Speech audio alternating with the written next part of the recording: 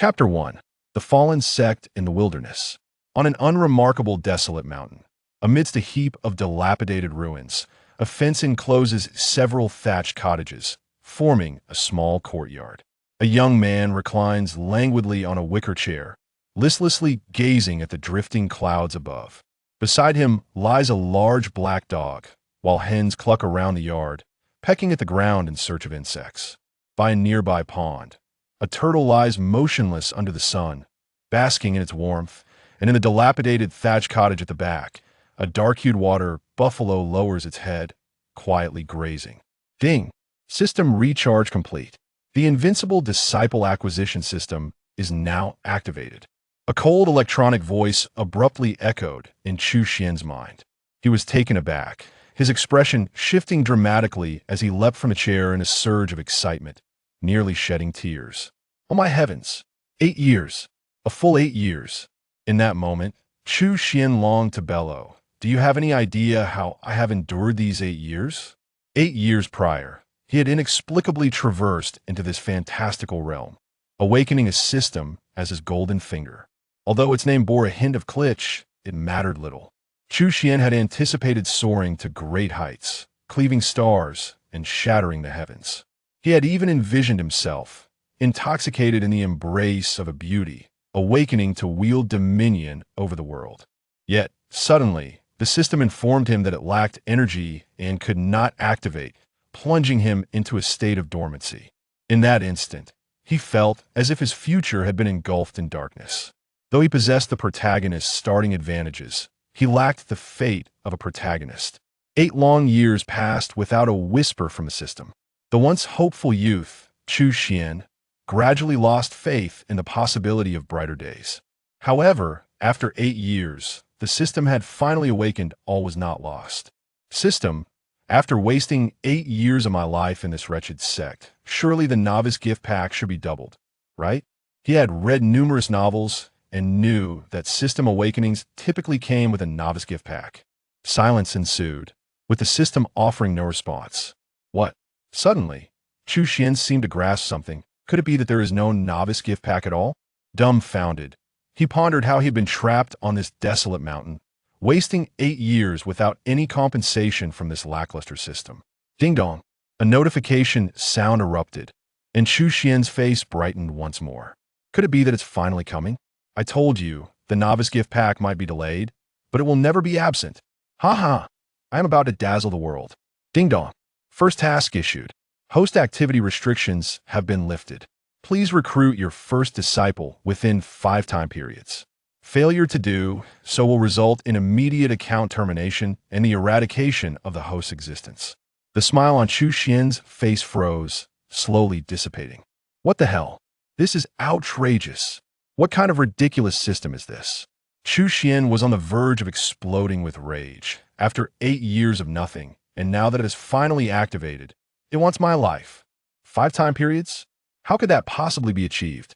Since my arrival in this mountain, I haven't seen a single living soul, let alone a dead one. Damn system, if you want my life, just say so. Fury coursed through him. Yet no matter how much he cursed, the unyielding system remained silent. Enough said, it's over, I might as well wait to die. Chu Xuan slumped back onto the chair, surrendering to despair. As an ordinary mortal, he found it nearly impossible to navigate this fantastical realm, and he doubted he could even find a person, let alone take on a disciple. Time slipped away, and the sun began its descent. Meanwhile, outside the desolate mountain, a woman was desperately fleeing, bloodied and battered, as a middle-aged man in his 40s pursued her with relentless vigor. Ha ha! Yin Shuya, you're useless. You're merely at the 5th level of Qi training, while I am at the pinnacle of the Golden Core stage. You cannot escape my grasp. Surrender the purple jade ginseng, and I shall spare your life otherwise. Do not blame me for being ruthless. The middle-aged man, with a face full of excess flesh, boasted. Zhao Qua, when your Zhao family faced peril, my Yin family extended a helping hand. How dare you covet my family's heirloom? My entire Yin family will not let you off lightly. Yin Shuya retorted, her voice filled with fury. Yin family? Ha ha! I suppose your Yin family has long since been annihilated. Zhao Kuo suddenly burst into laughter. What did you say?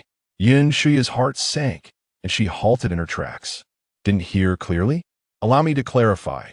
The Tianlang gang has already razed your Yin family to the ground. Zhao Kuo smirked maliciously. You colluded with the Tianlang gang. Yin Shuya's face turned ashen. Surprised, are we? How about this? You're quite the pretty girl. Hand over the purple jade ginseng and become my concubine. With my status as the elder of the Zhao family, I can guarantee your safety. Zhao Kuo leered at Yin Shuya.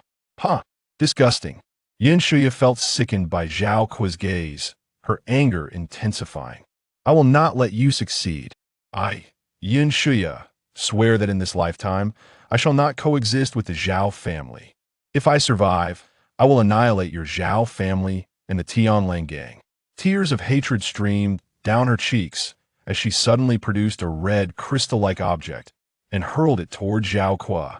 The crystal erupted with a thunderous explosion, unleashing a torrent of flames, engulfing Zhao Kuo, who was caught off guard.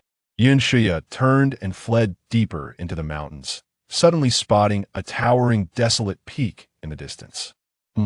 I've been here before, but how come I've never seen this mountain? Yin Shuya was momentarily puzzled, but quickly regained focus, racing forward without a second thought. Behind her, Zhao Kuo waved his hand to dispel the flames, though he appeared somewhat disheveled, his face smeared with soot, resembling a chimney sweep. You wretched girl, just wait until I catch you, I will make you wish you were dead. With that, Zhao Kuo unleashed his terrifying speed in pursuit. Already wounded and exhausted, Yin Shuya stood no chance against Zhao Kuo, who was at the golden core stage. He quickly closed the distance, taunting, "Where do you think you're running?" A massive palm struck down on Yin Shuya's back. She coughed up blood, crashing into a muddy rice paddy. In her dazed state, Yin Shuya spotted a few thatched cottages nestled among the crumbling ruins nearby. Wretched girl, keep running, Zhao Kuo growled, closing in on her menacingly. Weak and helpless, Yin Shuya collapsed in the mud, her hope fading away. Meanwhile, in the small courtyard, Chu Xuan emerged, raising his eyes to the horizon, captivated by the mesmerizing crimson sky. He wished to absorb the surrounding environment one last time, etching every blade of grass and tree into his memory. After all, he had lived here for so long, developing an attachment to many things. Ding dong. A suitable candidate for becoming the host disciple has been detected. Please recruit them promptly. Only half a tea time remains until the final deadline. Half a tea time? That's merely a few minutes. Where were they? Upon hearing this, Chu Xuan's heart raced, and he frantically searched around. Soon, he spotted a girl radiating a peculiar glow in a rice paddy he had recently cultivated. He instantly recognized her as the one who met the criteria. However, he noticed a sleazy man, surrounded by a faint red mist, approaching her menacingly. Chu Xuan's heart sank, realizing the precarious situation and feeling an urgent sense of dread. This disciple has just been delivered to me. I cannot let this scoundrel take her. But this guy is clearly a cultivator. If I confront him, he'll be serving my own head on a platter. In an instant, Chu Xuan's mind was in turmoil. Damn it, if I can't recruit a disciple, he'll be erased by the system anyway. If I'm going to die, I might as well fight back. Resolute, Chu Xuan gritted his teeth and dashed into a thatched hut that reeked of foul odors, emerging with a broom in hand. Stop! Do not act recklessly. Wielding the broom like a weapon, he charged forward, pointing it toward the ground as if he were a general leading troops in a battle. He shut his eyes tightly, leaping high into the air, shouting, "Broom dipped in filth, Lu Bu in the world." Zhao Kuo had been fixated on Yin Shuya, oblivious to the silent arrival of another. At the sound of the thunderous shout, he turned, only to be met with sheer terror. For he seemed to witness an unparalleled path descending from the heavens, striking down upon him. In an instant, chaos erupted. In her line of sight, Yin Shuya watched as Zhao Kuo disintegrated, vanishing into thin air like smoke. What? The formidable peak of the golden core stage had been obliterated in an instant, leaving not a trace behind. Stunned by the astonishing scene, Yin Shuya stood frozen in place. Chapter 2. Is this a legitimate cultivation method? Where did he go? Chu Xuan opened his eyes, perplexed as he searched for the sleazy man who had just been there. Could he have fled? Ha ha ha. This move truly never fails unmatched in its efficacy. Chu Xuan felt an overwhelming sense of pride, recalling how he had dominated the schoolyard with this very technique in his youth. Ha! A mere mortal dares to be audacious in the presence of the divine, utterly lacking in self-awareness. The thought that even cultivators were frightened away by him made Chu Xuan increasingly arrogant and self-satisfied. Indeed, ordinary individuals were not as ruthless as he, for not everyone had the audacity to engage in such audacious acts, and the freedom of flight was not a skill that all could master. However, Yin Shuya, who stood nearby, keenly grasped the significance of the term divine. Thank you for saving my life, esteemed senior. Though weakened, Yin Shuya suddenly knelt in profound respect. Esteemed senior? How have I earned such a title? Yet, it conveniently allows me to take on disciples. Noticing the time dwindling to less than a minute, Chu Xuan hastily spoke. Ahem, I am. Chu Xuan paused abruptly, turning to glance at a tattered, nearly illegible sign not far away, and continued, I am the headmaster of the Shunxian sect. Do you wish to become my disciple? Yin Shuya was momentarily taken aback, her mind racing as she made a swift decision. I'm willing. However, before she could finish her sentence, she fainted from sheer exhaustion. Chu Xuan stood there, stunned. Hey, you haven't finished speaking. Rise. System, does this count as consent? It counts, right? Chu Xuan, in a state of panic, remained dumbfounded. At that moment, a countdown timer appeared before him, ticking away relentlessly. What the hell? No, she already spoke. Make it stop. As the seconds ticked away, Chu Xuan's heart raced faster. 10, 9, 5, 4, 3, 1. Finally, in the last second, time halted. Ding dong, the host has received their first disciple, completing the task. System rewards have been issued, please check. That was intense. Upon hearing the notification, he finally remembered to breathe, letting out a sigh of relief as he wiped the cold sweat from his forehead. Thankfully, I managed to complete the task. Everything can start anew. Chu Xuan glanced at the unconscious Yin Shuya. She is my first disciple. I cannot let her perish. With that, he lifted Yin Shuya and carried her back to the small courtyard, shutting the door behind him. Inside the room, Chu Xuan frowned at Yin Shuya, who was drenched and had cold hands and feet. She is soaked through. If this continues, she will easily catch a chill and worsen her injuries. I must change her wet clothes. But Chu Xuan hesitated, recalling his years of reading novels where beautiful women placed great importance on their modesty. Even if it were for healing, if he were to unfasten her garments without permission, once she recovered, she would undoubtedly pursue him with vengeance. Caught in a dilemma, Chu Xuan contemplated deeply before ultimately deciding to act. After all, saving her life took precedence. Other matters could be addressed later. With trembling hands, he unfastened Yin Shuya's clothing, revealing her undergarments. Chu Xuan took deep breaths, striving to calm himself. Namo Amitabha Abodhisattva. He tightly closed his eyes, muttering incantations haphazardly. Strangely enough, the embroidered lotus and mandarin ducks are quite fitting and below. Chu Xuan suddenly snapped back to reality, hastily averting his gaze from the increasingly unrestrained direction it had been drifting. Finally, after considerable effort, Chu Xuan managed to change Yin Shuya's clothes. At this point, he was drenched in sweat and panting heavily. Damn it, this is even more exhausting than running 1,000 meters back in the day. Chu Xuan lamented.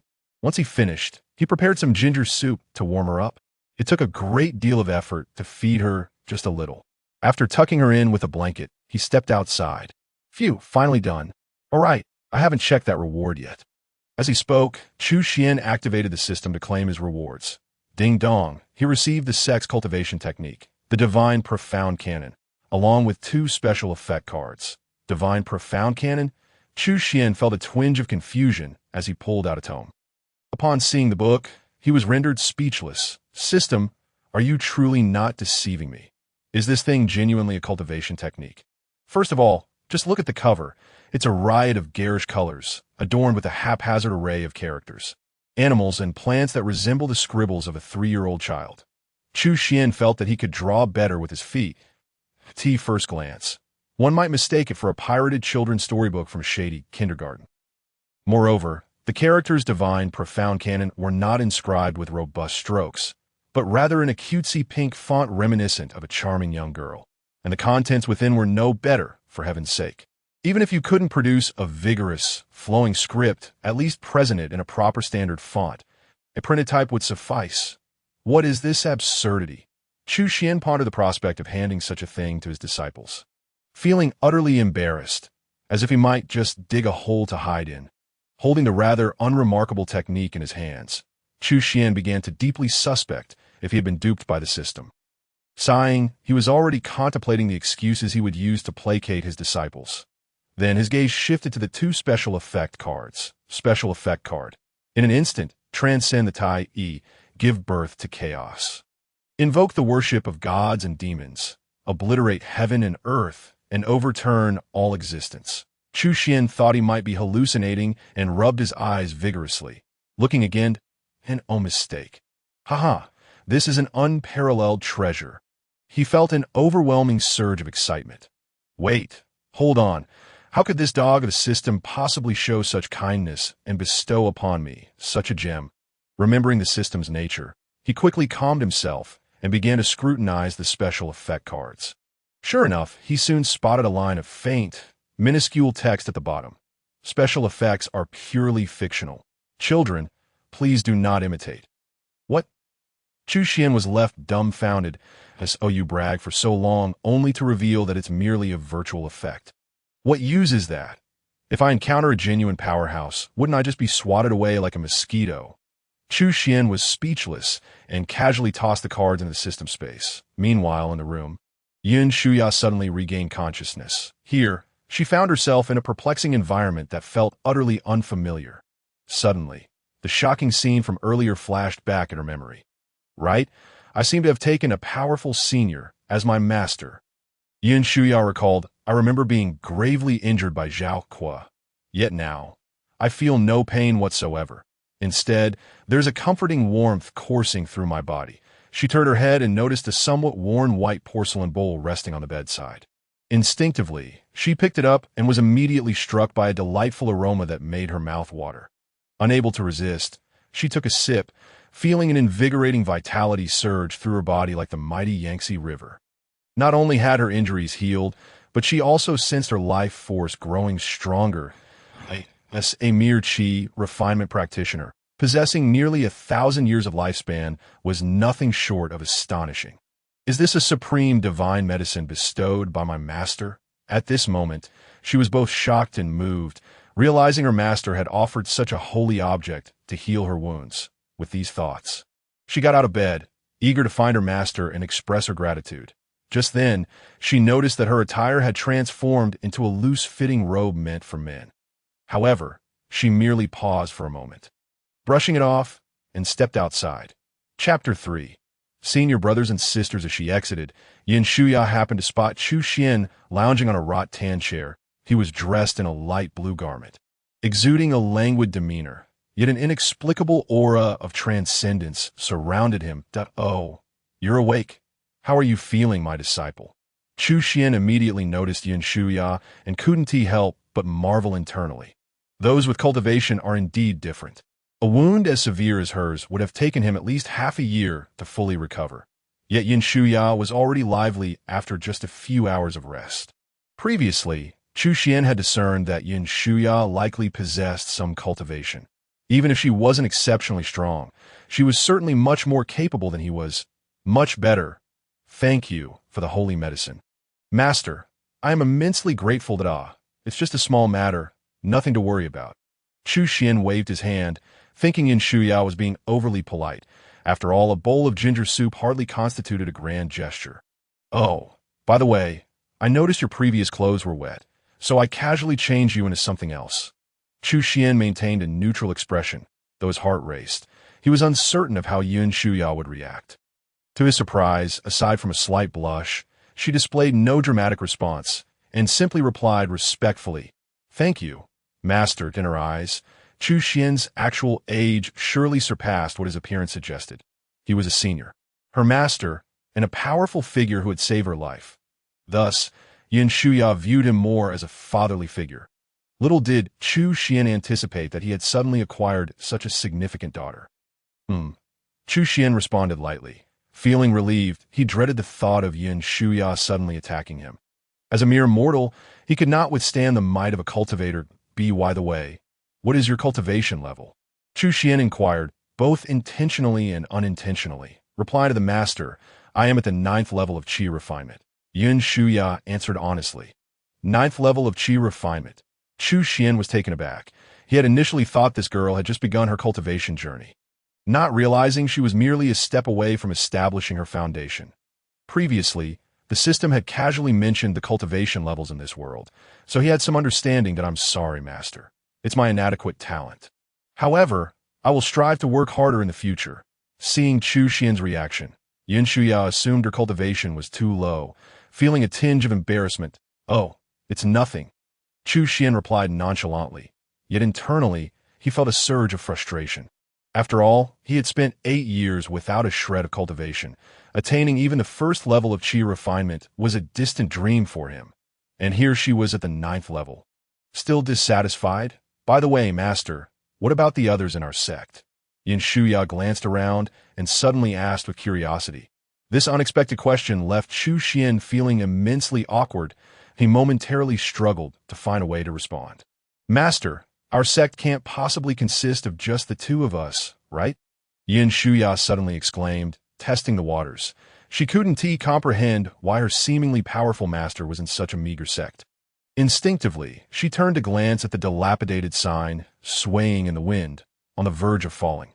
She recalled seeing many shabby sects in the outside world that appeared far superior to this place. Was she deceived? Yet, her master's strength was undeniably real, leaving her in a muddled state. Who says our sect consists of only 2 people? Chu Xuan interjected suddenly. There are others in our sect? Yin Shuya asked, astonished out of course. Look, that's your 2nd senior brother. Chu Xuan pointed lazily at the large black dog lounging nearby. Over there is your 3rd senior sister, and there's your 4th senior brother. Chu Xuan spoke without skipping a beat, casually gesturing towards the hen in the yard and the turtle basking in the sun on a large stone by the pond. These animals had all come to him in the past, and he had arbitrarily assigned them ranks based on their arrival order. Upon hearing Chu Xuan's words, the animals suddenly perked up, and upon closer inspection, tears welled in their eyes. They rushed over to Chu Xuan, affectionately nuzzling against him. Finally, we've been recognized by the master. Yin Shuya watched the animals, especially the large black dog, with a somewhat odd expression. What's wrong? My divine profound sect embraces all beings. All creatures can become disciples of my sect, Chu Xuan said nonsensically. However, Yin Shuya still found it challenging to regard a large black dog as a senior brother, though she did think it looked quite adorable. Thus, instinctively, she reached out to pet the dog's head. Just then, the black dog lazily raised its eyelids and gave Yin Shuya a glance, whether intentional or not. Yin Shuya's hand froze mid-air, and in that instant, her heart jolted, her mind flooded with a breathtaking vision. The world dimmed, and a colossal black figure loomed between heaven and earth, blocking the sun, akin to an ancient mountain range, standing before this giant creature. Yin Shuya felt as tiny as a grain of rice. The enormous being was covered in pitch-black fur, resembling sharp needles glistening with a chilling light. It seems nearly impossible for any being in this world to rival it. Suddenly, the immense black creature abruptly opened its eyes, flames of vivid crimson igniting from within, soaring up to the heavens, incinerating the firmament. In that instant, the entire sky appeared as if it might begin to melt away. What an extraordinary realm is this! Demon Emperor, Demon Saint. A chilling oppression enveloped Yin Shuya, making her feel as if her very breath were about to cease. Then, with a crack, all strange phenomena vanished, and Yin Shuya's consciousness returned once more to the courtyard. Beads of cold sweat formed on her forehead as she glanced warily at the large black dog, hastily withdrawing her hand and retreating, instinctively seeking refuge behind Chu Xuan. What's with that ferocious gaze? After feeding you for so many years, is it to bully your own kin? Remember, she is now your junior sister. If you dare to torment her again, beware that I might withhold your meals. Chu Xuan noticed the black dog's glare directed at Yunshuya but dismissed it with a kick, muttering his grievances. The black dog, unfazed, promptly lowered its head in submission. This scene startled Yunshuya. Yet it further solidified her belief that her master was indeed an unparalleled powerhouse. Even the fearsome second senior brother did not dare show the slightest disrespect towards her master. Could it truly be, as her master claimed, that he is a deity? Subsequently, Chu Xuan inquired about Yun Shuya's family circumstances. Upon learning that the Zhao family had colluded with the Tianlang gang to obliterate her entire clan, he could not help but feel a mix of rage and sympathy. Alas, being merely immortal, he could offer no aid in the matter. He could only comfort her, saying, "Do not worry. Those scoundrels will undoubtedly meet a woeful end, their bodies reduced to dust." Yun Shuya nodded gently. Meanwhile, the second elder of the Zhao family, along with the young Master Li Sun of the Tianlang gang, was leading a large group through the mountains in search of their quarry. "Young Master Li, we have searched for so long with no trace whatsoever. Perhaps it is true that an accident has befallen them, and the Grand Elder along with that girl from the Yun family has already been devoured by a beast." The second elder remarked, having grown weary after nearly a day of searching. "Humph. Whether that woman lives or dies is of no consequence. What matters is the purple jade, ginseng, she possesses, a spiritual herb of 300 years. Crucial for my father's breakthrough. We must retrieve it." Li Sun retorted with a cold snort. Yes, reluctantly, since they had allied with others, they had to heed their commands. "Young Master Li, I have caught a faint trace of the Grand Elder's aura." The second elder suddenly exclaimed as a flickering oil lamp, exuding a foul odor, ignited with a weak spark in his hand. Splendid. Everyone pursue," Li Sun commanded, leading the group towards a distant desolate mountain in the courtyard. Chu Xuan was familiarizing Yin Shuya with the surroundings, while the proud black dog was preparing to venture outside. "Old Black, where are you off to now?" The tortoise basking by the pool suddenly inquired. "Nothing much. After over 7 years, I have finally gained the recognition of a boss. I am now his disciple. I feel quite elated. Thus I am going out to find something to eat, perhaps a little treat."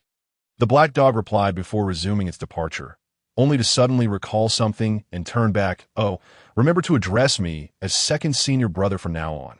With that, the black dog sauntered out of the courtyard. "Tch, what is so special about arriving a few days earlier? So arrogant. However, out of respect for the master, I shall not bother to argue." The tortoise snorted disdainfully before lazily closing its eyes to continue sunbathing. Nearby, the hen showed no interest in their antics, merely glancing at them before casting a lingering look in Chu Xuan's direction and shutting its eyes again. Chapter 4. Terrifying Existence in the Desolate Mountains and Wastelands. What on earth is this place? Why have we wandered for so long without finding an exit? Li Sun pondered. Just a moment ago, they had observed from the foot of the mountain that this desolate peak was not particularly vast. Yet upon entering, it seemed boundless, easily causing one to lose their way. What kind of cursed place is this? Why can we not escape? Li Sun was beginning to feel irritated. Could it be, young master, that we have stumbled into a dreadful, forbidden zone?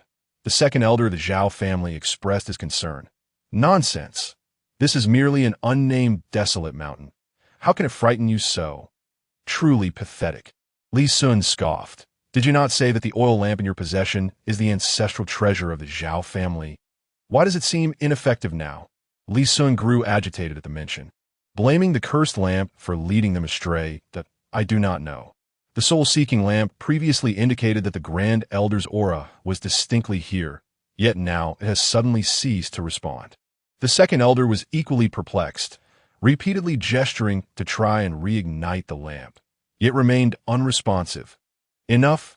Rather than relying on this useless lamp, it would be better to find our own way out. Let us split up and search for an exit, Li Sun declared impatiently before turning away.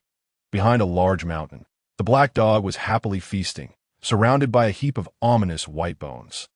Before it lay the remains of an enormous creature, its ear bones resembling giant fans, and it appeared to have 2 massive horns atop its head. That moment, crimson flames leapt upon the carcass, releasing a savory aroma. Regrettably, my culinary skills pale in comparison to my master. The black dog lamented. Humph, to have gone through so much trouble, that Yin Shuya had better be dead. Otherwise, I shall not spare her. Just then, the black dog suddenly heard voices from behind. Yin Shuya, junior sister. Upon hearing this name, the black dog curiously peeked over the mountain peak. It soon encountered an old man accompanied by a dozen individuals approaching. The black dog's massive form instantly eclipsed the sunlight, casting the ground into shadow. A terrifying demonic aura pervaded the air, thick as clouds, causing the group to freeze in fear. A demon. A great demon. This group was none other than the second elder of the Zhao family and his companions, who had split off from Li Sun in search of an escape. Overwhelmed by the dreadful pressure emanating from the mountain-sized beast, they all fell to the ground, unable to move. Great being, we meant no offense. We were merely passing through and have disturbed you. Please spare our lives, the second elder pleaded, bowing repeatedly, faced with such a terrifying creature. They could not muster a trace of resistance. Ha! Ridiculous ants, you dare to lay hands on my junior sister and expect me to show you mercy? Truly delusional. The black dog spoke coldly, its voice resonating like thunder from the heavens, causing blood to spurt from their noses. Junior sister? We did not mean to offend your junior sister, the second elder cried, tears streaming down his face in terror. Yin Shuya is my junior sister, the black dog declared nonchalantly. The second elder was dumbfounded, unable to comprehend how Yin Shuya could possess such a formidable and terrifying beast as her elder brother. However, it was evident that he would no longer have the opportunity to ponder this question. Since you intend to harm my junior sister, I shall send you to the boundless purgatory. The black dog opened its mouth wide, instantly transforming into a pitch-black abyss, pulling all of them into its terrifying embrace, leaving none alive. Pah! These fellows are truly hard to swallow. The black dog spat, wiping its mouth with its PAW. It then reverted to its normal size and departed with a cheerful gait. There are actually people residing here. After a considerable time, Li Sun and his group finally reached the mountain summit. Amidst the ruins, they discovered a modest courtyard, which took them by surprise. He held up a bead that radiated a brilliant light. Ha ha ha! Indeed, the treasures of my Tianlang gang are far more effective. There can be no mistake. The purple jade ginseng is right here. Congratulations, young master, upon your return. The leader will undoubtedly reward you handsomely. Those around him flattered. Yes, go knock on the door, Li Sun instructed. Feeling quite pleased with himself, the attendant approached the small courtyard door, hands on hips, wearing an arrogant expression. You inside? Hurry up and come out. At this moment, Chu Xuan had allowed Yin Shuya to choose a room for herself and had returned to his own quarters, contemplating how to guide her in her cultivation. Suddenly, hearing someone knocking at the door, he felt a surge of anxiety. Could it be that the one who fled earlier has returned to wreak havoc? With furrowed brows, Chu Xuan realized he was merely a powerless mortal. How could he possibly contend with a cultivator? Perhaps it would be best to simply hide inside and avoid confrontation. Chu Xuan pondered deeply. However, it was futile. The moment he heard the voices outside, he recognized that the visitors were undoubtedly nefarious individuals. Even if he chose to remain hidden within, he risked provoking them, which could lead to a violent intrusion that he would be powerless to thwart. In a state of agitation, Chu Xuan paced restlessly in the room, engulfed in a turmoil of conflicting emotions. Outside, the boisterous voices continued unabated, tauntingly proclaiming, "Are those inside deaf or simply devoid of ears? Our esteemed young master of the Tianlang gang is here. Why do you not emerge to greet him? Do you wish for us to raze this place to the ground?" Seeing the lack of response from within, one of the henchmen could no longer contain himself and advanced to kick the door. That moment, a hen, clucking softly, ambled over, pecking at the ground for insects, and conveniently positioned itself in front of the assailant. Where did this feathered wretch come from? Do you dare obstruct my path? Believe it or not, I could pluck every feather from your body and turn you into a roast chicken. The furious man lunged forward to deliver a kick. Yet in the eyes of the onlookers, as his foot was about to make contact with the hen, flames suddenly erupted. The fire blazed with a kaleidoscope of colors, resplendent and breathtaking.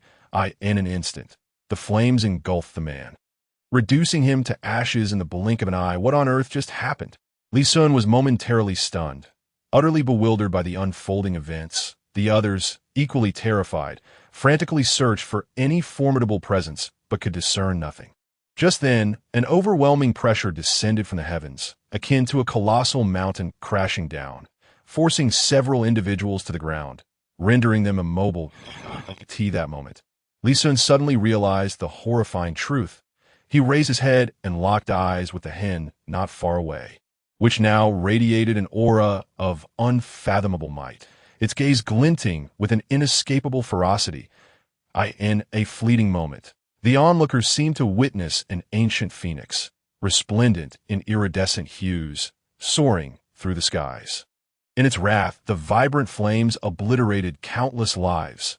Li Sun was rendered speechless, grappling with the incomprehensible reality that such a terrifying entity could inhabit this nameless hill. My lord, we merely stumbled upon this place by chance and did not mean to offend.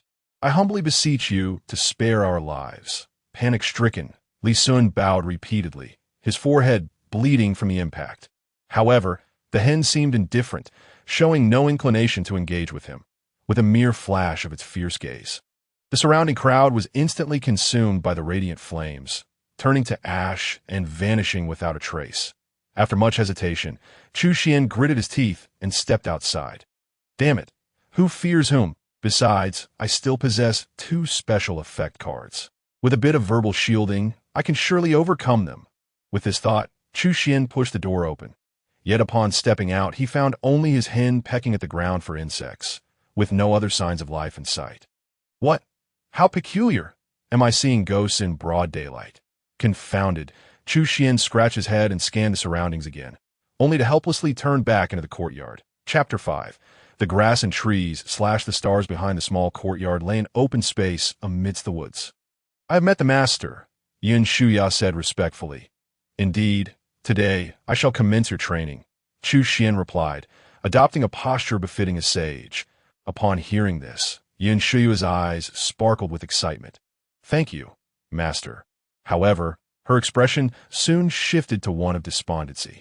Disciple has something to say, she ventured timidly. Speak freely, Chu Xuan encouraged.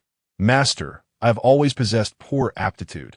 Among my peers, I am the eldest in age, yet I have only just reached this level of cultivation. Can someone like me truly become your disciple? Yun Shuya lowered her gaze, her voice laced with insecurity. Such a trivial matter. There is no need to concern yourself, Chu Xuan replied nonchalantly, while inwardly musing. Can you be any worse than me? In truth, Chu Xuan had already perused the sacred text of the sect's teachings. Each word was comprehensible, yet when they coalesced, he felt as though he were a complete novice, clutching an Oxford dictionary. He now harbored grave doubts about whether he could retain this disciple. Here, take this. It is the most sacred core technique of our sect. Copy it down and return the original to me, he said, casually handing her the tome, while averting his gaze. He feared her sudden critique. Heavens, what a divine text this is! No wonder it embodies the most profound mysteries of our sect. Its embellishments are truly magnificent. Merely glancing at the cover overwhelmed her with a sense of transcendent righteousness. What? Chu Xuan was taken aback, turning to see the awe and excitement in Yun Shuya's eyes, leading him to question his own perception of reality. This thing is magnificent. I could have drawn this at the age of 3. Yet, witnessing her enthusiasm, he felt a sense of relief. Of course. Otherwise, how could it be the most powerful technique of my esteemed sect? Chu Xuan boasted, unabashedly. Very well, disciple. There are myriad paths. Each individual possesses their unique way. Which path do you wish to pursue? Chu Xuan inquired. Which path do you excel in? Yun Shuya asked thoughtfully. As for me, the so-called path is merely the manifestation of the world's primal essence. It is both illusory and real. Once you grasp this principle and perceive the source of all things, the myriad paths will be within your grasp, Chu Xuan declared, feigning profundity with words he had pondered for some time. Now I understand. Yun Shuya's eyes sparkled with realization. The master's realm is indeed extraordinary. After a moment of contemplation, she determinedly stated, though I have only learned a couple of palm techniques, I wish to pursue the sword path from this day forth. As she spoke, She produced a rather unadorned sword, its blade marred with scars, yet undeniably sharp. This sword was bequeathed to me by my father, who devoted his life to mastering the sword, yearning only to glimpse the true essence of the sword path. Thus, I wish to fulfill my father's dying wish, Yin Shuya declared resolutely. Very well, since you possess such filial piety, I shall impart the supreme sword path to you. Chu Xuan felt a tinge of wickedness for deceiving this earnest girl. However, with the arrow already on the string, he could not hold back. Hand me the sword. Yes, master. Yun Shuya respectfully presented the sword with both hands. Chu Xuan grasped the hilt, and she withdrew her hands in response. The next moment, with a resounding clang, the sword slipped from his grip and fell heavily to the ground. Staring at each other in disbelief, both Chu Xuan and Yun Shuya were momentarily frozen, surrounded by an eerie silence. What one fears most is the sudden stillness of the air. Chu Xuan's lips curled into an awkward smile. Damn it, I can't even lift it. Unbeknownst to him, in this world, cultivators possessed formidable physiques, with their weapons weighing no less than 50 or 60 pounds, and Yun Shuya's sword weighed a staggering 90 pounds. For her, a cultivator at the 9th level of chi refinement, this was trivial. However, for Chu Xuan, an ordinary person, it was impossible to lift with one hand. Master, Yun Shuya looked at Chu Xuan, her expression somewhat peculiar. Cough, cough, do you comprehend the deeper meaning behind this? Chu Xuan inquired, feigning nonchalance. Yin Shuya was puzzled. I asked their profound significance to your actions, master. Yin Shuya racked her brain, but still could not grasp it. Disciple is dull-witted. I seek your guidance, she said helplessly. Chu Xuan's lips twitched. You ask me, but who do I ask? Cough, cough, disciple. Allow me to ask you, what do you believe is the most crucial aspect of the sword path? Chu Xuan pressed on, attempting to maintain an air of mystery. It is the sword. The essence of the sword path lies in the sword itself. One must wholeheartedly harmonize with the sword in hand to unleash its full potential. After some contemplation, Yin Shuya replied, Indeed, the sword is vital within the sword path. However, is it not the wielder of the sword who is most important? Chu Xuan countered. The wielder of the sword? Yes, yes. Yin Shuya's expression shifted as she suddenly grasped the concept. You must understand that the strength of a person's sword path does not rely on the sword they wield, but on the individual themselves. Thus, one must not be confined by the sword in hand. As long as one possesses a profound understanding of the path, one can surpass the sword without wielding one. A true master of the sword path can cleave through the sun, moon, and stars with the simplest of grasses and trees. While a single flower or leaf can annihilate countless gods and demons. As he spoke, Chu Xuan casually picked up a withered branch and swung it forcefully against a nearby tree trunk, resulting in a resounding crack as it splintered into pieces, leaving only a shallow mark on the trunk. Take this to heart, he instructed. With that, he dropped the broken piece of wood and walked away, hands behind his back, leaving behind a figure that seemed to float away. Subconsciously glancing back at the dazed Yin Shuya, Chu Xuan felt a pang of guilt. Alas, it's all that wretched system's fault. I have no idea how to cultivate, yet I'm forced to teach others. This nonsensical charade could mislead my disciples. Chu Xuan let out a sigh and left, grumbling under his breath. Tsk, how youthful. To think one would dare regard me as a benevolent figure. Little do they know, if I do not deceive you, the system would eliminate me. Meanwhile, Yin Shuya remained in a state of daze, profoundly shaken by Chu Xuan's words, unable to extricate herself from the depths of her thoughts. Every blade of grass and every tree could sever the sun, moon, and stars. Every petal and leaf could obliterate countless deities and demons. What a terrifying realm! Is this truly the swordsmanship of my master? Instinctively, Yin Shuya glanced in the direction Chu Xuan had departed, her heart swelling with reverence. She picked up the sword beside her, gazed at it intently, then drove it into the ground, before retrieving a withered branch and stepping beside a towering tree.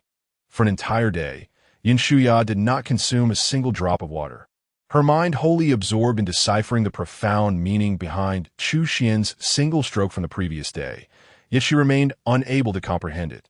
Just as well, haste makes waste. It is time to have a bite to eat. Chu Xuan's voice resonated from behind her, observing her earnest demeanor. Chu Xuan felt increasingly like a heartless corporate boss squeezing his employees. "Oh, no need, master.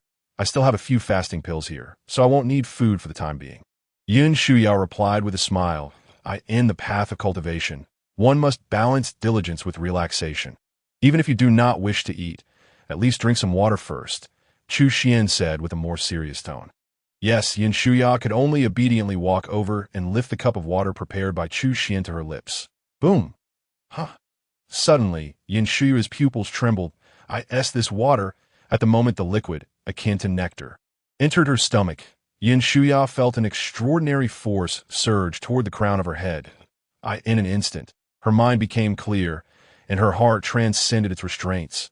She looked at Chu Xuan, her heart filled with gratitude.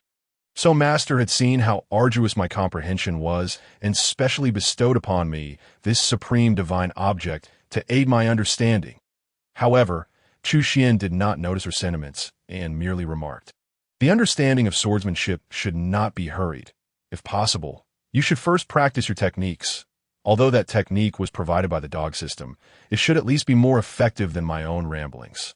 "Yes, I shall not disappoint Master's expectations," Yin Shuya declared with unwavering determination, her eyes seemingly ablaze. All right." Chu Xuan, somewhat perplexed by her sudden fervor, nodded and left, upon returning to his room and setting down the cup. A voice suddenly echoed in his mind. "Ding, congratulations to the host disciple, Yin Shuya, for a breakthrough. Reward, Foundation Establishment item, red dust sword embryo." Chu Xuan was momentarily taken aback, just based on that shabby technique. She broke through so easily. Could it be that I am truly that incompetent? Chapter 6, Divine Level Foundation Establishment, Comprehending the Sword Art. Arriving at the back mountain, Yin Shuya sat cross-legged on ground, her aura surging tumultuously like great waves in the ocean. It seemed she was on the verge of losing control. She truly broke through. It appears my disciple is far too modest, claiming she possesses low aptitude. If this is what low aptitude looks like, then am I not akin to refuse? Chu Xuan muttered, forcing himself to deny the reality of his own deficiencies. At this moment, Yin Shuya found herself in a precarious situation. Typically, a robust foundation establishment requires the presence of a spiritual treasure to establish a solid base. Without one, only the most ordinary foundation can be forged. There is no other choice. I must forcibly establish my foundation. Yin Shuya resolved in her heart. Disciple, quickly utilize this item. Chu Xuan's voice suddenly rang out. Yin Shuya opened her eyes just in time to see Chu Xuan tossing her cloud of mist resembling light red clouds. This substance resembled a mass of air, yet it was both visible and tangible. Yes, Yin Shuya was momentarily stunned, but recalling that her master would not harm her, she hastily began to refine the mist in her hands. However, before she could even begin, the mist unexpectedly surged into her body. Boom! Suddenly, Yin Shuya felt her meridians become unblocked in an instant. A powerful force surged within her, moving swiftly through her body to in an instant. Countless streams of spiritual energy erupted from her, forming a myriad of radiant light. In a blink, the foundation was established. Ding! Yin Shuya's divine level foundation establishment is successful. Divine level. Chu Xuan felt an indescribable mix of envy and jealousy. What is happening? Yin Shuya was momentarily bewildered. She had heard her father mention that foundation establishment was an incredibly arduous and perilous endeavor. A slight misstep could lead to severed meridians, rendering one crippled, or even result in death. But why was my foundation establishment so remarkably smooth? Could it be? Instinctively, she looked at Chu Xuan, and everything suddenly became clear. It appears Master intervened to bless my foundation establishment, helping me avert danger. In that moment, Yin Shuya was deeply moved. Meanwhile, as Chu Xuan listened to the system's notification and observed her excited demeanor, he felt a twinge of discomfort in his heart. Such remarkable aptitude. Chu Xuan sighed before smiling. Disciple, congratulations on your successful foundation establishment. No, it is all thanks to Master. My aptitude is too lacking, disappointing Master. However, I will certainly strive to do better in the future. Yin Shuya quickly replied, having perceived Chu Xuan's earlier sigh as a sign of disappointment in her abilities. Chu Xuan couldn't help but twitch at the corner of his mouth. Da-da. This is going too far. Are you deliberately mocking me? Master, what was the substance I used for my foundation establishment? Why do I feel as though my state of mind has undergone further elevation, and I am filled with an indescribable sense of exhilaration? Yin Shuya suddenly inquired. Oh, it was merely the red dust sword embryo. Chu Xuan waved his hand dismissively.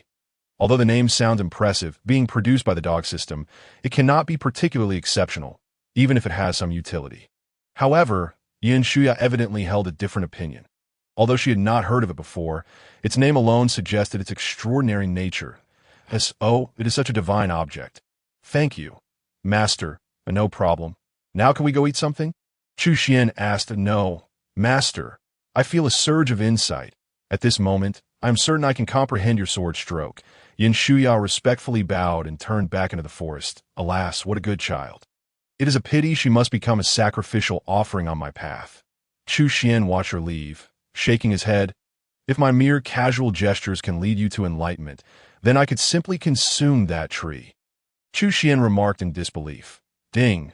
Host-disciple Yin Shuya comprehends the myriad manifestations soared in the next moment. A voice suddenly echoed. Huh. What? She truly comprehended it. Chu Xuan looked on in astonishment. That moment. Yin Shuya was enveloped in countless sword energies, her aura surging with a terrifying ferocity. The swirling sword energies transformed, exhibiting various phenomena within their midst. The sword energies occasionally morphed into blossoms of sharp sword lotuses reaching for the sky. And at other times, they took the form of illusory beasts, manifesting as lightning, extraordinarily marvelous. What is happening? I merely dabbled, yet she truly comprehended the sword art. How is this possible? Is her imagination so remarkably powerful? Chu Xuan was filled with astonishment. After a long while, Yin Shuya slowly opened her eyes, only to find Chu Xuan standing before her with a gentle smile. That I pay my respects to Master. Yin Shuya greeted. This myriad manifestation sword art is quite commendable, Chu Xuan said, suppressing his own feelings of bitterness. You already knew? Yin Shuya was taken aback. Indeed, nothing could escape Master's notice. Naturally, within that sword technique of mine lies a multitude of sword paths. For you to derive the myriad manifestation sword art from it is quite an achievement. Chu Xuan feigned nonchalance, a multitude of sword paths. Yin Shuya could not help but turn back to gaze at the faint scar left on the tree trunk. At that moment, she felt as though the tree had transformed into an unparalleled treasure. By the way, disciple, since you have already broken through to the foundation establishment stage, I presume you have a profound understanding of our sect's techniques. Thus, it is an opportune moment for me to test your knowledge, Chu Xuan suddenly declared. His intention was evidently ulterior. This so-called test was merely ade. He simply could not grasp the meanings within the texts and sought to ask Yin Shuya for clarification, using this as an excuse to save face. Yes, Yin Shuya did not overthink it and nodded in agreement. Very well. Allow me to ask you. The innate serves as the guide for the acquired. The acquired transforms into the innate. Encompassing the cycles of the cosmos, the great path is revealed. What does this mean? Chu Xuan asked casually. However, upon hearing this, Yin Shuya felt puzzled. Was this not the very first line of the divine mystery scripture? Even someone with merely a nascent understanding of cultivation could comprehend it. Why would Master choose to test her with such a simplistic question? Wait a moment. Suddenly, she had a revelation. Her master was indeed an unparalleled powerhouse, deeply versed in the principles of the cosmos, and his inquiry surely held profound significance. She promptly responded, Esteemed Master, we cultivators refer to the innate energy possessed by living beings as primal chi, while the spiritual energy acquired postnatally is termed acquired chi.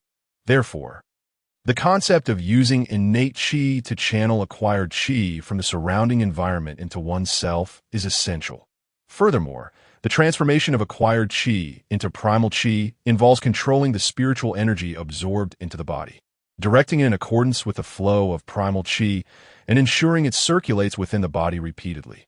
This process allows the energy to grow stronger, thereby enhancing one's cultivation. I see, Chu Xuan exclaimed. Enlightened, he then inquired, and what does Hoa Fengqi, Sheng Dian Zichai, Wu Shengdan Shu de Zhu Shindao Zhiyang, and Tianzhou Mimen signify.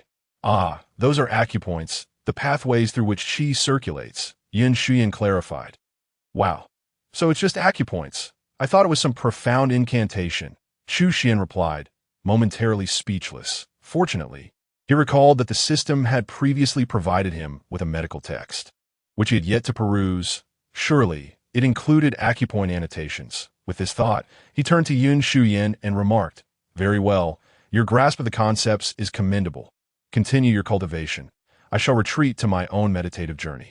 Chu Xuan uttered nonchalantly, eager to return to his training. Though Yun Shuyan was puzzled as to why her master would scrutinize such a simple matter, she obediently resumed her practice. "The myriad of sword techniques I have just comprehended. I wonder what rank they hold. I could distinctly sense the terrifying power contained within this sword art. If I devote myself to its mastery, I shall surely avenge myself soon." As she contemplated this, a glint of cold determination flickered in Yun Shuyan's eyes. Chapter 7.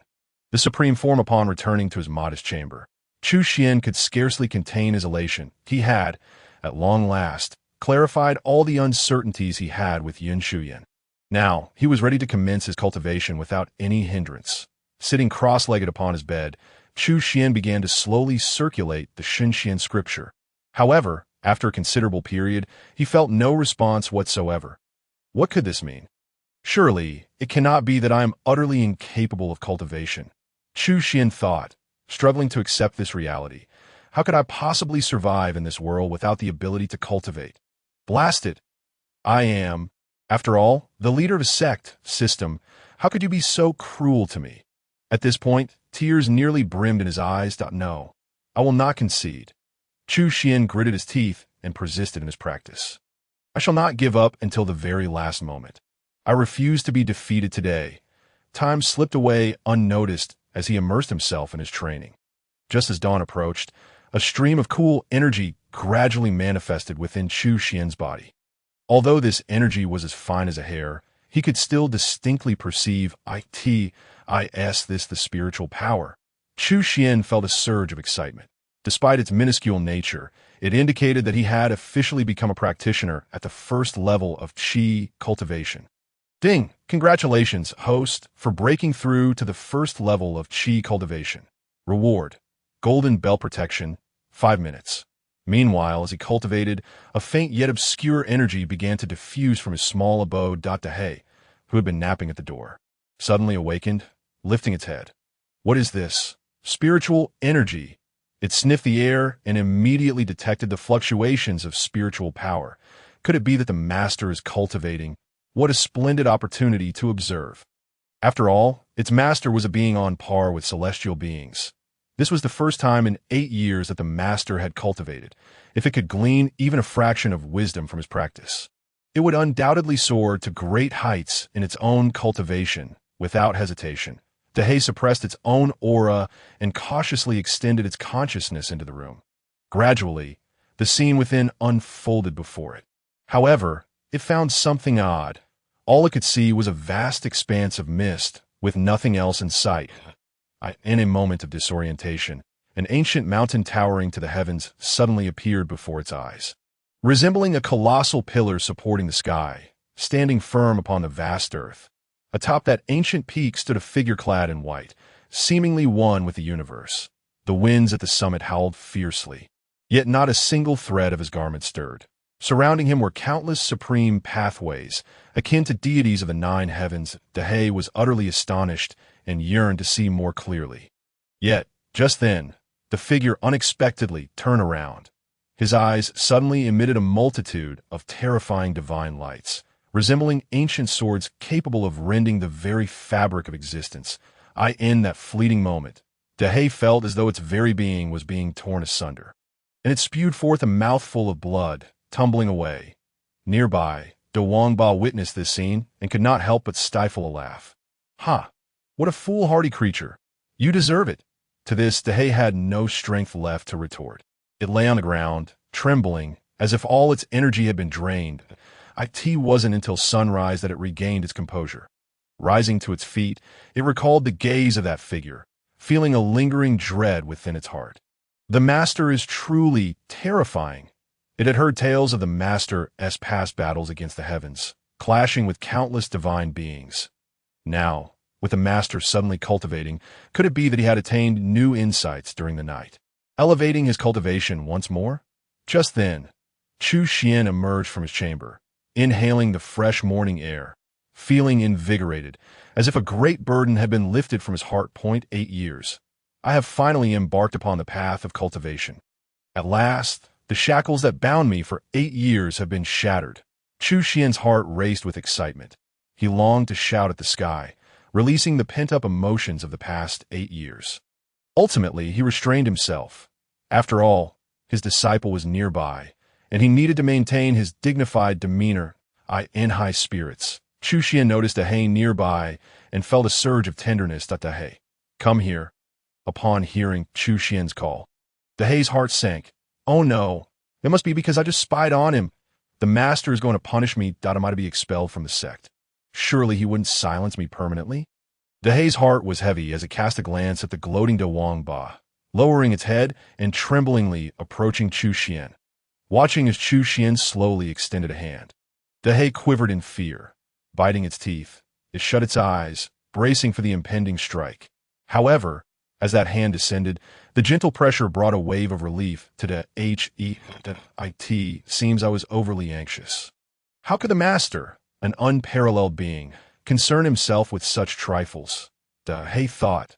Good morning, master. At that moment, Yun Shuyan emerged as well, and no need for excessive formalities. Chu Xuan responded with a warm smile. What has brought such joy to the esteemed master?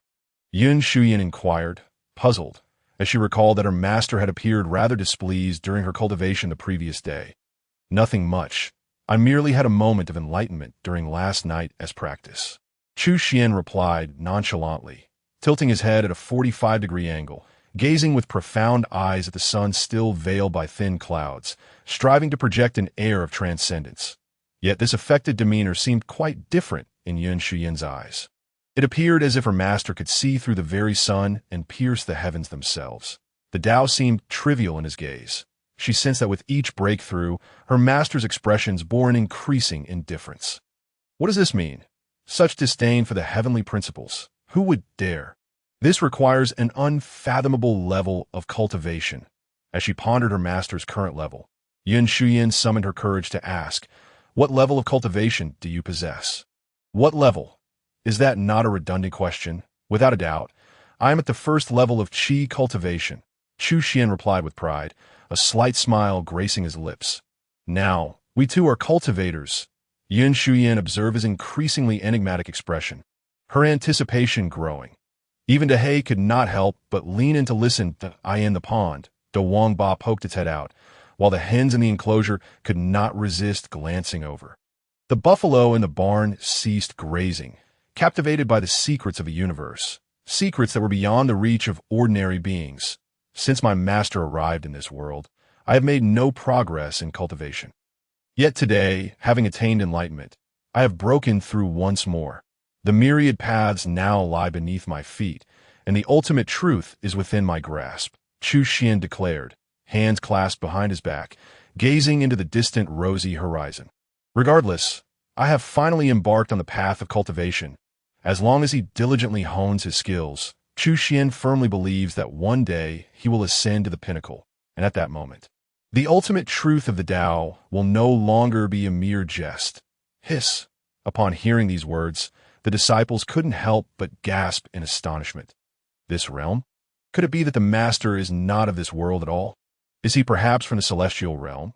Rumors suggest that the path to immortality has been severed, yet the master possesses the strength to carve out a path to transcendence, the ultimate truth of the Tao. What a terrifying realm. Could it be that the master is nearing this level? Before his breakthrough, the master could battle against the celestial beings, and now that he has ascended, does that not imply his power is? In an instant, countless thoughts flooded the minds of the disciples. That's right, the master once claimed to be a god. Yin Shuya suddenly recalled this, and was even more astonished. Meanwhile, Chu Xuan merely smiled faintly and turned away, leaving behind an exceptionally graceful silhouette. Chapter 8. The short-lived princess, it seems that Chu Xuan had become quite enamored with boasting, his audacity reaching new heights. The aura within him had become insatiable. Upon returning to his chamber, he retrieved a piece of calligraphy he had written a few days prior from the corner. Not bad. Chu Xuan nodded in satisfaction. After 8 years of idleness, he had practiced his calligraphy quite diligently, and he had confidence in his skill. Subsequently, he affixed it above the door of his room. The disciples immediately turned their gazes in that direction, their expressions suddenly filled with shock, single-handedly battling 3,000 emperors, pushing 13 continents with both palms. The disciples were utterly astounded. What overwhelming arrogance! Could this be the master? The emperors mentioned within were certainly not ordinary monarchs. Could they possibly be celestial emperors from the higher realms? 13 continents? Is that a place in the celestial realm? Upon seeing this piece of writing, the disciples were overwhelmed by the imposing aura emanating from it, causing them to struggle for breath as they quickly averted their eyes. Witnessing the disciples' astonishment at his calligraphy, Chu Xuan returned to his room. Satisfied to continue his cultivation, he believed that with diligent practice, he would one day be worthy of what was inscribed above. That he pressed on, striving for further progress. Previously, Yunshuya had broken through from the 9th level of Qi refinement to the foundation establishment stage after a brief period of cultivation, that if he too exerted himself. Breaking through to the 2nd level should not be a significant challenge. Sitting on the edge of his bed, Chu Xuan began to circulate the divine mystical scripture. After a considerable time, Chu Xuan exhaled a long breath of turbid air. Not bad. After a day's cultivation, I am still merely at the 1st level of Qi refinement. Chu Xuan sat on the bed, holding his forehead, his eyes filled with astonishment as he suddenly realized that he seemed to have overlooked something crucial. He was a cultivation failure, damn. While others soared into the skies with this technique, he felt like an old man with a cane, still unable to progress significantly. Enough of this. He was about to spiral into despair. Feeling disheartened, Chu Xuan decided to take a stroll outside, but just as he stepped out, the system's voice suddenly echoed in his mind. Ding, a new task has been issued, considering the host's inadequate strength. It may be difficult to ensure the safety of the sect. Therefore, please proceed to Chu Xuan City to recruit a disciple. Upon completion, the host will be rewarded with the opportunity to summon 4 specialized security personnel. What the hell? If you're going to issue a task, just do it without the unnecessary commentary, alright? Chu Xuan grumbled in exasperation. Chu Xuan City? This left Chu Xuan perplexed. He glanced at Yunshuya nearby and asked, Shuya, do you know where Chu Xuan City is? Oh, it is a city within the Great Qian dynasty, where an annual disciple recruitment ceremony is held. All major sects of the dynasty attend, and, generally, those aspiring to become cultivators flock there. Speaking of which, it seems this year's recruitment ceremony is happening in just a few days. Yunshuya replied that you know how far Chu Xuan City is from here? Chu Xuan inquired again. Approximately 30,000 miles. However, if we travel by demon horse, we can reach it in just a month. Yunshuya pondered before responding. What nonsense! A month! Chu Xuan was instantly speechless. Moreover, where was he supposed to find a demon horse? Furthermore, what was with this specialized security personnel? In essence, weren't they just 4 security guards? He could do without them. Ding! A prompt. If the host fails to execute the task, the system will forcibly castrate the host as punishment. I am damned. Chu Xuan nearly prepared to unleash a barrage of expletives. Are you messing with me? 30,000 miles. I don't have a demon horse. How am I supposed to get there? Chu Xuan was a loss. Thinking that if you wanted to take me out, just say so directly, alright. Ding! The system detected the host's extreme inadequacy, and thus, it will provide transportation for the round trip. Hey, you could have said that earlier. Chu Xuan nodded in satisfaction at this moment. Even the system was speechless, having been criticized yet still appearing so pleased. This person must have some issues. Chu Xuan paid no mind, directing his attention back to Yunshuya. Disciple, let us embark on a journey to Chu Xuan City. Chu Xuan City.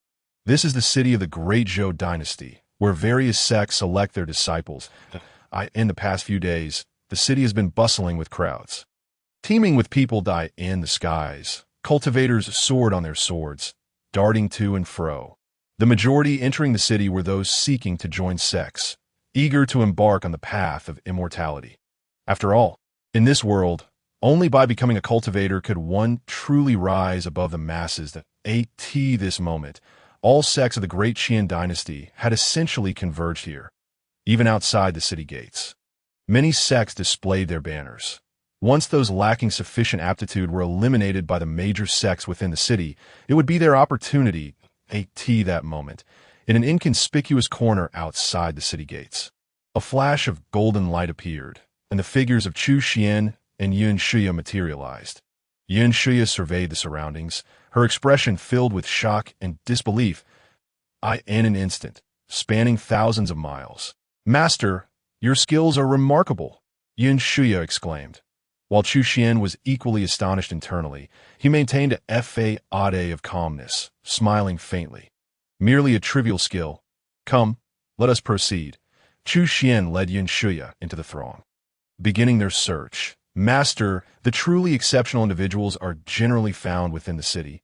Why do we not enter?" Yuan Shuya queried, somewhat puzzled. Not just anyone can become my disciple. I only accept disciples based on the principle of fate," Chu Xuan said, feigning profundity, when in reality, it was simply because the system had informed him that suitable candidates were just outside the city. Yuan Shuya nodded, though somewhat perplexed, ultimately standing to the side. Just then, a wave of excitement rippled through the crowd. "Wow, what a beautiful woman! Such an extraordinary visage. If she were to be my wife, I would probably wake up laughing in my dreams. Dude, don't be so naive." In the distance, a woman clad in azure robes was gracefully approaching. Her figure was slender, her beauty unparalleled, with skin as smooth as jade, her face as delicate as a flower. Yet, her expression was as cold as ice.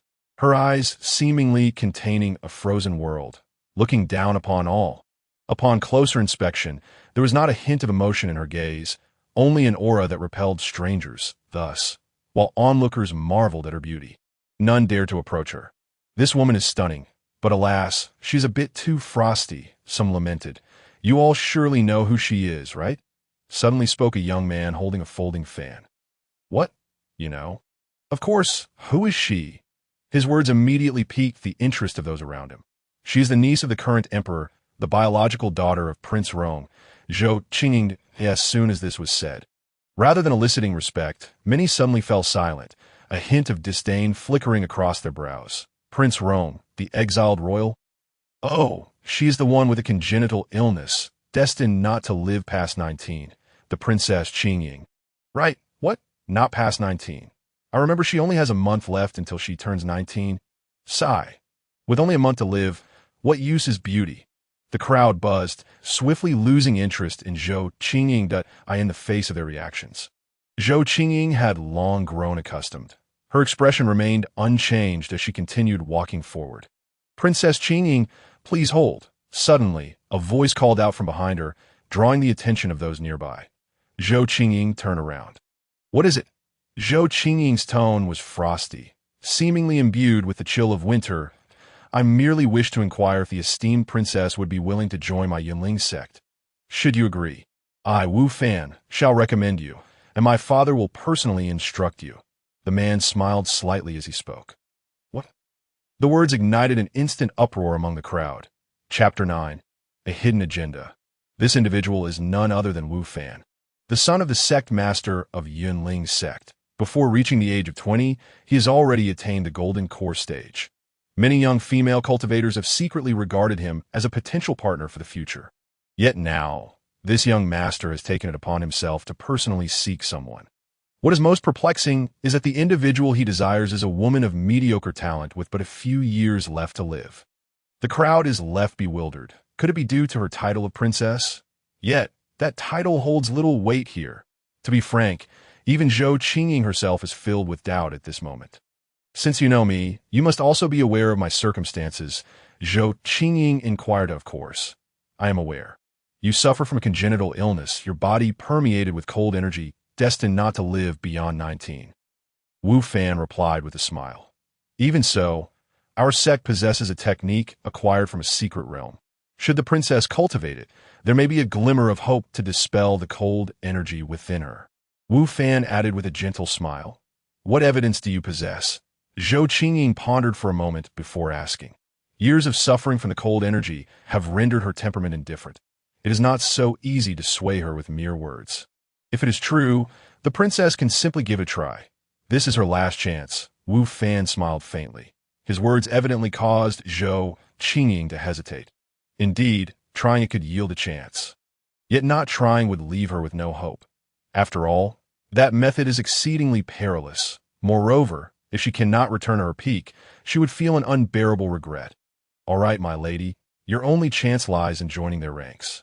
However, should you become my disciple, I guarantee with utmost certainty that you will surpass this life and death trial. Just then, another voice unexpectedly rang out. The crowd turned to see a young man clad in a blue robe, accompanied by a graceful young maiden, slowly approaching. Who is this person daring to vie for Wu Fan's attention? The crowd was filled with confusion. You brat, cease your nonsense. This concerns the princess's life, and you dare to meddle? Wu Fan snapped that I am merely concerned for the princess's safety. How is that nonsense? As he spoke, Chu Xuan turned his gaze to Zhou Qingying, who was enveloped in a faint, ethereal glow, as beautiful as a rainbow. May I ask which sect you hail from? Wu Fan inquired coldly. Shanxian sect, Chu Xuan replied nonchalantly. Shanxian sect? I have never heard of it. The crowd looked on in bewilderment. What a backwater sect. How dare you be so brazen before my Yunling sect? Wu Fan scoffed that I apologize, but I have never even heard of your so-called Yunling sect. Chu Xuan smiled. You bumpkin, my Yunling sect is a first-tier sect. An unparalleled existence, Wu Fan declared proudly, his disdain for Chu Xuan growing.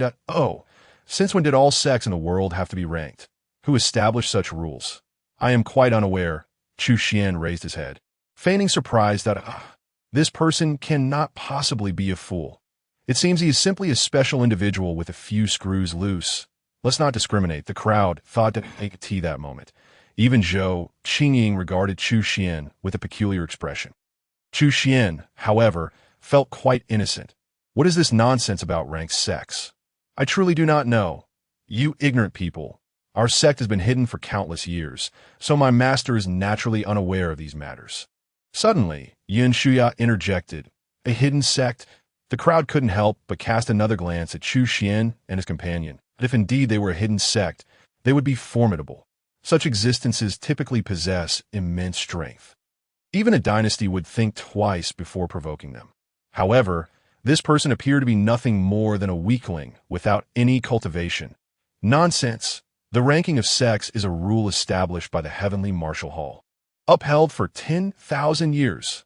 In this world, even the most ancient hidden sect cannot possibly be unaware of it. Wu Fan's words immediately awakened the crowd. Indeed, the Heavenly Martial Hall has existed for 10,000 years. Anyone with even a modicum of understanding would know this. It seems this fellow is indeed a fool, or perhaps a charlatan. After all, who could make such absurd claims without a few decades of brain damage? As the crowd began to deride their master again, Yin Shuya nearly lost her composure. Yet at that moment, Chu Xuan raised his hand to stop her, then turned to Wu Fan. Enough of your prattle. The reason you insist on taking the princess as your disciple is that you covet the innate Yin energy within her, is it not? You slanderous fool. Wu Fan's pupils dilated, his expression shifting to one of panic. He glanced around, noting that few in the crowd believed Chu Xuan. Only then did he breathe a sigh of relief. Meanwhile, Chu Xuan appeared unfazed, smiling as he examined the details of Wu Fan and Zhou Qingying. Name, Wu Fan. Talent, none. Cultivation, mid-golden core. Luck, rank C. Cultivation technique. Earth Yin art, a technique for absorbing Yin to replenish Yang. Name, Zhou Qingying. Talent, supreme Yin's sacred body, innately possesses pure Yin energy. Enhancing affinity with the Tao, sacred soul, the reincarnation of a powerful sage. Cultivation, none. Luck, rank A. Cultivation technique. None. After reviewing the information, Wu Fan's intentions became crystal clear. However, Zhou Qingying's sacred soul left Chu Xuan secretly astonished. Yet, this was all for the sake of completing the task. Even if he had to deceive a sage, so be it. What does that mean? Zhou Qingying's expression suddenly grew colder as she stared at Wu Fan. Princess, do not listen to this fool's one-sided words. He is deceiving you, Wu Fan hastily explained, maintaining his composure. Yet Zhou Qingying was clearly not a fool. Wu Fan's fleeting reaction had already betrayed him. I apologize, young Master Wu, but regarding your earlier proposal, I must decline, Zhou Qingying stated coldly. Decline? Oh, how intriguing. Suddenly, Wu Fan's expression darkened. Since his ruse had been exposed, there was no need to maintain the facade. You are the first to dare refuse me. However, once I, Wu Fan, set my sights on someone, this shall be mine. Wu Fan sneered. A from Yunling's sect emerged from behind him, sword in hand, advancing toward Zhou Qingying. Come with me, and I shall ensure your safety. Otherwise, do not blame me for resorting to violence. The outer sect elder's tone carried a hint of menace. Humph. What? Does your Yunling sect intend to lay hands on the royal family? Zhou Qingying forced out. Try to maintain her composure. Ha ha ha. The royal family? Your father openly opposed His Majesty back in the day, committing an act of treason. It is fortunate that His Majesty, being benevolent, merely exiled you, though you still bear the name of royalty. You are no different from commoners. Who in the entire Deqian does not know this? Do you truly think it wise to use this hollow title to threaten me? Wu Fan scoffed. Zhou Qingying's expression grew increasingly frigid. She understood that Wu Fan's words held a kernel of truth. The Yunling sect is a renowned first-tier sect, and many of its members have joined the military. Forming the backbone of the forces, the royal family would never risk offending them for the sake of a few exiled royals. Her mind raced to formulate a strategy. However, the two before her were both formidable members of Yunling's sect. Even if her father were to send aid, he would likely not be their match. Feeling powerless was infuriating. If it were in the past, she would have already slain him 1,000 times over. Just as despair began to settle in, a voice suddenly broke through. Child, do not fear. Chapter 10. Invincible. That moment, Chu Xuan stepped forward, hands clasped behind his back, positioning himself in front of Zhou Qingying. Taking a disciple, should be based on mutual consent, not through coercive means. Upon hearing Chu Xuan's words, the surrounding cultivators regarded him as if he were a ghost. This man seemed to be quite deluded, failing to recognize his own limitations while attempting to play the hero. Indeed, Elder Wu Fan is so powerful. How could this fellow possibly be his match? Seeking death. Chu Xuan paid no mind to the crowd's comments, instead smiling serenely at Wu Fan. This woman, I shall have that Wu Fan's brow furrowed. Are you a fool? You dare to compete with me, Wu Fan, for someone? Who are you calling a fool? Chu Xuan frowned. Fool? Who else could it be but you? Wu Fan declared arrogantly you possess quite the self-awareness. Chu Xuan chuckled. Still falling for such an old trick, and you claim not to be foolish. Suddenly, Wu Fan realized what was happening as he noticed numerous onlookers suppressing their laughter around him, which instantly ignited a furious blaze within him. Young lord, allow me to take care of him for you. At that moment, an elder from the outer sect launched a sudden attack, his sword gleaming with lethal intent as it hurtled toward Chu Xuan. With an impassive expression, Chu Xuan silently shouted in his heart, "Golden bell protecting the body!" Clang! Just then, a golden aura enveloped Chu Xuan, and an illusory, ancient golden bell abruptly materialized. The sound of the bell resonated, reverberating through the air and striking fear into the hearts of all who heard in an instant. Everyone was captivated by the profound tone of the bell. Halting in their tracks, the elder, standing closest, was immediately overwhelmed by the penetrating sound, blood streaming from his ears as he fell to his knees, unconscious. Meanwhile, Chu Xuan remained unfazed, hands clasped behind his back. Realization dawned upon the crowd, and as they beheld Chu Xuan shrouded in the golden bell, trepidation filled their hearts, causing them to instinctively retreat a few steps, swallowing hard. It seems you are not up to it. Allow me, Chu Xuan said with a benevolent smile directed at Wu Fan. Seeking death, Wu Fan, witnessing the outer sect elder's swift defeat, launched his own assault. The elder was merely a foundation-building cultivator, while he himself was at the golden core stage. How could this boy possibly rival him? As Wu Fan struck, his prowess was indeed formidable. His long sword flew forth, transforming into a myriad of sword shadows in midair, leaving Chu Xuan momentarily dazzled. Countless sword shadows surged with the might of wind and thunder, crackling and rumbling, hurtling directly toward Chu Xuan. Wu Fan, merely in his early 20s, had already achieved such formidable prowess in swordsmanship. At such a young age, his cultivation was astonishingly high. Despite practicing swordsmanship for decades, he felt utterly ashamed to be outdone by such a youth. Under this sword technique, even late-stage Golden Core experts would have to flee in serious injury, as Wu Fan unleashed his attack. Gasps of astonishment erupted among the crowd. The tempest of sword energy cascaded like a torrential storm, fierce and menacing, howling toward its target. "Let us see how you block this," Wu Fan sneered, having witnessed the outer sect elder's effortless defeat. He poured all his strength into this strike. Even if Chu Xuan possessed some skill, Wu Fan was convinced he could not withstand this move. Yet at the very moment the sword energy collided with the golden bell, it began to spin violently, and the incoming sword energy was drawn into a powerful vortex, swirling around Chu Xuan. After encircling him, the sword energy abruptly reversed direction, crashing back toward Wu Fan with increased force and speed. Wu Fan barely had time to react as the multitude of sword energies struck his chest. In an instant, they erupted, blood splattering everywhere. Puffed!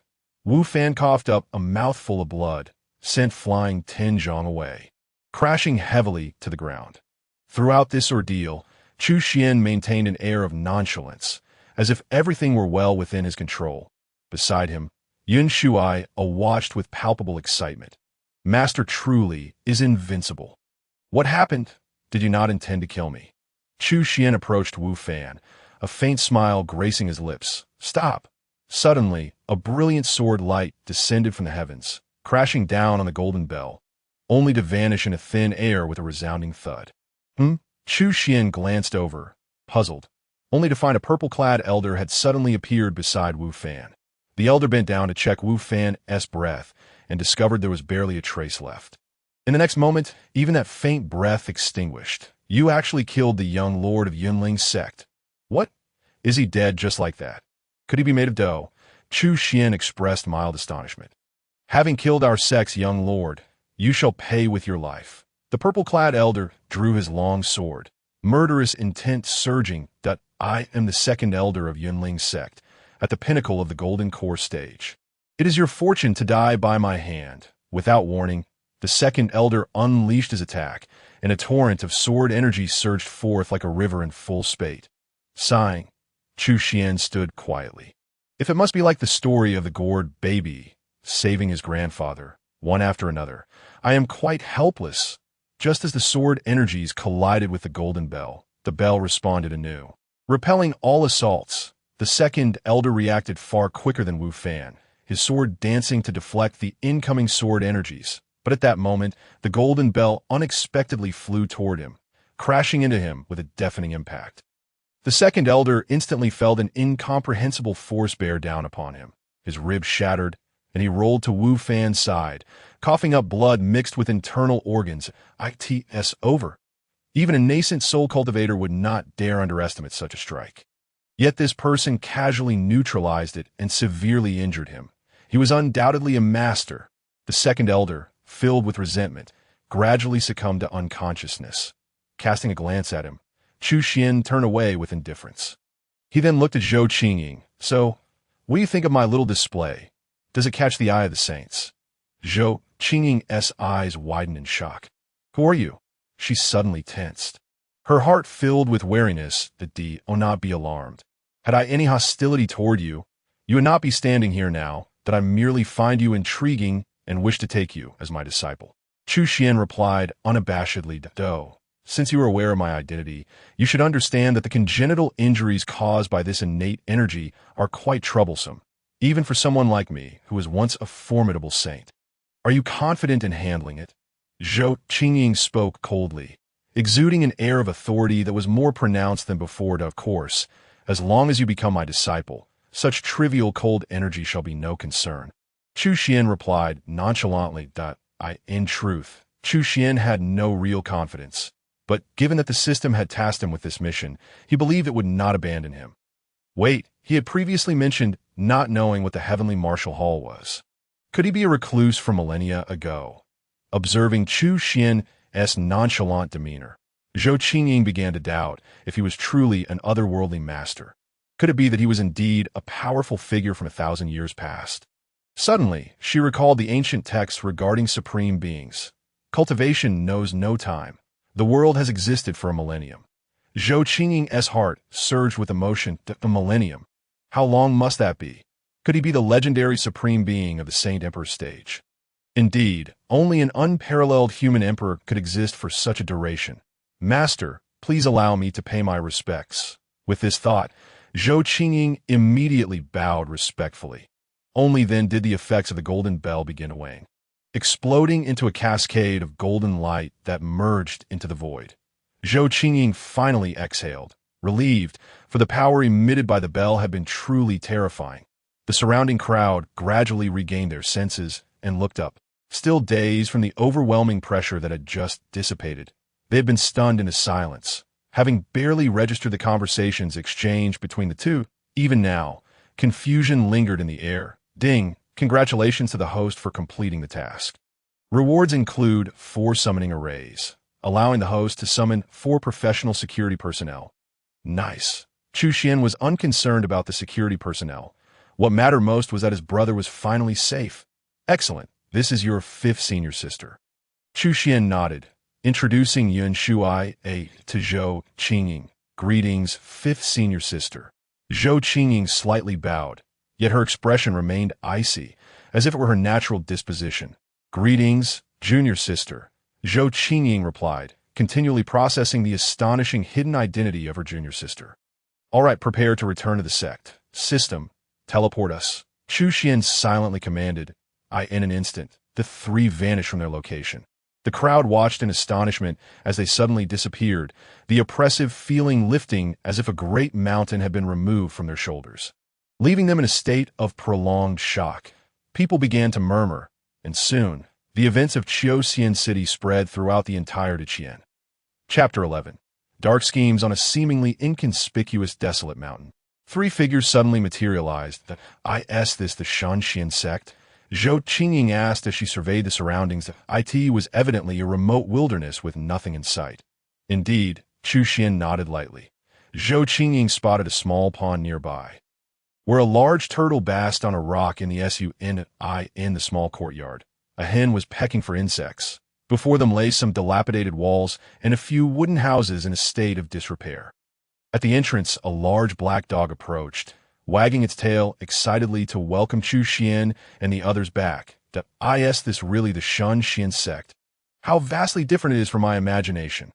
In her mind's eye, the Shanshan sect is a place with 4 corners, each protected by a formidable ancient divine beast, where palaces stretch endlessly within the sect, suffused with ethereal aura. Celestial spirits dance in the skies. That is where a master like my revered teacher would reside. Yet here, the reality is hard to articulate. She couldn't help but furrow her brow, asking, Master, is this truly our Shanshan sect? A mountain need not be high. It is renowned if deities reside upon it, but a river need not be deep. It is spiritual if dragons dwell within. The bustling world of mortals is but an illusion.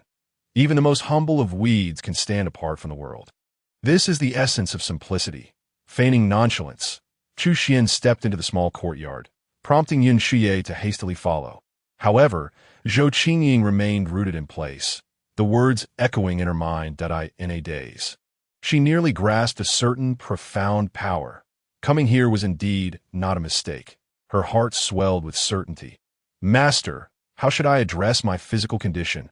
Upon entering, Zhou Qingying urgently inquired. Since birth, she had been tormented by cold energy, compounded by congenital injuries that rendered each episode excruciating. It felt as though sharp blades were slicing through her flesh and bone, a torment that repeated incessantly. Recently, the episodes had become increasingly frequent, leaving her anxious about when the next would strike. Thus, she could not afford to wait any longer. Chu Xuan was momentarily at a loss for words. How to resolve it? How would I know? He thought, calling out to the system within his mind, come forth, It's time for you to work. Yet, there was no response from the system. Damn it, playing dead are we. If this disciple runs away and my brotherhood is lost, I will not let you off easily. Chu Xuan felt a surge of anxiety. Beep! Cultivating the Shunshin scripture will suffice to resolve the issue. Finally, after what felt like an eternity, the system responded. Why didn't you say so earlier? Chu Xuan quickly retrieved the vividly illustrated pirated fairy tale book and handed it to Zhou Qingying. This is the supreme skill of our Shunshin sect. Once you cultivate it, your ailments will naturally dissipate. He said nonchalantly that, is it truly that simple? Zhou Qingying took the Shunshin scripture, her disbelief evident. Only one way to find out. With that, Chu Xuan retreated to his room. Rest assured, junior sister, the profundities of our sect skills are boundless. They will undoubtedly exceed your expectations, Yin Xie assured her. Very well, I hope so. With that, Zhou Qingying wasted no time and hurried to begin her cultivation. Meanwhile, Chu Xuan returned to his room, preparing to claim his rewards. Beep! Special reminder. The summoning array is most effective on the night of the full moon. The system's voice suddenly echoed. The night of the full moon? That's only a few days away. Well then, I'll just wait a bit longer. Throughout this time, Chu Xuan had never held much interest in the Four Guardians. With nothing else to do, he decided to take a stroll. Just as he stepped outside, he spotted Zhou Qingying rushing towards him with an excited expression. Master, the techniques of our sect are truly extraordinary. The cold energy within me has been mostly refined, and my cultivation has already broken through to the first level of qi training. At this moment, Zhou Qingying was no longer the icy figure she had been before. Instead, she resembled an ordinary girl, her cheeks flushed with uncontainable excitement and joy. Chu Xuan was left speechless. Was this the advantage of having good aptitude? Did she really need to come flaunting it? Moreover, it had only been a short while. She had reached the first level of qi training in the blink of an eye. His expression darkened. Seeing his reaction, Zhou Qingying's face fell, and she bitterly said, I apologize. My talents are lacking, causing you displeasure, master. Lacking? How dare you say that to me? Do you believe I won't take action? Suppressing his rising ire. Chu Xuan replied gravely, a breakthrough is indeed a good thing, but cultivation must be steady and not rushed. Yes, master, Zhou Qingying replied, fully aware of her limitations. I cannot continue to wallow in despair. There is no time to waste. I must return to my cultivation.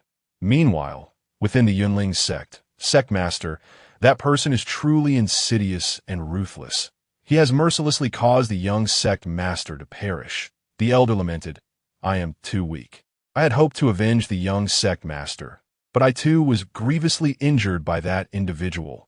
At the foot of the main hall, the second elder continued to voice his grievances. Nearby, draped in white cloth, lay the body of Wu Fan, while the previously mentioned outer sect elder knelt beside him, trembling in fear. Above them sat a middle-aged man, the sect master of Yunling, Wu Liang. At this moment, even with his own son's corpse before him, he remained seated in silence, not uttering a word. Noting the sect master's lack of response, the elder's eyes darted, and he continued, that scoundrel is truly arrogant. Even when I proclaimed the sect master's name, he still dared to retort that not every Tom, Dick, and Harry deserves his attention. This is simply infuriating. I implore the sect master to take action and eliminate that scoundrel. To bring solace to the young sect master's spirit. Fool, Wu Liang coldly replied with just 2 words. Sect master, do not weave these ghost tales to provoke me. That individual could easily inflict serious injury upon you, meaning he must possess at least the cultivation of the Yuan-Ing stage or higher. Moreover, he is likely from a hidden sect. Even if I were to intervene, I cannot guarantee victory, confronted with the exposure of his falsehood. The elder felt a flush of embarrassment. But can we truly let this matter go unresolved? The second elder lamented, this old man is heartless. His own son has been slain, yet he shows no reaction whatsoever. In this world, kinship means nothing. Only power is paramount. However, we cannot simply let this slide. The Blood Master will soon be resurrected, and we will settle the score then. What? The Blood Master is finally to be resurrected? The second elder was instantly exhilarated. Ha! Once the Blood Master returns, that so-called Xinxian sect will undoubtedly be the first to become his offering. A chilling glint shone in Wu Yang's eyes. Over the years, how many resources had he expended on his son? He had originally planned to absorb all of his son's cultivation once he broke through to the Yuan-Ing stage to propel himself into the Tongshan realm. Now, with all of that ruined, such a profound enmity would not simply be washed away. Upon hearing this news, the second elder felt reassured. As long as the Bloodmaster was revived, even if Chu Xuan hailed from some hidden sect, there would be no need for fear. Chu Xuan, await your demise. Chapter 12. The shock of the Zhou family in the early morning. As the sun rose, the air was fresh. Chu Xuan pushed open the bamboo-woven window, inhaling deeply the essence of the morning. Time had passed, and he wondered what progress his disciple had made. It was time to check. As soon as he opened the door, a bone-chilling cold suddenly enveloped him. He looked at the scene before him, his expression shifting to one of uncertainty. Snowflakes as large as goose feathers drifted from the sky, each crystal clear, showcasing nature's unparalleled artistry. The nearby thatched cottages were now crowned in white, draping down delicate strands, while the trees on the back mountain were also cloaked in silver. It was as if the world had been transformed into a singular hue. Could this be what is meant by? As spring breezes arrive, thousands of pear trees bloom. Chu Xuan pondered, utterly bewildered by the occurrence that it was early summer. How could such a heavy snowfall occur? Following the source of the cold energy, he made his way to the back mountain, where he beheld a breathtaking woman standing amidst the vast expanse of white, holding a wooden staff. The swirling snowflakes danced around her, as if they were celebrating. The staff in her hand emanated an intense chill, sharp as a steel blade, akin to a myriad of soared energies. The cold and white intertwined. It seemed to conjure a vision of stars and moons embracing the woman. Suddenly, the woman lifted her staff and thrust it forward. As if a crystal-clear snow lotus had blossomed, in an instant, soared energy surged forth, threatening to cleave all asunder. Beep! The host disciple, Zhou Qingying, has comprehended the wind, flower, snow, and moon sword technique. Reward. Tying spirit. At this moment, Zhou Qingying abruptly opened her eyes, her face awash with astonishment. I never expected I would truly comprehend the sword technique.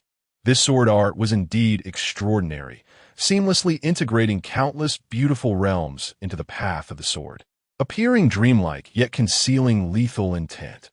Among all the swordsmanship I am acquainted with, none can rival this one. The previous techniques I practiced were acquired through immense toil and peril, salvaged from ancient ruins.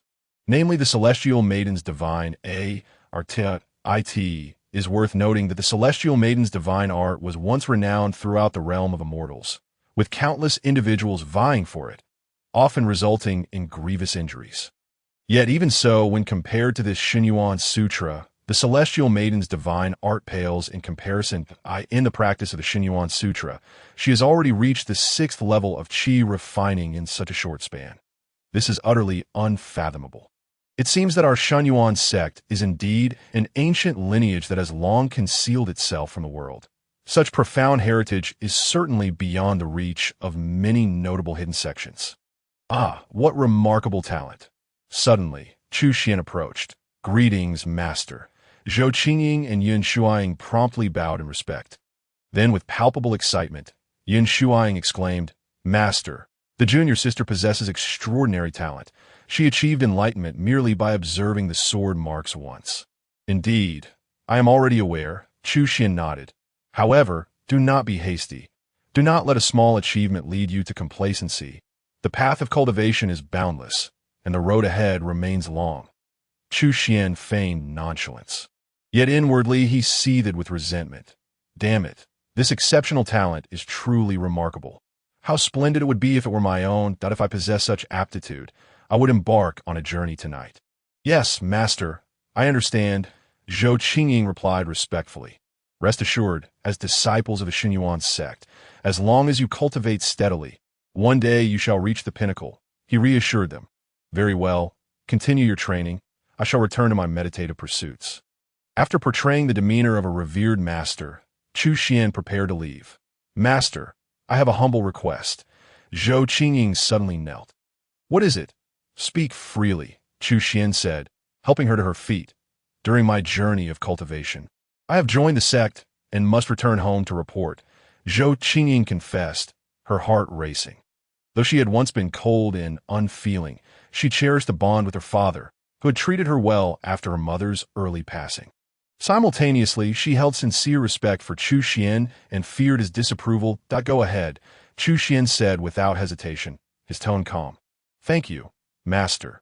Zhou Qingying rejoiced, quickly rising to head down the mountain. Fengzhou City lies adjacent to Qiuxian City, with the prince's manor situated to the east. Esteemed elders, Qingying has embarked on her journey and joined the sect, Zhou Qingying announced in the hall, where all present belonged to the lineage of the Prince of Honor. Though it bore the title of a prince, it functioned more like an extended family, having long abandoned royal governance in favor of secular practices. Zhou Qingying's father, Prince Zhou Fu, was the head of the family, followed closely by the 10 elders who wielded significant influence. Now that you have joined the sect, do you know that the Grand Elder of the Xuanwu Heavenly Sect, your Uncle Lu, is prepared to accept you as his disciple? One elder exclaimed, his fury palpable. The Xuanwu Heavenly Sect is one of the premier sects in the northern region, surpassed only by a few holy lands, although the Grand Elder had stated he would not interfere in worldly power struggles. Should Zhou Qingying join the Xuanwu Heavenly Sect as the Grand Elder's direct disciple, her chances of healing from her injuries would greatly increase. Furthermore, the Zhou family could regain some prestige within the Great Qian, alleviating their current predicament. "I apologize, Uncle Lu, but I cannot become your disciple this time," Zhou Qingying respectfully addressed a gray-clad elder. Lu Nantian stroked his beard, deep in thought. "Whether or not you become a disciple is inconsequential. I am merely concerned that if you were to join a nefarious sect, it would spell disaster." Lu Nantian voiced his worries. "Indeed, do tell us which sect you have joined," Zhou Fu added, visibly anxious. He had doted on Zhou Qingying since childhood, fearing for her safety and vowing to protect her from any harm. "I have joined the Xinyuan sect, and my master is a true hidden expert," Zhou Qingying quickly clarified, though her tone remained neutral. "A hidden expert. Such individuals are rarely encountered in this world." Both Lu Nantian and Zhou Fu were filled with skepticism upon hearing the name of the sect. Particularly Lu Nantian, as the Grand Elder of the Xuanwu Heavenly Sect. He had considerable knowledge of hidden sects, but had never heard of the Xinyuan sect. This must be some charlatan's fabrication. "Alas, this child must have been deceived," he lamented. Zhou Qingying, still young and inexperienced, had undoubtedly fallen prey to a cunning trickster. "What I say is the truth," she insisted, sensing their disbelief. Observing her earnest expression, Zhou Fu's demeanor shifted to one of seriousness. He had never seen his daughter display such genuine emotion before. In that case, let us proceed thus. Brother Zhou, let us accompany Qingying to the Xinyuan sect and uncover the mysteries within," Lu Nantian proposed. Having watched Zhou Qingying grow, he was unwilling to see her fall victim to deceit. "Very well, let us do so," Zhou Fu agreed, his expression darkening as he prepared to depart. He was determined to discover what kind of trickery dared to ensnare his daughter. "I have already practiced the Xinyuan sect's techniques, and the cold energy within me has been dispelled. If you do not believe me, let Uncle Lu examine me," Zhou Qingying suddenly interjected, revealing her trump card. "What?" The assembly was momentarily taken aback, then erupted in astonishment. Even Lu Nantian's expression betrayed a flicker of disbelief. "Qingying, is this truly so? We shall know with a single test." With that, Zhou Qingying extended her hand. Lu Nantian, half convinced, grasped her wrist and began to pulse her energy. After a thorough examination, he abruptly opened his eyes wide, shock evident upon his face. The violent cold energy had indeed vanished. "Moreover, you have broken through to the 6th level of qi refining." "What?" At that moment, the Zhou family members were simultaneously exhilarated and astonished. "Ha ha! Splendid, splendid!"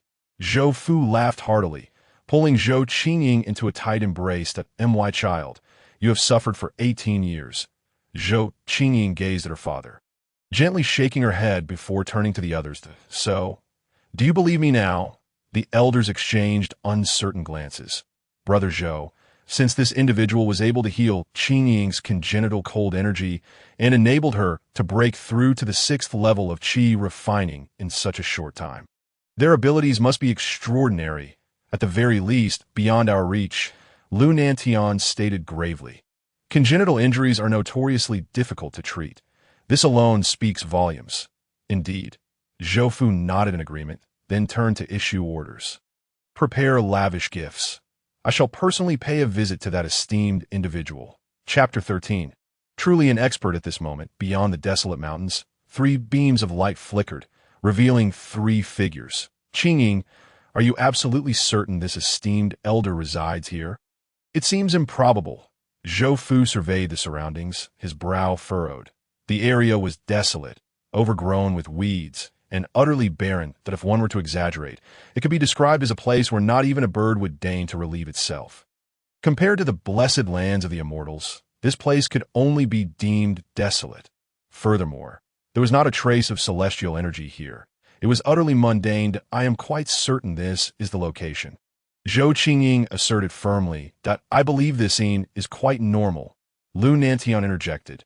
True cultivators often prefer to immerse themselves in the world or retreat into the mountains, rarely mingling with the mundane. This exemplifies the restraint of their brilliance and their humility. This seemingly simple approach requires an incredibly steadfast resolve to achieve. Zhou Fu, upon hearing this, felt a sudden jolt of realization.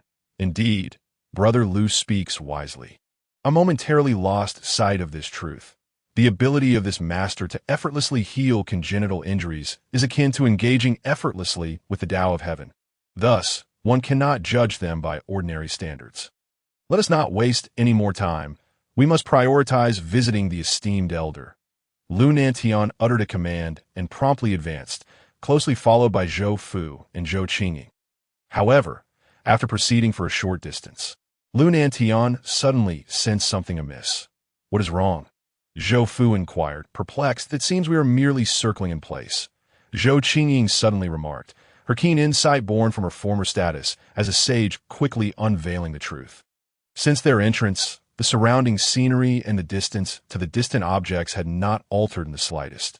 What could this mean? This is indeed the same path, Zhou Qingying mused, bewildered, for she distinctly remembered traversing this route while descending the mountain. Why then, when attempting to retrace their steps, were they unable to do so? It appeared that this locale was ensnared in a remarkably sophisticated celestial formation, imbued with the principles of the universe, making it difficult for ordinary individuals to navigate. After a protracted contemplation, Lu Nantian spoke. He was quite astonished, recalling that even during his encounters with the 7 stars and Big Dipper formation of the celestial star Sacred Land, he could freely enter and exit at will. Yet now, he found himself ensnared within this nameless desolate mountains formation, utterly confounded. Moreover, he felt as if his entire spiritual energy and cultivation were shackled by some invisible constraints, akin to a stagnant pool of water. Truly, there are always greater beings beyond the realm of man. What shall we do now? Qingying, do you possess any means to contact our seniors? Zhou Fu turned his gaze to Zhou Qingying. In our haste to depart, I did not bring any means of communication from my master, Zhou Qingying replied regretfully. Then what course of action should we take? Hold on. Do not panic, since that senior possesses remarkable abilities. They must be aware of Qingying's return and would not intentionally create obstacles for us, Lu Nantian suggested, his brow furrowing as a notion began to form in his mind. Have you discerned the underlying reason? Lu, Zhou Fu inquired. Lu Nantian cast a glance at him, and his eyes brightened before he turned to face the mountain peak, bowing respectfully. Zhou Fu and Zhou Qingying exchanged bewildered glances. Lu, what are you doing?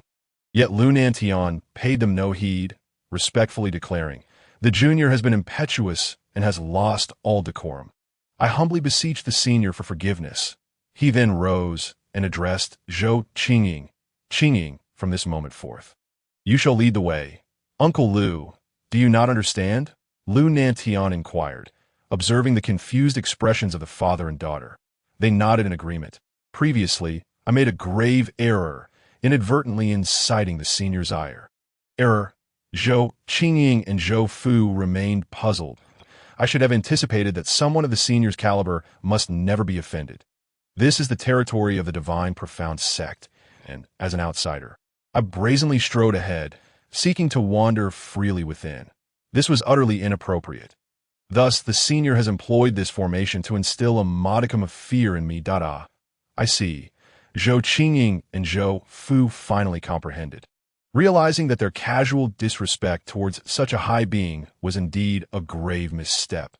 Zhou Qingying nodded, acknowledging that a being of her master's stature had long since attained the ability to perceive the secrets of the universe.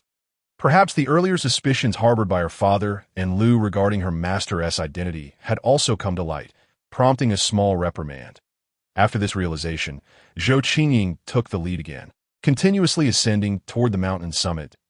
As expected, the surrounding scenery gradually shifted behind them. Before long, the trio arrived at a small courtyard atop the mountain. Upon their arrival, they beheld a large black dog at the entrance, licking its paws with an expression of contentment. Indeed, high beings possess a leisurely disposition. Even keeping dogs, Zhou Fu remarked at the tea that moment. The large black dog noticed their presence, casting a casual glance in their direction, causing Lu Nantian and Zhou Fu to tense up immediately. It was as if they had suddenly been targeted by a primordial ferocious beast. The terrifying ancient creature seemed ready to swallow them whole, leaving them to endure unimaginable torment. That a profound sense of fear and pain surged through their bodies like an electric current, compelling them to tremble violently, with one collapsing to his knees.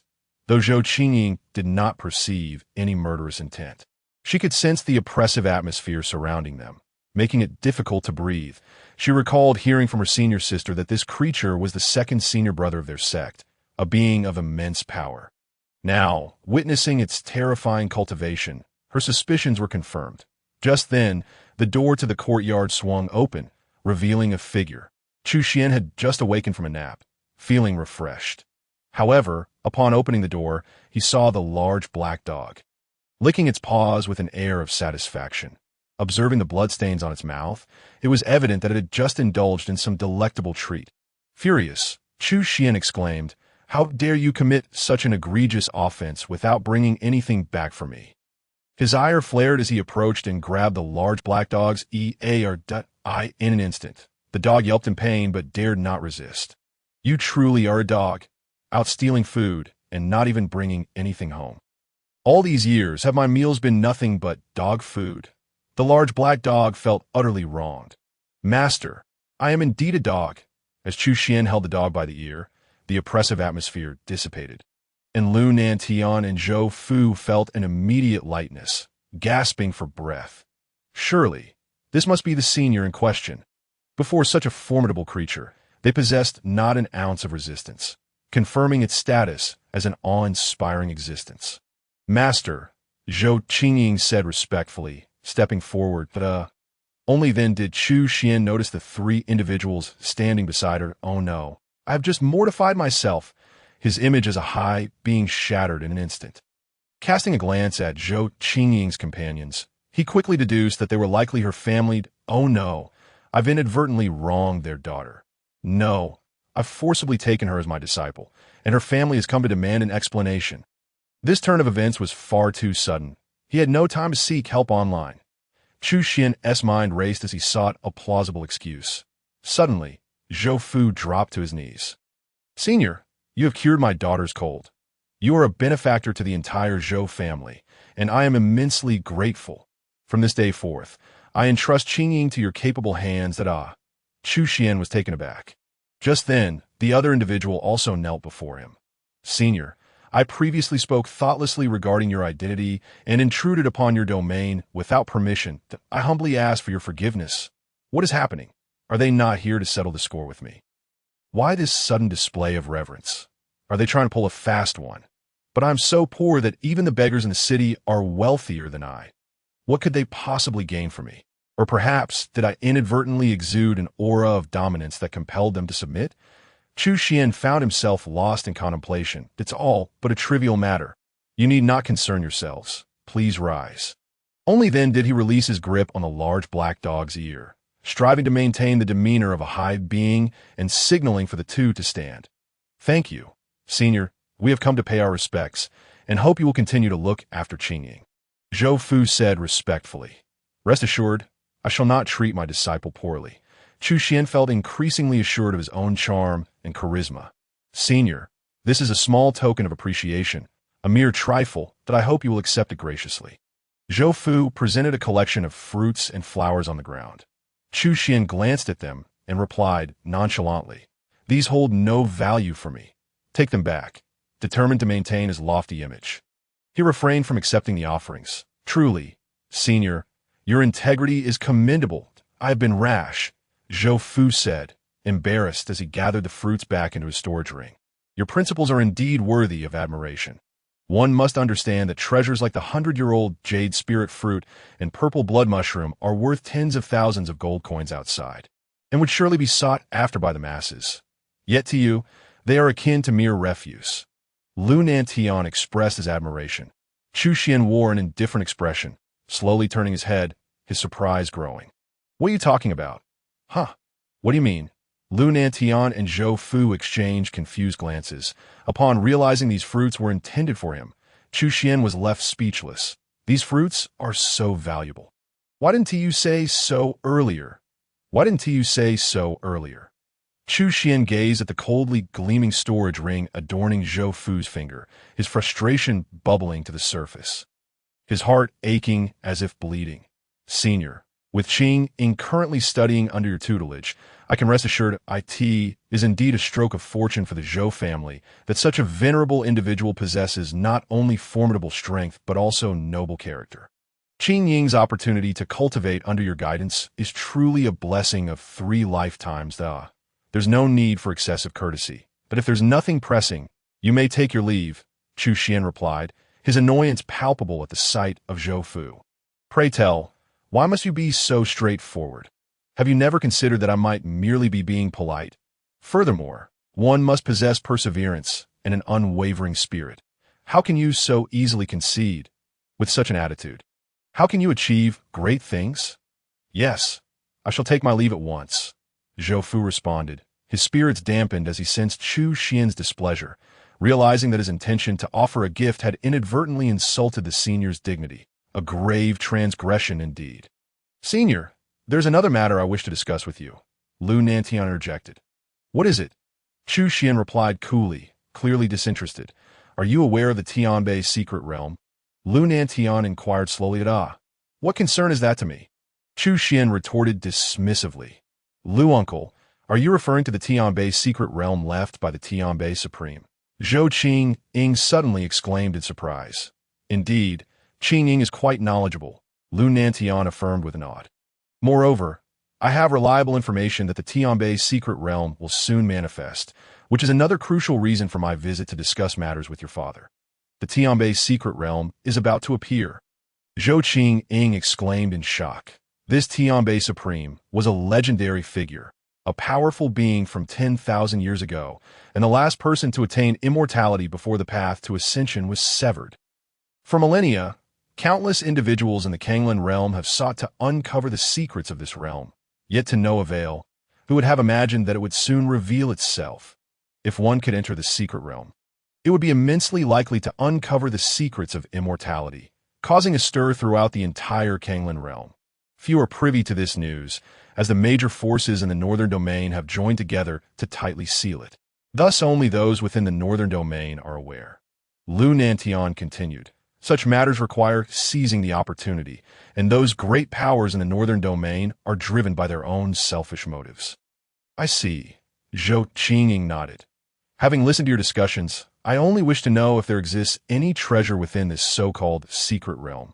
Chu Xuan suddenly interjected, "The Tianbei Supreme, being the last to attain immortality, must possess extraordinary resources that I believe there should be treasures within," Lu Nantian responded, momentarily taken aback by Chu Xuan's inquiry.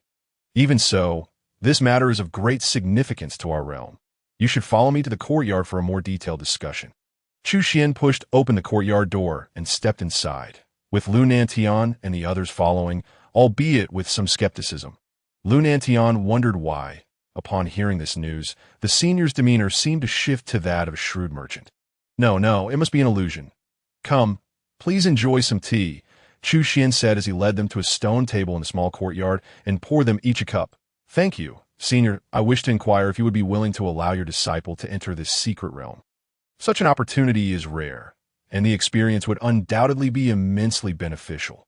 Moreover, our Xuanwu Tianzong will also be participating as long as they accompany us. I shall do everything in my power to ensure their safety. Lu Nantian earnestly stated. Chu Xuan glanced at Lu Nanshan's information, a slight smile gracing his lips as he felt reassured. The peak of the law manifestation realm would make it a simple task to protect two younger disciples.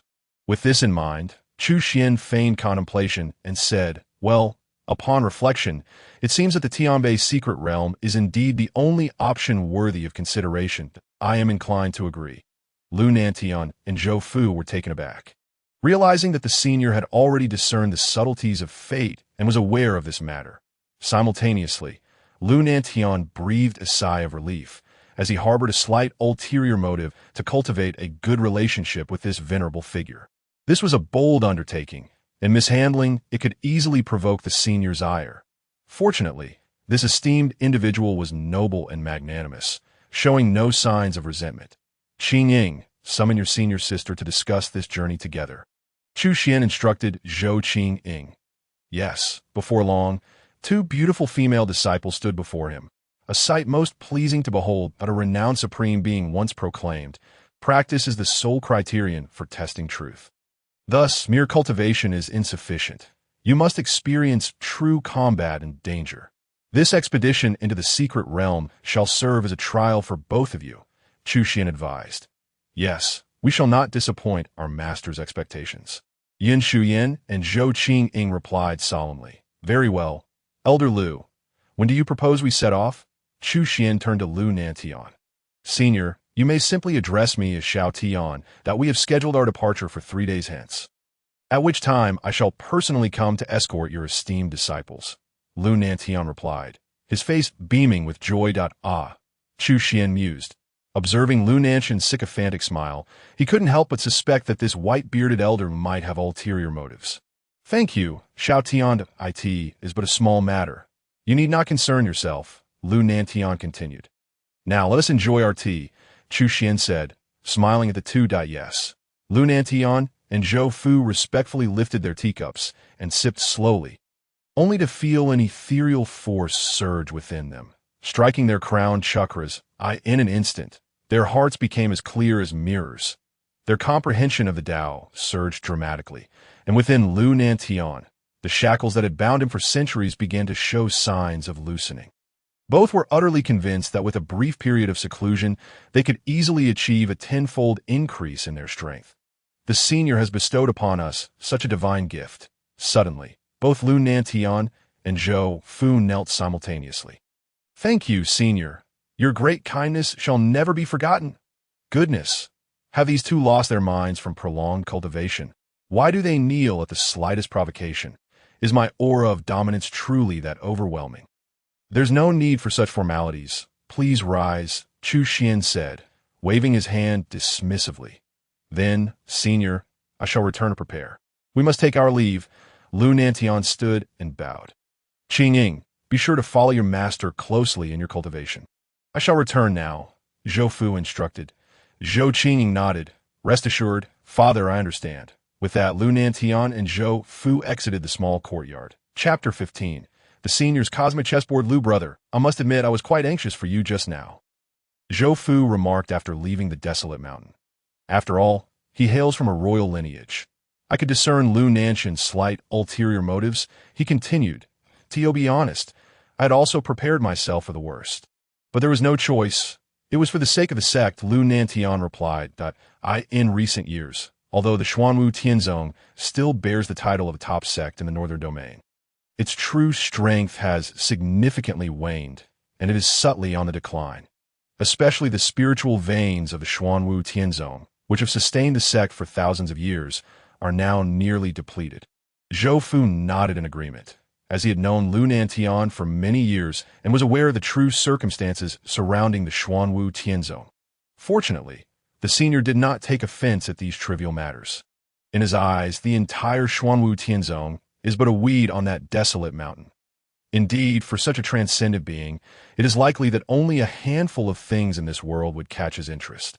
Yet this leads me to wonder why he has granted us this unparalleled opportunity, Zhou Fu pondered. Lu Nantian suddenly seemed to recall something, his expression shifting in surprise. Lu, brother, do you now understand the answer? Yes, I suspect it has much to do with the Tianbei secret realm. Lu Nantian replied, his demeanor growing serious. The Tianbei secret realm? Precisely. Do you recall that it was only after I mentioned the Tianbei secret realm that the senior's expression changed ever so slightly? Upon hearing Lu Nantian's words, Zhou Fu reflected and realized it was indeed the case. Could it be that something significant is about to occur within the Tianbei secret realm? He speculated, astonished, very likely. After all, it was left behind by the Tianbei Supreme and involves the secrets of ascension. Lu Nantian thought, his astonishment deepening. Zhou, brother, it appears that you, I, and even your Zhou family and the entirety of the Xuanwu Tianzong have stepped into the senior's cosmic chessboard. What? How should we respond to this? In an instant, Zhou Fu's breath became rapid and labored. No. Casually defying the celestial formations to protect our sect and having unparalleled great demons as disciples, such an existence standing at the pinnacle of the world is beyond our reckoning. All we can do is follow in the footsteps of our predecessors step by step. Even so, the benefits we reap along the way will be boundless for a lifetime, Lu Nantian solemnly remarked. Indeed, Lu brother speaks truthfully that I shall send someone back to prepare, allowing the masters of our household to accompany you into the mysterious realm of Tianbei, Zhou Fu responded. Lu Nantian nodded. Very well then. Suddenly, a streak of light shot across the sky, swift as lightning. Lu Nantian casually reached out, pinching that streak of light between two fingers. As the radiance dissipated, it revealed a paper crane. It is a missive from our sect's leader. Lu Nantian exclaimed in surprise. The leader's urgent message must indicate a grave matter. You should open it once, Zhou Fu urged. Lu Nantian quickly opened the paper box, and a line of golden characters floated into the air. The content was a simple yet grave sentence. The blood demon is about to be born. Hasten back. The blood demon is about to be born. Both Lu Nantian and Zhou Fu were struck with astonishment. This blood demon had been a notorious evil entity 1,000 years ago, possessing terrifying power and a penchant for bloodshed, having harmed countless cultivators. Even the forces of the Holy Lands found him exceedingly troublesome and were powerless against him. Eventually, a yellow-robed Taoist descended from the heavens and subdued that evil. Yet before his demise, that creature left behind a bone. As long as that bone exists, he can resurrect through dark sorcery, and his strength would be even greater. No one was a match for him 1,000 years ago. With his powers now greatly enhanced, who could stand against him? Wait a moment. Suddenly, Lu Nantian and Zhou Fu exchanged knowing glances, as if a realization dawned upon them. Could it be, deep within the Yunling sect, in a certain cave, a pool of blood-red water churned, bubbling up blood-sized blisters? Above the pool hung several corpses, their veins slashed open, with streams of blood continuously flowing into the pool until they became desiccated remains. Beside that pool, Wu Liang and several elders of Yunling's sect knelt reverently on the ground, worshipping with utmost sincerity. That moment, in the center of the pool, a crystalline white skeleton greedily consumed the blood from the water. Countless streams of blood transformed into writhing, maggot-like tendrils, crawling up the skeleton's body and gradually merging into it, becoming its nourishment. Subsequently, the skeleton began to grow flesh at a visible rate. Gradually, the figure of a man emerged before everyone, a pallid face, emaciated frame, long limbs, and deeply sunken eyes. His appearance was grotesquely abnormal, resembling a mere human guise draped over a skeleton. Congratulations to the Blood Master for regaining his corporeal form. The Yunling sect members bowed in deference. Not enough. It still lacks something. The gaunt man spoke slowly, his voice hoarse, more akin to that of a beast than a human. He surveyed his new form, evidently dissatisfied. Everything is prepared for the Blood Master. Wu Liang glanced at the elders beside him. a bloodthirsty smile flickering across his face. The essence blood of 10 peak golden core cultivators will undoubtedly allow the Blood Master to restore his power significantly. Master, what do you mean? Some elders looked at Wu Liang incredulously. Two among them immediately reacted, bolting towards the cave exit. Trying to escape, the gaunt man abruptly extended his hand, grasping nothing in the air. The blood and flesh of the 10 elders began to detach from their bones autonomously. Ah! The cave echoed with screams of despair. Moments later, only 10 foul-smelling white bones remained on the ground. Having consumed their blood and flesh, the so-called Blood Master appeared somewhat fuller, no longer as terrifying as before, as he clenched his fist, somewhat satisfied with the surge in strength, before turning his gaze towards Wu Yang. Why was the preparation of the essence blood delayed by a day? The blood demon's tone was icy, like the chill of winter. Reporting to you, my lord, we have been executing the plan step by step. The task of collecting essence blood was entrusted to my son. However, a sudden intervention by Shengshenzong occurred, resulting in my son's demise and disrupting our plans. Wu Liang bowed his head low, trembling as he spoke. Shengshenzong, what tier of sect is that? The blood demon inquired, his brow furrowing. They claim to be a hidden sect, Wu Liang replied. A hidden sect? I am quite certain that no such clever entity existed a millennium ago. Curious, when did a sect less than 1,000 years old dare to call themselves a hidden sect? The blood demon scoffed. Does the Blood Master intend to eradicate them? Wu Liang tentatively asked. There is no rush on that matter. There are more pressing issues to attend to. The blood demon waved his hand dismissively. What matters? Wu Liang inquired. Recently, I divined the emergence of Tianbei mysterious realm using the blood symbol technique. It shall soon manifest. Prepare yourself, the blood demon commanded. Tianbei mysterious realm. Wu Liang was taken aback, then respectfully replied, Understood. Who would have thought that the legendary mysterious realm was about to appear? Shengshenzong, consider yourselves fortunate. You shall live a few more days. Chapter 16. An immortal. 3 days passed in the blink of an eye. On the distant horizon, an enormous flying vessel gradually emerged, bathed in the dawn's glow. The vessel radiated a soft golden light, illuminating the intricate patterns adorning its surface. To the bow, a massive flag fluttered in the wind, emblazoned with an imposing, vigorous character for Xian. This was the emblem of the Xuanwu Tianzong. Lu Nantian stood at the vessel's head, gazing at an inconspicuous little desolate mountain drawing closer, filled with reverence. Nantian, are you certain this is truly the abode of an exalted being? An elder with white brows and beard, appearing far older than Lu Nantian, inquired. Indeed, master. This place hardly resembles the residence of a high being. Another cultivator, of similar age to Lu Nantian, chimed in. This man was Lu Nanshan's senior brother, Yang Qianshan, the sect leader of Xuanwu Tianzong. The previous elder was their master, Mo Bailey, the supreme elder of Xuanwu Tianzong. Master, sect leader, this matter is of great significance. How could I dare to speak frivolously?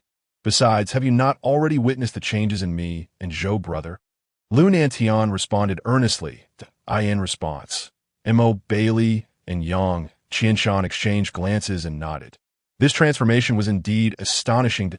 In merely 3 days, Lu Nantian had broken through the shackles of the law manifestation realm. Reaching the late stage of the yin-yang realm, his strength nearly doubled, almost rivaling that of Mo Bailey.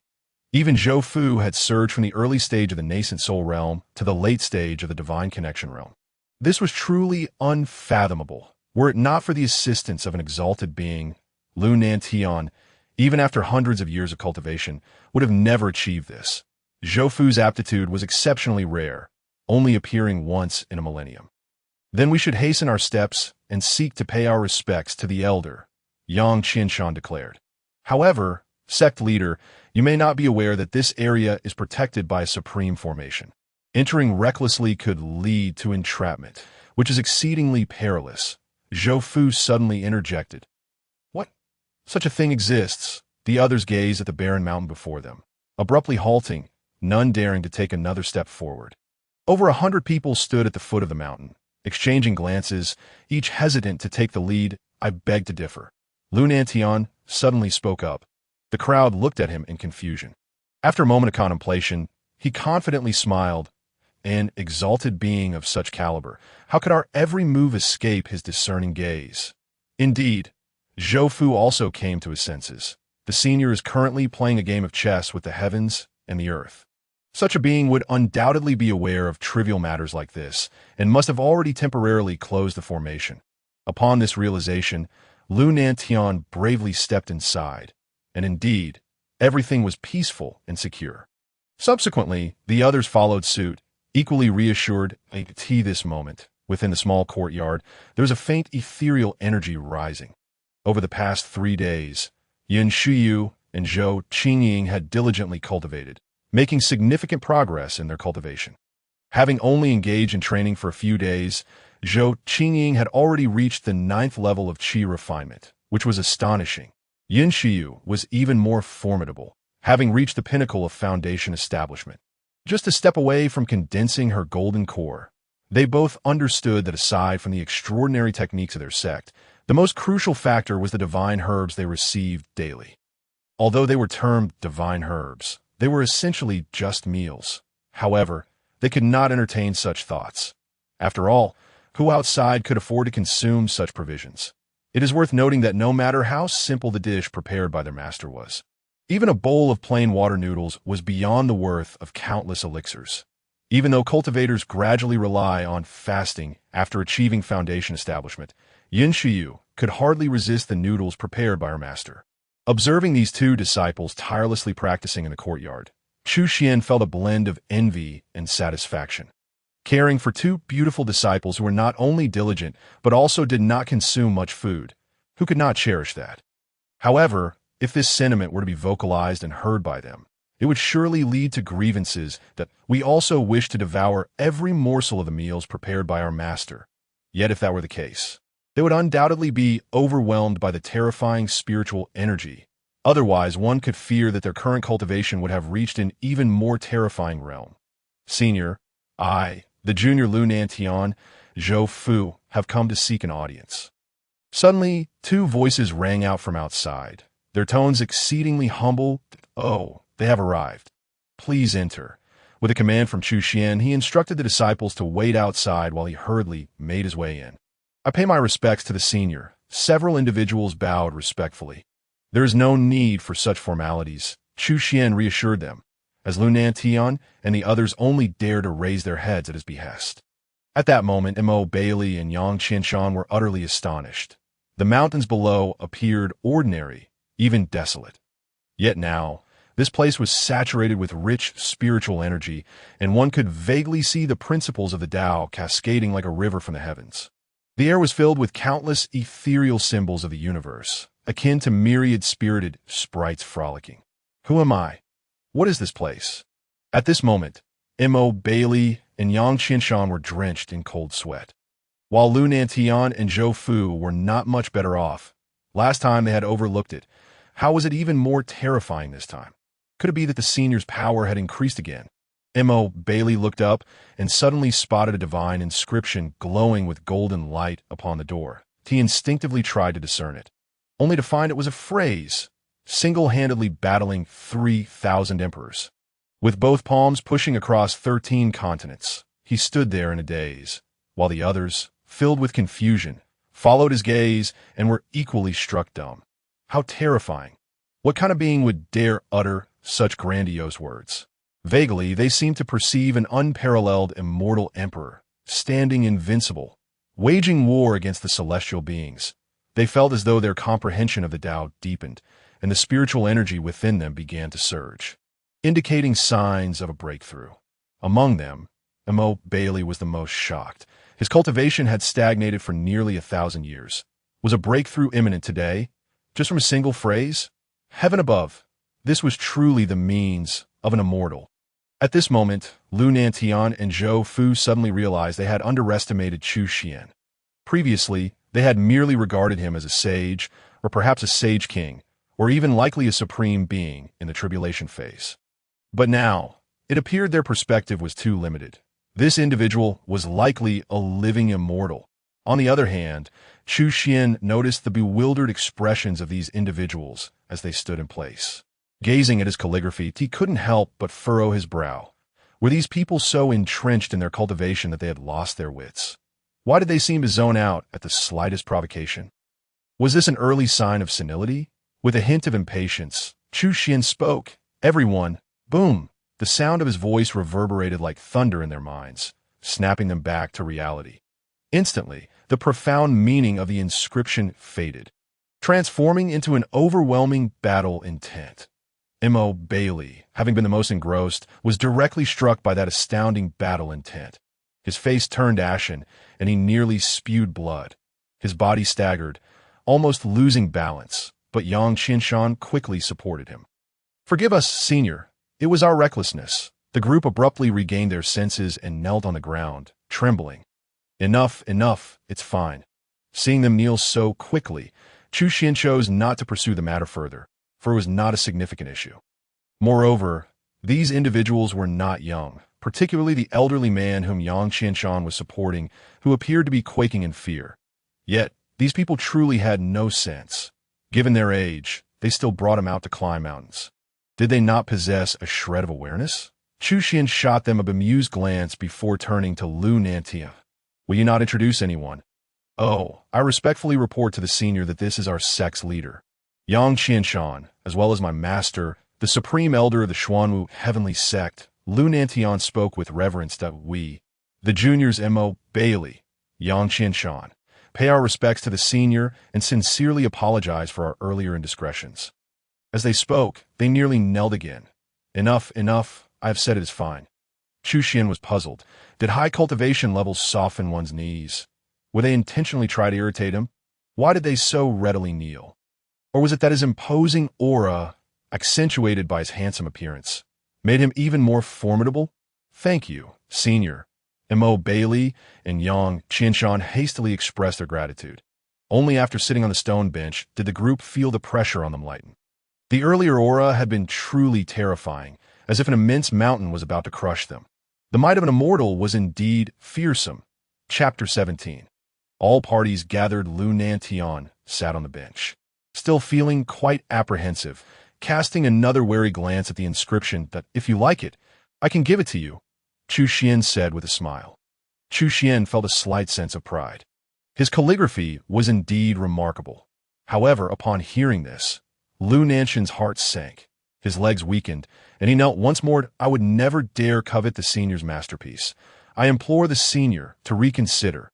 All right, if you do not wish to. Then rise quickly." Chu Xuan was utterly speechless. Why did this old fellow refuse so quickly? Did they not truly admire his calligraphy, but rather were they shocked by its poor quality? Suddenly realizing this, Chu Xuan cast a sidelong glance at these old men, and a surge of anger welled up inside him. "You have come to take my disciples to that northern heavenly secret realm, have you not? If so, you should depart quickly." Chu Xuan beckoned Yin Shuyu and Zhou Qingying, urging them to hasten and leave with Lu Nantian and the others. The intent to dismiss was unmistakable. Lu Nantian and M.O. Bailey were left in a fog, unsure why the senior had suddenly become angry. However, since the senior had spoken, they dared not linger, and so they led Yin Shuyu and the others to slowly exit the small courtyard. "Wait a moment." Chu Xuan's voice suddenly rang out, causing everyone to halt. "Disciples, come here. This journey is perilous, so as your master, I shall bestow upon you a protective item." Chu Xuan surveyed these pretentious old fellows, feeling his trust in them diminish, upon hearing their master was bestowing them with treasures. Yin Shuyu and Zhou Qingying were instantly filled with excitement. Subsequently, Chu Xuan casually handed them a jade pendant. Yin Shuyu accepted it and took a glance. This jade pendant appeared slightly superior in quality, but beyond that, it bore no other special features. Yet, since it was gifted by their master, it was undoubtedly not an ordinary item, and thus they were very pleased and carefully stowed it away. "Thank you, master. Amachim, be cautious on your journey," Chu Xuan advised. After all, these were his beloved disciples, and this marked their first venture away from him since becoming his students. Suddenly, Chu Xuan inexplicably experienced the sentiment of being a father. The two disciples took their leave and followed the group as they gradually departed in a certain unknown mountain range. At this moment, several mountains had already collapsed, leaving behind enormous, pitch-black chasms. It was evident that some terrifying force had uprooted the entire mountain. With even the fallen debris weighing thousands of pounds each, the air was still rife with countless frenzied energies, as if terrifying beasts were rampaging through the void. Following the source, it emerged from those dark, enormous pits. The residual energy was so fearsome that it appeared this place was indeed highly likely to be a secret realm left behind by the Northern Heavenly Supreme. Once, the Supreme Being of the Northern Heavens secluded himself in the ancient mountains for many years in pursuit of the ultimate truth of the Tao, ultimately achieving ascension in such a secret realm. Even if one cannot uncover the secrets of immortality, acquiring a few treasures of supreme value would suffice to provide boundless benefits for a lifetime. Lunan Tian and others stood atop their flying vessel, gazing ahead at several unfathomable pits, which appeared exceedingly eerie at this moment. Numerous flying vessels filled the skies, casting a shadow that obscured the sun. The aged eyes of M.O. Bailey sparkled with intensity as he surveyed the multitude of vessels around him, his expression growing solemn. Truly, a congregation of dragons is gathered. Indeed, let me take a look. Even sects of equal standing with our Xuanwu heavenly sect have arrived, and there are even signs of the Holy Lands. Yang Qianshan remarked with gravity. Each of them exuded an imposing presence, instilling awe within 100 miles. How did so many powerful figures appear all at once? Zhou Fu was perplexed, wondering when the northern region had become home to such formidable forces. It seems many long-hidden entities have emerged to join the fray. Among them, the most conspicuous were 4 colossal flying vessels soaring at the summit, resembling islands. They belonged to the northern region's top-tier powers, the 3 great holy lands. The vessels shimmered with ethereal light, proclaiming their supremacy. Strangely, who could be aboard that vessel that could rival the 3 great powers? It seemed to even surpass them. Suddenly, someone exclaimed in astonishment. It was a silver-white vessel, radiating a chilling glow.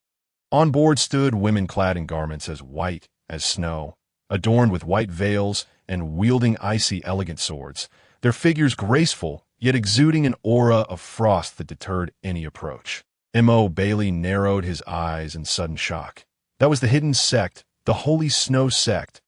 The mention of the Holy Snow Sect intensified the gravity in everyone's demeanor, as it was a supreme power that had once produced immortals. Even 2 of them. In O wonder, even the 3 most esteemed holy lands of the northern region must yield to M.O. Elder. We should descend and investigate. Yin Shuya suggested nonchalantly, having no prior knowledge of the Holy Snow Sect, nor any desire to learn. Indeed, Miss Yu M.O. Bailey's tone betrayed a respect that was uncharacteristic of his seniority, for she was a highly esteemed disciple of a predecessor, deserving of utmost regard in that moment. All sects were equally astonished, gazing at the immense influence of the Holy Snow Sect. Yet, one vessel stood out, descending first. This captured the attention of a woman atop the vessel, holding a jade flute, with a mysterious snowflake insignia upon her forehead. Although she too wore a white veil, her enchanting eyes shone like the moon in the night, radiating a myriad of luminous brilliance. Behind her, 3 men continuously cast glances at the captivating figure, their gazes growing increasingly fervent. Which faction does she belong to? The woman inquired of a nearby maid. Returning to the holy maiden, it appears to be the Xuanwu heavenly sect. The maid replied, "Oh, is that so?" The woman glanced over, seemingly indifferent. "Holy maiden, shall I teach them a lesson? The Xuanwu heavenly sect is truly arrogant to disrespect the Holy Snow Sect." One of the men suddenly remarked, "They have done nothing to provoke. Why stir trouble with others? Do not forget, we are here for a serious purpose." The woman responded tersely, dismissing him. The man instantly felt awkward, while the other 2 exchanged mocking glances. "Holy maiden, our sect has specifically dispatched you, indicating our intent to secure the treasures left by the Supreme Being of the Northern Heavens." Another maid chimed in. "No, the Northern Secret Realm is not as simple as you presume. It is fraught with complexities, and we must not delve too deep. We will do our utmost, but what we obtain will depend solely on fortune. Indeed, Holy Maiden Yueyao speaks wisely. Our sect's Grand Elder has discerned the intricacies of the Northern Secret Realm and has bestowed treasures accordingly. This expedition is already within our grasp. The Holy Maiden need only proceed with confidence. Another man confidently asserted that, absurd. When it comes to divining the heavenly secrets, how could your Taiyuan Holy Land compare to my Yixing Holy Land? Our sect studies the supreme art of chess, mastering the principles of yin and yang. In terms of such mystic techniques, aside from the Tianji sect, our sect should rightly be at the forefront. Thus, Holy Maiden, as long as you accompany us, you can be assured of complete safety. Another man interjected. Observing the three men bickering, even the maid beside them could not suppress her disdain. You three are sons of the three great holy lands. Where has your demeanor gone? You appear utterly foolish. This is excessively sycophantic. Holy Maiden Yan Yueyao maintained her graceful composure, smiling. Then I shall rely on the efforts of the three young masters. With a beautiful smile, she captivated the heavens, rendering resistance futile. The three men instantly brimmed with confidence, patting their chests. Rest assured, we will take care of everything. Chapter 18. The Secret Realm Unveiled, the Mysterious Altar. Meanwhile, on the other side, Yin Shuya and her companions had just landed. Zhou Qingying and Zhou Fu looked up, spotting familiar figures amidst the multitude of vessels, their brows knitting in unison. Indeed, they have arrived. Their gaze fell upon a golden flying vessel, entwined by a golden dragon, forming the character for Qian. It was the royal family of De Qian. Father, no matter what happens, we are no longer connected to them. Zhou Qingying cautioned that I understand. Zhou Fu nodded. He had sacrificed so much for the entirety of De Qian, only to find himself in this unfortunate situation. Why now? He had come to terms with this reality. Holding only remnants of memories regarding the royal family, this moment. Aboard the De Qian royal vessel, a woman in a red robe sat with an air of pride, surrounded by attendants standing silently by her side. Princess, it seems the Junju Qingying is below. A nearby general suddenly remarked. That short-lived wretch has only a few days left to live, and yet she dares to join the fray? The second princess. Zhou Lingyin had always been at odds with Zhou Qingying, a fact well known throughout the royal family. Since that is the case, shall I send someone to dissuade her? The general inquired. No need. With her frail and failing body, what can she accomplish? Zhou Lingyin had long viewed Zhou Qingying as her greatest rival, especially after discovering that Zhou Qingying had been diagnosed with a terminal illness, destined to live no longer than 19 years. With this knowledge, she was finally at ease, dismissing Zhou Qingying as unworthy of further consideration. Thus, her focus now lay solely on the ninth-tier sects and the Holy Land powers. This moment, everyone gathered around several vast pits, waiting in silence for the complete unveiling of the secret realm. Suddenly, a tremendous rumble echoed as the heavens shook and the earth cracked. It was as if an ancient behemoth, dormant for millennia, had awoken, violently heaving the ground. In an instant, winds and thunder erupted from the shattered crevices, soaring into the skies. It was a terrifying spectacle. Countless runes burst forth, intertwining and transforming into a vast sea of energy that filled the entire mountain valley. The previously deep pits were now filled with rubble, and numerous fissures reflected flashes of lightning, coalescing into an immense and intricate formation upon the earth. Following this, at the heart of the formation, a jet-black altar, towering 7 zhang high, began to rise. An ancient aura enveloped the altar, thick and oppressive, making it difficult for one to breathe. At the center of the altar stood a 3 zhang high, ancient green stone tablet, upon which 2 characters were inscribed with clarity, Tian Bei. Similarly, countless winds and thunder coiled around it, forming intricate and profound inscriptions. The entire altar appeared as an island floating amidst a sea of thunder. The Tian Bei secret realm has been unveiled. It is said that the supreme being of the northern heavens commanded the way of wind and thunder, unparalleled in the world. Today, witnessing its terror is truly astounding. At this moment, all present could positively affirm that this was indeed the secret realm left behind by the supreme being of the northern heavens. That altar was likely the very spot where he ascended to immortality. Whoever could stand upon it might well be granted a trace of celestial essence, seizing the opportunity to uncover the secrets of immortality. This formation evidently surpassed the ninth tier. It could very well be a supreme formation. Those with keen eyes quickly discerned the uniqueness of the formation beneath their feet. Gazing upon such a terrifying array, the crowd could not help but furrow their brows. The supreme formation is not easily breached. Moreover, the formation before them exuded an overwhelming aura of slaughter, undoubtedly the pinnacle among supreme formations. How reckless! They should have brought forth all their sect's hidden trump cards. One must understand that in the face of such a formidable formation, even the slightest misstep could lead to death. Many sects were filled with regret at this moment. They had grossly underestimated this supreme secret realm. The first to act was the sacred snow sect.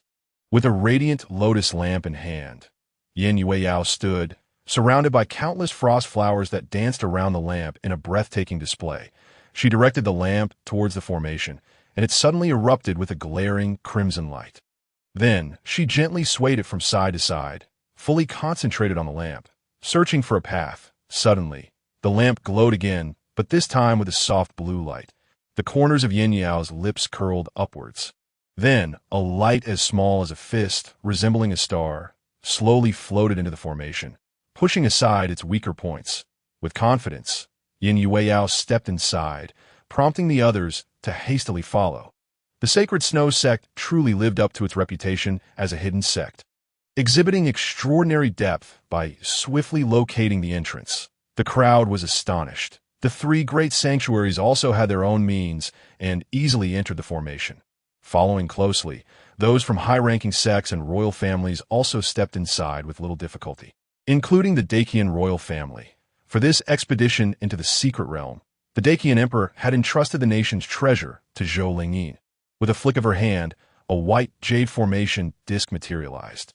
The disc began to rotate slowly, seemingly adorned with a constellation of stars. Countless stars coalesced, gradually forming an ethereal spirit butterfly that fluttered towards the formation, with the Dacian royal family following the animated butterfly into the array. However, others were not so fortunate. Many stood helplessly in place, scratching their heads in frustration, yet dared not recklessly intrude. Just moments ago, they had witnessed a third-tier sect foolishly attempting to breach the formation, only to be torn to shreds by the ominous winds and dark thunder within, leaving no trace of the entire sect behind. If even a third-tier sect met such a fate, what could be said for those of the first or second tiers? It appeared they could only abandon hope. Indeed, for those of us in lower-tier sects, coming here was a grave mistake. Now, the best we could hope for was to follow behind the powerful factions and scavenge their leftovers. The crowd lamented that, in the secret realm, one must seize the initiative. Otherwise, they would be swept clean by those who entered first, leaving only bones behind. Wait, I think I just saw a first-tier sect enter, and they seem to be unscathed. Suddenly, someone spoke uncertainly that you're just young and blind. How could that be possible? The crowd clearly disbelieved the individual's words. The powerful factions within advanced with remarkable speed, with the Sacred Snow Sect at the forefront, breaking through over 10 barriers and quickly reaching the center of the formation. However, as they delved deeper, the power of the formation intensified. Soon, they encountered trouble. By the time they reached the 19th chapter, many high-ranking sects had already been defeated. It was no easy feat to arrive at this point, yet the strength of the formation here was unlike that of before. The power emanating from this place felt like a towering mountain, ready to crush anyone beneath it. Meanwhile, the surrounding ominous winds and dark thunder raged incessantly, akin to bloodthirsty beasts intent on tearing the cultivators within the formation to pieces. Many had already become cannon fodder, torn apart by wind and thunder, leaving nothing behind. Numerous sects retreated, fully aware that this place was beyond their contention, and instead became mere spectators. Even the Xuanwu heavenly sect found it increasingly difficult to endure. Feeling the pressure around them grow stronger, Bailey held a small bell in his hand, shaking it continuously. Instantly, sound waves radiated outward like ripples on water, searching for an escape route. Yet, despite his efforts, he remained fruitless for a long time. beads of sweat now trickling down his aged face. Initially, he had assumed that with the treasure left behind by the previous sect master, entering this secret realm would pose no problem. But now it seemed they had overestimated their capabilities.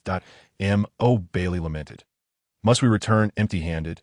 The group felt a deep sense of unwillingness, primarily because failing to complete the task entrusted by their seniors would be a significant disappointment. Sister, what happened to Uncle and Elder Mo? Yin Xia asked, puzzled. Zhou Qingying furrowed her brow and glanced around. It seemed the pressure of the formation had become too much for them to bear. Then why are we unharmed? Yin Xia inquired, and Zhou Qingying momentarily fell silent. Suddenly, Zhou Qingying's eyes lit up. Sister, what about the treasure given to us by our master? Oh, here it is, Yin Xia responded, momentarily taken aback before retrieving a jade pendant from her waist. Sure enough, they could see strands of emerald green energy emanating from the pendant, surrounding them. This truly is a treasure, the two girls exclaimed in shock. Just a thin wisp of energy could withstand the formidable power of the formation. They could hardly fathom the level of the treasure they held. Could it be that they possessed a genuine supreme artifact? Soon, the delicate emerald energy began to drift towards others, enveloping them as well. In an instant, everyone felt the overwhelming pressure vanish. Bailey and the others were momentarily stunned, staring at the jade pendant in Yin Xia's hand. It turns out the senior had prepared this in advance. Indeed, this was why the senior had deliberately called upon his two disciples before departing to bestow upon them this precious item. Lu Nantian's keen eyes had seen through everything. Wonderful, with the artifact bestowed by our forebear. Breaking the formation should be a mere formality, M.O. Bailey exclaimed excitedly. Indeed, Yin Xia nodded, stepping to the front of the group with the jade pendant in hand. The emerald energy, like threads of hair, floated delicately into the depths of the formation. That moment, all the power of the formation shattered as it met the emerald energy, dissipating into nothingness. When the emerald energy touched the formation markings, it sliced through them as easily as cutting tofu, with the formation crumbling before them. The once mighty supreme formation, feared even by the sacred lands, appeared utterly fragile in the presence of this divine artifact.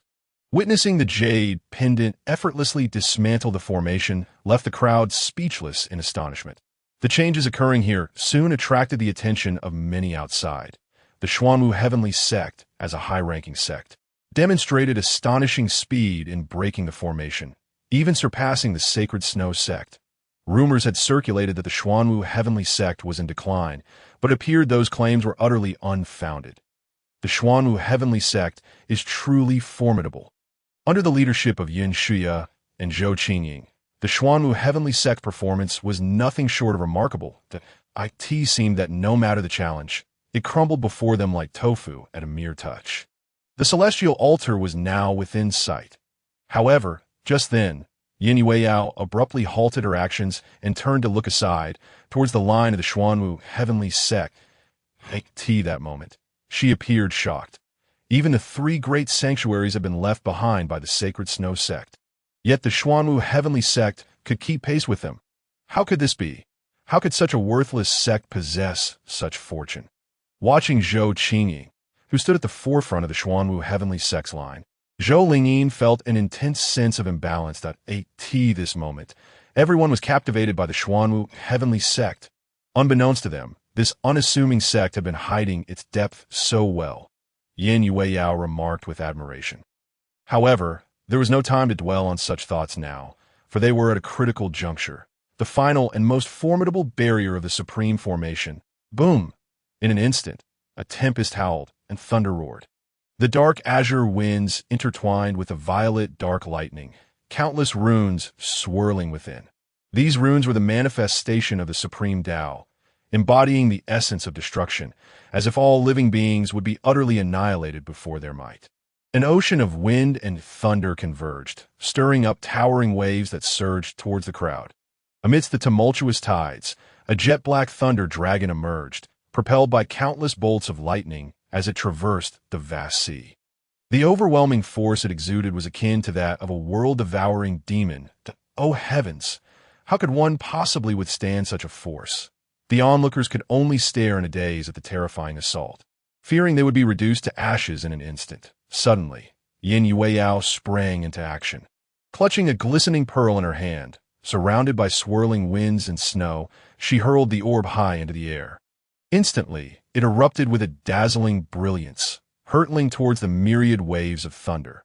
Simultaneously, she produced a jade flute and began to play. Ethereal and enchanting melodies filled the air, and the sound waves materialized. Flowing into the pearl, within its crystalline depths, a latent power seemed to awaken, causing it to tremble violently. In the next moment, a colossal and ethereal figure burst forth that was a magnificent beast, adorned with shimmering silver scales. Treading upon the winds and snowed, in that instant, an ancient and profound aura emanated, instilling awe and reverence among all present that was the Snow Qilin. Some recognized the identity of the great beast immediately. Upon seeing the Snow Qilin, the thunder dragon in the sea of lightning reacted as if it had encountered a sworn enemy, erupting in fury and engaging in combat. The two clashed fiercely, neither yielding an inch. Yin Yueyao was tasked with controlling the ethereal guardian while simultaneously fending off the relentless waves of thunder. Truly, she was the saintess of a secluded sect. Her prowess and skills were formidable. Observers could not help but marvel at her capabilities. While Yin Yueyao managed to hold her ground, the situation was dire for the others. The terrifying tide of wind and thunder surged forth, engulfing a vast expanse of people. Many cultivators were consumed, vanishing without a trace under the overwhelming onslaught. Only a select few of the pinnacle forces could barely withstand the deluge. The Xuanwu Tianzong stepped up without hesitation to confront the dreadful storm. Thanks to the strength of Mo Bailey and his companions, they could hold on, albeit with great difficulty. However, Yin Yueyao soon began to falter. Battling the thunderous waves while contending with the even more fearsome Thunder Dragon was exhausting. Roaring fiercely, the Thunder Dragon unleashed a surge of even greater power, its sharp claws swiping violently, shattering the illusion of the Snow Qilin. Yin Yao's complexion paled as she coughed up blood, nearly collapsing, only to be steadied by a nearby maid. The few young lords who had previously fawned over her had long since retreated to safety, for after all, one's life was paramount over all else. With Yin Yao's influence waning, the Thunder Dragon grew more frenzied, erupting with countless bolts of dark lightning as it charged toward the crowd. Crisis! Flee! In an instant, chaos ensued as people scrambled for their lives. But it was too late. They were swallowed by the monstrous tide, obliterated in its wake. Many young cultivators from the Xuanwu Tianzong had never witnessed such a spectacle, and panic ensued that moment. Yun Xia suddenly raised the jade pendant in her hand high. In an instant, the azure pendant flickered with a brilliant emerald glow. Like a celestial being's gentle touch, the vast sea of thunder shattered with a crack, dispersing into countless motes of light that scattered into the void. In that moment, all murderous intent dissipated, as if everything that had transpired was but a fleeting dream. Even the formation beneath their feet vanished completely. Breathing in the fresh air revitalized them, leaving everyone in a state of bewilderment. This fleeting glimpse of hell and heaven left the crowd in disarray. What on earth had just transpired? In the ensuing silence, all eyes turned incredulously towards the Xuanwu Tianzong. Thank you, Senior Mo, for your salvation. Your esteemed sect truly lives up to its ancient heritage, possessing formidable strength. Yin Yueyao, still pale, was the first to respond, bowing respectfully to Mo Bailey. The saintess should tread carefully with her words. I did nothing of note. This was entirely thanks to Senior Chu, and these two young ladies are his esteemed disciples. Mo Bailey replied, a man of reason, unwilling to usurp the credit of his forebears. Senior Chu? Yin Yueyao questioned, perplexed. The Sacred Snow sect was a reclusive sect of great renown, and as its saintess, she was well acquainted with many figures. Yet, she could not recall any notable individuals named Chu. Nevertheless, as a saintess, she was adept at navigating social nuances. Thank you, ladies, she said graciously. It was merely the gift from our master that enabled our escape. Yun Xia replied. That moment, a voice interrupted. The sudden sound drew everyone's attention, revealing it to be Princess Zhou Lingyin of Diqian.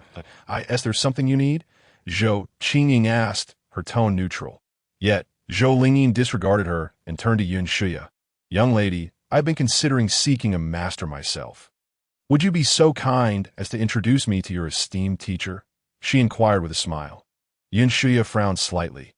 Why, my aptitude is undoubtedly exceptional within Dakian. Surely, I am more than qualified to become that esteemed person's disciple. Zhou Lingyin's tone remained calm, yet a hint of arrogance seeped through. Apologies, but my master possesses a discerning eye and has his own criteria for accepting disciples. Not just anyone can become his student. Yun Shuya replied, maintaining her composure. Discerning eye? How laughable. Then why did he take on this short-lived waste as a disciple? Zhou Lingyin exclaimed, her emotions flaring. She could not comprehend why a worthless individual could ascend to the ranks of the Xuanwu Tianzong. Yet, Zhou Qingying remained unperturbed by her remarks. Yun Shuya, however, felt a surge of indignation. I shall inform you. First, my sister's affliction has long been cured by our master. Secondly, take a closer look. Before you stands a cultivator. What? Zhou Lingyin felt a jolt, turning to Zhou Qingying, ninth layer of qi refinement. No, it's impossible.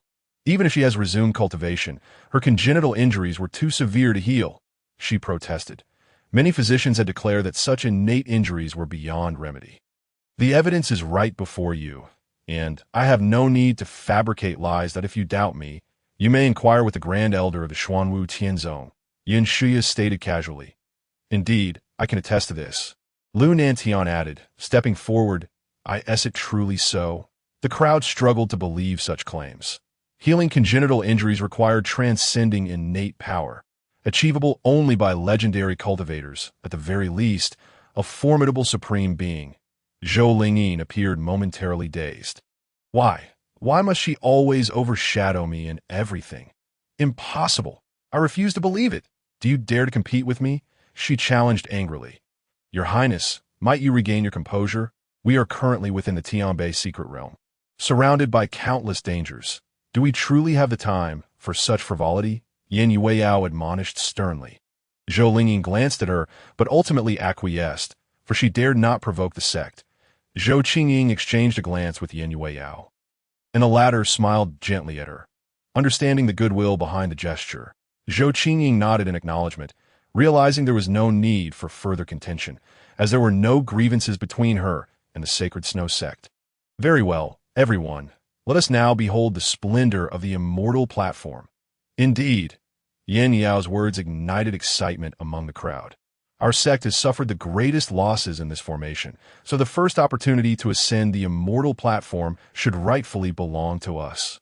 Suddenly, a voice rose above the rest. Nonsense. Your own weakness is not our fault. How dare a mere 8th-tier sect act so brazenly before us? The Holy Son of Yixing's sacred land furiously declared. Indeed, it is not for you to decide. Let us treat this match as if we are honoring the saintess of Yueyao. The Holy Son of Taiyuan's sacred land spoke with an obsequious expression. Yin Yueyao cast a cold glance his way, adopting an indifferent demeanor, and instead turned her attention to the members of Xuanwu Heavenly Sect. This time, the two ladies have contributed the most. Let us graciously offer this opportunity to you. Yin Yueyao stated. Yun Shuya glanced at the altar before her, contemplating briefly. Suddenly, she inquired, will stepping onto this platform allow us to unlock the treasures of the Supreme of Tianbei? The most crucial task that her master had incessantly emphasized remained etched in her mind. It should be, Yin Yueyao replied, momentarily taken aback before nodding. Very well, since it is thus, we shall not stand on ceremony. Yun Shuya and Zhou Qingying nodded slightly, accepting the offer without further hesitation. Apologies, but only we are permitted to ascend the altar. A discordant voice suddenly rang out. Who? The crowd questioned, puzzled. They turned to see 50 to 60 unfamiliar faces standing behind them. Who are you? The Holy Son of Yixing demanded coldly. Daha. How amusing, the opposing figure scoffed, not even sparing him a glance. I am Wu Liang, the sect master of Yunling's sect. Let all present, including those outside, take heed, From this moment forth, those who submit to my sect shall have a glimmer of hope." Wu Yang stated calmly. "Yunling sect? A first-tier sect?" The crowd murmured in confusion, wondering if the members of Yunling's sect had lost their senses. How audacious! A mere first-tier sect dares to be so presumptuous. "Allow me to teach you a lesson." The holy son of the five elements sacred land, who had remained silent, felt spurred by the display of bravado before Yin Yueyao. He suddenly unleashed a terrifying fist imprint towards Wu Yang. Wu Yang smirked, then waved his hand, a surge of black energy sweeping forth, shattering the fist imprint with a resounding crash. The crowd was momentarily stunned by the spectacle. It was at that moment that the holy son of the five elements finally came to his senses. Why, you are at the Saint King level. His complexion turned ashen, for he himself was merely at the Yin-Yang realm, while the figure before him was indeed a Saint King. Realm, Qi training, foundation establishment. Golden core, nascent soul, divine transformation, Dharma manifestation, Yin-Yang, Saint, Saint King, Saint Emperor, Supreme. What is happening? Isn't Yunling's sect a first-tier sect? I distinctly recall Wu Yang possessing a nascent soul cultivation level. How has he suddenly transformed into a Saint King? Moreover, those disciples behind him are at least Dharma manifestation cultivators. What on earth is going on? Am I dreaming? At that moment, the onlookers outside were equally stunned, their expressions growing increasingly frantic. "Oh, dare strike at my sect master. You shall pay with your life." Suddenly, a colossal figure began to materialize behind Wu Yang. It was a fearsome ghost with a green face and sharp teeth, wielding a pitch-black wolf-tooth club, emanating an aura of malevolence. Towering nearly 100 feet tall, this is a Saint King's Dharma manifestation. The manifestation raised the wolf-tooth club high and brought it crashing down. The holy son of the five elements, filled with terror, hastily produced 5 colored beads, colliding them with a massive club, which erupted in a burst of 5-colored smoke, losing its brilliance in an instant. Seizing the opportunity, the holy son rolled to the side, but was still struck by the colossal club. In an instant, blood splattered as an arm was brutally torn off. "Run!" The crowd screamed in fear. The might of the Saint King was insurmountable. "Keek, none of you shall escape." Suddenly, an overwhelming stench of blood filled the air, and thick, ominous clouds of blood billowed across the sky. Within the mist, a gigantic, ghastly face gradually became clearer. Upon witnessing this sight, the crowd erupted into a frenzy of panic. The blood demon has come. Chapter 21. A sword cleanses malevolence. News of the blood demon's resurrection had long circulated, yet none expected him to appear in this Tianbei secret realm. This is disastrous. His cultivation level is actually at the Saint Emperor. The individuals present were struck dumb with terror, astonished by the blood demon's profound strength. "Blood demon, should you dare to lay a hand on us, our sect's powerful members will not let you off easily." The several holy sons shouted angrily, naively hoping to intimidate the blood demon. Utterly laughable. I, the blood demon, have lived for a millennium. What spectacle have I not witnessed? You mere fledglings, yet you dare threaten me.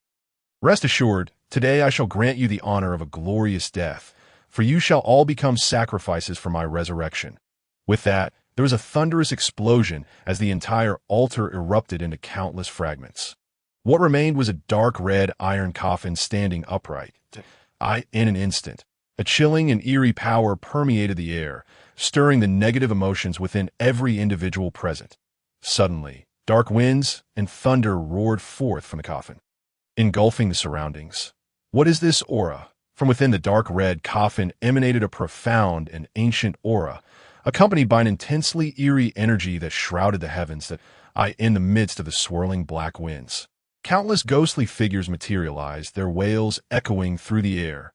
Instantly, the expressions of all present changed dramatically. The piercing, horrifying sound seemed capable of shattering eardrums, causing many to clutch their ears and writhe in pain on ground. What on earth is happening? Heavens, the Tianbei Supreme. This is the Tianbei Supreme. What? Did he not ascend to immortality? How could he perish here? No, he has succumbed to madness. Boom! Suddenly, a deafening crash resonated as the coffin lid was violently flung aside. A figure resembling ancient decayed wood, slowly emerged from within the coffin. With each movement, his body emitted a creaking sound akin to old wood rubbing together, sending chills down the spines of those who beheld him. Witnessing this terrifying scene, the crowd was so petrified that they felt as if their breaths had been stolen, an unseen force tightening around their hearts, half demon, half ghost. The Tianbei Supreme has turned dark. This revelation silenced the atmosphere. Leaving everyone stunned into silence, it dawned upon them that the legendary tales of the Tianbei Supreme were merely fanciful myths. In truth, he had not succeeded in his quest for enlightenment in the deep mountains, but had instead fallen into madness, transforming into a half-demon, half-ghost. Compared to this horrifying crisis, the so-called blood demon was insignificant. What a farce of an opportunity. This place is not a land of fortune, but an endless purgatory at this moment. Those present were filled with regret, questioning why they had not simply stayed home to eat, sleep, and enjoy their lives instead of recklessly seeking death in this perilous place. In an instant, everyone hastily fled. Resembling lost dogs, their dignity utterly shattered. Even the sacred lands had completely lost their composure. As I proclaimed, none of you shall escape. Moreover, allow me to clarify. The true blood demon died a millennium ago. I am merely a fragment of the Tianbei Supreme. We are one and the same. The blood demon laughed maniacally before suddenly becoming ethereal and rushing into the body of the Tianbei Supreme. In that instant, it was as if a pair of terrifying blood-red eyes had burst forth in the darkness, intent on annihilating all in their path. This upheaval was unforeseen even by the members of Yunling's sect. Excellent! I did not anticipate that, my lord. You are indeed the Tianbei Supreme. My Yunling sect shall thrive. Wu Liang laughed madly, envisioning himself standing above all, unifying the entire Tsunan realm. Wu Liang cared not for the identity of the figure. All that mattered was that he could serve as a pillar to fulfill his ambitions. Yunling sect, you have no further value. Suddenly, the Tianbei Supreme raised his hand, shrouded in black energy, and with a swift motion. The members of Yunling's sect were met with expressions of terror and disbelief. Boom, boom, boom. In the next moment, the members of Yunling's sect exploded in place, transforming into a mist of blood as the Tianbei Supreme opened his mouth, voraciously consuming all the blood essence. In an instant, his aura surged with ferocity, the malevolent energy soaring to the heavens. The imposing figure of the Tianbei Supreme still bore traces of his former might. But now he was enveloped in black energy, having fully transformed into a demon, creating an utterly horrifying scene. Suddenly, several beams of red light shot into the sky, summoning the floating vessels above to come and collect them. Some even activated spatial teleportation formations. Witnessing this scene, disciples from various powerful factions hastily prepared to flee. Who would dare to confront such a dark and supreme, bloodthirsty and frenzied? Even a living supreme would not easily engage, let alone them. However, at that moment, the Tianbei Supreme, his body enveloped in black energy, abruptly raised a hand, and countless winds and thunders swept through all the flying vessels. In an instant, the terrifying power reduced all the vessels to mere fragments, shattering the spatial passage, with the vessels crashing to the ground in flames. This ghostly wind and thunder were unstoppable, and no one dared to resist. I told you, none of you shall survive today. The supreme being of Tianbei wore a bloodthirsty and cruel smile upon his face. He extended his palm once more, his fingers curling as immense power coalesced between them in an instant. The cultivators of various realms, golden core, nascent soul, and even those of greater prowess, suddenly exploded in place. The supreme being of Tianbei continuously absorbed the blood essence, his strength rising at a terrifying pace. And in the blink of an eye, he ascended to the pinnacle of supremacy. Freak, cease your arrogance. Suddenly, the sky opened a mystical array, and the elders of the three great sacred grounds of supreme cultivation, transformed into streams of light, descending from the heavens above. In that moment, hope ignited anew among the crowd. These elders were of supreme caliber. Surely, salvation was at hand. All shall perish. With a sweeping gesture, the supreme being of Tianbei summoned countless ominous black winds and thunder. which morphed into a colossal serpent with 9 heads. In an instant, the 9 heads ensnared the 3 supremes, rendering them powerless before the monstrous serpent. Such a terrifying binding force allowed the supreme being of Tianbei to subtly touch upon that elusive realm through the path of darkness. The 9 heads ferociously gnawed, and in a heartbeat, the 3 formidable supreme beings were torn to shreds, leaving only remnants of shattered bones. With the supreme beings vanquished in an instant, the evil sovereign was insurmountable. What to do? Was this to be their demise? As she witnessed the last of her stone plate shatter, Yin Yueyao too felt an unwillingness to succumb, her heart overwhelmed with countless helplessness.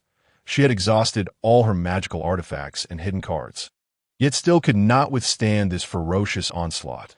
Though she had already sent word to her sect, the Holy Snow sect was too far away. Even with the activation of a formation, it would be too late.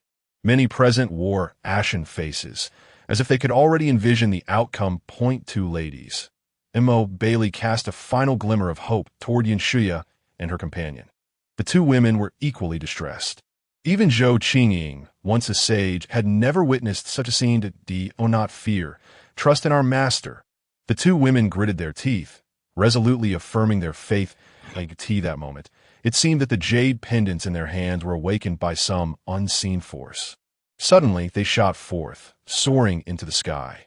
The verdant jade pendant hovered aloft, and with a crack, it shattered. A dazzling green light, interspersed with countless Taoist runes, erupted forth, shattering the myriad winds and thunders.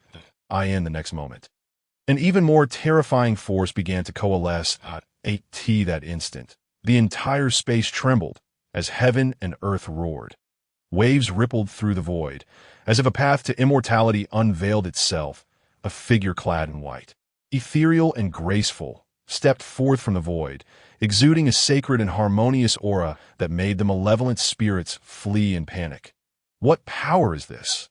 The crowd was rendered speechless. At this moment, it felt as though time itself had come to a halt. The transcendent man in white, with a mere flick of his hand, summoned a fragment of cloud from the horizon, which slowly coalesced into a seemingly ethereal 3-foot-long sword. He gently raised the sword and, with a light stroke, drew it down like a brush upon rice paper. Yet, this seemingly casual stroke unleashed a radiant sword light that could rend the heavens and weep for the spirits. In an instant, the onlookers were blinded, and the supreme being of Tianbei was engulfed in a flood of pale light. Confusion writ upon his face. The brilliance receded, the blue sky and white clouds remained. Yet the supreme being of Tianbei and the celestial figure had vanished without a trace. The gentle breeze wafted by, leaving behind only a nameless wildflower swaying softly amidst the ruins. The single stroke purged the evil, illuminating the righteous spirit of the heavens. Chapter 22. Mission accomplished. Is it over? Am I still alive? What have I witnessed? Could this be the mark of the celestial? Surely, such a breathtaking spectacle could only be the manifestation of divine presence. At this moment, everyone stood in utter disbelief. Was that our master? Yin Shuya gasped in astonishment. Indeed, I never imagined master possessed such immense power. Zhou Qingying nodded, her expression dazed. Mo Bailey and the others were equally dazed. They knew Elder Chu was formidable, yet witnessing it firsthand was still astonishing and surreal. The evil sovereign had reached the pinnacle of supreme, perhaps even faintly touching the legendary realm of the celestial. Once he transcended the tribulation, he could ascend to immortality, deserving the title of half-immortal. Even the sacred grounds dared not confront him. However, even such a terrifying entity could not withstand the effortless stroke of Elder Chu's sword. Moreover, they could distinctly feel that this was merely a minuscule fraction of Elder Chu's true power, likely less than 1/10,000. It was clear that he had infused just a sliver of his strength into that jade pendant. His actual cultivation must be far more terrifying. The true extent of Elder Chu's power was something they dared not contemplate.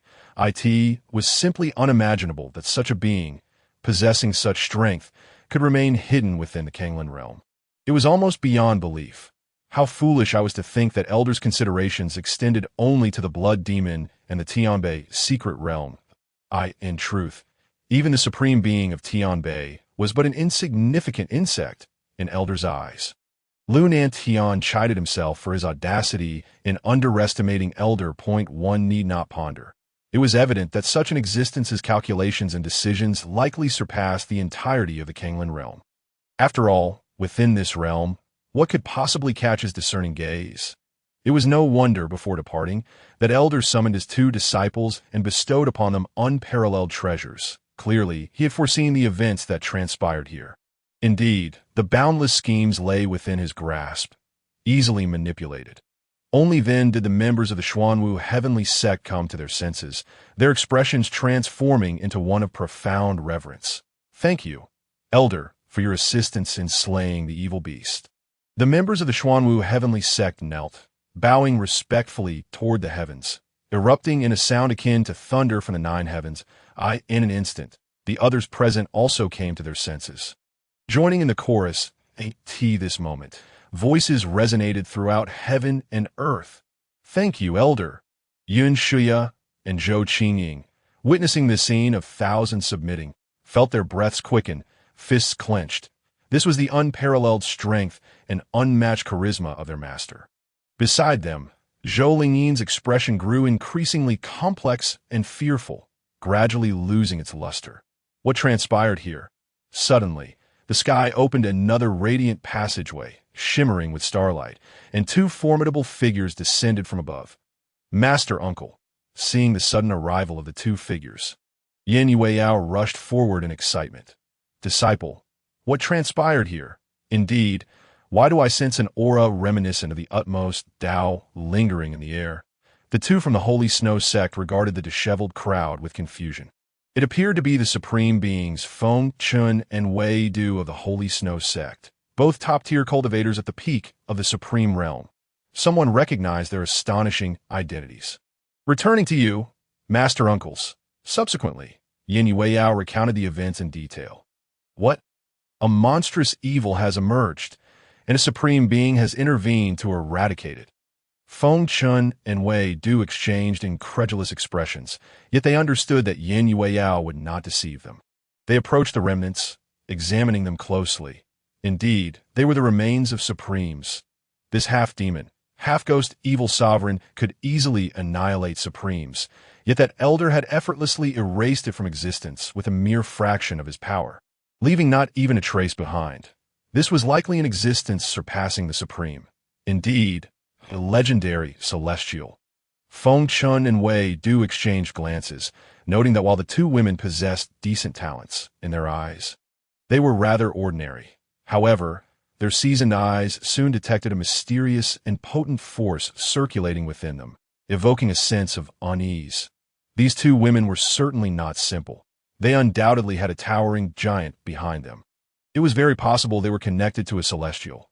With this thought, Feng Chun and Wei Du exchanged knowing glances, then approached Yin Shuya and her companion, clasping their fists and bowing. "We pay our respects to the 2 divine maidens. Your master's hand has preserved the legacy of the Holy Snow sect. We offer our profound gratitude." This gesture shocked everyone present. It was utterly inconceivable that the Holy Snow sect, a top-tier force transcending the sacred grounds in the Kanglan realm, would bow to these 2 young girls. What on earth transpired? No, the master of these 2 maidens wielded such a breathtaking sword earlier. He must be a pinnacle existence, perhaps even a being surpassing the supreme. Such a formidable identity undoubtedly warranted this reverence from the Holy Snow sect. Perceptive individuals quickly discerned the implications. There's no need for such formalities. Yin Shuya had never encountered such a scene, feeling a fleeting moment of bewilderment until Zhou Qingying stepped forward to speak. Witnessing this, Zhou Lingyin's heart sank deeper into terror and despair. This is bad, with Zhou Qingying's current status and background. A mere word from her could obliterate the entire Qian dynasty. "Qingying, my dear sister, no. Goddess Qingying, I beseech you to forgive my transgressions and spare to Qian." Zhou Lingyin approached, drenched in cold sweat and trembling. Zhou Qingying cast a sidelong glance at her and coldly uttered 4 words. "Sever your own roots." "What?" Zhou Lingyin stared in disbelief. Yet Zhou's expression remained unchanged. She was indifferent to the insult. After all, she was a reincarnated being, and her state of mind was such that she had no desire to quarrel with the younger generation. However, to insult her master was an unforgivable sin, absolutely unacceptable. Zhou Lingyin's heart was conflicted, yet the image of that sword that had seemed capable of cleaving heaven and earth flashed through her mind. In an instant, she felt a chill, forcing a wretched smile. Very well, as long as you do not pursue the royal family's faults. Rest assured, while I harbor disdain for the royal family, Deqian cannot be left without a ruler for even a day. After all, this is the land that nurtured me. I shall not allow its people to fall into despair. Zhou Qingying replied with a calm demeanor. Thank you, Zhou Lingyin replied, her heart heavy with sorrow as she drew a gleaming dagger and plunged it in her abdomen. Immediately, a frigid energy surged forth, and she coughed up blood, her dantian shattered, and her meridians severed, leaving her with no chance of cultivation for the rest of her life. The surrounding guards watched in shock. Yet none dared to intervene in that moment. The once exalted princess of Iqian was now no different from the commoners she had once scorned. You may leave. I no longer wish to see you, Zhou Qingying stated, as you wish. Subsequently, the pale Zhou Lingyin was assisted away by the guards. Zhou Qingying then turned her gaze towards the others. Hey, young lady, we have not acted against you nor disrespected that elder. The signs of the three great sacred grounds trembled in fear, hastily explaining. Did I ask you? Zhou Qingying retorted, turning away. I could see this moment. The crowd began to disperse. With such a terrifying elder present, any treasures within held no significance to them. Suddenly, a rumbling noise erupted, and the coffin left by the Tianbei Supreme surged with torrents of wind and thunder once more. A peerless divine object has appeared, Feng Chun exclaimed in surprise. Indeed, the onlookers beheld a violet entity soaring forth from the coffin. Surrounded by swirling winds and thunder, its terrifying power distorting the very fabric of space. This is the Sun Zhun's spirit soil, truly, the legendary object born at the heart of the wind and thunder marsh. Feng Chun and Wei Du gasped in astonishment. I understand now. Lu Nantian suddenly shouted from the crowd. What on earth? What do you understand now? Mo Bailey and the others looked at Lu Nantian in confusion. This Tianbei secret realm is but a child's plaything in the eyes of that elder. Yet he still sent us here. Do you not find that curious? Indeed, this is quite suspicious. The crowd nodded in agreement. Are you suggesting that our master seeks this object? Yin Shuya asked, realizing the implication. Precisely, Lu Nantian affirmed, radiating confidence that now makes sense. The crowd nodded, realizing the profundity of the insight. Indeed, the treasure our master insisted we bring back must be this. Both Yin Shuya and Zhou Qingying suddenly comprehended the situation. However, this object wields immense power. How shall we procure it? Yin Shuya furrowed her brow in concern. Goddess, if it is not too much trouble, I possess a treasure that can contain this Sun Zhun spirit soil. However, I would like to visit your master afterward. If that is permissible, Feng Chun suddenly proposed. Very well, that would be most convenient. And I appreciate your assistance, Feng Chun, Yin Shuya replied, her spirits lifted. You flatter me, goddess, Feng Chun said with a smile, then produced a jar resembling white jade. He performed a spell, and the jar emitted a tremendous suction. Instantly drawing in the winds, thunder, and spirit soil within, he then sealed it with another incantation. Goddess, he turned and respectfully handed the white jade jar to Yin Shuya. Thank you, she acknowledged with a nod. With that settled, let us depart. Thereafter, the group exited the secret realm. Chapter 23. Awaiting the elders' orders in the aftermath, news from the Tianbei secret realm spread like wildfire throughout the northern region. The once mighty Tianbei Supreme had not ascended to immortality, but had instead become a half-demon, half-ghost entity, transforming into a formidable evil spirit that had slain countless cultivators, even effortlessly annihilating the Supremes of the three sacred grounds. The three sacred grounds were left in shock, retreating in disarray, fleeing for their lives. The three sacred grounds. Those were the supreme forces that had once birthed immortals, yet they were utterly powerless against the Tianbei Supreme. Easily slaughtered, countless cultivators became sacrifices for his revival. Yet this terrifying demon was ultimately vanquished with a single, effortless sword strike from a celestial figure who emerged from a jade pendant. These reports left the crowd in astonishment. As if they were hearing a mythological tale, hard to believe at 8T this moment. The northern region was in a state of complete upheaval. It turned out that there were indeed immortals in the Kanglan realm, and they were so close to our northern region. Was it not said that the path to immortality had been severed and that no more immortals would ascend? Another possibility arose. Those who understood the path of immortality but had yet to sever their mortal ties or gather celestial essence, scattered immortals, could exist within the Kanglan realm without being suppressed by the heavenly Tao. It seemed that another great era was on the horizon. In no time, discussions erupted, reaching even beyond the northern region. Within the Deqian imperial family, is what you say truly the case? A stern-faced middle-aged man sat upon the dragon throne. Yes, father, Zhou Lingyin replied flatly, her eyes devoid of any color. Your Majesty, that wretched girl sacrificed herself for our daughter's siblings. You must avenge our daughter, pleaded a regal woman beside him, the current empress of the Deqian dynasty, and Zhou Lingyin's biological mother. Fool! She is now a revered disciple of an immortal you wish for the entire Deqian to cease to exist.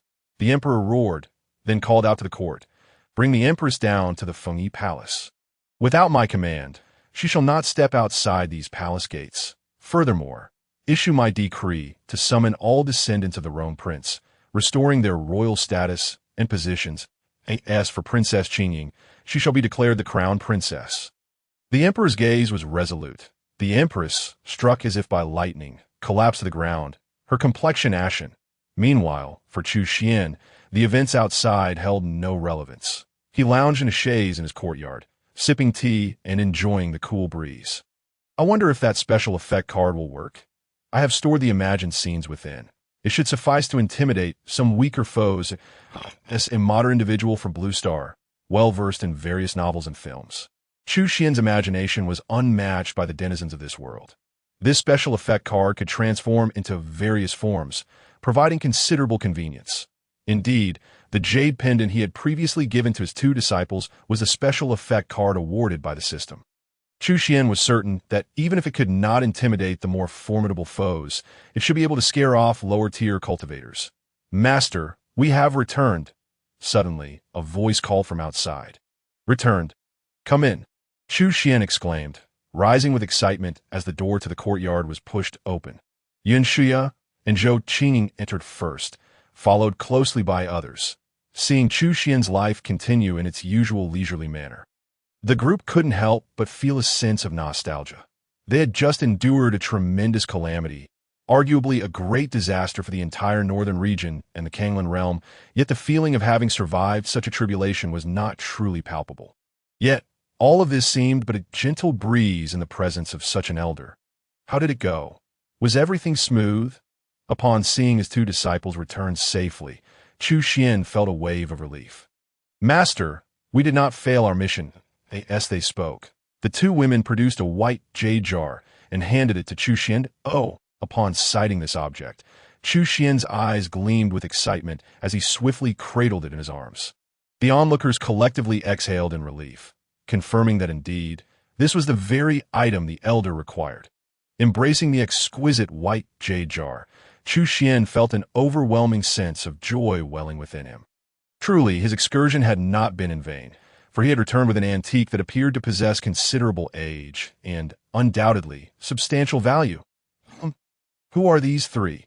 Suddenly, Chu Xuan noticed three unfamiliar figures accompanying Mo Bailey and the others. Among them was a woman of remarkable beauty, rivaling even Yun Shuya and Zhou Qingying. Naturally, the sight of such a lovely lady brought great delight to Chu Xuan. Master, they too belong to a hidden sect. They are the Saintess and an elder from the Holy Snow sect. We owe our acquisition of this item to the assistance of these two elders, explained Yun Shuya and her companion. The younger generation, Feng Chun and Wei Du, along with Yin Yueyao, respectfully greeted the elder. In truth, they had been utterly astonished since the moment they stepped into this secluded courtyard. Who would have thought that such a sacred place could exist in the Kanglan realm? The abundant spiritual energy and aura of the Tao were likely greater than that found in all the holy lands and hidden sects combined, as they gazed at the myriad of grand symbols in the void. Morphing into countless divine beasts, sweat beaded on their foreheads, trickling down their noses. The person before them was undoubtedly a true immortal. Initially, Chu Xuan felt perplexed at a hidden sect. Those are the pinnacle of existence in this world. Surely, anyone hailing from such a sect would be an unparalleled powerhouse. Yet, why did these individuals refer to him as elder upon their arrival? Could they not discern that he was utterly insignificant? Or perhaps, like him, they were adept at exaggerating their own prowess? Nevertheless, such musings were trivial. Upon hearing that this treasure was acquired with their aid, Chu Xuan's expression transformed into one of delight. Oh, how he relished the prospect of wealth. There is no need for such formalities. Guests are welcome. I sincerely appreciate your assistance this time. Please have a seat, he beckoned amiably. With utmost reverence, the trio took their places beside the stone table. Suddenly, Chu Xuan noticed that the jar was sealed. Curiosity piqued, he tore open the seal. Feng Chan was taken aback. This jar was a supreme-grade artifact, its sealing power formidable. Typically, without the spellcaster's permission to unseal it, no one could forcibly break the seal without facing terrifying backlash. Yet, even such a potent seal was rendered trivial in the elder's hands. Upon tearing the seal, Chu Xuan discovered a clump of dark, murky soil within, and his face fell. What the hell? Are these people utterly wasteful? Such a fine antique is being used to contain a pile of sludge. Do they have a mine at home, or something? Chu Xuan exclaimed, reaching into the jar to touch the sludge. Further shocking the onlookers, the Sun Junling Ruo was a sacred item imbued with the essence of extreme wind and thunder, possessing not only immense power, but also a wild ferocity. Yet, in the elder's grasp, it appeared completely stable, a truly astonishing sight. To handle such a material barehanded was something none of them would dare attempt. Even with the bravest of hearts, as Chu Xuan felt the cool, viscous substance, his expression darkened even further. Oh no, this substance is certainly not easy to clean. The jar's value is likely diminished, he lamented. What on earth is the purpose of such a beautiful antique jar being used to hold sludge? Are you intending to gift me this foul muck? For what purpose? To practice pottery. Noticing Chu Xuan's discontented expression, Yin Shuya and Zhou Qingying felt a pang of anxiety. Master, did we err? Fueled by his ire. Chu Xuan initially considered affirming their fears, but upon encountering the pitifully sincere gazes of his two beautiful disciples, he found himself unable to chastise them further. Oh, not at all. This is precisely what I desired, he declared, attempting to dismiss his misfortune. Glancing again at the clay within the jar, he acknowledged that while it possessed a certain viscosity and felt suitable to the touch, it could indeed serve as pottery clay. Very well. The Tao is vast and varied. I possess some knowledge in this area. Please wait here, he instructed, adopting an authoritative demeanor as he exited to a thatched storage room. Upon his return, he held a stone potter's wheel and a small scraper. The wheel was gray, appearing no different from an ordinary stone mill, save for the surrounding inscriptions resembling tadpoles. The scraper was slightly rusty, its dark red stains reminiscent of dried blood, a rather striking sight. These two items were provided by the system, as were most tools within this space. Previously, Chu Xuan had voiced his complaints about this. I am clearly running a cultivation sect, yet you provide me with a collection of useless trinkets and farming tools. What is the intention? A transformation plan? Without hesitation, Chu Xuan took the clay from the jar and placed it upon the potter's wheel. The moment they witnessed this, a flash of lightning erupted from the Sun Junling Ruo, only to be instantly absorbed by the wheel, vanishing without a trace. Subsequently, Chu Xuan began to spin the wheel, using the scraper in his hands to control the pressure, gradually forming the shape of a jar. The Sun Junling Ruo, being the essence of the Tao born of heaven and earth, had always existed as a singular entity. Yet, the elder's modest scraper effortlessly separated it. What kind of artifact was that? Feng Chan and Wei Du exchanged astonished glances. Before long, a miniature version of the white jade jar began to take shape. At this juncture, the clay remained soft and fragile, yet Chu Xuan, with practiced hands, deftly lifted it without any distortion, that he proceeded to the kitchen to kindle a fire and toss the clay into the flames. The clay isn't even dried yet. Can it be fired into shape? The others were perplexed. Wait, that fire, indeed, is the power of the sun. Feng Chun and Wei Du gasped in astonishment. The elder was utilizing the exceedingly rare and supreme fire attribute, refining treasure. The nine yang wood. Yet, Chu Xuan paid no heed to their astonished expressions. After a short while, he extinguished the flames and retrieved a pitch-black jar from the ashes. Oh, it seems I might have miscalculated. What is this? It resembles a lump of charcoal. Suddenly, an idea struck him. The soil they had provided was only marginally better than ordinary dirt, barely passable. Achieving this result was already the utmost limit. He plastered on a brave face and explained to the crowd. The onlookers could not help but smile wryly. The Sunjin Ling Ra, a divine object, was viewed by the elder as merely slightly superior to common soil. Such a display of a powerhouse's skill was indeed beyond their comprehension. Subsequently, Chu Xuan used the small scraper to etch some patterns onto the jar. Since you assisted me, let this transform into a rainforest, he declared, presenting the clay jar to Feng Chun and Wei Du. Thank you, esteemed elder, they exclaimed, eagerly accepting the jar. As they examined it, they marveled at how the elder's seemingly casual strokes had managed to depict a dragon and a phoenix on the jar, both appearing as if they were poised to leap forth, evoking a sense of awe. Gradually, a few large characters emerged, stealing heaven to replace the sun. A terrifying aura surged forth, leaving them feeling as though they stood before a black hole capable of devouring everything. It seems we have made the right choice in coming here, Feng Chun and Wei Du thought, their resolve solidifying. In the future, we shall require your esteemed assistance. You are welcome to visit us anytime. Though these two were, like himself, masters of exaggeration, their refined appearances suggested they had navigated the world for many years, likely having gained a certain reputation through their mastery of the deities. He was just beginning to make his way through the world. He would certainly benefit from the support of such individuals. Upon hearing this, Feng Chun and Wei Du's eyes sparkled with eagerness.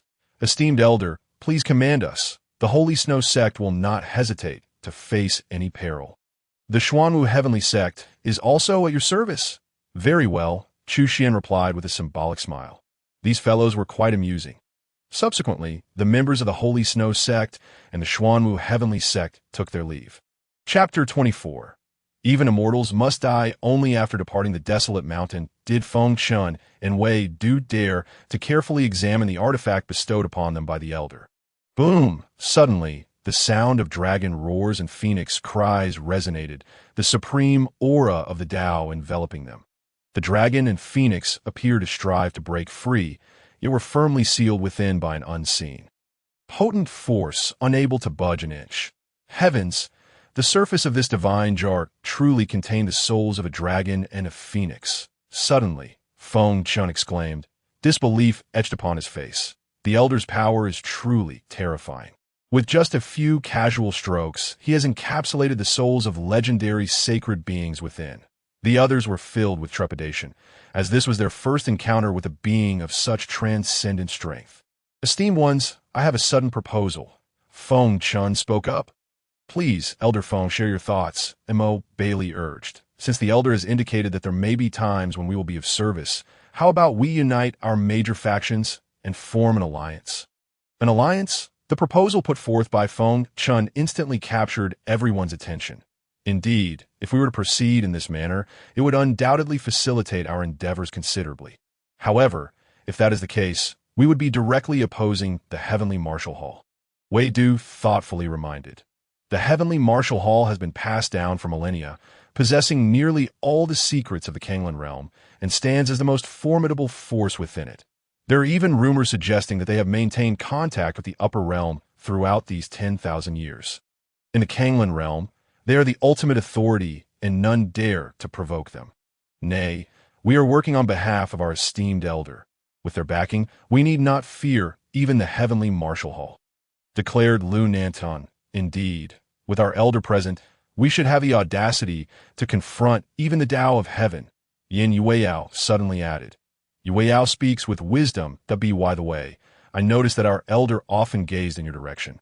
Perhaps they discerned your exceptional talents. Before departing, the elder did mention visiting often, so you should indeed take the opportunity to frequent their abode, where you are certain to gain much. However, do remember to uphold proper decorum. Feng Chen advised. Understood, Yin Yueyao nodded. With that settled, does anyone have any objections regarding this matter? Feng Chen inquired, surveying the assembly. None. The representatives from the three great factions, Saint Snow sect, Xuanwu Heavenly sect, and the Zhou family, unanimously nodded in agreement. Then what shall we name our alliance? Zhou Fu asked. Our elder sect is called the Divine Profound Sect. Perhaps we could name our alliance the Xiantian Alliance. Yin Yueyao pondered aloud. Xiantian Alliance? Excellent.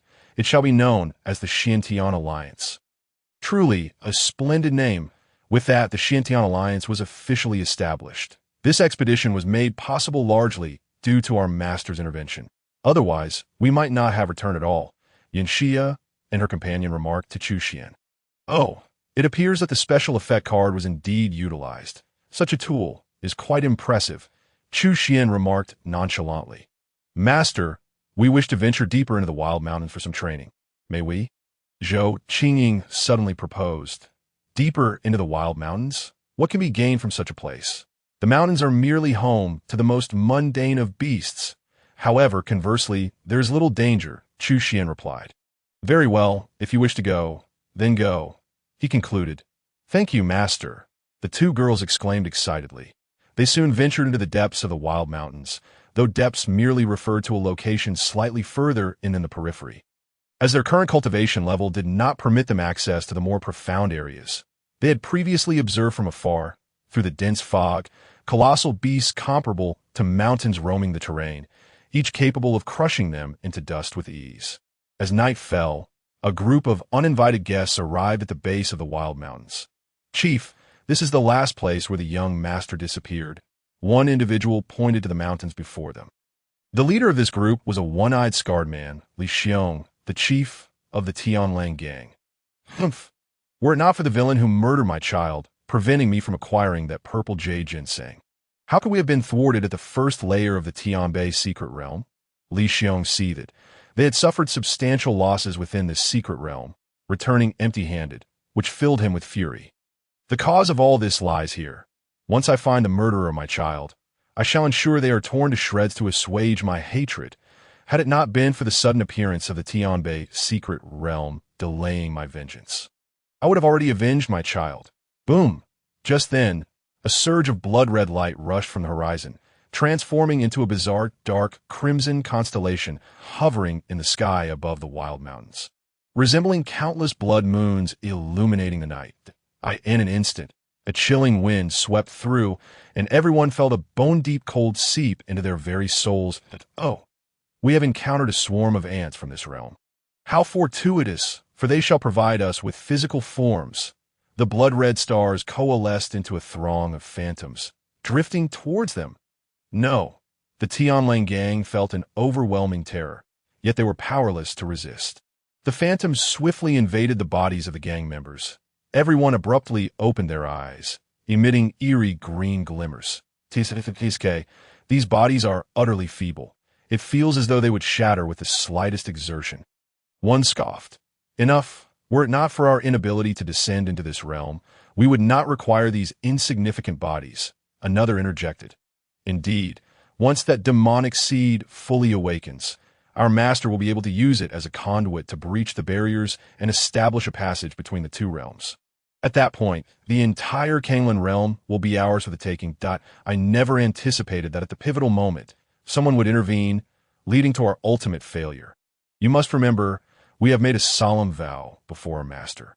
We must return with the head of the true culprit. We understand this well. However, our master sent us here, and there is nothing but mountains in sight. What is there? Another queried. Fear not. Our master has calculated with the diagram of 10,000 ghosts. And it is assuredly here. As he spoke, one of them opened his palm, and a wisp of eerie green flame suddenly ignited, slowly lifting from his hand and drifting toward the wild mountains. Indeed, it is this place. Why is there such a rich aura of the great Tao here? It seems to be a forbidden area. One pondered. Heh, no wonder someone would dare to disrupt our master's plans. Perfect. We shall flatten this forbidden zone and show the people of the Kanglan realm the might of our Luoyun immortal city. Onward, the group set forth with great fanfare towards the wild mountains. Strange, why is there such a powerful force repelling us? We are celestial generals. They felt as though they were mired in a quagmire, their feet weighed down as if burdened by 1,000 pounds. Making progress arduous. What a formidable domain. Although our powers are currently suppressed, we still possess peak quasi-celestial cultivation. Yet this force renders our movements nearly impossible. With each step forward, the pressure upon them intensified. Ridiculous! We are beings from the celestial realm. How could we be constrained by this trivial Kanglan realm? Gritting their teeth, they pressed on, finally reaching the summit, their bodies trembling as if they were about to collapse. There is a small courtyard here. The group was taken aback. It appears that the resident of this place is its master. This is undoubtedly significant news. A terrifying powerhouse resides here. They exerted themselves to approach, eager to catch even a glimpse, for this was of utmost importance to their master. After all, in their current state, they had employed secret techniques that would at most leave their souls injured, but not lead to death. Who are you? How dare you trespass into this forbidden area? Suddenly, a cold voice rang out, devoid of any emotion, sending chills down their spines. The group turned abruptly, confronting two blood-red orbs resembling fiery suns. Upon closer inspection, they realized it was a colossal beast, formidable beyond comprehension. Why is such a terrifying creature here? They felt as though their bodies were frozen, unable to move. Second senior brother, do not let them escape. Suddenly, Yunxi's furious voice echoed nearby. Having just returned from training, she recognized this group as the very culprits behind the annihilation of her entire Yun family, the Tianlang gang. On the other side, Zhou Qingying was equally astonished to witness the true form of her second senior brother, having never encountered such a fearsome beast in either her past or present life. Once again, she felt the overwhelming strength of the divine profound sect. Fear not, Dehe replied coldly. He was unaware of the enmity between these individuals and his fifth junior sister, but their intrusion meant they were already marked for death. Attack. The group suddenly bit their tongues. Awakening themselves, they prepared to join forces, hoping to gauge the strength of their opponents. Foolish, with a furious roar, Dehe opened its cavernous maw, swallowing those who attacked along with half of their number. The others were rendered speechless, their eyes nearly popping out of their heads. Their breath vanished, their destinies shattered. They were dead. How could this be? What entered this realm was merely a fragment of our will. How could it result in our true demise? Confusion and fear intertwined. As they gazed upon the massive creature before them, terror gripped their hearts, and they fled in a frenzy. Meanwhile, Chu Xuan had just exited the small courtyard after using the restroom, when he suddenly heard barking outside. Goodness, could there be thieves? Damn it, I'm so poor I can barely afford pants, yet they dare to steal from me. Do they have no humanity?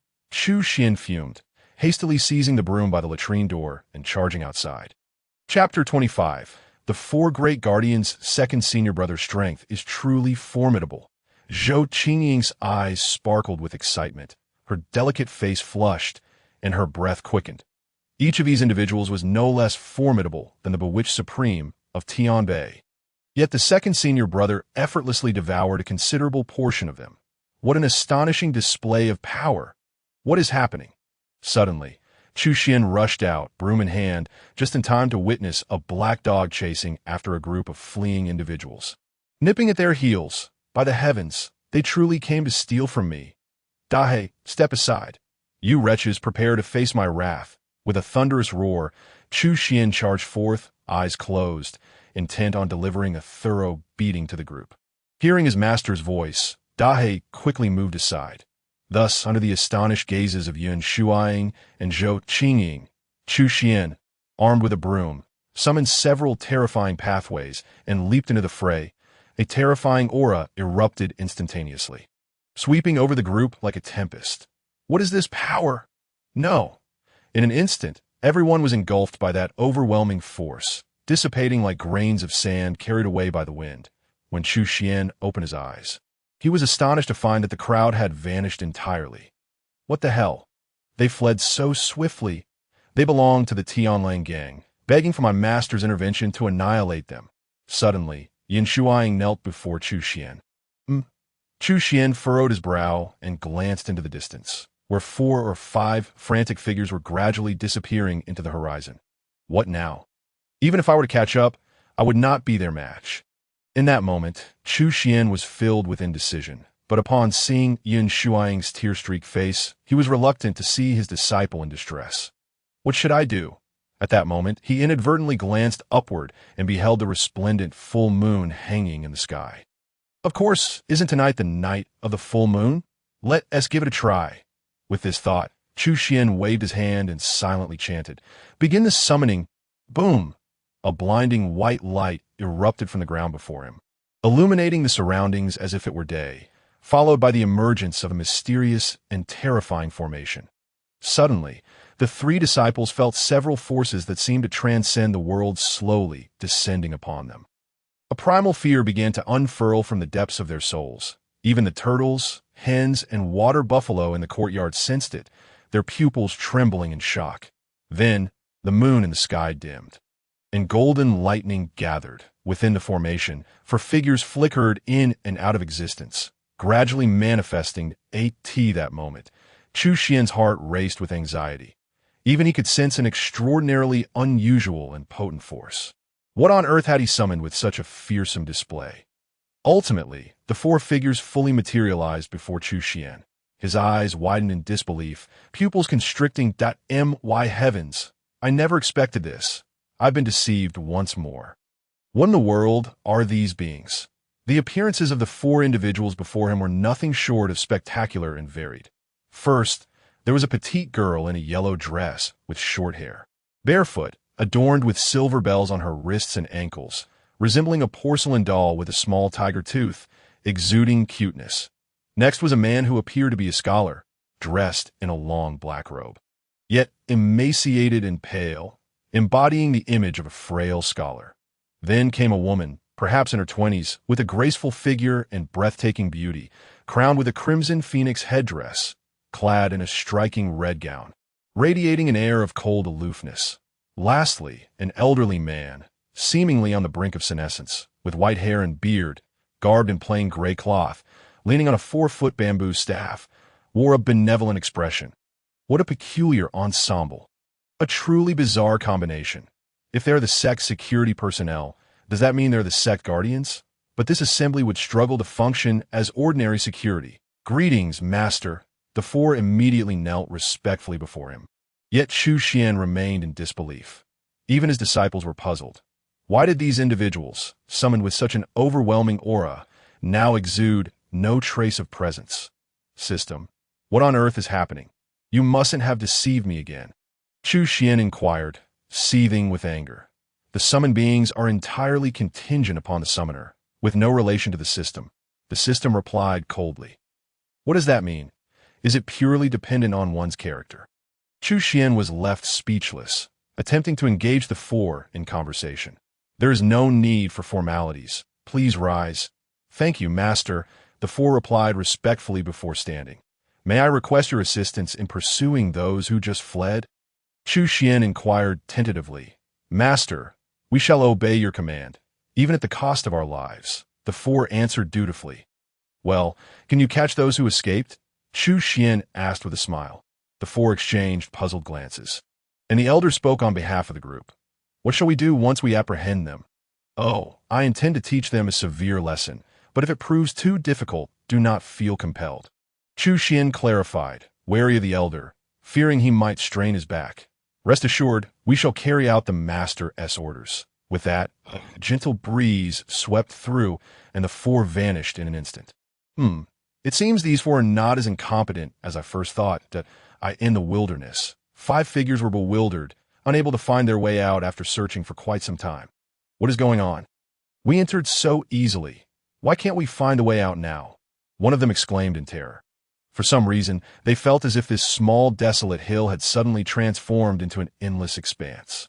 Damn it, what is this place? What kind of beast could possibly kill us? Another shouted, Nearly losing his sanity that you're fortunate to have missed it, a figure in green emerged afterward, wielding a forbidden artifact that annihilated our entire group in an instant. Another recalled in panic. Enough, stop with the chatter. The priority is to find an exit. I refuse to remain in this cursed place forever. Another insisted, I'm afraid you must remain here indefinitely. Suddenly, a gentle, magnetic male voice echoed, sending shivers down the spines of the five, who leapt back in fright. Only then did they realize that 4 individuals had appeared behind them, unnoticed. Who are you? The 5 soon-to-be immortals stammered. How utterly dull that I expected something formidable upon our master's command. Yet it turns out to be mere insects, remarked one of the frail-looking scholars. I've noticed that our master has not only grown more terrifying in strength, but seems to have become much gentler as well. The petite girl chimed in, not speak foolishly. That being is forbidden. We must not speak of it. The kindly old man admonished sternly. Only the exquisitely beautiful cold woman stood silently to the side, not uttering a word. Meanwhile, the 5 soon-to-be immortals felt their hearts racing. They wished to flee, but found themselves rooted in place. Heavens! What on earth is this place? How can there be such immense terror and forbidden powers? What will happen to us? The petite girl inquired. Our master decreed that they must face the utmost punishment. Why not turn them into snacks? The scholar suggested. Humph! These individuals are far too weak. They look utterly unappetizing. I refuse. You handle them. The little girl pouted. Indeed, we should swiftly deal with them and return to report, the elder agreed. Very well. But you cannot do this. My master is a true immortal. If you kill us, he will not spare you. One soon-to-be immortal protested, hoping to gain a sliver of mercy. Humph! A true immortal. What is that? The scholar scoffed, shaking his head with a sneer. In the next moment, he slowly opened his eyes, revealing a gaze that transcended the earthly realm. A pair of the most terrifying eyes. His pitch-black eyes held crimson pupils, within which glimmered a golden cross resembling the scars of a world being forged anew. Utterly otherworldly and terrifying, with a gentle breath, a spark, no larger than a grain of rice, slowly floated forth. In the next instant, a thunderous explosion resonated as dark purple flames erupted, instantly engulfing the 5 soon-to-be immortals. The horrifying heat and overwhelming force tore a gaping hole in the fabric of reality, unleashing a torrent of chaotic energy. I just awakened, and my strength is a bit difficult to control. But this is merely due to this realm's utter weakness. The scholar felt somewhat embarrassed, then waved his hand, seamlessly mending the rift with countless fragments of principles. Let us depart. A gentle breeze swept through, and 4 figures vanished without a trace, leaving no evidence behind. Every blade of grass and every tree stood intact, as if nothing had transpired. Chapter 26. Astonishment on all sides in the small courtyard. Chu Xuan and his companions had just returned. Master, who were those individuals just now? Zhou Qingying inquired. Oh, those were the 4 great guardians of our sect, Chu Xuan replied, albeit lacking confidence. However, the disciples did not harbor any doubts, for they understood the formidable nature of their sect. Moreover, those 4 had been summoned by their master using an exceedingly powerful formation, which attested to their extraordinary prowess. Master, I have fulfilled my duty. Suddenly, without any warning, the 4 figures reappeared in the courtyard. Chu Xuan was startled, nearly trembling, but he managed to conceal his surprise. Back so soon? Chu Xuan queried, puzzled, although those individuals had fled in disarray before his divine technique. They were still cultivators. Not everyone could master such unique skills. Did you manage to eliminate them? Chu Xuan asked incredulously. Indeed, my subordinates have eradicated them, the scholar in black said indifferently. Eradicated? Chu Xuan was taken aback. Were those individuals truly so formidable? System, could they be deceiving me? Chu Xuan instinctively inquired of the system. No, the sect security personnel possess absolute loyalty towards the host, came the reassuring response from the system. Shuya, those individuals are no more. Chu Xuan turned to Yun Shuya and declared. Yun Shuya held unwavering trust in her master's words, and tears welled in her eyes as the faces of her loved ones flashed through her mind. Is this yours? Suddenly, the woman in red, who had rarely spoken, held out a white jade pendant. "This belonged to my mother," Yin Shuya exclaimed, her excitement palpable. The woman in red casually handed it over to her. At long last, her deep-seated vengeance had been avenged, and the weight that had pressed upon Yin Shuya's heart finally lifted. She gazed up at the bright moon, tears streaming from the corners of her eyes. "You four have worked hard. Please expand this place a bit and construct yourselves a dwelling," Chu Xuan suggested.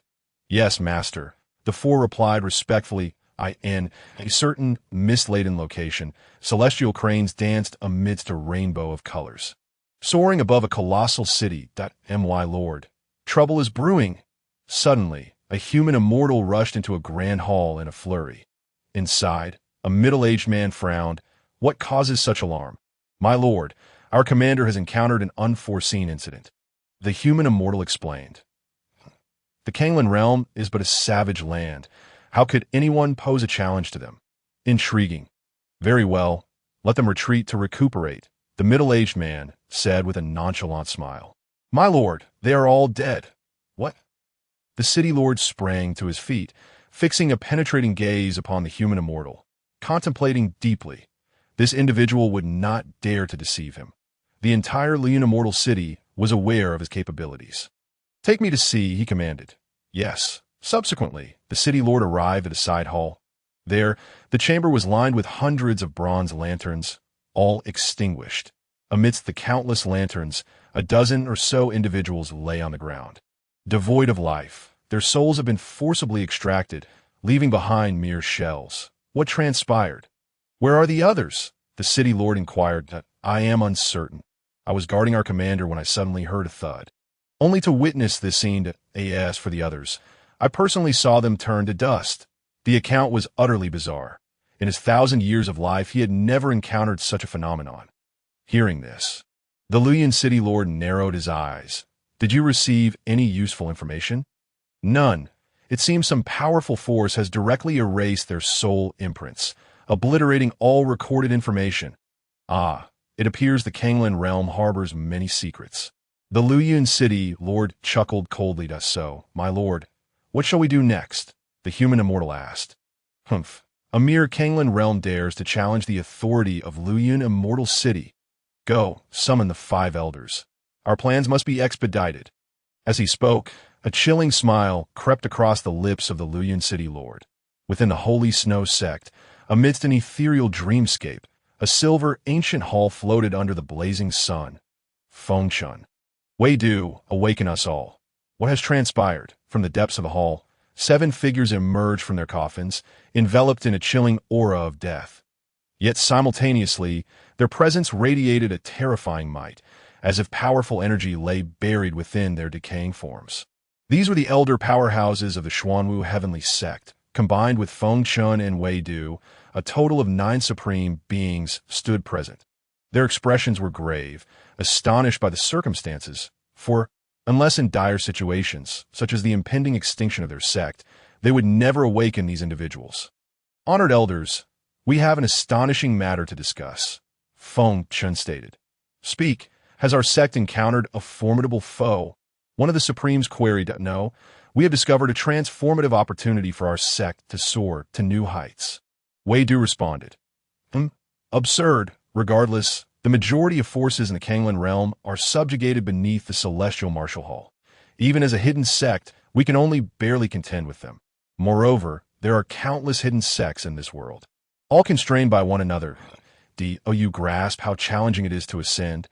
A supreme dressed in golden robes, adorned with a crimson sun, raised a doubt. "What basis do you have for such claims?" Another supreme clad in purple robes and shrouded in mist inquired. Subsequently, Fengchun and Wei Du recounted their previous experiences and discoveries. As they spoke, the crowd collectively gasped in astonishment. In an instant, the entire hall was engulfed in a profound silence, the atmosphere growing overwhelmingly tense. "Is what you say true?"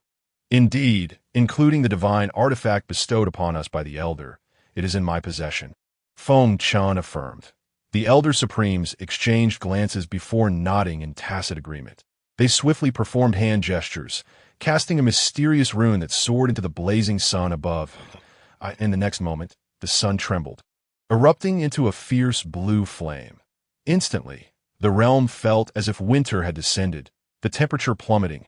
Countless divine chains leapt from the sun, sealing the heavens and the earth that we have activated our sect's protective formation. Within, no energy can escape. You may now present that divine artifact. The Purple Robe Supreme declared at IT was almost comical that the esteemed hidden sect, Holy Snow Sect, undertook such grand measures merely to glimpse a ceramic jar. Yet, Feng Chun and the others understood that this was undoubtedly worthwhile. For even when they had previously observed it, they remained within 1,000 miles of the desolate mountains, shielded by the Elder's divine might, assured of their safety. However, if they did not implement precautions here, even a hint of energy leaking could alert those with ulterior motives, inevitably leading to unnecessary troubles. Understood, Feng Chun nodded, retrieving the pitch-black jar. The jar was named Heavenly Substitution. Boom! A terrifying aura erupted. Intertwining dragon roars and phoenix cries, the sound of the divine beast capable of shattering stone and gold, a phenomenon of utmost horror. An ethereal dragon and phoenix abruptly coalesced in the void. The sonic waves violently surged, connecting the divine chains of heaven and earth, causing the chains extending from the formation to shatter and dissipate. Disaster!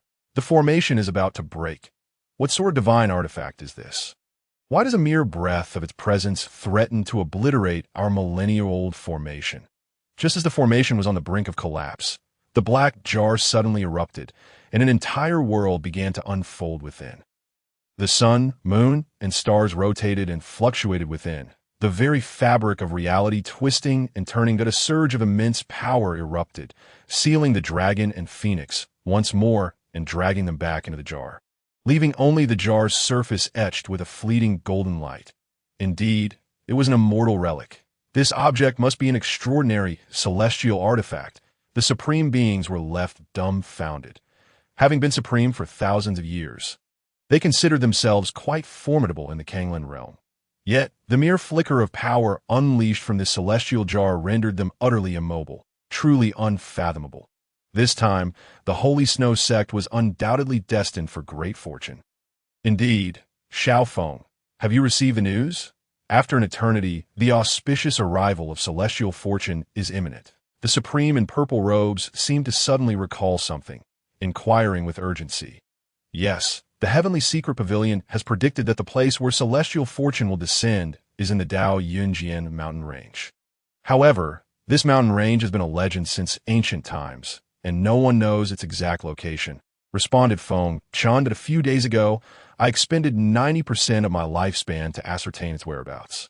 As he spoke, the Supreme in purple robes unfurled a vast map of the northern region. 90% of her lifespan.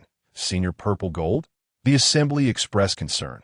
The Supreme in purple gold waved his hand, stating, for the great cause of our sect, even the sacrifice of my life is inconsequential. If I can contribute even a little in these final moments, it would not be in vain to have lived this life. Without further ado, come and look at what Senior Purple Gold has to say. The crowd gathered around a map. From the map, it is evident that the fabled Dao Yunjian mountain range lies just beyond the desolate mountains where Elder Chu's sect resides. It is indeed here. So that was the reason why the Elder chose this location. It is the crucial gateway to the Dao Yunjian mountain range. This diminutive Kanglan realm is undoubtedly beneath the Elder's notice. The Elder must have grand designs for the celestial realm. Both Feng Chun and Wei Du comprehended this at that moment. What shall we do next? Feng Chun inquired. Such calculations align with the will of heaven and are not for us to meddle with. Our task is to establish the Xiantian alliance and act according to the Elder's directives. Even as the most ordinary pawn in the hands of such a being, we shall undoubtedly reap immense benefits. Chapter 27. The messenger of the heavenly martial hall in the early morning, Chu Xuan stepped out of his door. The courtyard now boasted several additional thatched cottages. Fortunately, provisions had been made during the initial construction, ensuring ample space as per the system's requirements. My lord. The four great protectors approached Chu Xuan, bowing respectfully. There is no need for such formalities. Rised out at this moment, Chu Xuan finally had the opportunity to review their information. Ding Dong, surname ZZ, given name. Just then, the system unexpectedly erupted with a cacophony of static, akin to a short circuit. What on earth is this? Are you attempting to self-destruct? The chaotic noise persisted for quite some time before abruptly ceasing. Resuming after a brief pause, ding-dong. This information inquiry has consumed a significant amount of the system's energy. Adjustments will be made henceforth, and individuals whose cultivation exceeds that of the host by too great a margin will no longer have their cultivation displayed. What the? Are you jesting with me? You couldn't even retrieve a name and claim it's too energy-intensive. Do you presume I am uneducated? Chu Xuan was incensed, realizing the system was indeed unreliable. May I inquire about the names of the four esteemed individuals? Chu Xuan's question left the four momentarily bewildered. Does the Lord have any special intent behind this inquiry? I am Di Ling. You may call me Linger. The adorable little girl in yellow attire spoke first. Oh, Linger, in response. I am Xian Qi. The figure in black robes interjected. Xian Qi. Chu Xuan nodded. My lord. I am Li Yunsheng, the kindly elder wielding a bamboo staff spoke next. Greetings, elderly, Chu Xuan acknowledged with a nod. Then turned to a stunning woman clad in our Yu Yao Rao greets the Lord, she said, her cheeks flushing slightly, a stark contrast to her previous icy demeanor. Excellent, by the way, I am curious, where were you all before the summoning? Chu Xuan asked again. That we four have been on standby. It is your summoning that has granted us a new lease on life. Li Yunsheng replied. Chu Xuan was puzzled. This was as vague as saying nothing at all. Very well. From today onward, you four shall be the esteemed elders of the Xian Guan sect. Besides safeguarding the sect, you may also take the opportunity to instruct the disciples during your leisure. Furthermore, there is no need to address me as my lord. Simply refer to me as sect master, Chu Xuan casually stated, not wishing to delve too deeply. Yes, sect master, the four nodded in agreement. Within the Xuanwu heavenly sect, the Holy Snow sect and the Zhou family were gathered for a meeting. Brother Zhou, your recent return seems to have propelled you to new heights, Lu Nantian remarked that on the very day Zhou Fu and the others returned. The dead Qian royal family decreed the restoration of the Zhou family's royal status and appointed Zhou Qingying as the next heir to the throne. Lu, you jest at him. Why Zhou family has long severed ties with the Qian royal family. My daughter has no interest in that royal power. Now, my Zhou family is merely a member of the Xiantian alliance, committed to serving the elder through thick and thin. Zhou Fu was quite clear on the priorities. Haha, I merely mentioned it in passing. Lu Nantian laughed up. By the way, we have all been summoned. May I ask what the purpose is? Zhou Fu inquired. This moment. Besides Feng Chun and Wei Du, three elderly figures exuding an overwhelming aura were present at the Holy Snow sect. They understood that this must be the Holy Snow sect's most formidable force.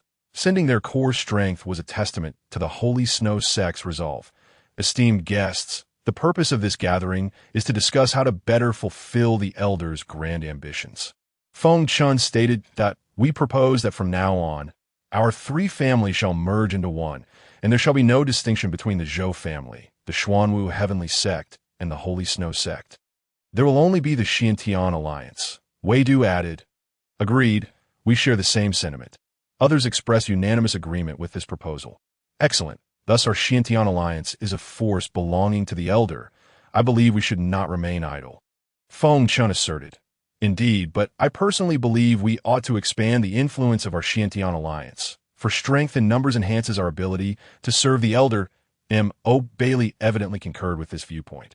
In fact, the Holy Snow sect's purpose in coming here is to express our stance. We have already extended invitations to several sects allied with us, urging them to join our Xiantian alliance. Considering our Holy Snow sect's reputation, they will most likely agree, Feng Chun remarked. That is indeed a commendable strategy. Over the years, many sects have suffered under the oppression of the heavenly martial hall and have long endured in silence. We will also attempt to reach out to some sects, and I believe they will agree as well. However, many may harbor concerns and hesitate to oppose the heavenly martial hall, so it may require Elder Feng to invoke the elder's divine artifacts to intimidate them, ensuring their unwavering allegiance to the Xiantian alliance. Yang Qinshan stated. Indeed, this matter is quite manageable.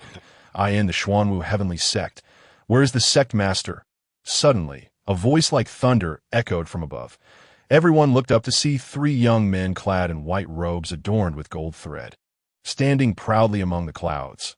Their arrogance was palpable, and their cultivation levels were all at the Saint King realm. That I am the sect master of the Xuanwu heavenly sect. You three must be the messengers from the heavenly martial hall? Yang Qinshan stepped forward, his discerning eyes immediately recognizing their identities. Precisely. Remember, your Xuanwu heavenly sect must gather at the heavenly martial hall in 2 days to submit all your sect's elixirs and treasures. The hall master has significant matters to discuss with you. The leader of the trio, youthful yet haughty, declared. Elixirs, treasures, is this not outright plunder? Yang Qinshan frowned, asking, what business does the hall master have? Why are you asking so many questions? Since the heavenly martial hall has issued orders, all sects must comply. What is there to question? The messenger replied impatiently, my apologies, but under such circumstances, I must respectfully decline. Yang Qinshan asserted. You Xuanwu heavenly sect have quite the audacity. Do not forget who granted you the title of a 9th rank sect. Do you intend to betray the heavenly martial hall? The three were instantly incensed. Ridiculous, if you believe that the title of a 9th rank sect holds any value. Then take it. We have long endured the constraints of the heavenly martial hall while bearing this title. The annual offerings alone consume half of our sect's revenue, which is a significant reason for the Xuanwu heavenly sect's decline. Very well, it seems you are resolute in your betrayal. If so, do not blame us for our ruthlessness. The ironclad laws of the heavenly martial hall cannot be violated by anyone. Boom! Suddenly, the envoy from the heavenly martial hall conjured a seal, which floated in the air like a small mountain, stirring the winds and clouds. Countless runes surged forth, and a terrifying pressure descended, tearing the ground apart. Though these three only possessed the cultivation of the Saint King realm, the artifact they wielded was of supreme caliber, far beyond what the Xuanwu heavenly sect could withstand. Humph! The heavenly martial hall is truly becoming increasingly ineffectual. Relying on its vast resources, does it think it can bully others? Suddenly, a powerful fist wind surged forth from below, akin to a mighty dragon, crashing against the mountain seal. The immense force caused the three manipulators to spit out a mouthful of blood, and the seal instantly lost its radiance, shrinking to the size of a fist before plummeting to the ground. Among the crowd, a figure stepped forward, none other than the esteemed Feng Chun of the Sacred Snow Sect. The Sacred Snow Sect. The faces of the three envoys changed drastically. In oh wonder, the Xuanwu heavenly sect dared to rebel against our heavenly martial hall. They had evidently allied with the Sacred Snow Sect. However, do not think that with the backing of the Sacred Snow Sect, you can rest easy. The strength of our heavenly martial hall has long since surpassed its former self. Just wait, soon someone will come to settle the score. Abruptly, they crushed a jade talisman, transforming it into a beam of light that hastily retreated. After all, the Sacred Snow Sect is a hidden sect, and they were simply not formidable enough. Unexpectedly, trouble arrived so swiftly, Mo Bailey remarked with a bitter smile. What is there to fear?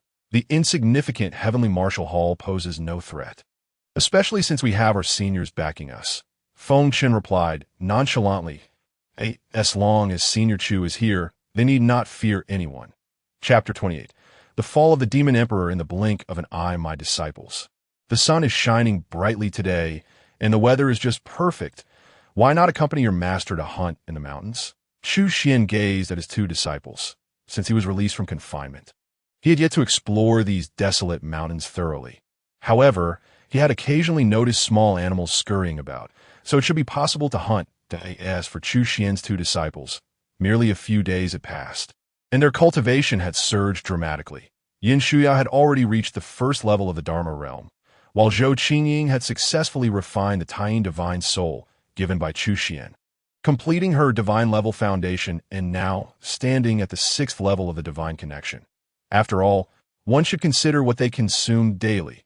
With such immense spiritual energy, even a mere pig would undoubtedly possess formidable cultivation by now. Excellent. Upon hearing their master's invitation, the two disciples were elated.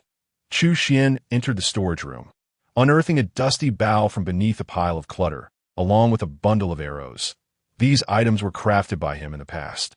The bow was made from wood he had casually chopped in the nearby forest, while the bowstring was brought back by the hay from outside, its exact material unknown to him, though it felt incredibly elastic. However, upon seeing the bow, Zhou Qingying's expression changed drastically. 9 Yang wood, cold flood dragon tendon.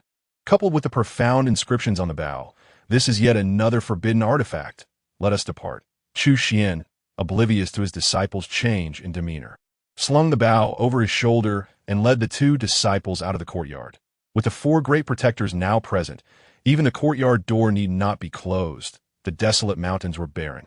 And as the 2 disciples followed their master, inhaling the fresh air, Chu Xuan felt invigorated. Yet, the situation for his 2 disciples was markedly different.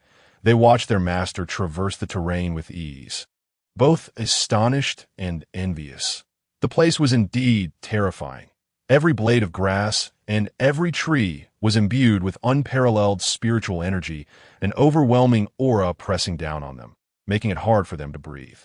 Chu Xuan glanced back at them, shaking his head in dismay. It seemed that solely focusing on cultivation without physical training was inadequate.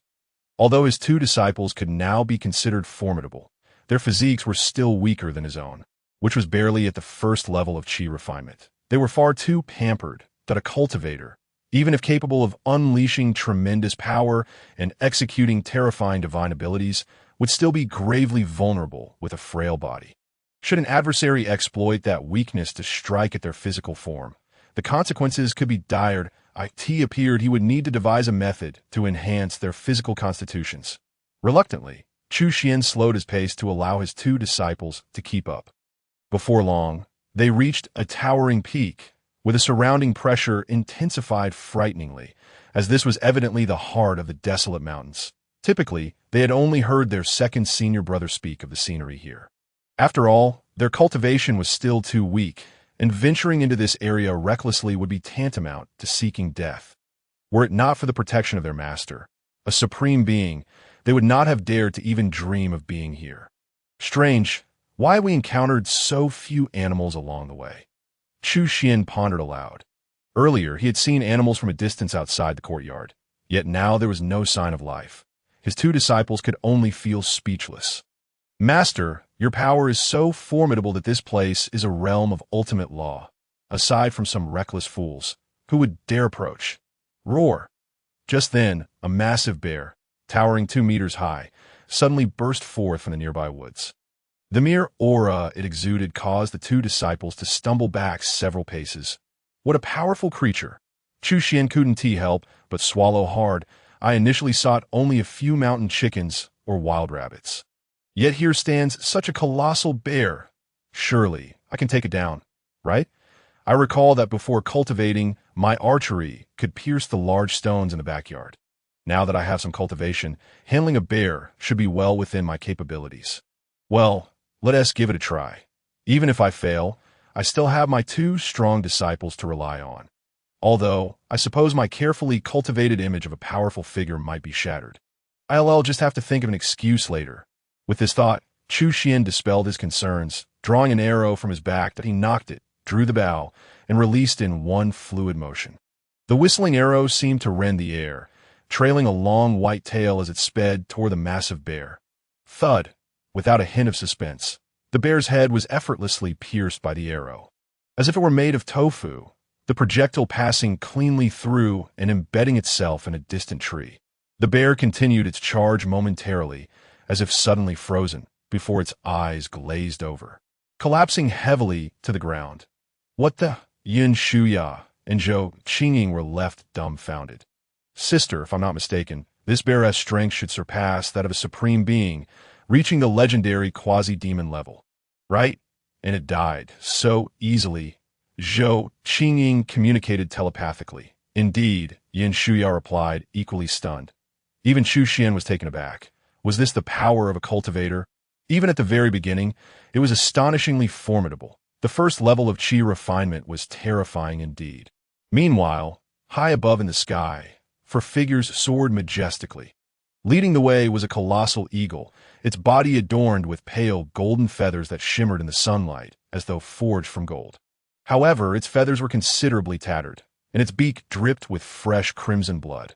Following closely behind were two jet black birds, their eyes gleaming with a bloodthirsty light, relentlessly pursuing it.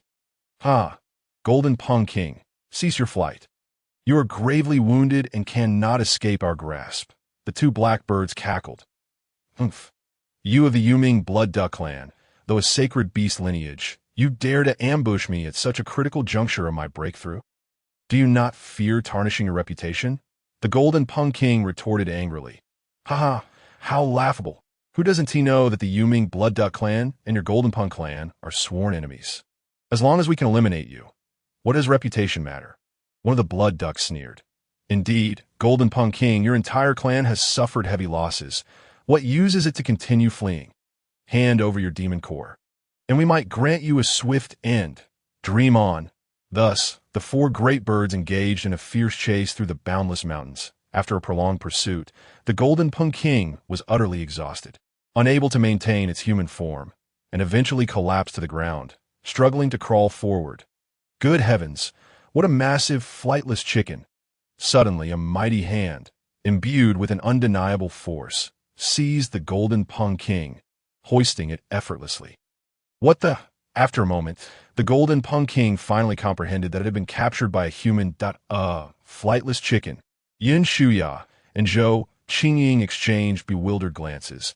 This so-called chicken shimmered with an otherworldly glow, its demonic aura soaring. This was clearly a great demon. Am I seeing things? The Golden Pung King has actually been captured by a human. In the sky above, the three blackbirds were utterly bewildered. That was the Golden Pung King. Even severely injured, it was a demon emperor, on the verge of breaking through to demon saint. How could it be so easily subdued by a human, utterly defenseless?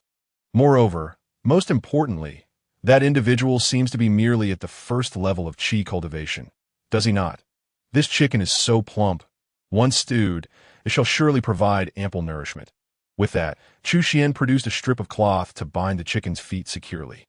Raising his gaze, he then noticed two large blackbirds circling above the black wild ducks. This certainly qualifies as a novelty, perfect for a taste of the unusual. Chu Xuan placed the free-range chicken at his feet, grasped his bow, and knocked an arrow.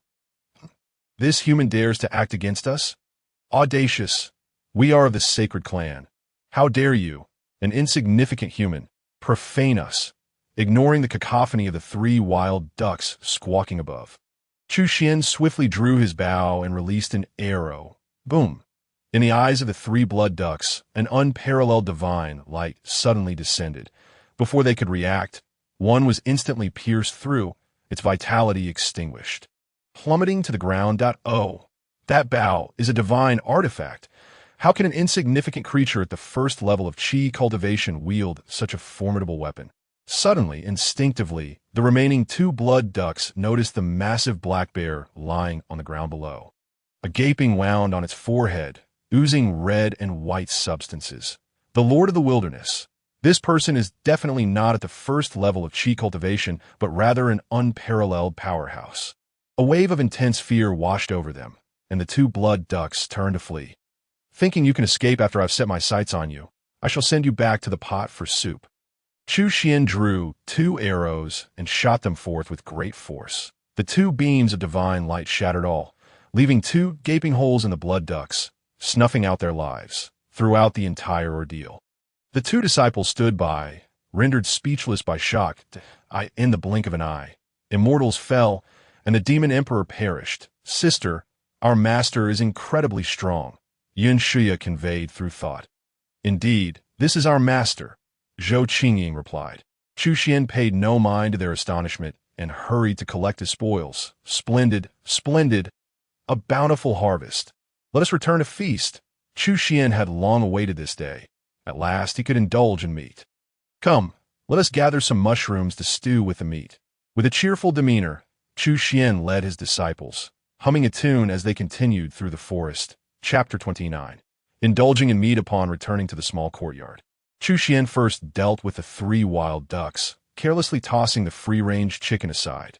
The goldenrok's feet were bound, and it was severely injured, rendering it incapable of flight. Damn human. Where have you taken me? Release me at once. I am the leader of the Golden Rock clan, a demon emperor. Once I recover, I will flatten this place. In truth, its mind was a tumult of confusion, with its innate perception as a demon emperor. It could clearly sense that Chu Xuan was indeed at the first level of qi cultivation. Yet why was it powerless to retaliate against such an individual? Little chicken, if you continue to squawk, I might just swallow you whole.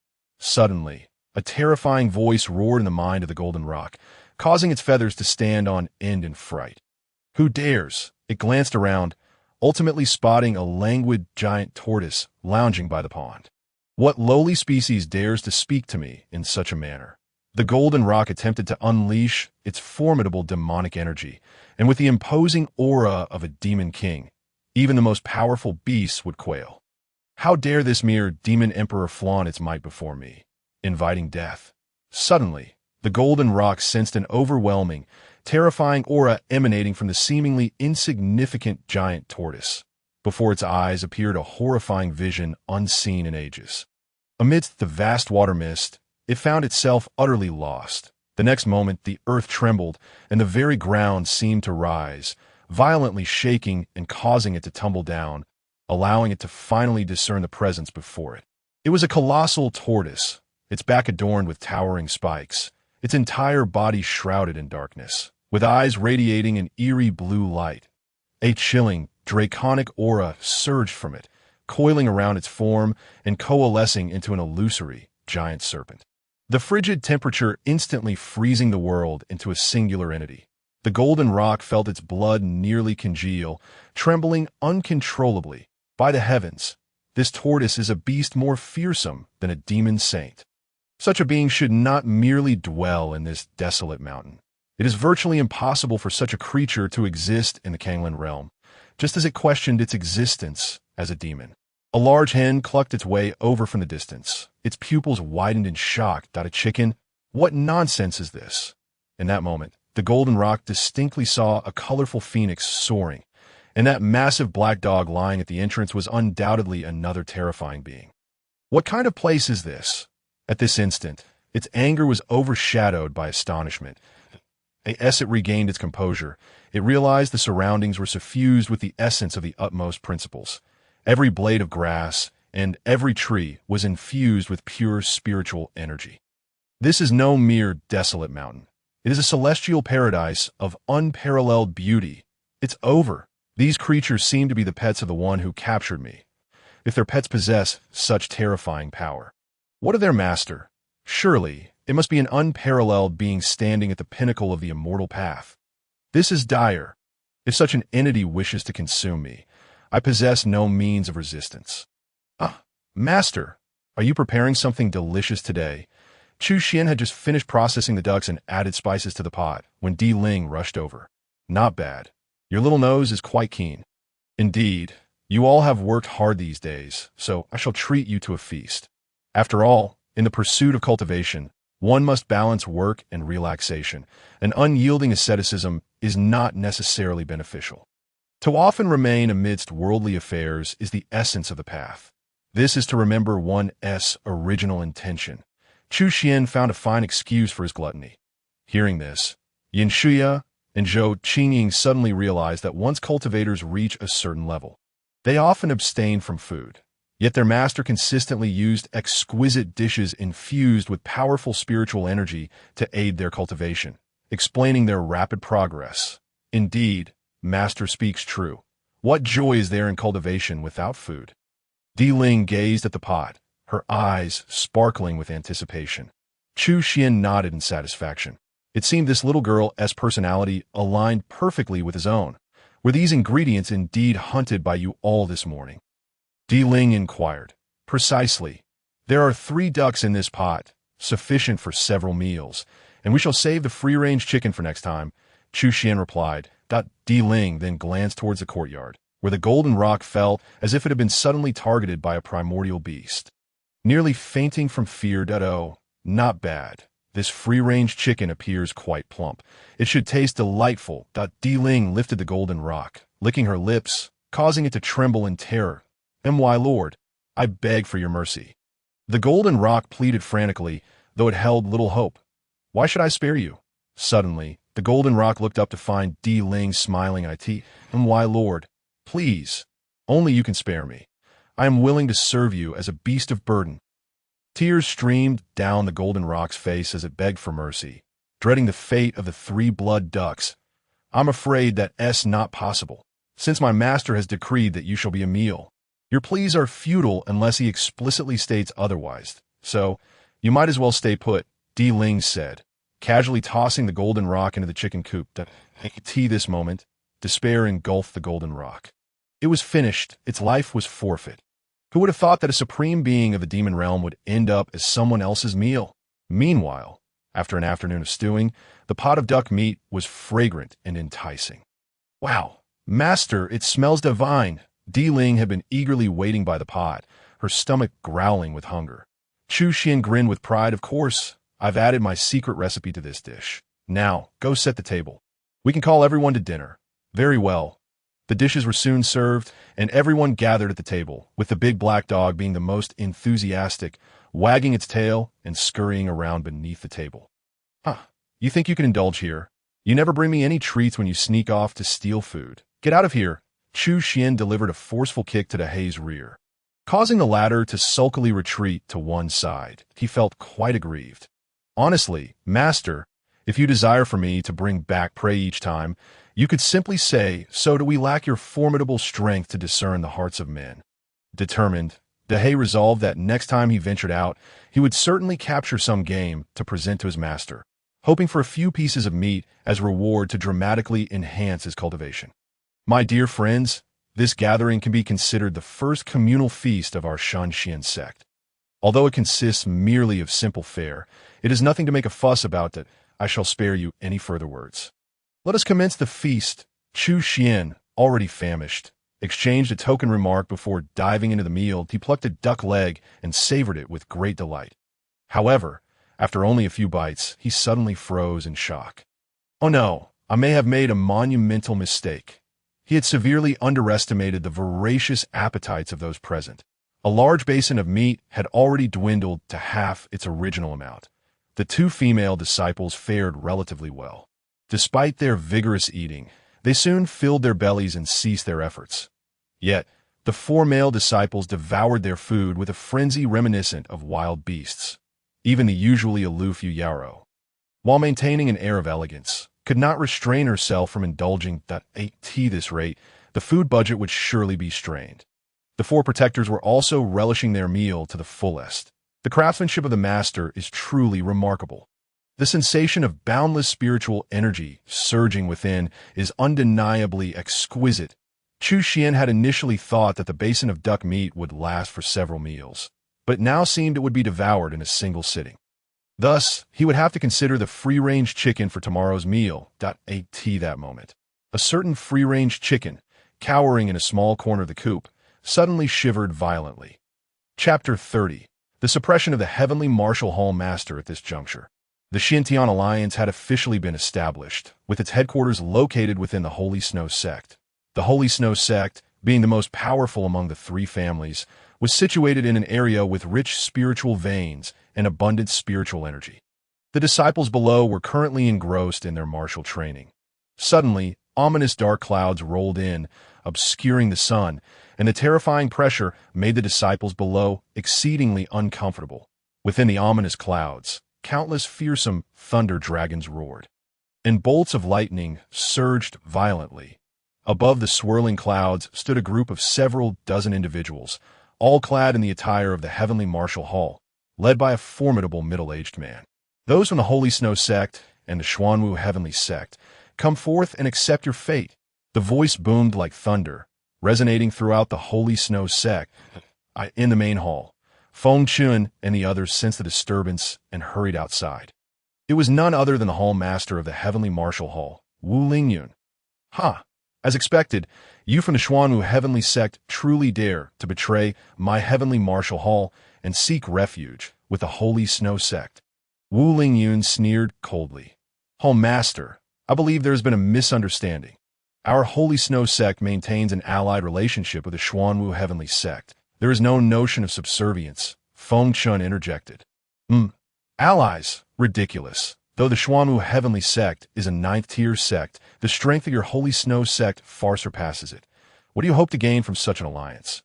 Wu Lingyun clearly did not believe this assertion. Not everyone is as foolish as you, blindly coveting immediate gains. I advise you to remember that no matter how powerful a hidden sect may be, including your heavenly martial hall, it does not equate to being the overlord of this Kanglan realm. Heed my warning. There are always greater powers beyond your comprehension. Wei Du remarked, "Ha! Preposterous! Who in this entire Kanglan realm does not know that my heavenly martial hall is the sovereign ruler? All sects must submit to my heavenly martial hall. We are the true overlords of this realm. For years, I have shown tolerance towards your hidden sects. Have you forgotten your place?" Wu Lingyun's gaze grew increasingly frigid. Wu Lingyun, cease your pretense.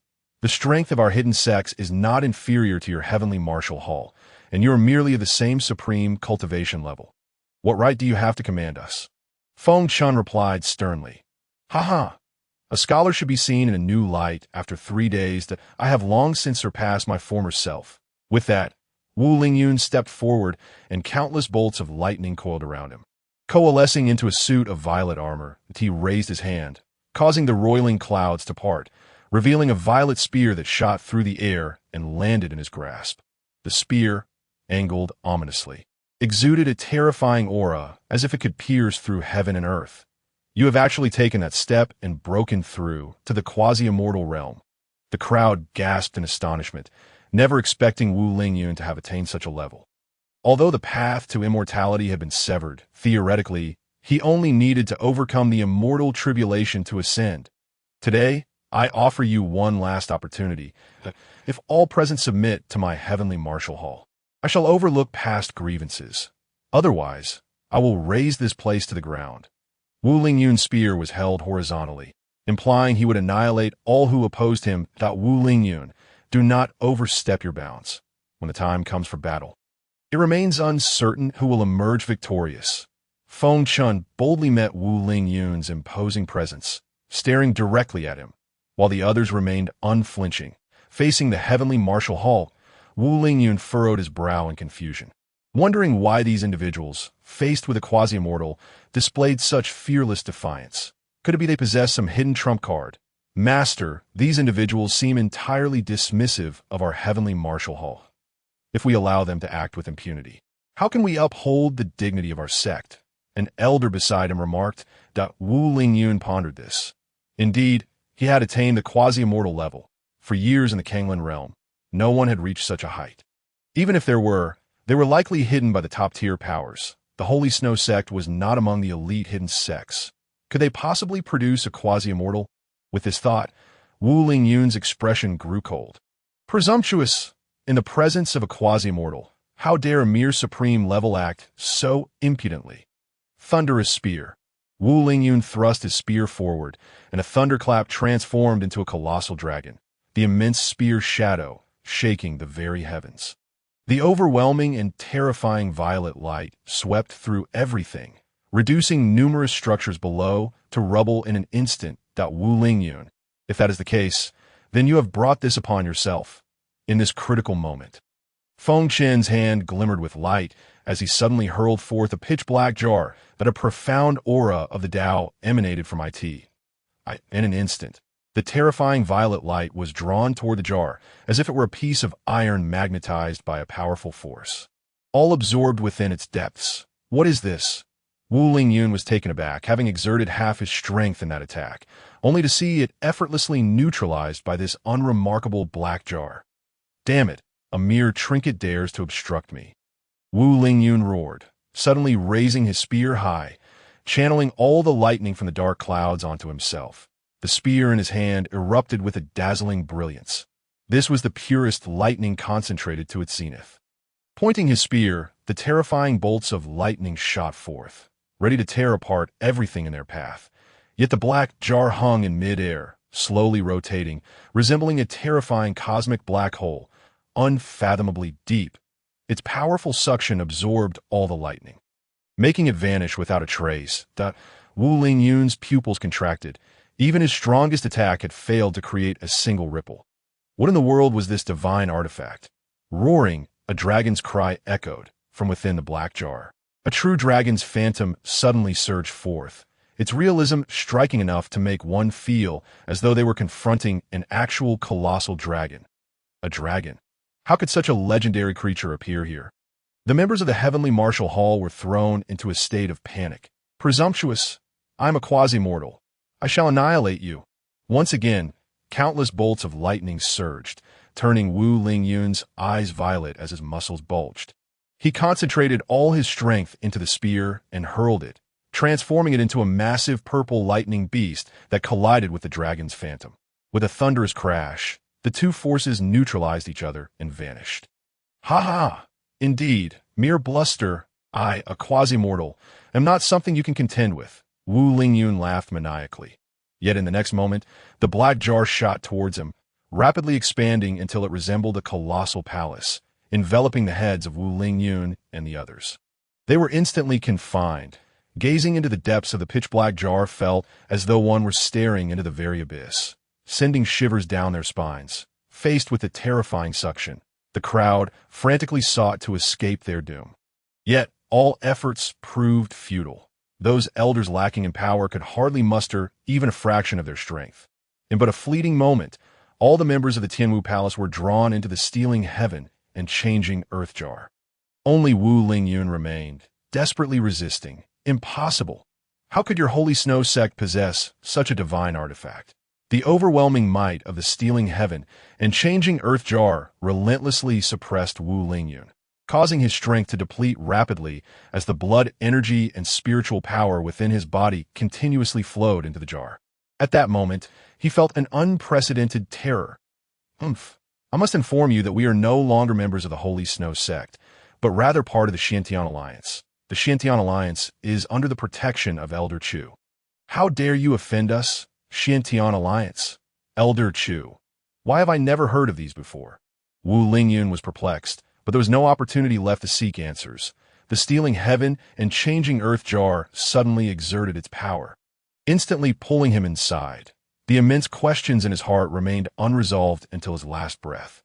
After absorbing the members of the Tianwu Palace, the jar gradually returned to its original size, gently landing in Feng Chen's hand. While the others breathed a sigh of relief, they were also profoundly astonished. It was worth noting that they had just survived an encounter with a quasi-immortal and even managed to turn the tables. In the past, this would have been considered a fantastical tale, yet it was all thanks to Elder Chu's bestowal. Elder Feng Chen, what should we do now? Mo Bailey inquired. The Tianwu Palace dares to offend the forces of our elder. Such audacity is outrageous that in my opinion, it would be best to eliminate them all. Wei Du said angrily to no. This matter is of great significance. We must consult the elder first, Feng Chen replied. Indeed, but have we not noticed that many powerful factions seem to be stirring in the shadows? As if plotting something? We have yet to clarify this matter, Lu Nantian remarked. That is indeed crucial, Feng Chen acknowledged. Then let us send you Yao to see the elder, Wei Du suggested. Yes, previously, the elder clearly regarded you Yao favorably. Sending her should please him. They agreed. Feng Chen pondered for a moment before nodding. Good. That is a splendid idea. Yu Yao, are you willing? I am deeply honored by the esteem of all the elders. Yu Yao, will certainly exert my utmost effort to fulfill the task, Yin Yu Yao respectfully responded. Truth be told, the thought of meeting the elder again filled her with excitement. In a pitch-black secret chamber. 16 colossal crystal stone pillars adorned with intricate mystical runes stood majestically. The center of these immense pillars lay an extraordinarily intricate formation. This moment, 6 figures sat cross-legged within. These individuals were the pinnacle of existence in the Luyun Immortal City. Everyone for the grand cause of our Luyun Immortal City. Let us act together, the city lord of Luyun proclaimed. Agreed. The 6 joined forces, awakening the 16 gigantic crystal pillars in an instant, as countless runes danced within. Akin to ethereal celestial fish, boom! The formation beneath them erupted with dazzling brilliance, and a water-blue portal slowly materialized at its center, ethereal and mystical. The portal has manifested. Everyone, exert yourselves further. The six figures combined their strength to push open the enigmatic portal, yet felt a formidable force continually thwarting their efforts. Soon, sweat beaded on their brows. Damn, why is the power of this boundary so formidable? The boundary strength was overwhelming, disorienting them and preventing them from locating the existence of the Kanglan realm, thus hindering the construction of a passage between the two worlds. Although the Kanglan realm was exceedingly weak, it had once been an ancient world, and thus would not be easily breached. It surely held some depth. What shall we do now? We have prepared for this plan for a millennium. How can we abandon it so easily? Indeed, if we can obtain that item, the overall strength of Luoyuan Immortal City will experience a tremendous leap, and we shall be able to contend with those great powers of the immortal realm. In that moment, the five elders felt a sense of dissatisfaction. Everyone, do not be anxious. I have another method. The city lord of Luoyuan suddenly spoke. What wisdom do you possess, my lord? The elders inquired, turning their gaze to him. Although we currently cannot pinpoint the exact coordinates of the Kanglan realm for positioning, our soul power can still reach it. The boundary strength will not obstruct our soul power. As long as we send a thread of it through, we can locate an abandoned celestial platform in that realm and awaken it. Using the essence of the celestial platform as a coordinate, will that not suffice? The five elders' eyes brightened immediately. The city lord truly possessed remarkable insight. In that case, we can use this method to establish a passage and descend into the Kanglan realm. Well, since the five elders have no objections, let us begin our preparations. The city lord of Luoyuan sneered. As long as we acquire that item, not only will my strength increase significantly, but the entire Kanglan realm will also fall under my dominion. In the small courtyard, a sudden knock echoed at the door. Elder, Yu Yao has come to pay her respects. In the wicker chair, the previously languid Chu Xuan was suddenly roused. Yu Yao? Is she the beautiful girl from the Holy Snow sect? Come in, he beckoned as the door to the courtyard swung open. A stunning figure gracefully entered. Chu Xuan was momentarily entranced. Indeed, such beauty was a striking sight wherever she appeared. Junior Yin Yu Yao pays her respects to the elder. Yin Yu Yao bowed respectfully, in no need for excessive formalities. Come in. No, rise, Chu Xuan replied. Yin Yu Yao straightened up. Come, let's have tea. Chu Xuan poured her a cup. Thank you, elder, Yin Yu Yao said, feeling the powerful aura of the place. And could not help but marvel. I never expected that after just a few days, the atmosphere of this courtyard has become even more formidable. Even the cultivation of your two disciples has transformed into something so terrifying. Out of the corner of her eye, she noticed a new grass pavilion within the courtyard, where four figures sat quietly enjoying their tea. Looking at these four, Yin Yu Yao felt as though she were gazing into an abyss. Though she sensed nothing amiss, a profound fear surged within her. To calm herself, she instinctively raised the teacup and took a sip. Suddenly, her eyes filled with astonishment as countless insights flooded her mind. The spiritual energy in the surrounding void continuously converged into her body, and the barrier that had long hindered her breakthrough vanished without a trace. Her cultivation soared from the first to the terrifying ninth layer of the divine passage realm in an instant. How utterly astonishing! In the entire Kanglan realm, such a miraculous phenomenon could only occur here. Miss Yu Yao, may I inquire as to the purpose of your visit? Chu Xuan asked, noticing her stunned expression as she remained silent for a moment. Upon hearing his voice, Yin Yao abruptly came to her senses that, not long ago, thanks to the elder's grace, after our three families departed, we established an organization relying on the treasures bestowed by the elder to facilitate our service to you. Treasures? Organization? Chu Xuan inquired, perplexed. He contemplated silently for a moment before speaking. Yu Yao, what is your current cultivation level? Unable to help himself, as his ability to probe had been disabled by the system, he could not ascertain Yin Yu Yao's cultivation level. Previously, he had been misled by the so-called treasures, and, in his moment of folly, he had failed to discern the true strength of the Holy Snow sect's group. Reflecting on it afterward, it became clear to him that something was amiss.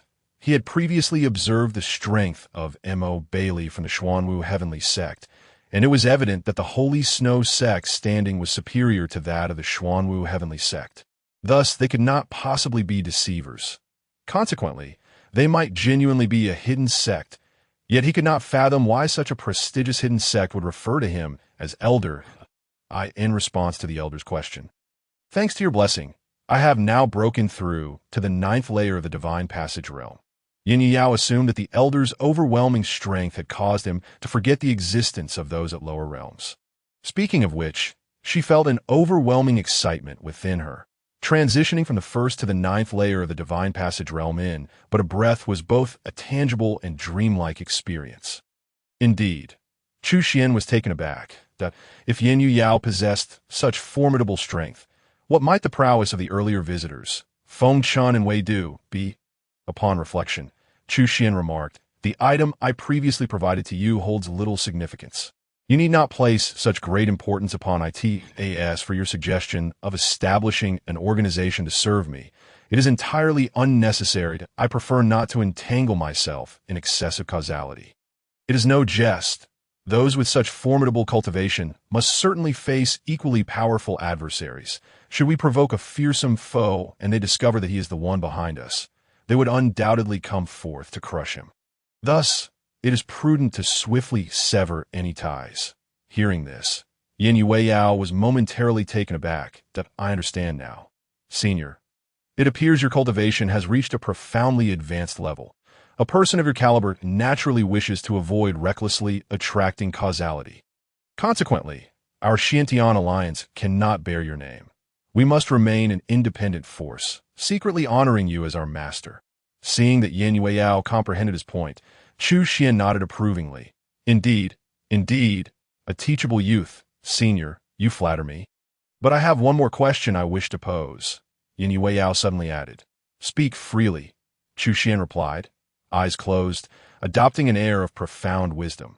Even when facing reclusive sect members, one must maintain an aura of mystery. If they were to discern his true nature, it would be disastrous. Senior, I wish to know how we should respond if outsiders insult us. Yin Yao inquired sincerely. Is that even a question?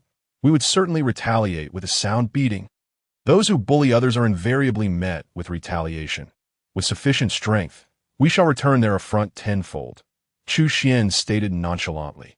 Yin Yao's eyes sparkled with understanding, and she respectfully clasped her fists. Thank you, Senior, for your guidance. I comprehend now. Good, as long as you understand. By the way, during our last hurried meeting, I failed to present you with a gift. Out of boredom yesterday, I crafted a trinket from firewood for my 2 disciples. And I have one left for you. It is not of great value. I hope you will not disdain it. With that, Chu Xuan retreated into the room. Firewood. Yin Yao gasped internally. What could the senior's firewood be? It must be Juyang wood. An item carved from such a divine wood by the senior's hands could not possibly be mundane. Turning her head, she saw Yun Shuya and Zhou Qingying each adorned with a wooden hairpin. Soon after, Chu Xuan emerged, holding one as well. Here you go. Thank you, Senior, for this precious gift.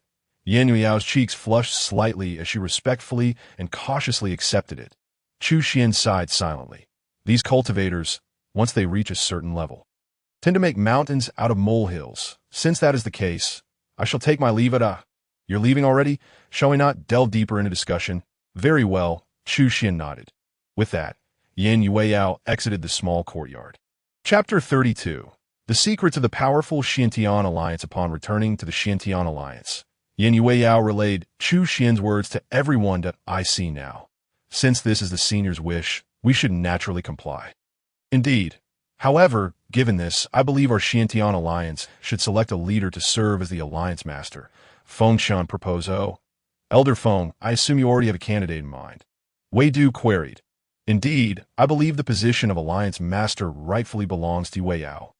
Feng Chun declared. Yin Yao immediately became flustered. Uncle Master, that is simply out of the question. My cultivation is lacking, and my aptitude is shallow. I am unworthy of such a position. Is that not also the senior's intention?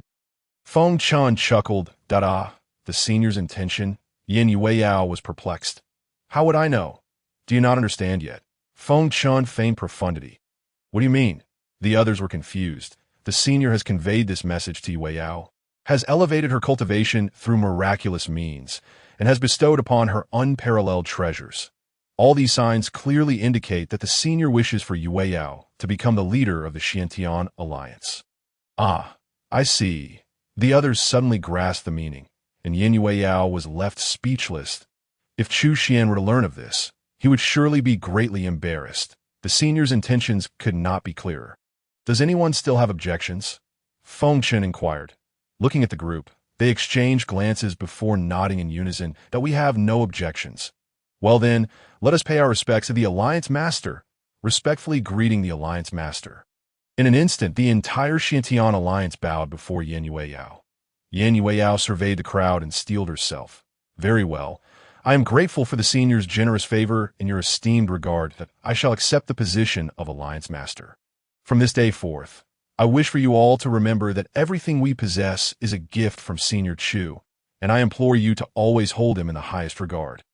Understood, the group replied, clasping their fists. Alliance Master, what is our next plan? Feng Chen inquired. Previously, the senior stated, those who bully others will invariably be bullied in return if someone dares to insult us. We shall repay them with tenfold the cost. Therefore, our next target shall be the Tianwu Temple. Yin Yao's expression hardened, and an aura of authority naturally emanated from her. Soon, a tempestuous upheaval quietly unfolded. Without its master, the Tianwu Temple could not withstand the might of the Xiantian Alliance. The Alliance swept through the Tianwu Temple with relentless force. Hey, have you heard? A Xiantian Alliance has recently emerged in the northern region. Immensely powerful, surpassing any other faction, and has even flattened the entire Tianwu Temple. Of course, it is the hottest topic of discussion at present. However, it is rather strange. Where did this Xiantian Alliance suddenly spring from, and why is it so strong? Nobody knows for certain, but it is said that the Xiantian Alliance possesses a divine artifact. A sacred jar that is invincible, capable of neutralizing all attacks and confining the very heavens. It is terrifying indeed. Yes, I have also heard of this, that it is said that within that sacred jar lies the soul of a dragon and a phoenix. Both exceedingly fearsome. Even the hidden old monsters of the Xiantian Alliance have been effortlessly annihilated. Now that the Tianwu Temple has been destroyed, the so-called sect hierarchy has become virtually meaningless. Many hidden sects that have long remained concealed will likely lose their patience and emerge. At this moment, the entire Kanglan realm was abuzz with discussions regarding the Xiantian Alliance. Meanwhile, a flying vessel gently descended at the foot of a desolate mountain. Is this truly the place? A middle-aged man clad in splendid garments inquired. He was none other than the master of the Taiyuan Holy Land. Rest assured, Master, I have expended considerable effort to investigate and have learned that the Shengshu sect did indeed pass through this location before soaring to great heights. A black-clad individual responded. It seems this place may well be an ancient secret realm. The divine artifact in the possession of the Shengshu sect must have originated from here. If we could acquire 1 or 2 treasures, we would be fully prepared for the impending celestial opportunity. The Taiyuan master was visibly thrilled. Master, the Shengshu sect is, after all, a hidden sect with strength far surpassing our 3 holy lands. If they could only obtain 1 treasure. It is evident that this place harbors considerable danger. Should we not first send someone to probe the situation? An elder suggested. Indeed, the Grand Elder's words bear wisdom. Let us send someone in to explore. However, since most of the individuals here are elite members of the Holy Land, we cannot allow them to proceed. Let us randomly select an ordinary disciple, the Taiyuan master decreed. Understood. Are there truly treasures here? A disciple in the crowd asked. Since it is the master's assertion, it should not be false. I find it dubious. Moreover, even if there are protections in place, there will surely be many dangers. Did you not notice that even the master does not dare to advance? Another burly disciple remarked. Chendaba. The burly disciple, suddenly hearing his name called, turned to see an elder approaching. Elder, what is your command? Chendaba inquired. Take this item and enter the mountain, the elder instructed, handing Chendaba a jade talisman. What? You wanted to go in? Elder, my cultivation is merely at the chi refinement stage. Entering would be tantamount to seeking death. Chendaba's expression changed dramatically. The others nearby began to chuckle to themselves, secretly relieved that it was not them who had drawn the short straw. You are to go. Do not waste words. The sect has nurtured you for so long, and now is the time to put you to use. If you dare refuse, I will slay you on the spot. The elder declared. As he spoke, the elder's gaze turned icy, and an aura of murderous intent surged from his body. Wait, I'll go. Isn't that enough? Debo could do nothing but wear a bitter expression as he accepted the jade talisman and ventured into the mountains. Meanwhile, another group had arrived at the same location. Young master, you can't possibly intend to enter. Can you? One person inquired. Before him stood a pale-faced, frail-looking youth. Indeed, this is my last hope, Shun Wenj resolved firmly. Although his family, the Shun clan of Chu Xuan, was a renowned ancient lineage, they were still unable to cure his peculiar ailment. Since he was bound to die regardless, he might as well take one last gamble. And no matter how perilous this forbidden land might be, he felt no fear. The servants exchanged glances and resolved similarly. Very well. The elders at home have mentioned that this place likely conceals an ancient secret realm, teeming with treasures. Let's take a chance. Should we acquire these treasures, we will no longer be beholden to the Shun family. In the event of danger, our combined strength will surely enable us to escape. As for this burdensome young master, that is no longer our concern. Chapter 33. The Pure Land of the Forbidden Zone in the Desolate Mountains. What is going on? Are they truly sending a mere chi refinement stage novice like me in here, clearly intending for me to meet my demise? Debo seethed inwardly, kicking a stone away in frustration. Those old geezers were evidently so fearful of death that they had chosen him as their scapegoat. Damn it, what kind of place is this? Debo had been wandering for quite some time, yet found himself still at the same spot. The dense undergrowth made it nearly impossible to discern direction. Suddenly, a celestial beast phantom roared into existence, parting the overgrown grass to create a clear path. The manifestation of a martial spirit. That was the technique of the ancient clan, the Shun family of Chu Xuan. Debo was taken aback. The Chu Xuan family was a powerful ancient clan. Every member possessed a unique martial spirit secret technique, governing a vast territory spanning thousands of miles in the western North region, even commanding respect from the Holy Lands. They were indeed a true powerhouse. To think such a formidable force had also arrived here. It seemed this place was far more significant than he had imagined. Turning his head, Debo indeed spotted a group of individuals. The leader, a frail man in yellow robes, slightly inclined his body in greeting. I am Shun Wenj of the Chu Xuan family. Might I inquire if you are a practitioner of this place? Debo was momentarily stunned, shaking his head. No, I am merely an outer disciple of the Taiyuan Holy Land. My name is Debo. Upon hearing this, a glimmer of regret flickered in Shun Wenj's eyes. Initially, he had thought he found a fellow cultivator within this forbidden land, hoping to encounter someone capable of curing his ailment. However, he found solace in the fact that even a mere outsider was preferable to the disdainful gaze of his so-called protectors. Moreover, Debo appeared rather honest and seemed unlikely to be a bad person. Thinking along these lines, Shun Wenj asked, "May I inquire if Brother Chun has also come here in search of opportunities? Hoping to seek guidance from a master." "A master? Are you suggesting that someone resides here?" Debo was taken aback. Wasn't this supposed to be an ancient secret realm? Brother Chun is unaware of this matter. Shun Wenj seemed surprised. Debo wore a doubtful expression. "Surely you jest, Brother Shun. This place is nothing but a desolate wasteland, devoid of any wise beings. It's likely that only some mountain-dwelling monsters or ferocious beasts inhabit it. Only the weak and foolish would be sent here as cannon fodder." Suddenly, Debo realized his blunder and hastily clarified, "My apologies, Brother Shun. I was referring to myself, not you." Shun Wenj smiled nonchalantly, though his smile bore a hint of bitterness. "Not at all. Brother Chun is straightforward. In truth, I too have begun to harbor doubts. Since our entry, 3 to 4 hours have elapsed, yet the only thing we've encountered is this wild grass. Nothing else. This entire endeavor was instigated by those within my family who have long held disdain for me, claiming that treasures awaited discovery here, compelling me to seek them out. However, upon reflection, it is indeed highly likely that this is merely a scheme to eliminate me. My lord, shall we not waste any more time here? One of Shun Wen's guards began to voice their impatience. Shun Wen fell silent, while Chun Debo furrowed his brow. Brother Shun, who are these individuals? These are the guards assigned to me by my family. Shun Wen replied coolly. Just a few guards, and yet they are so arrogant. Do they not realize who provides for them? Chun Debo retorted. Damn it, kid. Who do you think you were to criticize us? Do you want to die? The guards were instantly incensed. Enough! Shun Wen shouted sharply. With a cold expression, Shun Wen declared, if you do not wish to accompany me, I shall not force you. You may leave at your discretion. Without you as a burden, that would suit our intentions perfectly. The guard sneered derisively before departing.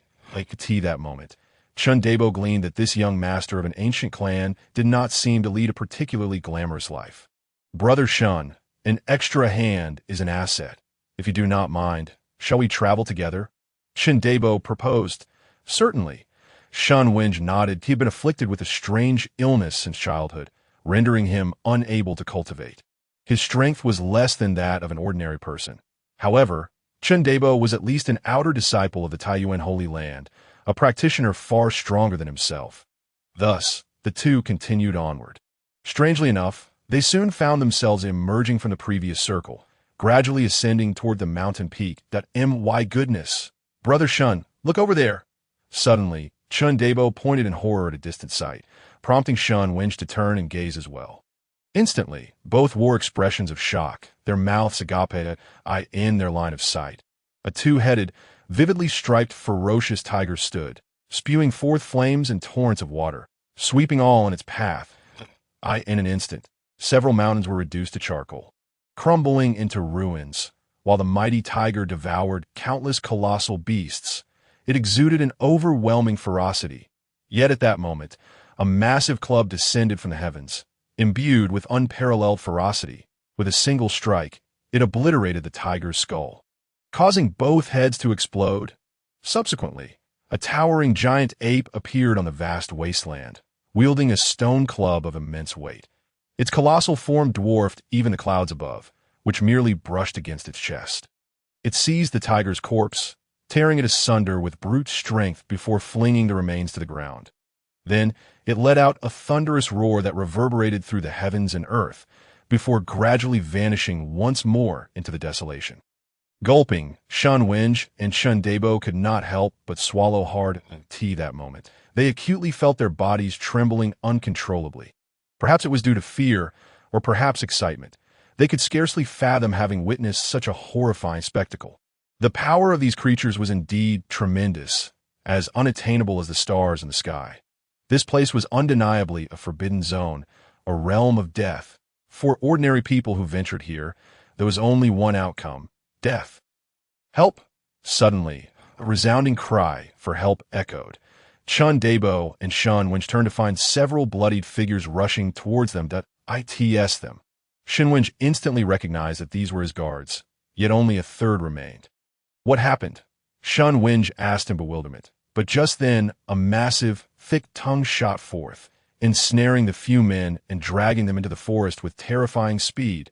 Their screams abruptly ceased. Run! Shun Wen and Chun Debo, filled with terror, fled at once. Shun Wen stumbled and fell to the ground. Brother Shun, Chun brother, do not worry about me. My frail body cannot keep up. I will only hold you back. You must escape. Shun Wen urged, stop with the nonsense. Without a moment's hesitation, Chun Debo hoisted Shun Wen on his back. Brother Shun, remember this. If we survive, you owe me a life debt. As he spoke, Chun Debo summoned every ounce of strength to ascend the mountain's peak. Yet, the lurking malevolent presence behind him did not pursue soon. Within their line of sight, a quaint grass-roofed courtyard emerged. Surrounding the yard, vibrant wildflowers of myriad hues danced gently in the breeze upon the lush green grass. In this terrifying, forbidden land, it resembled a sanctuary untouched by dust, serene and beautiful. The two men's eyes widened in astonishment. Could this possibly be a realm of immortals? Chapter 34. The great being has been found. Come, Brother Chun, Let us hasten to this celestial paradise, Shun Winj exclaimed, exhilaration coursing through him as he dismounted from Chandabeo's back. Wait a moment, Brother Shun. How can you be so certain this is a realm of immortals? Chandabeos interjected suddenly. What do you mean, Brother Chun? Shun Winj replied, puzzled. This place is shrouded in enigma. Look at the dreadful sights we have encountered along the way, all manner of terrifying entities that are in such a forbidden land.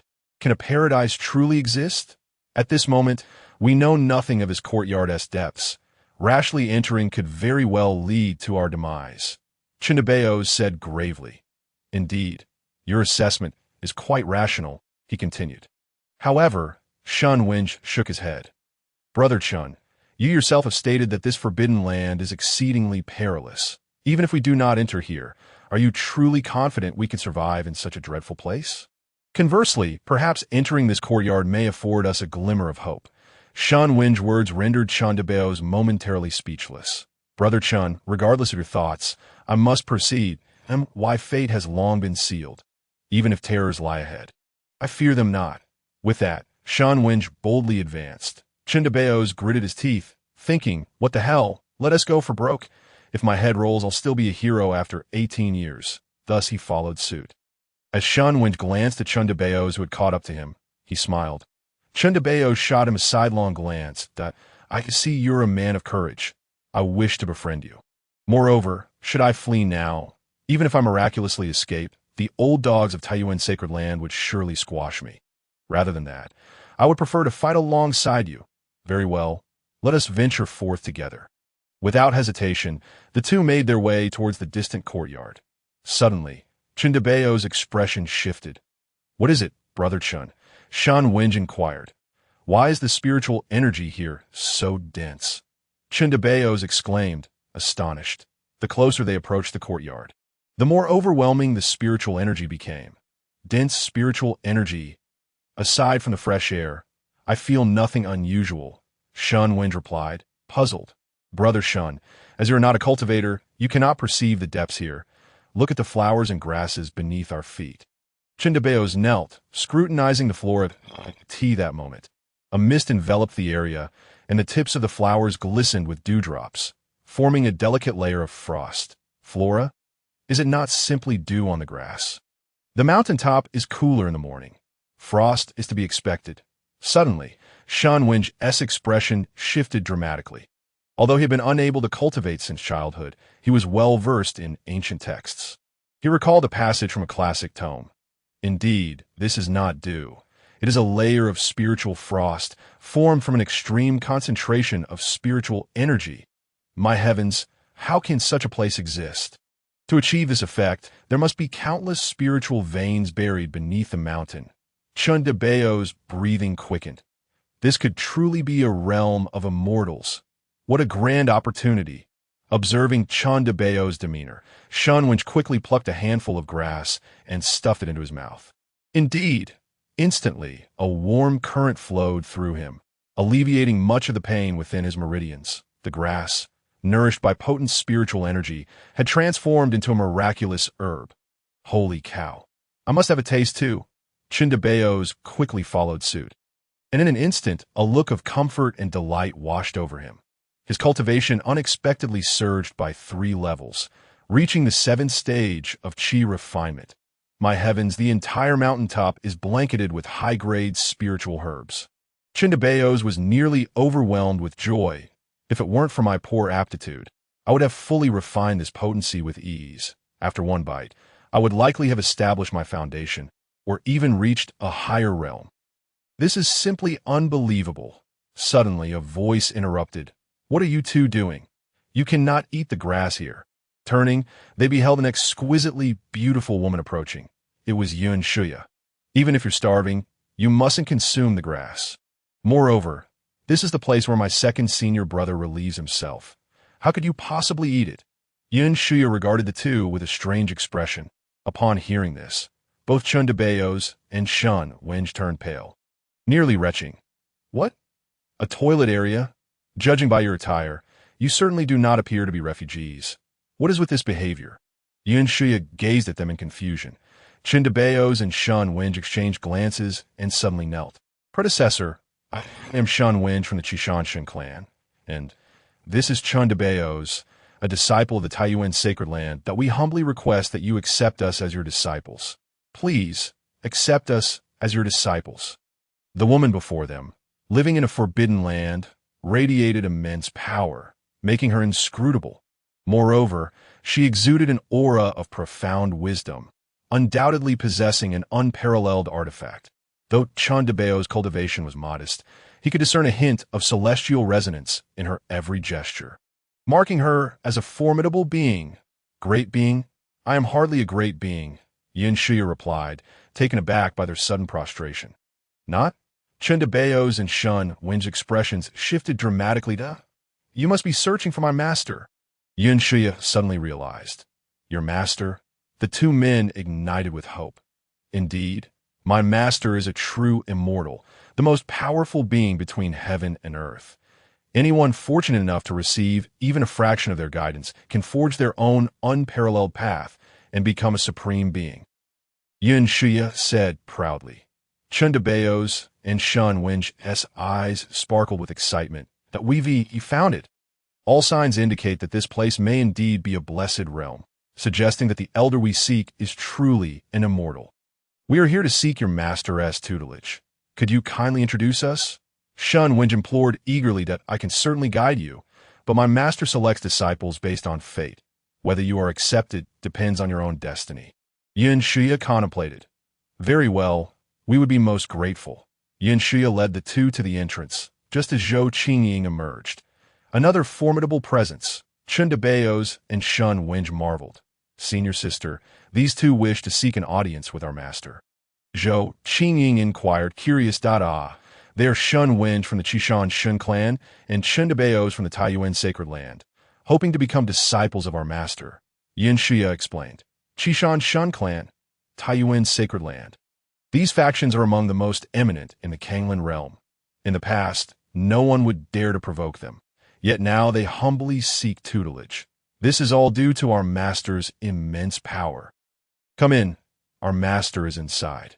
Yin Shuya approached the door to Chu Xuan's chamber, where he was currently engrossed in practicing calligraphy. Ding, 2 individuals suitable to become disciples have been detected. Please recruit them promptly. More disciples? Master, 2 individuals outside wish to seek your guidance. Yin Shuya's voice rang out from beyond the door. Well, they came quite swiftly. All right, let's put on the facade of a great being. Let them in. Chu Xuan chuckled, setting down his brush as he stepped outside. Chapter 35.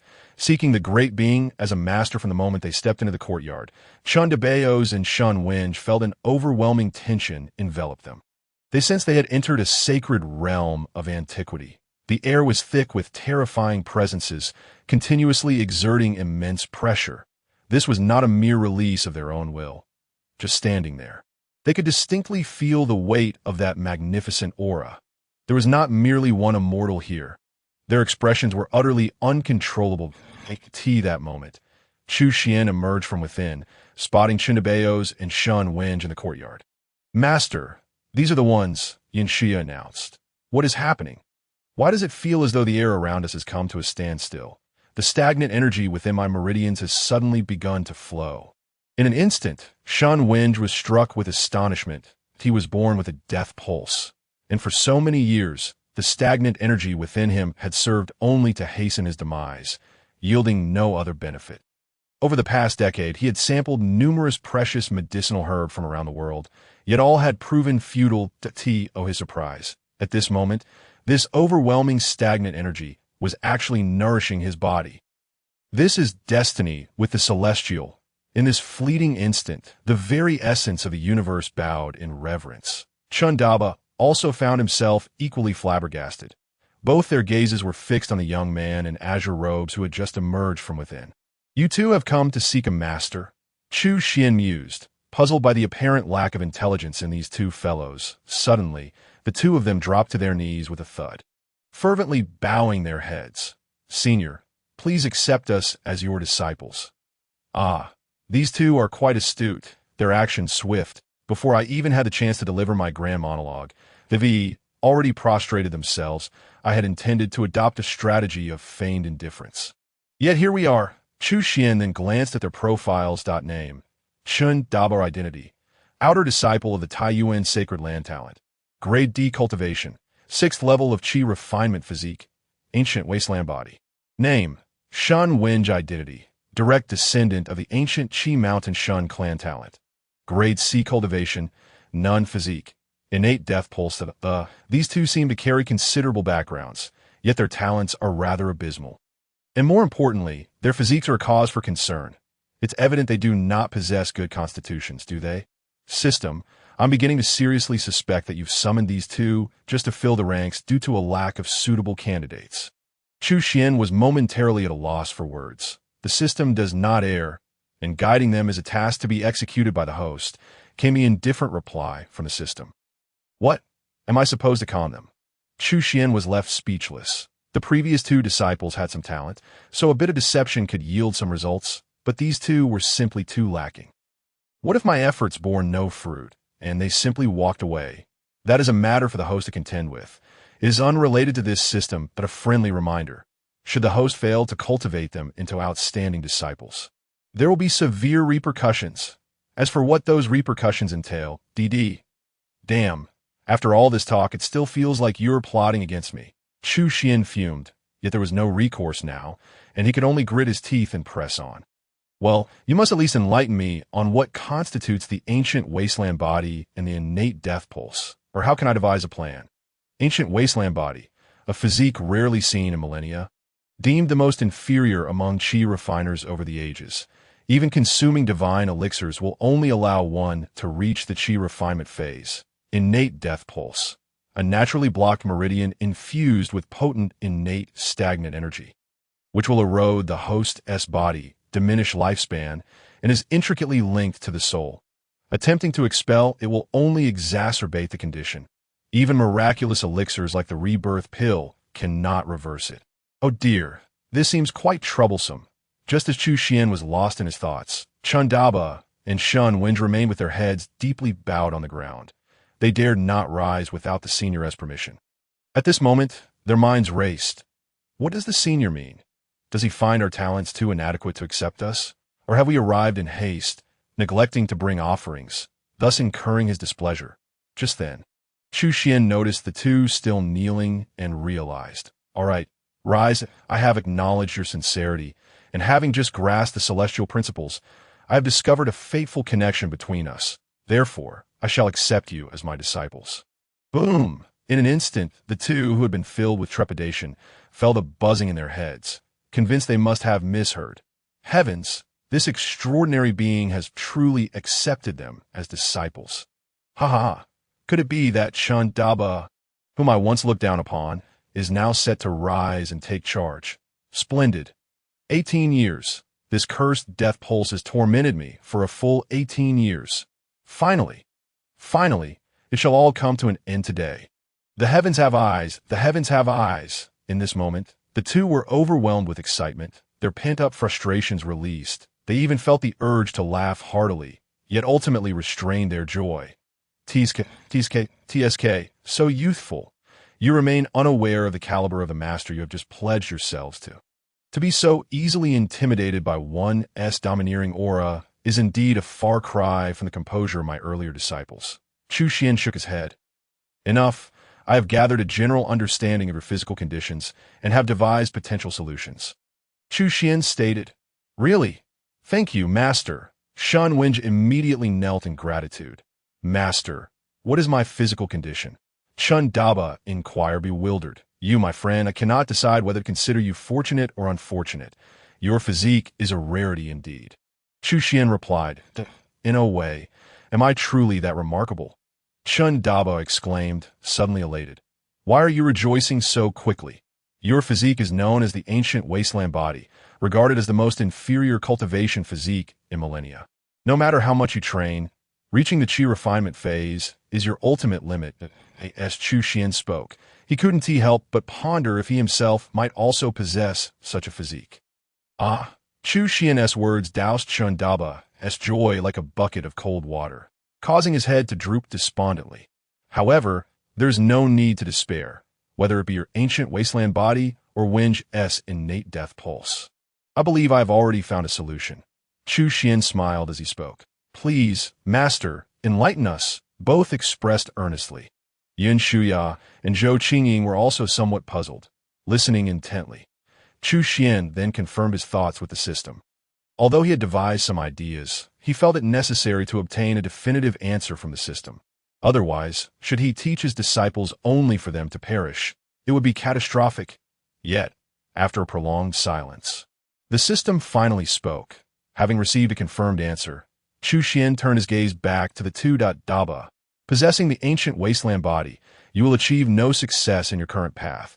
Would you consider pursuing the path of body cultivation instead? Body cultivation? Daba's eyes lit up. Indeed, but it may prove quite arduous. Upon hearing this, Daba fell silent for a moment before suddenly responding. Master, I am willing. Rather than remain stagnant, I would rather strive for something greater. Daba declared resolutely. Very well. You shall begin by chopping 1,000 pieces of firewood daily in the mountains to strengthen your physique. Once you establish your foundation, I shall teach you my techniques. Chu Xuan said with a smile that, in the mountains? Master, you aren't referring to that range outside, are you? Daba's face turned pale, of course. You need not worry. I've observed the area, and only small animals inhabit the mountains. Given your current cultivation, they should pose no threat to you. Chu Xuan replied nonchalantly. Small animals? At that moment, Daba recalled the terrifying giant ape he had encountered in the wilderness. In a way, Master refers to such creatures as small animals. In an instant, he felt the path of cultivation ahead fraught with uncertainty. What with you? A grown man acting all timid like a little girl. How about this? I'll permit your second senior brother to accompany you. Chu Xuan remarked, exasperated. Oh, then that's acceptable. Daba rejoiced. With a second senior brother by his side, he felt assured of his safety. As for you, Wenj, your death pulse is intrinsically linked to your life force and cannot be removed. Attempting to do so would only hasten your demise. Upon hearing this, Shan Wen's complexion turned pale. Could it be that the flicker of hope had just been ignited only to be extinguished once more? However, have you considered approaching it from a different angle? Suddenly, Chu Xuan's words piqued Shan Wen's interest once more. Master, are you suggesting? Your innate death pulse has been a part of you since birth. It is in essence a part of you. There is no need to separate it from your being. Yet a master once examined me and stated that if this stagnant energy fully flowed out of my meridians, it would instantly consume my vitality. By conventional logic, that is indeed the case. However, should you practice the techniques of our school, such an occurrence will not transpire in time. That innate stagnant energy will transform into a formidable power, aiding you in your rebirth. Chu Xuan stated calmly. Shan Wen was immediately astounded, nodding vigorously. All right, I believe a master, a formidable figure like the master, capable of extinguishing one with a mere flick of his finger, has no need to resort to deceit. Very well. Here is the technique of our sect. Accept it, and after transcribing a copy, kindly return the original to me. As for the other matters, let your two senior sisters enlighten you. You shall now find your own accommodations and pursue your cultivation independently. However, do remember to return early for dinner, as I shall prepare some delightful dishes to welcome you. After bestowing the divine Xian Sutra upon Shan Wen, Chu Xuan turned to make preparations. Seems the time has come to contemplate that plump free-range chicken. The mere thought of it made Chu Xian's mouth water. Meanwhile, in the courtyard, Chindabeos and Shan Wen found themselves momentarily entranced, struggling to accept their newfound status. Have we truly just taken a venerable master as our teacher? In response to their excitement, Yin Shuya and Zhou Qingying merely smiled and said nothing. Chapter 36. Two Worlds. Two scenes subsequently, Yin Shuya and Zhou Qingying guided the two of them on a tour of their sect. One could not help but use a single word to describe it: abysmal. Chindabeos and his companions stood dumbfounded. Is this truly what one calls a sect? In truth, we were once in a similar position, but do not underestimate this place. Remember what the master once said: a mountain's height does not determine its spirit. A spirit dwells where there are immortals. The depth of the water is irrelevant. The presence of dragons gives it life. Yun Shuya declared. These words struck a heavy chord, resonating deeply within Chun Debeos and Shun Wenj. In that moment, their hearts experienced a profound elevation. The master is indeed a divine being. Henceforth, they must devote themselves even more earnestly to their cultivation, worthy of being disciples of the master at this moment.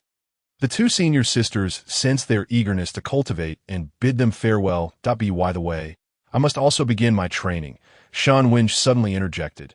Senior sisters, the master instructed that second senior brother accompany me. Yet I have not seen him around. Isn't second senior brother right beside you? Zhou Qingying pointed to the ground by Chan Debeo's feet. Where? I see no one, Chen Debeos exclaimed, scanning the surroundings, yet finding no trace of another. Shun Wenj was equally perplexed. This here is our sect's second senior brother, Yin Shuya said, stepping beside the large black dog. Puffed. Senior sister, are you jesting? This is merely a black mutt. Chen Debeos frowned, his face contorted with disdain. Yet in the next instant, a terrifying pressure descended from above, akin to a celestial demon's stomp, causing Chan Debeos to collapse to the ground, his face buried in the earth. Youngster, whom do you look down upon? Seeking death are we. At this moment, Chen Debeos and Shun Wenj suddenly realized that the black dog before them was, in fact, a fearsome demon. Second senior brother, I was wrong. Spare me. Chen Debeos nearly wept. Humph. This shall not be repeated. The black dog snorted coldly, retracting its formidable aura. Chen Debeos rose, wiping the cold sweat from his forehead. And no wonder he is second senior brother. Such power is truly terrifying. In the distance, Xian Qi and Di Ling languidly enjoyed tea in a thatched pavilion. Oh, this black dog is flaunting its might, bullying the newcomers. Xian Qi chuckled. Quite interesting that I shall pay it a visit one day. Di Ling mused, a fleeting glint of crimson flashing in her eyes as she gazed at the distant black dog. Suddenly, the dog shivered, casting a puzzled glance around, yet perceiving nothing amiss. Senior brother, when do you think we should set off? Chan Debeos adopted a sycophantic demeanor. Now would suffice. Let us proceed, came the reply. Thus, the black dog led the way, with Chan Debeos following closely like an eager attendant. Meanwhile, Chu Xuan strode toward the chicken coop, a wicked grin adorning his face. I could see that moment. Within the coop, the Golden Rock King, having been on high alert all day, without rest, finally succumbed to sleep. However, it was abruptly awakened by a profound fear emanating from the depths of its soul, causing it to jerk awake, all drowsiness dissipating instantly. It hurried to the wall, peering through the gaps in the straw, and beheld a demonic figure slowly approaching. In a daze, it seemed to glimpse a gaping maw comparable to an abyss, sending shivers down its spine. What to do? What to do? How shall I manage this? The Golden Rock King flailed about in a frenzy. This free-range chicken seems rather spirited. How fortunate, quite fresh indeed. Chu Xuan brandished a dark, gleaming knife, its blade reflecting a light that seemed capable of severing the very soul. Alas, I, the illustrious Golden Rock King, cannot believe I am destined to meet my end today. With a creak, Chu Xuan swung open the door to the coop, that he approached the quaking free-range chicken, intending to lift it, only to discover 3 gleaming white eggs nestled beneath it. Oh, it has laid eggs, Chu Xuan exclaimed, momentarily taken aback. Think this chicken not only boasted a large stature, but also laid sizable eggs, each as big as 2 fists. Truly, the fowls of this other world are unlike any other. As Chu Xuan picked up the 3 eggs, he noticed fine golden patterns adorning their surfaces. With such sizable eggs, one could prepare an abundance of dishes. Indeed, perhaps allowing it to continue laying eggs is a splendid idea. Observing the motionless free-range chicken feigning death, he contemplated aloud. Very well, you shall remain here with my other hen to lay eggs. But remember to be diligent. Should you cease to produce one day, I shall have no choice but to prepare you for soup. Previously, he had mentioned to his disciples that the old hen was their 3rd senior sister. Thus it was out of the question to consume her. Moreover, she had accompanied him for many years, and a bond had formed. However, this free-range chicken was a different matter entirely. Should it fail to lay eggs, it would be straight into the pot. With that, Chu Xuan grasped the 3 eggs, each comparable in size to that of a goose, and left the coop with a spring in his step. The Golden Rock King, having narrowly escaped a grim fate, relaxed on the ground, exhaling a sigh of relief. My heavens! Had it not been for my wits, I would surely be in dire straits, the Golden Rock King chuckled, realizing that each of those 3 eggs represented a decade of its pure essence. While it pained him to part with them, at least he had preserved his life. Yet, to think that the Golden Rock King, a paragon of masculinity, would be reduced to laying eggs.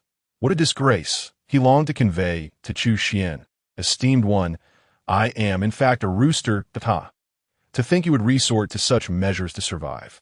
Suddenly, the hen in the coop unexpectedly spoke up, In that instant, the Golden Rock King nearly exploded from shock. How could I forget that there was another elder here? At that moment, it felt as though it might excavate a palace beneath the coop in sheer embarrassment. All it wished for now was to transform into a maggot, burrowing into a crevice to die slowly. Despair consumed it. The Golden Rock King had become a figure of ridicule, outside the desolate mountains. The team from the Taichu Holy Land gathered. Master, that fellow has been inside for quite some time. The jade talisman remains intact, suggesting there is no danger within, an elder whispered to the Taichu Holy Master. Very well, in that case. Let us proceed, the master replied. Soon, the members of the Taichu Holy Land entered, but what awaited them was an entirely different outcome. It's the Demon King, the Shadow Wind Wolf King. Good heavens, it is the Demon Emperor, the great Sun Golden Flood Dragon.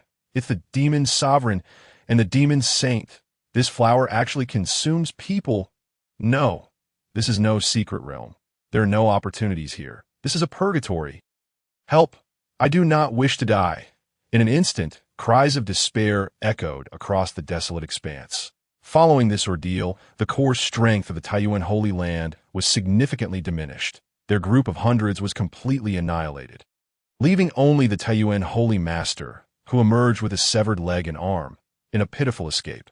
Rumors soon spread that within the northern domain lay an ancient forbidden ground, an incredibly terrifying realm of life. Further whispers claimed that it was none other than the fabled Forbidden Land, the Dao Fallen Mountain Range. Chapter 37. In cultivation in the forest of the rear mountain, Shun Wenj sat cross-legged, beads of sweat trickling down his forehead, his expression a tumult of conflict. Damn it, I shall go all in. After much hesitation, he gritted his teeth and resolved to act. Closing his eyes, he meticulously summoned the immense, long-sealed death energy from within his meridians. Boom! Suddenly, his entire body underwent a grotesque transformation, as his skin shifted to an eerie shade of gray at a visibly alarming speed. Each pore of his skin exuded a terrifying gray gas. In that moment, his hair also turned an unnatural ashen white, but he opened his eyes wide, only to find them shrouded in a vast expanse of gray that a dreadful aura of death coalesced behind him, slowly taking the form of a deity of demise. It manifested as an indistinct, ethereal silhouette, radiating a despairing and forbidding aura, reminiscent of a ruler from the underworld. The terrifying death energy it emitted tainted the grass beneath, causing it to wither instantly. Yet when it brushed against the surrounding towering trees, it did not harm them in the slightest. The Grim Reaper gently extended a pale, withered hand above Shun Wenj's head. And at that moment, Shun Wenj's vitality and blood essence seemed to be awakened, ceaselessly drawn forth by the specter. Panic surged within Shun Wenj. He could not afford to hesitate. With the divine mystical scriptures laid before him, he hastily began to circulate energy within his body.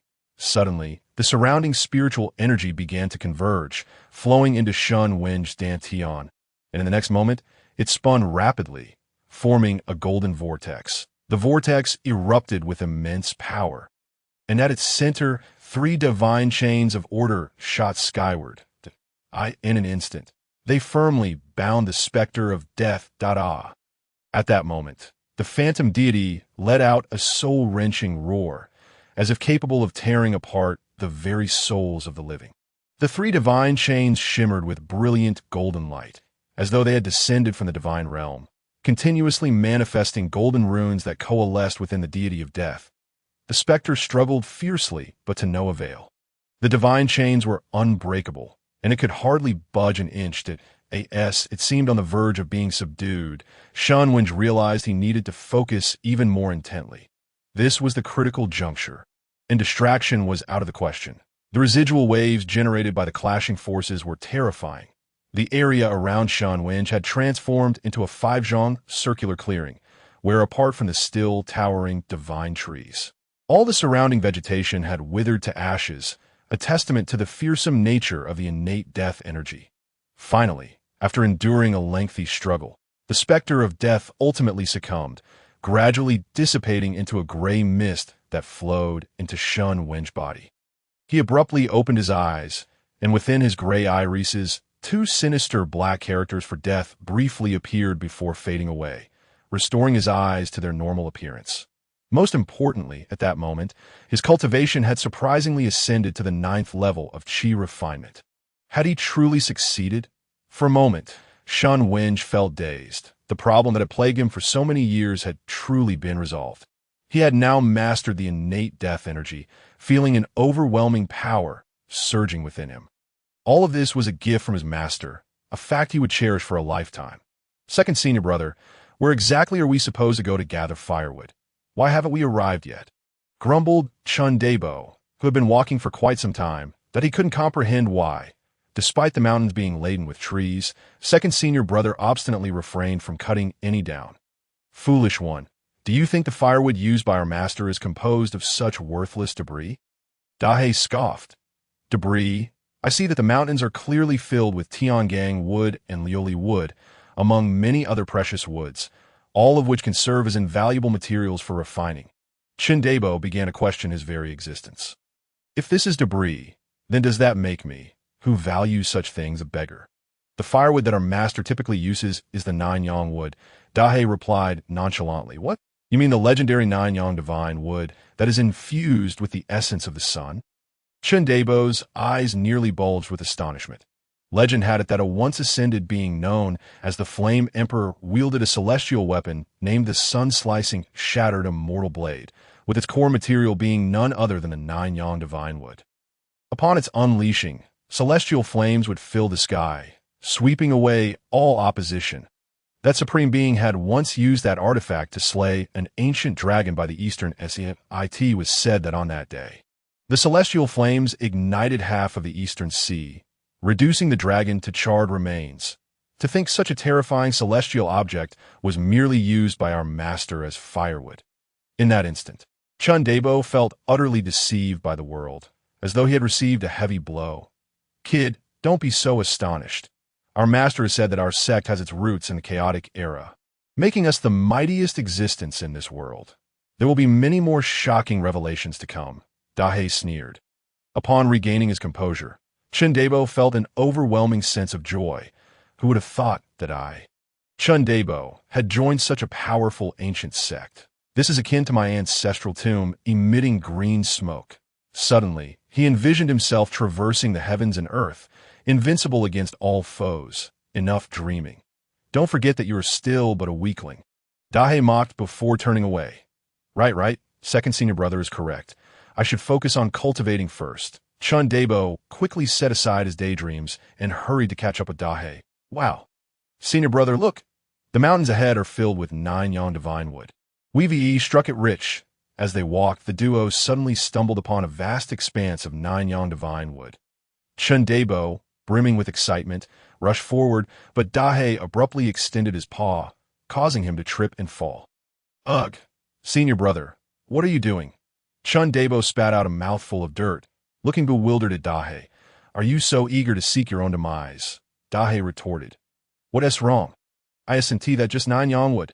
Our task is precisely to gather it. Chundabo responded, puzzled. Dahe smacked him on the head with his paw. Have you truly lost your mind? That is where our master gathers firewood. Do you think just anyone can step foot there? I must tell you, a ferocious beast from ancient times guards that area.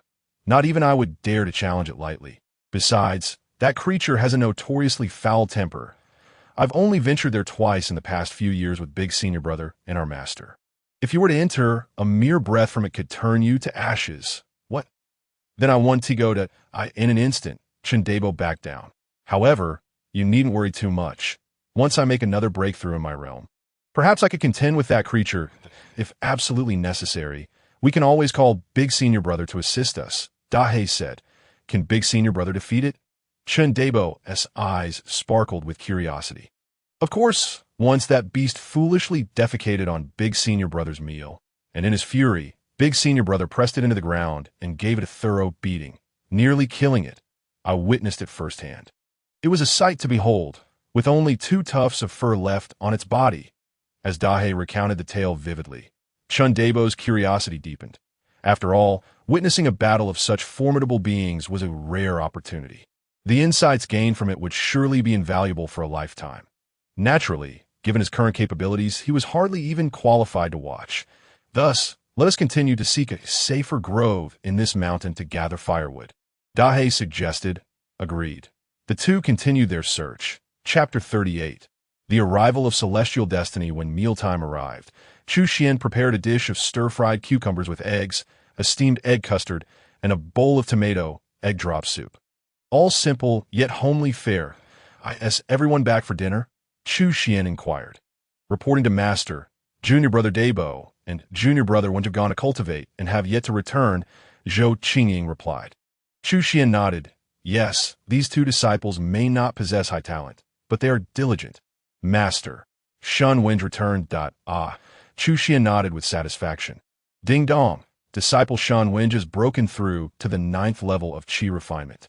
Reward, Shura Netherblood. What the hell? So fast. Are you flying?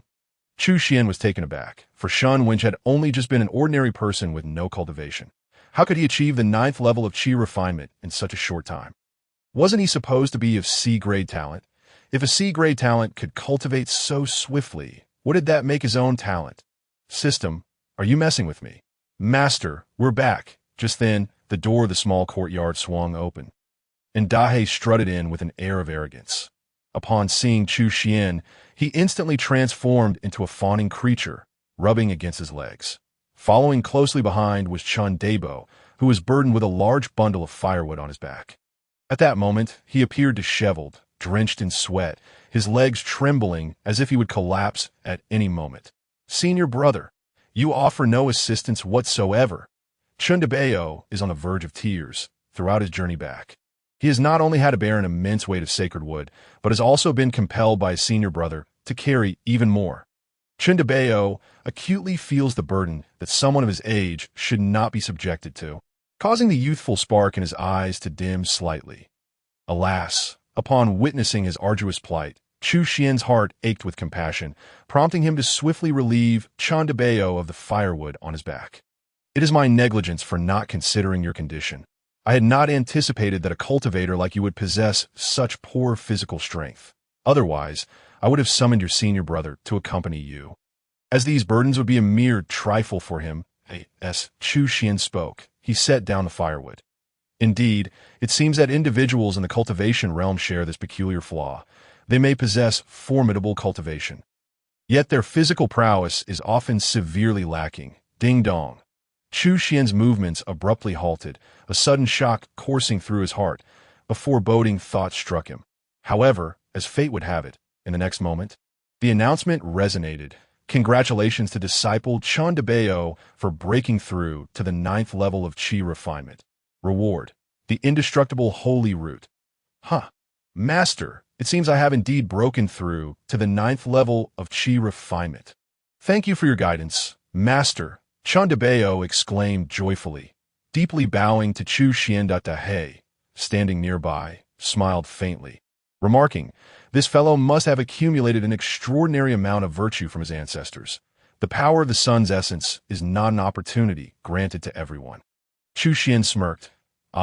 This is merely the fruit of your arduous efforts. What the heck? Merely carrying firewood, and he manages to break through.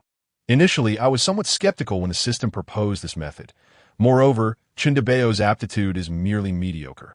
Even if this method were effective, it would be impossible for him to break through in just a few years. Why? After only half a day's effort, has chopping firewood led to his breakthrough?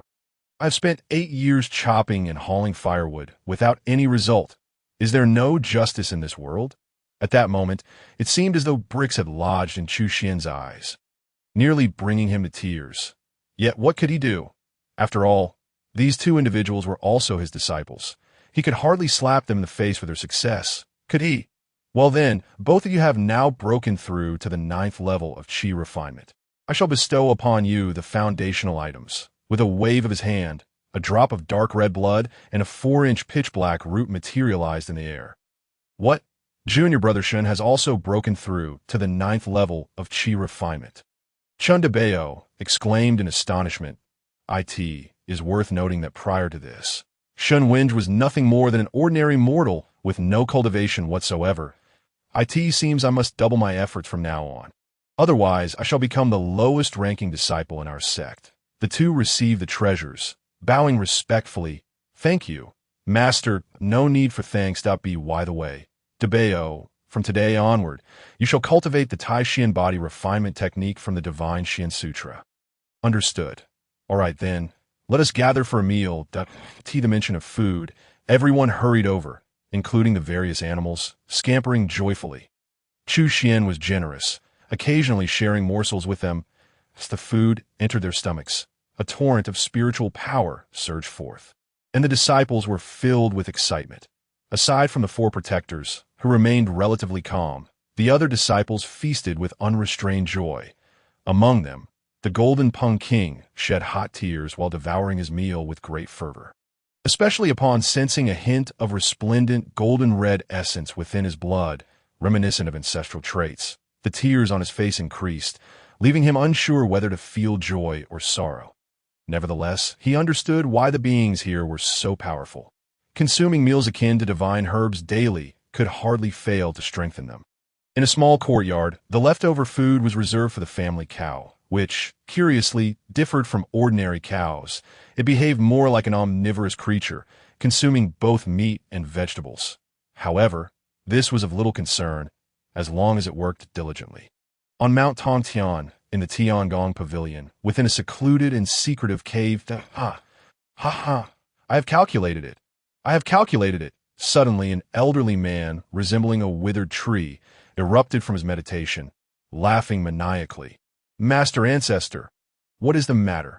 A horde of anxious individuals rushed in, their faces filled with concern. Yet the old man appeared to have succumbed to a state of madness, incessantly repeating, I have calculated it. I have calculated it. Beside him, a middle-aged man, his eyes darting, whispered in the old man's ear, Master Ancestor, what have you calculated? The immortal fate. I have discerned the precise location of the celestial destiny. Are you saying that you have pinpointed the location of the Tao fallen mountain range? The crowd gasped in unison. The elderly man, however, seemed unresponsive, continuing to ramble incoherently. The immortal fate. I have calculated it. The immortal destiny lies there. It lies there. Master Ancestor, where exactly is it? Can you clarify? The others were evidently growing increasingly anxious. Yet, given the old man's current state, normal communication was evidently impossible. At that moment, the earlier middle-aged man experienced a spark of inspiration. A glimmer of light flickered in his hand, revealing a map of the Kanglan realm and unfolding it before the old man. Master Ancestor, please indicate where the celestial destiny will descend. Oh, the old man appeared to be on the brink of exhaustion. Struggling to articulate coherent words, he raised his frail hand and, with great effort, pointed forward, slowly resting it upon the map. Just as his hand made contact with the paper, it promptly fell limp to the ground. He had lost his breath. I found it. The middle-aged man quickly retrieved a pen and marked the spot where the old man had just pointed. Instantly, the crowd erupted in excitement. The celestial destiny is truly descending. Our Kanglan realm shall once again witness traces of the divine. After 10,000 years, who would have thought that we would be fortunate enough to witness such a grand spectacle in our lifetimes? It is indeed not in vain. The middle-aged man stood, declaring solemnly, let us give Master Ancestor a grand burial, and additionally, sell this information at a high price to various powerful factions. Such a monumental opportunity cannot be absorbed solely by our Tiangong Pavilion. Rather than that, we might as well reap substantial profits. Agreed. In the northern region, atop a mountain peak within the endless forest, for beams of rainbow light suddenly descended from the heavens. everyone, the time has come. A one-eyed man, resembling a middle-aged figure wielding an iron rod, appeared. Indeed, we have remained hidden for so long, and our cultivation is now unrivaled in the world. This opportunity is meant for us, a burly man with a scarred face brandishing a large blade added. The celestial destiny is immense. Can we possibly consume it all? A figure with a black birthmark on one side of his face stepped forward, voicing his concerns. Fear not. We have been accumulating strength for this very day. Anyone who dares to obstruct us will be met with lethal force. A gaunt man, resembling a sickly ghost, stood silently to the side, clutching an ancient sword with an icy demeanor. Not far behind them, a two-headed black and white giant serpent and a massive lion with 3 tails, engulfed in crimson flames, bore expressions of terror. Heavens! These 4 fiends have re-emerged. Let us flee. In an instant, the creatures of the forest scattered in panic. In a certain location of a northern region, a colossal stone tablet was firmly bound by jet-black chains, surrounded by terrifying, unrelenting flames that burned day and night. For tens of thousands of years, no living being dared to tread upon this ground. With a resounding crash, the chains shattered, and the stone tablet exploded into fragments. The tremendous force immediately dispersed the black flames. Among the chaos, a stunning woman clad in black slowly opened her eyes. In an instant, a terrifying vision of mountains of corpses and seas of blood rose and fell within her gaze. Once again, after 10,000 years, the celestial destiny reappears. Yet the injuries within my Tao have worsened. Perhaps this shall be my final opportunity. The woman gracefully stepped forward, and in an instant, the stars shifted, leaving a myriad of landscapes behind her. With a single step, she traversed countless miles, compressing the vast journey beneath her feet. Chapter 39. The Celestial Platform emerges. On this day, the entire Kanglan realm erupted in fervor as powerful factions converged upon the northern region, all vying for the once-in-millennium celestial destiny. Countless cultivators formed a grand coalition to pursue the fabled location of the Tao's fall. They chose an entrance on the opposite side of the mountain range, and so, at the break of dawn, Chu Xuan found himself surrounded by a myriad of flying vessels flitting to and fro. Damn it, at such an early hour, disturbing my peaceful dreams with all this flying around. Just because you have wealth, do you need to flaunt it so? Chu Xuan scolded with irritation. The younger generation, Yin Yue Yao, and others seek an audience with Elder Chu. Just then, a voice suddenly echoed from outside. Come in, Chu Xuan replied nonchalantly. The door to the courtyard was pushed open, revealing Yin Yue Yao and her companions. Having gained a tremendous boost in her cultivation through comprehending the hairpin gifted by Chu Xuan, as well as the heavenly exchange jar, she had now ascended to the status of a saint king. Upon entering, she quickly noticed the presence of additional individuals, observing the hint of confusion in her gaze. Chu Xuan explained, the 4 over there are the 4 guardian elders of my sect whom you should have met previously, and those 2 young men are my newly accepted disciples at OIC. Yin Yueyao nodded in understanding that this moment. Everyone began to envy Chun Daba and Shun Wenj. The fortune of these 2 was indeed profound, as they had the opportunity to study under such an esteemed predecessor. This grand opportunity could certainly rival their arduous cultivation over countless years.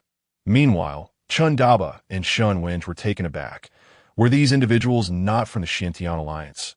Recently, the Xiantian Alliance had single-handedly obliterated the mighty Tianwu Hall, which had stood for millennia in the Kanglan realm. With a mere gesture, they had vanquished the Supreme and battled against the quasi-immortals. This event had sent shockwaves across the universe, shaking the very foundations of the Kanglan realm. Countless factions within the realm had frantically investigated but failed to uncover any concrete details about the Xiantian Alliance, which appeared to have emerged from the cracks of the earth, seemingly out of thin air. Whispers suggested a connection to a certain hidden sect. But why had such a powerful force come here now? They have received the benevolence of our master, who has bestowed treasures upon them, which is why they hold such respect for him. Yin Shi has suddenly communicated through thought. What?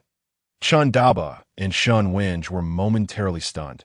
Could it be that the terrifying, legendary artifact that had shaken the immortal cultivation world was a treasure granted by our master? The so-called supreme artifact is merely something our master crafted casually, Zhou Qingying remarked indifferently. What on earth? Chen Daba and Shun Wenj suddenly found themselves questioning their existence. The outside world had lauded that artifact as unparalleled. A terrifying existence beyond compare. To think it was merely a casual creation of their master. Heavens, our master is truly formidable.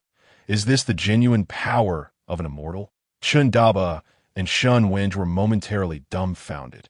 As Chu Xuan gazed at the approaching Yin Yue Yao and her companions, his brow furrowed. While he was pleased to see the beautiful woman, he had no desire to engage in extensive conversation with the other elders. After all, he was currently unable to gauge their cultivation levels, and they might discern his secrets, which would be quite troublesome. May I inquire what brings you here today? Chu Xuan asked. Respected elder, we plan to join the expedition to the Dalian mountain range to compete for immortal fortunes and to promote your esteemed legacy. We seek your thoughts on this matter, Yin Yueyao replied. Then go ahead. Since you have made up your minds, act decisively without fear. One must be bold in action, for opportunities are fleeting and will not return. Chu Xuan stated without hesitation, eager to send these individuals on their way. Upon hearing this, their expressions brightened, their resolve strengthening further. Excellent. With the elder's assurance, we can proceed without fear, Yin Yueyao proclaimed. Very well. We shall follow your directive. Esteemed elder, we bid you farewell. With that, they quietly exited the courtyard. Chu Xuan raised his gaze to the sky, where enormous flying vessels continued to traverse. Surely, this group was here for the immortal fortunes they had just mentioned. However, with so many people competing, it was evidently a perilous endeavor. It would be wiser to remain hidden here, lest they inadvertently lose their lives. Even the greatest immortal fortunes are of no concern to me. I remain steadfast against the winds and rain, content to cultivate my small sect and live a simple life here. Under the leadership of powerful factions, a vast immortal cultivation alliance swiftly located the entrance to the Dalian mountain range. At this moment, the thick mist finally dissipated, revealing the long-hidden Dalian mountain range to all. It loomed like a colossal dragon, majestic and imposing, with no end in sight. Its winding path seemed to stretch endlessly, as if it were a monumental mountain connecting the heavens to another world. For the sake of the legendary immortal fortunes, the cultivators poured into the mountains without hesitation. Upon stepping into the mountain range, they quickly realized that this place was akin to a different realm altogether. Various formidable and ferocious beasts emerged in abundance. Their terrifying claws could instantly snatch away countless lives with a single swipe.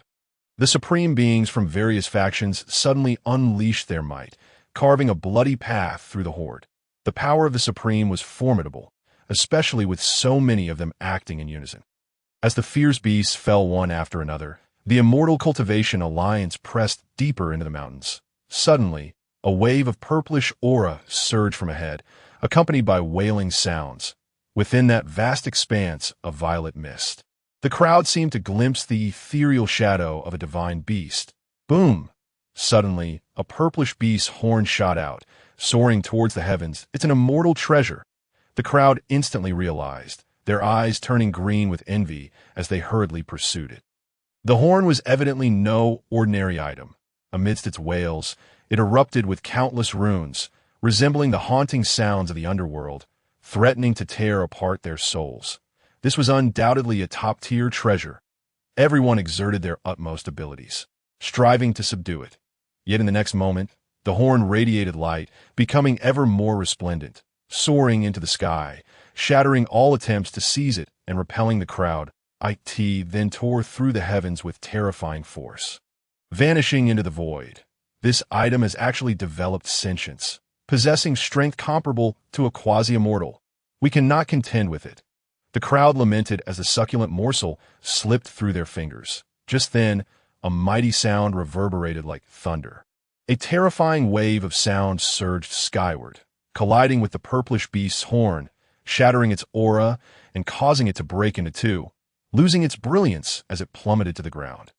What is that? The crowd quickly turned their heads. They beheld a dark green, coiling dragon skin drum suspended in mid-air. Boom! Another resounding drumbeat echoed. causing the crowd to involuntarily cough up blood. The fierce celestial sound unleashed at that moment felt as if their very hearts were being crushed. As the drumbeats continued, the crowd coughed forth large amounts of blood, even expelling fragments of their internal organs. The overwhelming sound waves threatened to shatter their bones. Those with lower cultivation levels exploded on the spot. The scene utterly horrific. That moment. The air was thick with the acrid scent of blood.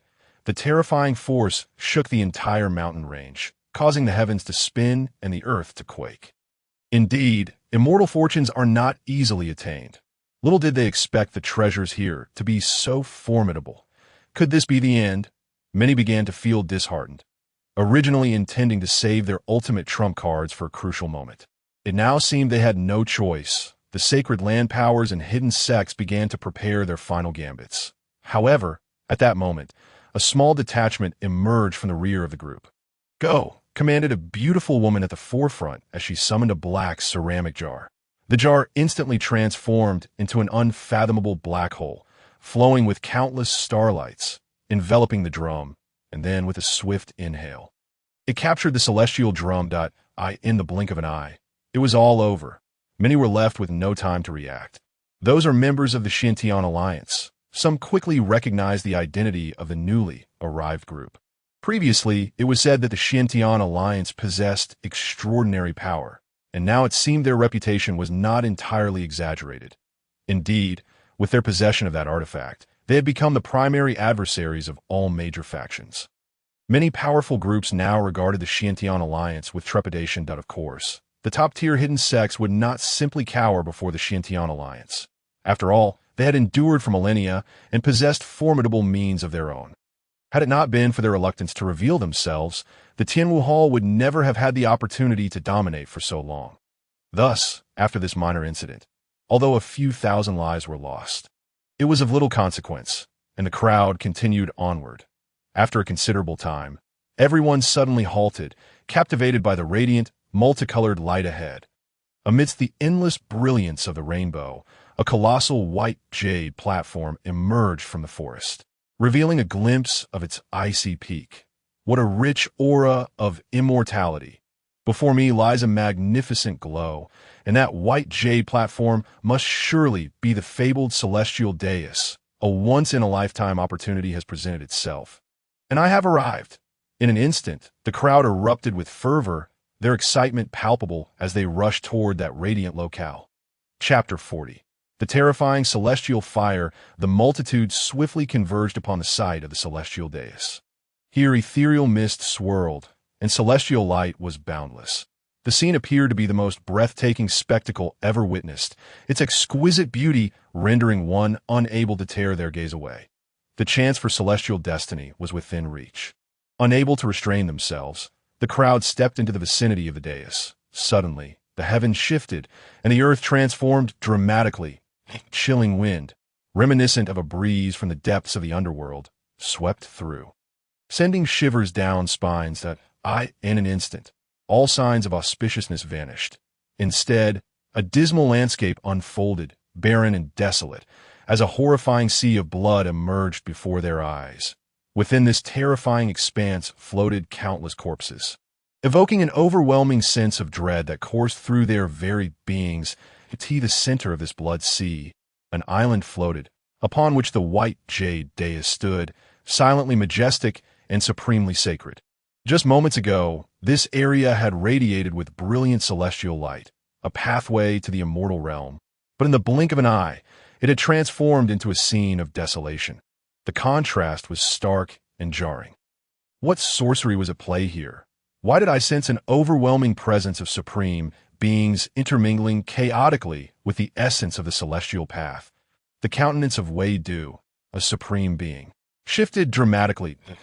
In the eyes of Feng Chun, another supreme, a glimmer of terror flickered as he uttered, "Could it be that the rumors are true? This is indeed the blood sea of the supreme before ascending to the celestial realm. A place of drowned corpses. What remains here are the fallen supreme beings, and among them, there are even those who are on the cusp of ascension." Upon his words, the others recalled the legend, their faces paling in unison. It is said that before ascending, One must sever their ties to the mortal realm and obliterate their corporeal form to cultivate unparalleled celestial power, thus enabling their ascension to the celestial domain. Of course, this process is fraught with peril, for not all can achieve immortality. Those who successfully sever their mortal bodies will plunge into the blood sea, gradually merging with its depths. Conversely, those who fail will meet a wretched demise, their bodies floating upon the blood sea, enduring the ravages of time, eternally undying. Hence, this blood sea is known as the land of drowned corpses. However, across myriad worlds, only the Kanglan realm requires such a sacrifice. In other realms, cultivators can ascend naturally by comprehending the celestial path. Yet the Kanglan realm is the most barren among countless worlds, heavily suppressed by the will of heaven, necessitating the severance of the mortal form to break free from its shackles. Damn it! Our Kanglan realm's path to immortality has been severed for eons, and the ancient methods for severing corpses have long been lost. What shall we do? In that moment, despair gripped the crowd. What nonsense is this about severing corpses? It is merely a shackle imposed by the will of heaven. Today I shall break it.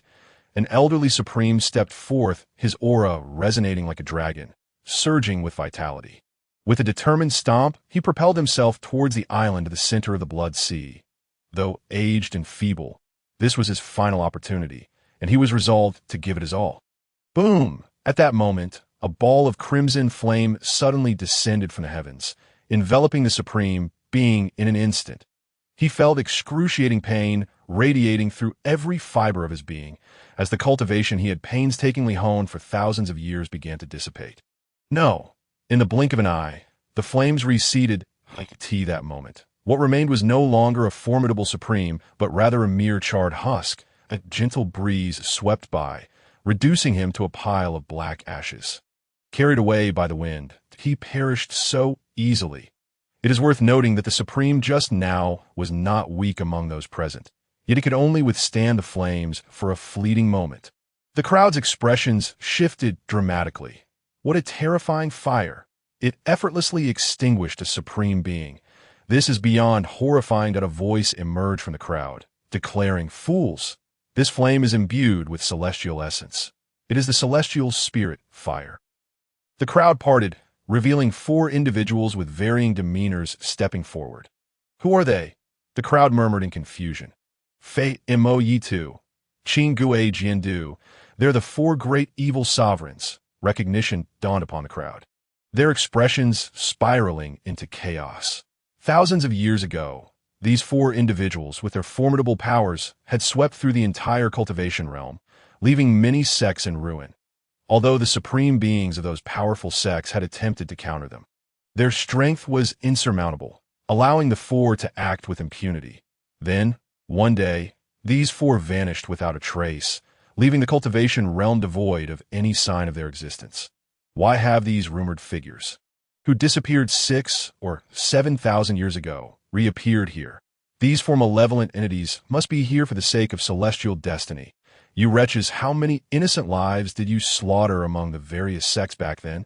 How dare you appear before us now, intent on confronting our coalition of supreme beings?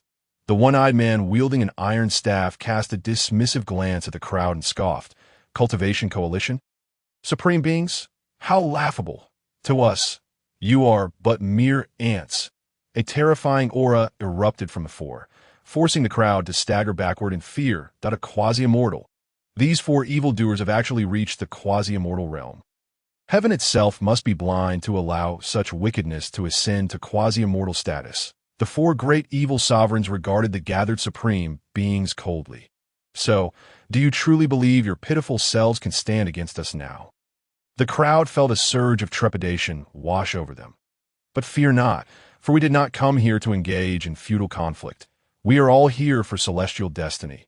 This celestial deist possesses immense power, capable of automatically summoning celestial spirit fire to cleanse our mortal forms. As long as we endure the trials of the celestial path, we shall naturally shed our corporeal bodies and ascend." Another burly man brandishing a massive sword proclaimed, "Very well. If that is the case, let us each demonstrate our prowess." In an instant, countless supreme beings summoned their most powerful treasures to combat the terrifying celestial spirit fire. Yixing chessboard, 5 elements celestial shield.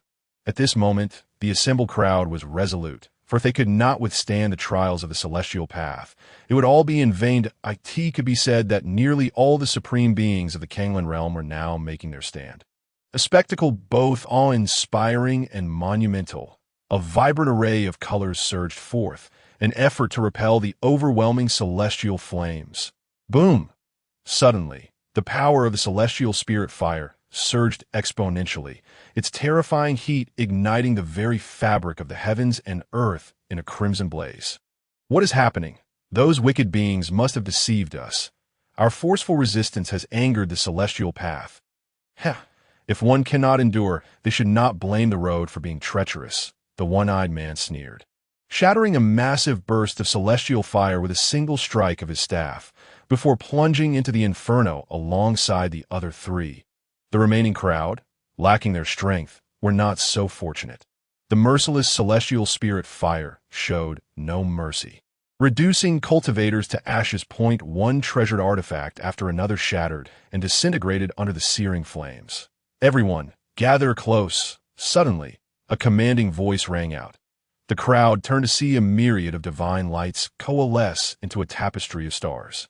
As dragons and phoenixes danced in a celestial waltz, exuding an ancient and potent aura that formed a sanctuary. The flames seemed to recoil in fear from this manifestation, retreating and daring not to approach. Upon witnessing this, the crowd hastened to draw near. Thus, under the protection of the awe-inspiring dragon and phoenix apparitions, the terrifying celestial spirit fire could not breach their defenses, allowing everyone to breathe a sigh of relief. Simultaneously, they became aware that all these extraordinary phenomena and powerful energies emanated from an overturned ceramic jar suspended in mid-air, a mere ceramic jar, effortlessly repelling the celestial spirit fire that even quasi-immortals would dread. Could this be the celestial artifact of the Xiantian Alliance? Why does gazing upon this jar evoke the sensation of standing before a true immortal? This celestial artifact continuously radiates the fearsome essence of celestial laws. How could they have obtained such a divine object? The expressions of the crowd were nothing short of spectacular, each face reflecting utter astonishment. Chapter 41. A sudden transformation. The hearts of the onlookers were shaken. In truth, no one within the vast expanse of the Kanglan realm had ever beheld a genuine celestial treasure, for such artifacts belonged to the realms above. This moment, they could not help but begin to suspect that this earthen jar might indeed originate from the higher realms. After all, only celestial objects could withstand the celestial fire. Yet, how had such a treasure come into the possession of the Xiantian Alliance? Little girl, such an item is not something you can possess. A cold, emotionless voice echoed from behind Yin Yueyao. Startled, Yin Yueyao spun around to see a tall, stunning woman clad in black, her hair cascading like a waterfall, as dark as in her eyes flickered 2 cold flames that sent shivers down the spine.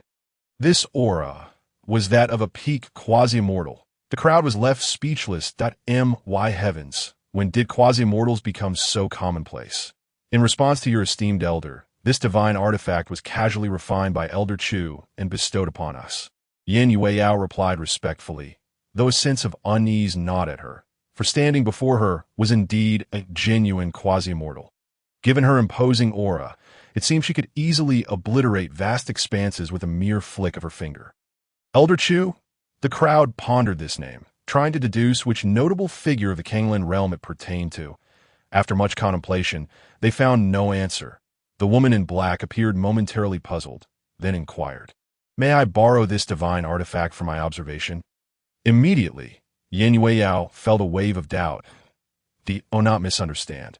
I merely sense a certain familiarity in the aura of this item, which prompts my curiosity. The woman in black explained. Very well. Yin Yueyao glanced at her, noting her serious demeanor, and decided not to hesitate any longer. She extended her hand, and the jar, known as the Stealing Heaven and Changing Sun Jar, descended into her palm, though the surrounding realm remained unchanged. The woman in black carefully examined the jar. Indeed, it exudes the ultimate essence of celestial power, Such artifacts can only be crafted by true immortals. She exclaimed in astonishment. What?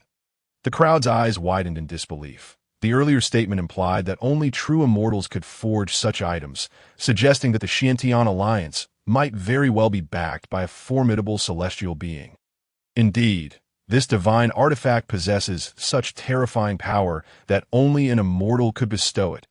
Awe filled the hearts of the onlookers. Afterward, the woman in black returned the jar to Yan Yueyao. Did you find any answers? Yan Yueyao asked. The woman shook her head. The feeling I had was fleeting. Perhaps it was merely an illusion. However, it is precisely this celestial object that has instilled in me immense confidence to forge ahead. By the way, my name is Lu Maching.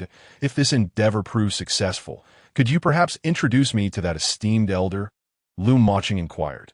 You flatter us. We are unworthy of making such introductions that we can only guide you. Yan Yueyao replied.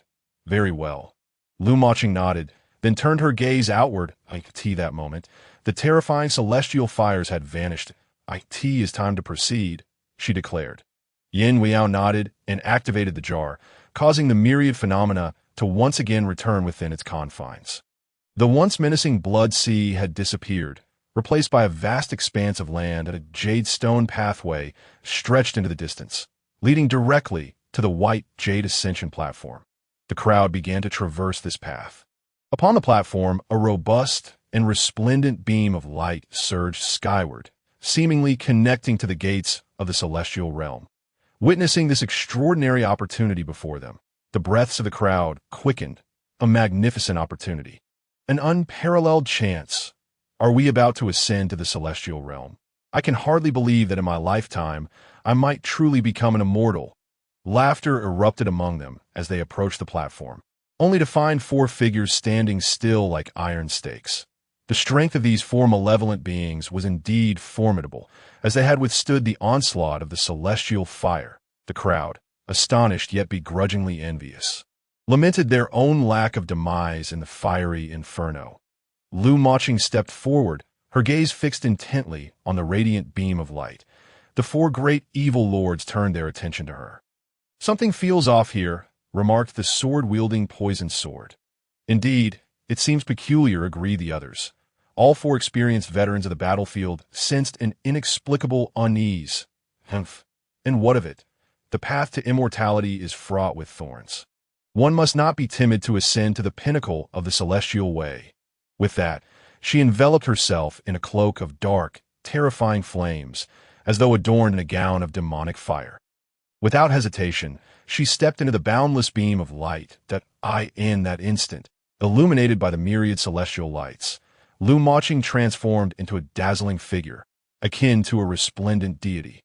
The divine and potent starlight cleansed her earthly impurities as Lu Maching rapidly evolved into an immortal being. She truly became an immortal.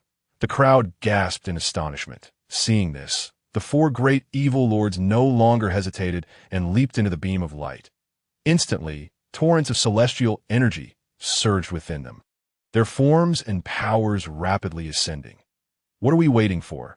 Noticing that Lu Maching and the four great evil lords had entered the celestial light and reaped significant benefits, the others could no longer restrain themselves and began to step into the beam. In that moment, the atmosphere surged with power as the robust beam of celestial light erupted with overwhelming energy.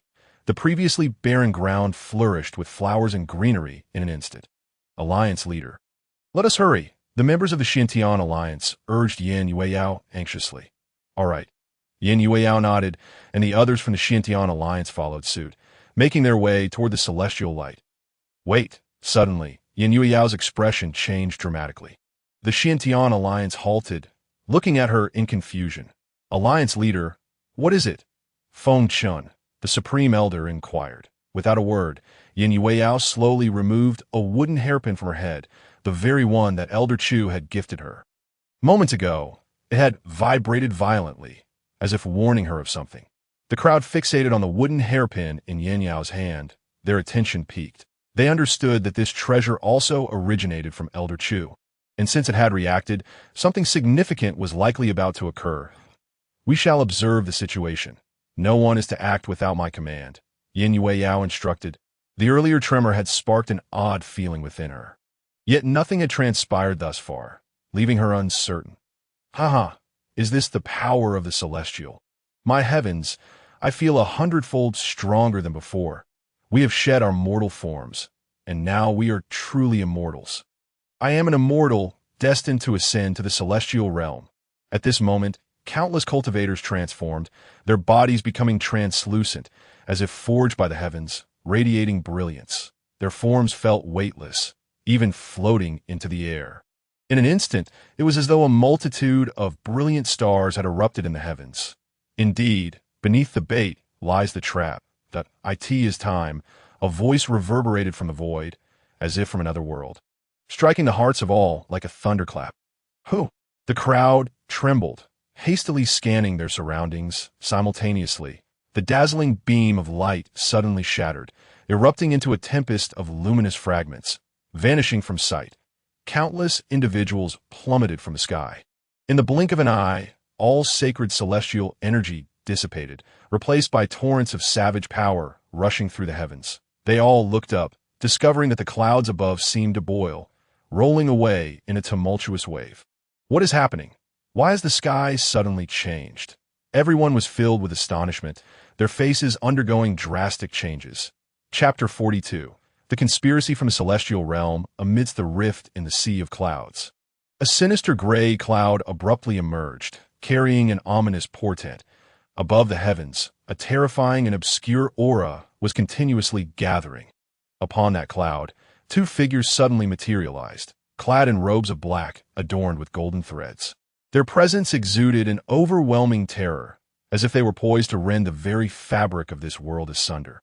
They gazed down upon the supreme beings below, their eyes brimming with disdain and contempt. In that moment, enveloped by an aura as fearsome as a dragon's, the two appear to be nothing less than the sovereigns of the higher realms. What an intense celestial aura! Could they truly be two celestial beings? Indeed, they are two genuine immortals. Have we not yet ascended? Why have these two deities already descended upon us? One of the supreme beings dared to inquire. Ants, you lack even the qualification to know our names. Came the cold retort from one of the figures on the cloud. Humph. What do you think you are? Our cultivation has already surpassed the celestial realm. As fellow immortals, who among us is truly afraid? Indeed, even if you hail from the upper realms, we remain undaunted. Provoked by their words, the crowd boldly confronted the two immortals. Foolish, ignorant. The two celestial beings above regarded the multitude of cultivators below with complete disdain, their emotionless gazes sweeping over the throng. It appears that the core powers of the Kanglan realm have gathered here. The crowd looked at them in confusion, unaware of the true intentions of their adversaries. At this moment we, too, hereby proclaim a celestial decree, announcing the annihilation of the Tao lineage in this world. Their words were devoid of warmth, yet their voices resonated with a terrifying intensity, akin to heavenly thunder that echoed across millions of miles. Shaking the very foundations of the cultivation world, countless individuals below were struck by the horrifying sound waves, blood seeping from their mouths and noses as they fell to their knees. Annihilation of the Tao lineage? Impossible! Who grants you the authority to do such a thing? Wait, why is my strength and vitality continually waning? What is happening? My lifespan is rapidly depleting, and my soul is fragmenting. My nearly 10,000 years of cultivation, no. Boom! Suddenly, an explosion rang out as dozens of supreme beings were obliterated on the spot, reduced to mere dust, vanishing into the wind. Furthermore, dozens more aged rapidly, their once black hair turning white in an instant, their bodies transforming into withered husks that collapsed and shattered upon impact. Panic ensued among the crowd, many realizing that they were suffering grave issues, their pain intensifying, and overwhelming and unknown terror spread among the countless cultivators. Ha! A bunch of ignorant natives. The two figures in the sky mocked as they looked down at the multitude of cultivators. This is bad. It is the celestial aura we inhaled earlier that is erasing everything about us. In an instant, all the supreme beings were engulfed in terror. Damn it. It must be you two rascals who deceived us. What we inhaled was not the so-called celestial aura at all. Who are you? Why do you target the cultivators of Kanglan realm? The four great evil lords also half-kneeled on the ground, their eyes ablaze with fury as they fixed their gaze on the two figures in the clouds. Beside them, Lumaching's beautiful eyes radiated a murderous glint. Target, merely a swarm of insignificant insects. Do you overestimate yourselves? One figure on the cloud scoffed, then turned his gaze toward the distance, his eyes deepening as if he could see to the very depths of the universe. You truly possess remarkable composure. With so many cultivators dead, the fortune of this world will swiftly diminish. I shall see how long you can endure. At that moment, the woman in the black skirt seemed to suddenly recall something. Hastily looking toward the four great evil lords. Each celestial platform has a guardian spirit. If we summon the guardian of this platform, there may yet be a glimmer of hope. Upon hearing this, the four great evil lords' eyes lit up. Very well. If that is the case, let us give a try. The four great evil lords and the woman in the black skirt poured their remaining strength into the white jade celestial platform. The woman in black even pricked her finger, letting a drop of faint golden blood flow into the platform as well. In an instant, the white jade celestial platform erupted with dazzling, multicolored celestial light. As if a fearsome celestial beast, long dormant, was awakening, that a powerful and boundless aura emanated, suffocating all who stood beneath it. It is a power from the upper realms. One figure above, witnessing this scene, expressed mild surprise. Celestial holy blood. A mere mortal has actually nurtured a drop of celestial blood within her body. This is intriguing. This woman possesses some beauty as well. Should she be taken back to the celestial palace for nightly revelry, it would not be without its merits. Another figure leered. Simultaneously, as the radiant multicolored light filled the air, a figure slowly coalesced. Who dares to disturb this lord? An emotionless voice echoed in the ears of the crowd. It is the guardian spirit of the celestial platform. We are saved. Splendid. The celestial beings will not permit others to act recklessly on their territory. Guardian spirit.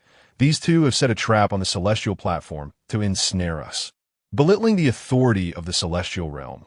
We beseech you to punish them and save us. The crowd seemed to grasp a lifeline, their voices rising in a chorus of desperation. We implore the celestial spirit of the platform to uphold justice and assert celestial authority. Lumaching also respectfully pleaded. Upon hearing the crowd's words, the ethereal figure slowly turned to face the two beings in the clouds. Who are you to dare offend my sect? Begone, with a single rebuke for one of the figures in the clouds. The ethereal image erupted with a resounding bang. The terrifying force was so immense that it instantly split the white jade celestial platform in two. The crowd stood in shock, momentarily frozen in place. A gentle breeze swept through, and the trace of the guardian spirit vanished from the world at the same time. Within a small sect in the celestial realm, a copper mirror shattered into fragments before a man's eyes. Instantly, his face turned ashen. The true words of the celestial path. Those two are actually genuine celestial beings. At that moment, he was utterly panicked. As the master of a sect, he was merely at the peak of the human celestial stage. How could he possibly contend against true immortals? Even if his entire sect joined forces, there would likely be no match for a single blow from them. The more he thought about it, the more fear gripped his heart, and he swiftly sealed off all the energies of his sect, declaring a retreat for 100,000 years, hiding away without a trace. Meanwhile, the people of the Kanglan realm were rendered speechless by the unfolding scene. Even Lumaching's expression shifted dramatically. The power of these two is truly terrifying. Ordinary immortals are no match for them. It's over this moment. The hearts of everyone had turned cold. It is finished. Even a single immortal cannot save you as. It seems that today the Tao lineage of Kanglan realm is destined to be reduced to ashes. In this dire situation, the anxious Lumaching turned to Yen Yueyao. At this time, the members of the Xintian alliance were also in a dire predicament.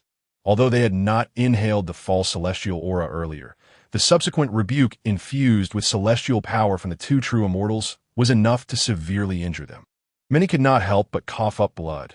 Predecessors are the most powerful beings in the world. Such supreme power is unshakable. If that is the case, then I shall give it a try. Suddenly, Yin Yueyao wiped the blood from the corner of her mouth and stepped forward. In her hand, she dragged a pitch-black ceramic jar, its surface intricately engraved with dragons and phoenixes. Chapter 43. Starlight spanning millions of miles. Bridging two worlds, a black jar soared into the air, quietly suspended. Instantly, the crowd was captivated by the sudden appearance of this vessel. Abruptly, the patterns on the black jar erupted with resplendent brilliance. In a daze, the onlookers felt an overwhelming aura of grandeur manifest within the cosmos. It was an ancient and profound power, as if it had traversed the river of time, existing since eons past. The onlookers could only sense the breath of this force rushing towards them like the tide of an ocean. Tumultuous and overwhelming in that moment, it felt as if the primordial chaos had returned. An irresistible power surged forth, dense with the essence of the strongest Tao, instantly spreading across millions of miles, giving rise to myriad violet mists that reverberated throughout the nine heavens. Suddenly, a strand of ethereal and beautiful starlight flowed forth from within the black jar. The starlight moved gracefully through the void, like a gentle stream. Upon touching the celestial clouds beneath the feet of the two true immortals, those clouds shattered abruptly, transforming into a cloud of dust. In an instant, the eyes of the two great immortals revealed intense shock. Yet before they could react, they found themselves weightless, plummeting from the clouds. What is happening? A surge of intense unease gripped their hearts, causing their heartbeats to quicken. This was utterly inconceivable, for they had not felt such a sensation in tens of thousands of years. Boom! At that moment, the wooden hairpin atop Yin Yao's head unexpectedly soared forth on its own. Transforming into a beam of pure light, it approached the black jar. The hairpin gently tapped against the jar, producing a clear, melodious sound akin to a spring's gentle flow. This single note resounded like celestial music, a power so sacred and inviolable that any resistance before it seemed futile. The supreme might could purify millions of impurities, even making true immortals retreat in trepidation. The celestial sound, though enchanting, harbored a terrifying force. As the surrounding space twisted and collapsed into a vast black void, the celestial music could cleanse all malevolent energies, and the four great evil lords suddenly realized that their own powers were rapidly dissipating. Should this continue, even if they did not perish, they would be rendered powerless by this unfathomable force. Without time to ponder, the four exchanged glances, gritted their teeth, and leaped into the swirling black hole filled with chaotic space. The turbulence of space was an exceedingly fearsome force, capable of tearing everything apart. Yet, if fortune favored them, there was a minuscule chance of escaping this perilous realm through the chaos. The four evil lords clearly were willing to gamble everything. On the other side, the two true immortals were in great torment. The force unleashed by the hairpin strike against the jar was overwhelmingly terrifying, as if thousands of mountains bore down upon them. A power capable of subjugating millions of beings that moment. This realm was suffused with auspicious signs, as the violet mist seemed to fill the entire sky. Across the vast expanse of the Kanglan realm, the terrifying celestial phenomenon could be seen from almost every corner. This moment, the entire Kanglan realm trembled and boiled with excitement. Clang! The hairpin struck the jar once more, producing another crisp sound, accompanied by an even more formidable force erupting from within. In an instant, amidst the sea of violet mists, brilliant stars blazed forth, illuminating the sky. In that fleeting moment, it seemed as though a purple galaxy appeared above the heads of the onlookers. Even in their daze, they felt as if countless supreme holy spirits were swimming within that galaxy. Roar! Suddenly, from within the black jar, two voices erupted like the wrath of deities, soaring towards the heavens. Parting the violet mists, this was the might of the dragon and phoenix. The terrifying ancient pressure descended upon the mortal realm, and the two true immortals below felt an overwhelming dread, as if 100-fold pressure bore down upon them. Their legs trembling, nearly forcing them to kneel. Impossible! I am a true immortal, a being of supreme existence. How can this despicable mortal realm suppress me? Damn it!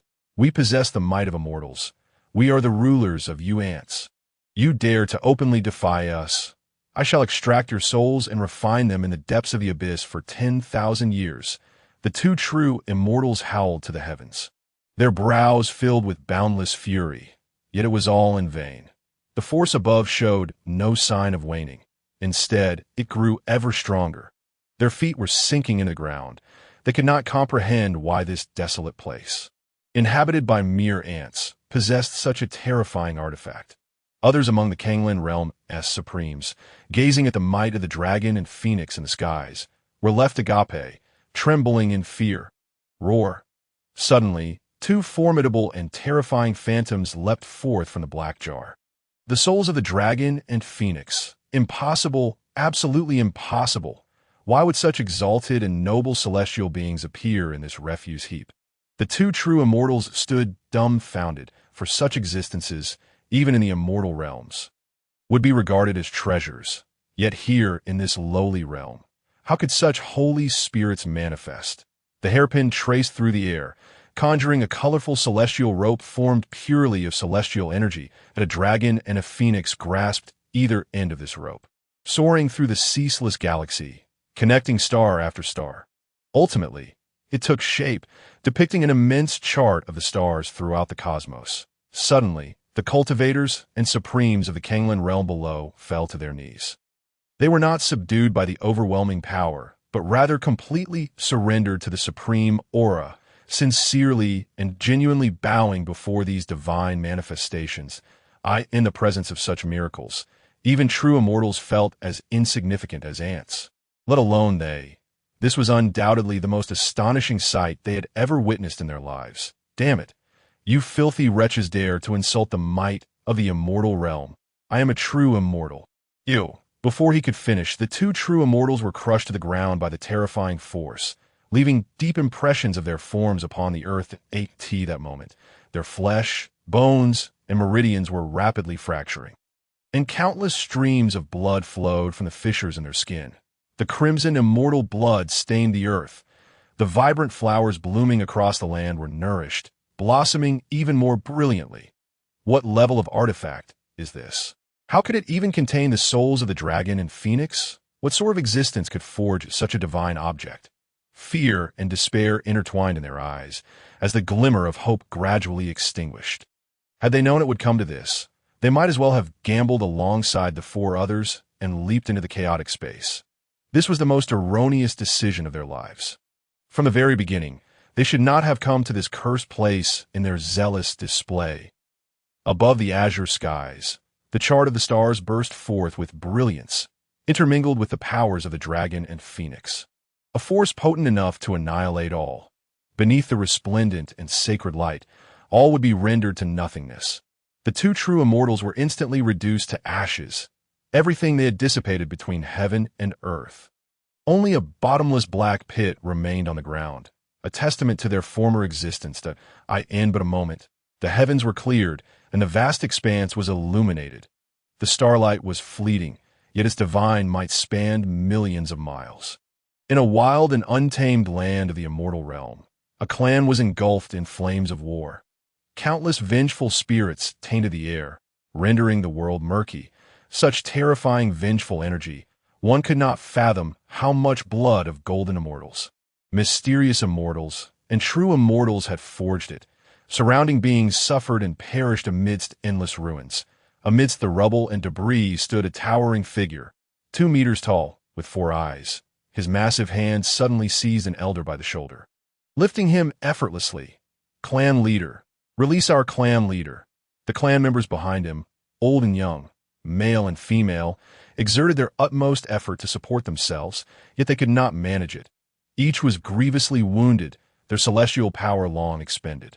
The 4-eyed giant coldly glanced at the elder, his eyes filled with disdain.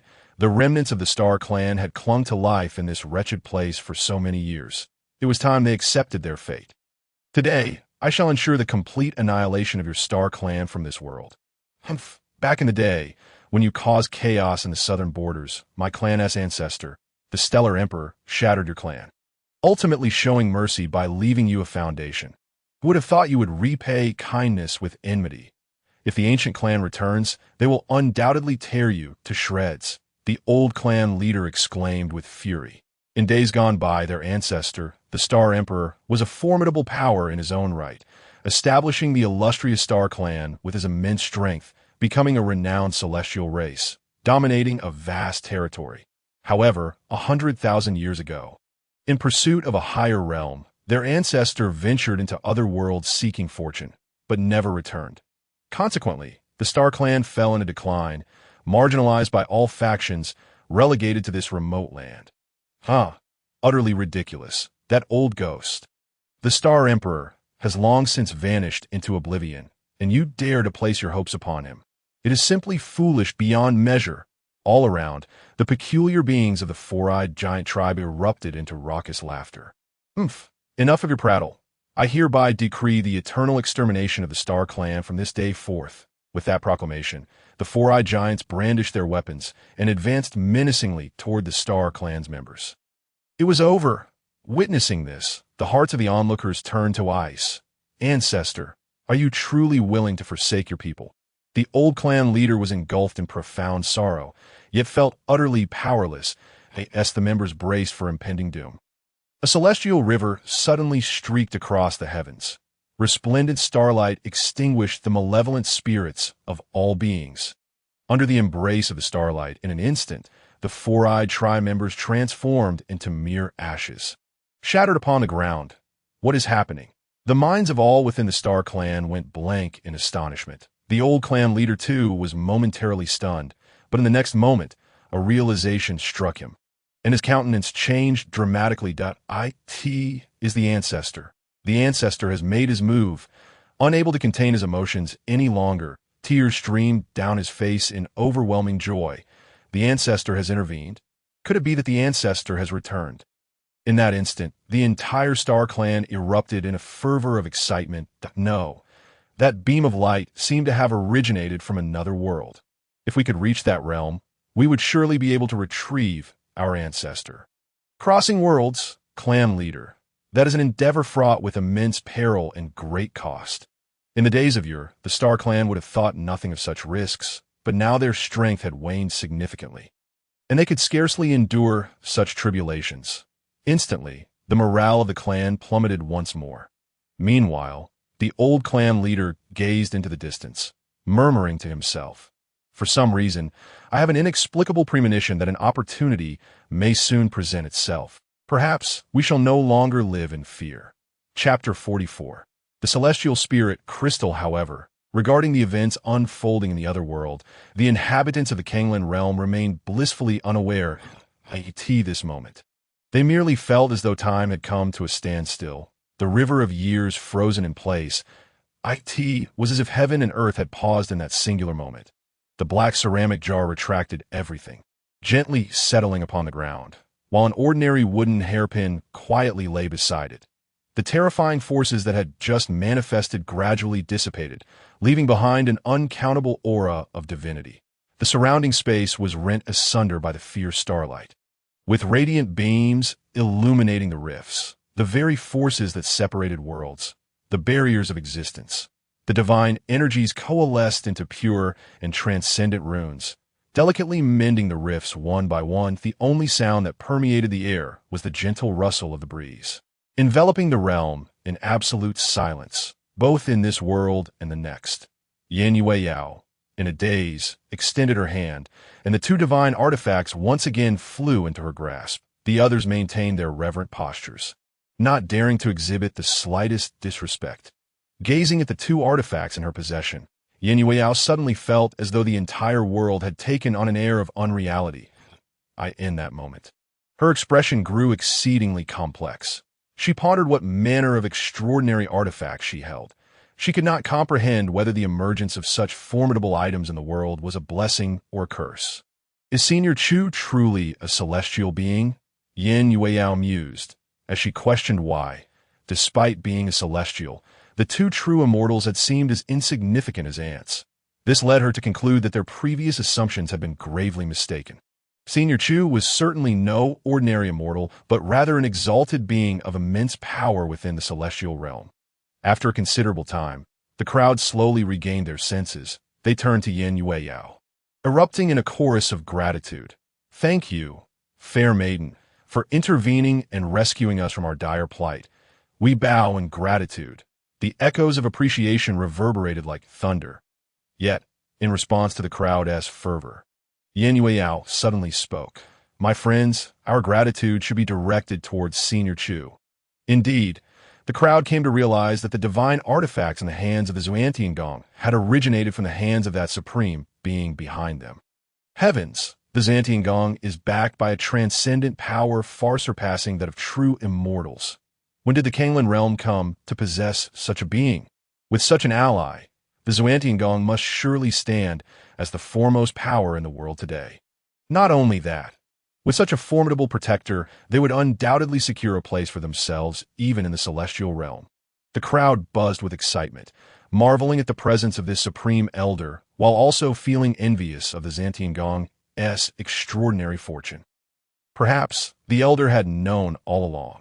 Supreme Lord Feng Chun remarked. Wei Du nodded in agreement. Indeed, it is likely that he bestowed upon us these two artifacts to aid us against those two true immortals. After all, even such beings are naught but insects in the eyes of the elder, hardly worthy of his direct involvement. That moment, the members of the Xuantiangong finally grasped the magnitude of their situation. Such an existence must undoubtedly hail from the higher realms. Within the Kanglan realm, even the ancestors of those hidden sects would not stand a chance against such a being. Others self-deprecatingly mused, how laughable it is that the cultivators of the Kanglan realm were once akin to frogs in a well, deeming the hidden sects as the pinnacle of power. Little did they know that, in the presence of that elder, they were but inconsequential pawns. Yet, this is of little consequence. As it stands, that elder residing within the Kanglan realm is our guardian deity. Given the unfolding events, it is evident that a certain force from the higher realms has designs upon the Kanglan realm. But as long as the elder remains, we shall enjoy perpetual peace and prosperity. That elder need not even lift a finger to vanquish true immortals. One can imagine he is a formidable force even among the higher realms. Suddenly, a voice of surprise erupted from the crowd. The power within me has been restored. The others then realized that the cultivation they had previously lost had been fully regained, even enhanced slightly. All this is thanks to that elder. At this moment, Chu Xuan had become the eternal idol in their hearts. Might I inquire if you could introduce us to that elder? The woman in the black dress stepped forward, gazing at the members of the Xuantiangong. Indeed, if possible, we too wish to express our gratitude to the elder in person. The others suddenly caught on. The legendary senior Chu must undoubtedly be among the most esteemed figures in the Kanglan realm, and all should pay him sincere homage. Yan Yueyao, as the alliance leader. What are your thoughts on this matter? Feng Chun inquired that I believe that when we previously visited the elder, he seemed to harbor a degree of displeasure, likely due to our intrusion upon his tranquility. To assemble such a multitude to visit would be even more inappropriate. Yan Yueyao articulated her perspective that, of course, this is merely my personal opinion. Whether or not we should meet them, we must first seek the elder's will. Upon hearing this, both Feng Chun and Wei Du nodded in agreement. Recognizing it as the most prudent course of action, my friends, we must act according to the elder's instructions, Feng Chun stated. Naturally, one of such stature should not be approached without proper respect. We are willing to wait. The crowd nodded in unison, clearly in accord. Please inform us when the time comes, the woman in the black dress requested. Very well, since this matter is settled, we shall take our leave, Yan Yueyao declared. Miss, what about all this celestial blood and that jade platform? A group of supreme beings inquired respectfully to at this juncture. The Xuantiangong had become the most influential force in the Kanglan realm. Thus all matters required the alliance leader's opinion. Yan Yueyao cast a glance at the items, surmising that, given the elder's stature, these would be of little consequence to him. She nodded. You may take these items as you wish. Upon hearing this, the various supremes erupted in joyful exclamations, eagerly gathering the treasures. It was known that these were genuine artifacts from the celestial realm, and with them, they could greatly enhance their comprehension of the celestial path, thus achieving true ascension. The crowd bustled with excitement. Only the woman in the black dress remained composed, standing quietly to the side. Will the elder not take some for himself? Yin Yao inquired. This group of women is the strongest among us. If she could obtain even a fragment of the celestial path, she would be the most likely to transcend to immortality. The woman in the black dress cast a glance at her and gently shook her head. Once you have witnessed the resplendent brilliance of the true sun, moon, and stars, would you still envy these feeble flickers of candlelight? In my heart, a genuine path to immortality has already manifested. The rest are, to me, no more significant than dust. Upon hearing this, Yanyao felt a jolt within her, unable to suppress her admiration for the senior. Such a perspective and mindset are truly beyond the reach of ordinary individuals. Suddenly, a burst of light erupted, and amidst the shattered jade platform, a pale azure orb soared forth that, in an instant, a serene and sacred radiance enveloped them, akin to basking in the gentle spring breeze. As every pore began to exude a refreshing aura, suggesting an imminent elevation in cultivation, celestial spirit crystal. Everyone was taken aback. This crystal was the very essence of the celestial platform's power, an exceedingly rare treasure of the celestial path. The orb gracefully floated before Yanyao, swirling around her. The crowd's envy surged. Such a supreme sacred object typically possessed a spirit of its own, making it incredibly challenging to subdue. Yet this celestial spirit crystal willingly approached Yanyao, submitting to her presence. How utterly unfathomable. Yanyao extended her hand to receive the crystal. This item must be presented to my senior, she stated solemnly. She understood well that she had no right to command the celestial spirit crystal. It was her senior to whom it yielded. Indeed, that is appropriate. Feng Chun and the others nodded in agreement. After the assembly had collected the celestial blood and fragments of the celestial platform, only 1/3 of the immortal cultivation coalition departed from the Dalian mountain range in a grand procession. Meanwhile, 7 colossal and fearsome birds of prey soared through the heavens. Their eyes glowed red, their bodies trembling with overwhelming demonic energy, as a swirling mass of demonic power coalesced into a massive dark cloud, drifting toward the Dalian mountain range. The leading beast was several times larger than the others, radiating a ghostly blue luminescence, as if forged from the iron of the netherworld. It was the leader of the Nether Blood Duck clan, the Yinfu King. How far are we? The leading bird inquired, surprisingly articulating human speech. Reporting to the king, we are nearing the place where the breath of the 8 leaders last appeared, replied another bird nearby. Humph, we shall descend. Whoever dares to oppose the Nether Blood Duck clan, this king shall ensure they are torn to shreds. With a command from the Yinfu King, the 7 colossal beasts descended into the mountain range. Chapter 45. The terrifying tortoise is the one who killed the 8 leaders truly in such a place. One large bird questioned with skepticism that it found it hard to fathom that anything dreadful could reside atop this barren mountain. Indeed, when the essence of the 8 leaders shattered, I distinctly traced it back to this mountain range. There is no doubt about it.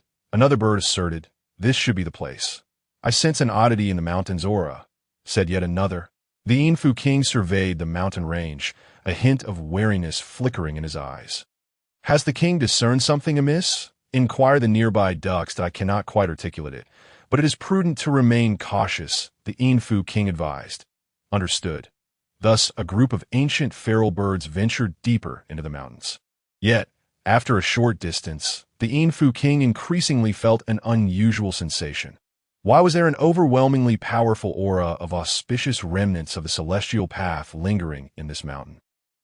Ah, your majesty, I previously learned that a remnant of the celestial realm seems to have appeared in this northern domain. Most of the human cultivators from the Kanglan realm have flocked to this location. Could it be that this mountain range is where the celestial trace is manifested? Surely, none among them have transcended to immortality. Several Netherblood ducks expressed nervously. Such a significant matter, and you failed to inform this king. The Yinfu King's eyes glinted coldly. Your Majesty, I thought it prudent to keep our distance, given the presence of several supreme beings among the human cultivators. With our strength, one large bird hesitated to voice its thoughts. Impudent, are you suggesting that this king is inferior to those feeble humans? The Yinfu King scolded, a wave of chilling and terrifying demonic energy emanating from him. The other Netherblood ducks felt intimidated, but secretly shook their heads. This was their king's flaw. Despite not being particularly formidable, he often enjoyed putting on airs. "Please, your majesty, I meant no offense." One of the nether blood ducks feigned submission. "Umph. For now, I shall spare your life. Should you dare to cross me again, I will snap your neck?" "Yes, I understand." Thus, the group of large birds continued onward.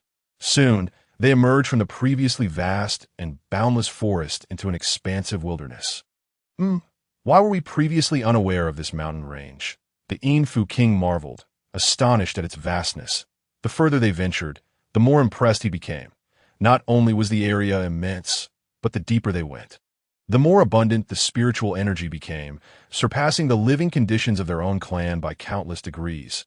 The Yin-Fu king grew increasingly pleased, exclaiming, "Ha! I initially set out to eliminate a few ants, yet unexpectedly stumbled upon such a treasure. In this case, our Netherblood duck clan could migrate here en masse. Living in such a bountiful land, I dare say that within a century, we shall undoubtedly become the most powerful clan in the entire world." What the king says is indeed wise, and we have encountered no other ferocious beasts along the way. Clearly, this is an untouched virgin land. What a tremendous opportunity. The other nether blood ducks cackled in delight. Who dares to disturb my peaceful slumber with such egregious proclamations? Suddenly, a terrifying voice echoed, as if a thunderous bolt had struck above them, leaving the birds dizzy and their souls trembling. They turned to behold a mountain behind them shifting and moving, causing the ground to tremble and massive stones to scatter in all directions. The Netherblood ducks hurriedly summoned their demonic power to defend themselves. To their astonishment, the mountain transformed into the most terrifying tortoise in existence. Its colossal form loomed like a mountain, its skin resembling ancient green rock, and its massive shell bristled with sharp spines, while its ivory teeth glimmered like divine blades that a pair of deep blue eyes, akin to the sun and moon, fixed their gaze upon the Netherblood ducks. The overwhelming aura of ancient terror constricted their breath, as if their very throats were being grasped. "Double, what manner of creature are you?" The Yin-Fu king mustered his courage to inquire. Yet the colossal tortoise paid him no heed. A cold glint flashed in its eyes, and in an instant the temperature of the world plummeted, with icy winds slicing like daggers, unleashing a flurry of snowflakes that, in an instant, the wilderness was blanketed in white. Within moments, the snow accumulated to several feet deep. The ground exuded an ominous chill, as solidified ice swiftly encased their feet, rendering them immobile. The 7 Netherblood ducks felt as though their blood and souls had been encased in frost. Good heavens! How can there be such a terrifying tortoise in this world? The Netherblood ducks were left utterly dumbfounded. Who was it that just proclaimed they would seize this land? The colossal tortoise was none other than Chu Xuan's 4th disciple, the Great Tortoise. Having not ventured out for quite some time, it had intended to take a leisurely stroll and rest when fatigued, just as it was dreaming of being elevated to the position of senior brother by its master. It suddenly overheard a few voices with duck-like tones declaring their intent to occupy this desolate mountain. What nonsense is this? This place is the master's dojo. How dare such refuse tarnish it? Infuriated, it felt that these ruffians not only disrupted its sweet dreams, but also dared to disrespect its master, and thus could not be spared. "What are you?" the Great Tortoise demanded. In response to your grace. "We are from the Netherblood duck clan, here entirely under the command of our king. We have no part in this. Please spare us." One Netherblood duck, unable to withstand the overwhelming pressure, began to plead for mercy. "Indeed, this has nothing to do with us. It was all him." The other Netherblood ducks eagerly betrayed the Yin-Fu king without a hint of hesitation. "Impudent! You dare to betray me? The king of the Netherblood duck clan? I can execute you this very moment according to clan law." The Yin-Fu king seethed. "Humph! Who cares about you? Our lives hang by a thread. Even if you were my biological father, it would matter not." The other specters of the Netherblood ducks spoke without hesitation. There was no way around it. The primal, ancient aura emanating from that turtle was imbued with a bloodline power far surpassing their own. Even their ancient ancestors would likely falter before it, as this fear, rooted deep within their souls, was insurmountable. "You, the king of the Nether ducks, are seething with rage, yet you dare not act recklessly. Turtle, let us negotiate." If you are willing to release me, I can provide you with all the evidence I've gathered. What say you?" The king of the nether ducks ventured cautiously. The other nether blood ducks were taken aback. They had previously thought him a tiger, but now realized he was merely a fierce beast. Indeed, upon hearing the term turtle, the great crow was immediately incensed, its gaze turning frigid. "Humph, how dare a mere duck king be so audacious? Die!"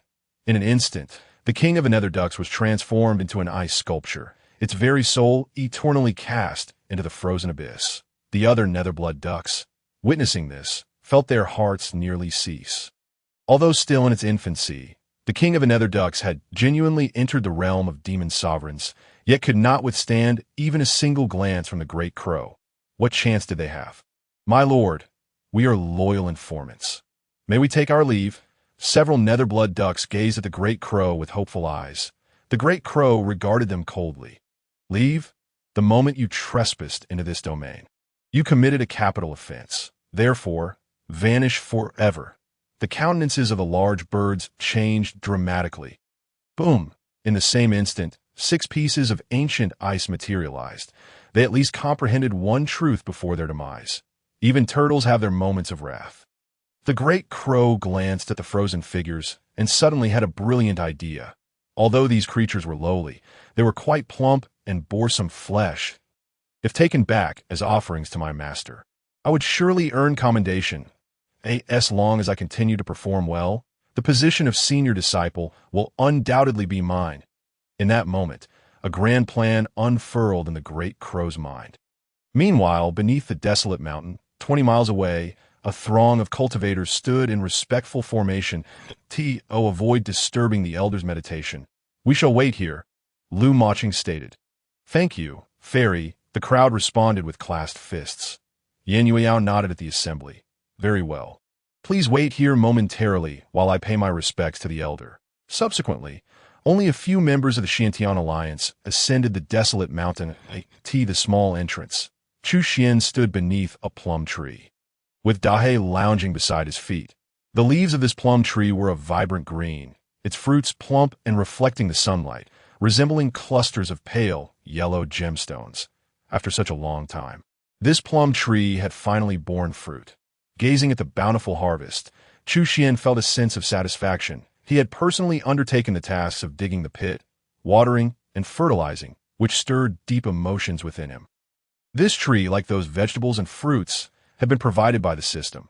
The only difference was that while those ordinary crops ripened season after season, this plum tree had taken 8 years to finally yield fruit.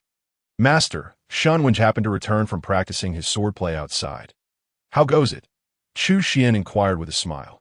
"The sword left by Master is truly a supreme treasure. From it, I have grasped the essence of the Yellow Springs sword technique. Although I have only just begun, I can already sense its formidable resolve," Shun Winge expressed with immense admiration. After this period of cultivation, he had transformed from an ordinary individual devoid of spiritual power into a formidable cultivator at the early stage of the nascent soul. This was not solely due to the strength of their cultivation techniques, but also because their daily sustenance consisted of exquisite meals crafted by their master using unparalleled alchemical skills, just like the few ducks that fourth senior brother had brought back not long ago, which, after being processed by their master, had turned into unmatched delicacies brimming with terrifying spiritual energy that he had yet to fully digest. Indeed, any progress is a good thing. Chu Xuan nodded. He had never anticipated that a disciple of mediocre aptitude could derive insights from that tree he had casually tended. Evidently, the individuals in this world were masters of imagination. Alas, it is a pity that I cultivate the body refinement path. That sect's divine artifact is of no use to me. Suddenly, Chun Debo emerged, now also a mid-stage nascent soul cultivator. Upon seeing Chu Xuan, Chun Debo respectfully bowed. "Greetings, master."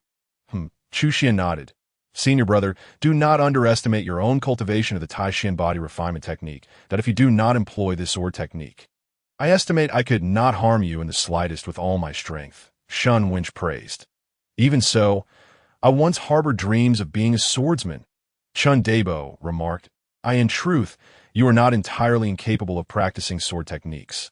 Chu Xuan suddenly interjected that, "Master, I am a body cultivator, renowned for my physical strength. Can I also refine swords? Chindabo was somewhat taken aback. Certainly. Although sword technique rely on immense spiritual power to unleash their formidable sharpness. If your physical strength is great enough, you may comprehend a sword technique based purely on strength. Chu Xuan contemplated aloud. Chundabo's eyes brightened. Indeed. Thank you, Master, for your guidance. Chundabo joyfully dashed toward the back mountain. Chu Xuan chuckled. Truthfully, he was uncertain if this method would be effective, but what if it were? By saying this, he had undoubtedly sparked his true enlightenment. Master, I shall take my leave now, Shun Wenj announced. Go ahead, Chu Xuan nodded. Elder, suddenly a voice called from behind. Chu Xuan turned to find Yin Yueyao and her companions approaching Dada. It is you.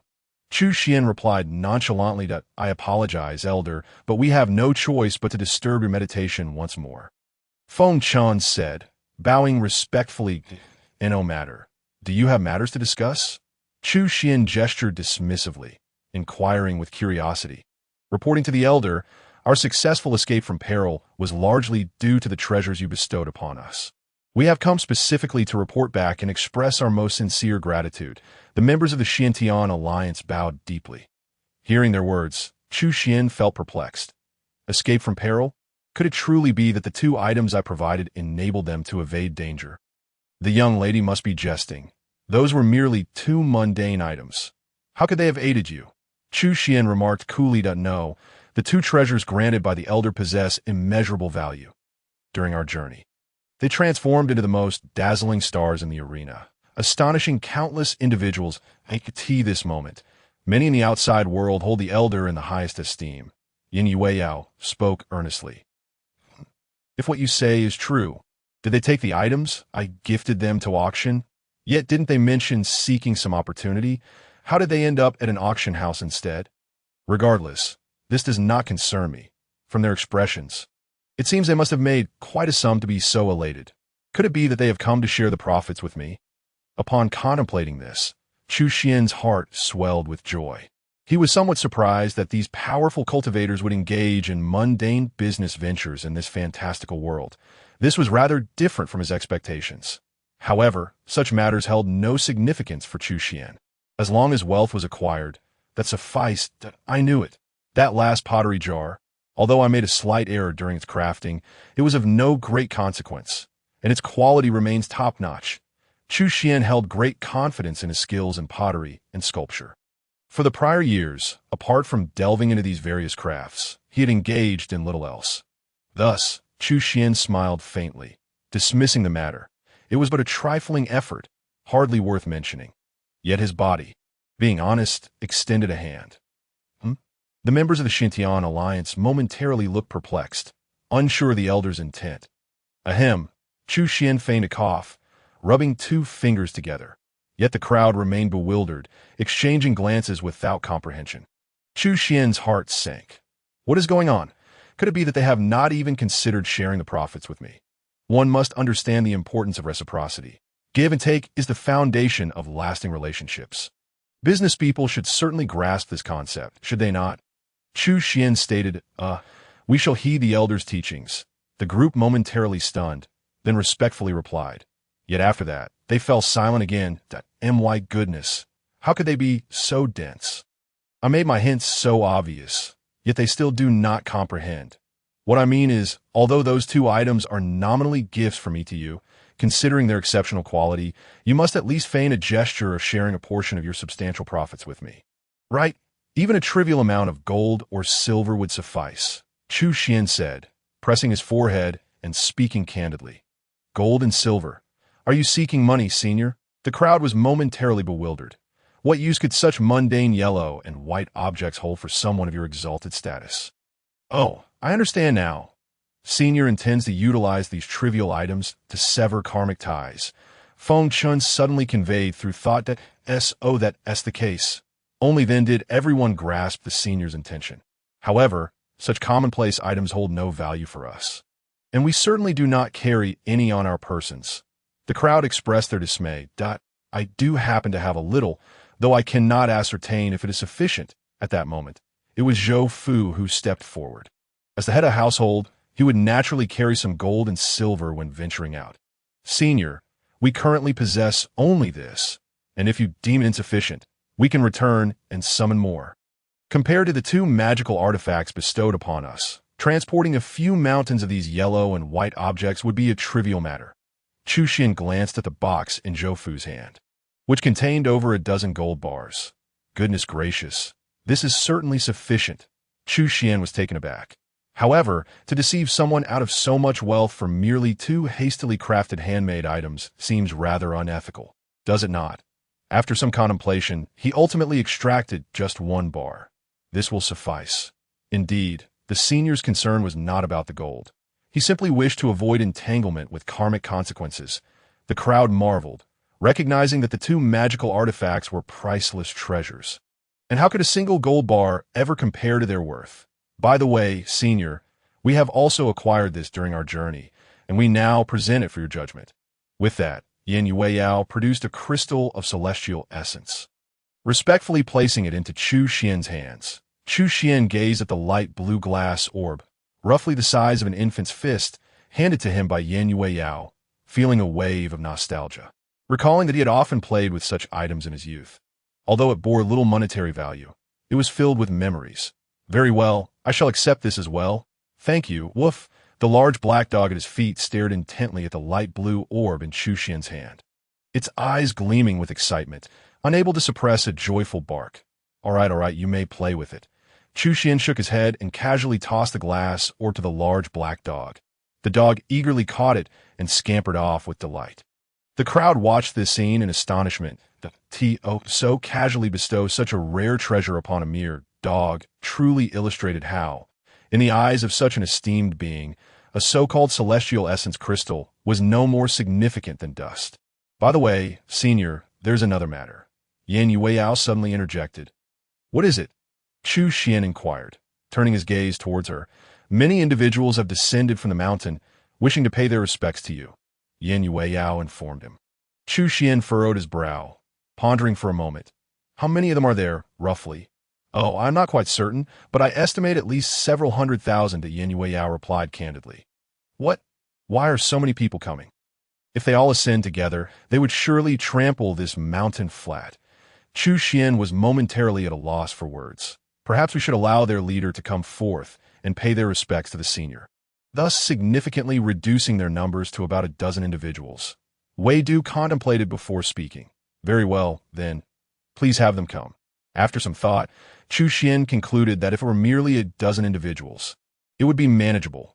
Moreover, it was likely that these individuals were significant figures from the commercial world outside, and Yan Yueyao and her group probably wished to seize the opportunity to network and expand their connections. Besides, having taken a gold bar for those 2 worthless items, Chu Xuan felt a slight twinge of guilt. Therefore, it would be appropriate to grant them this courtesy. Chapter 47. The True Essence of the Tao thus. The leaders of various factions and the powerful supremes, under the guidance of members from the Shantian Alliance, ascended the desolate mountain. What a profound aura of antiquity. It is indeed a place where an ancient powerhouse once thrived. The atmosphere atop this mountain was incredibly potent, akin to stepping into the abode of a celestial king. Good heavens! What creature is that?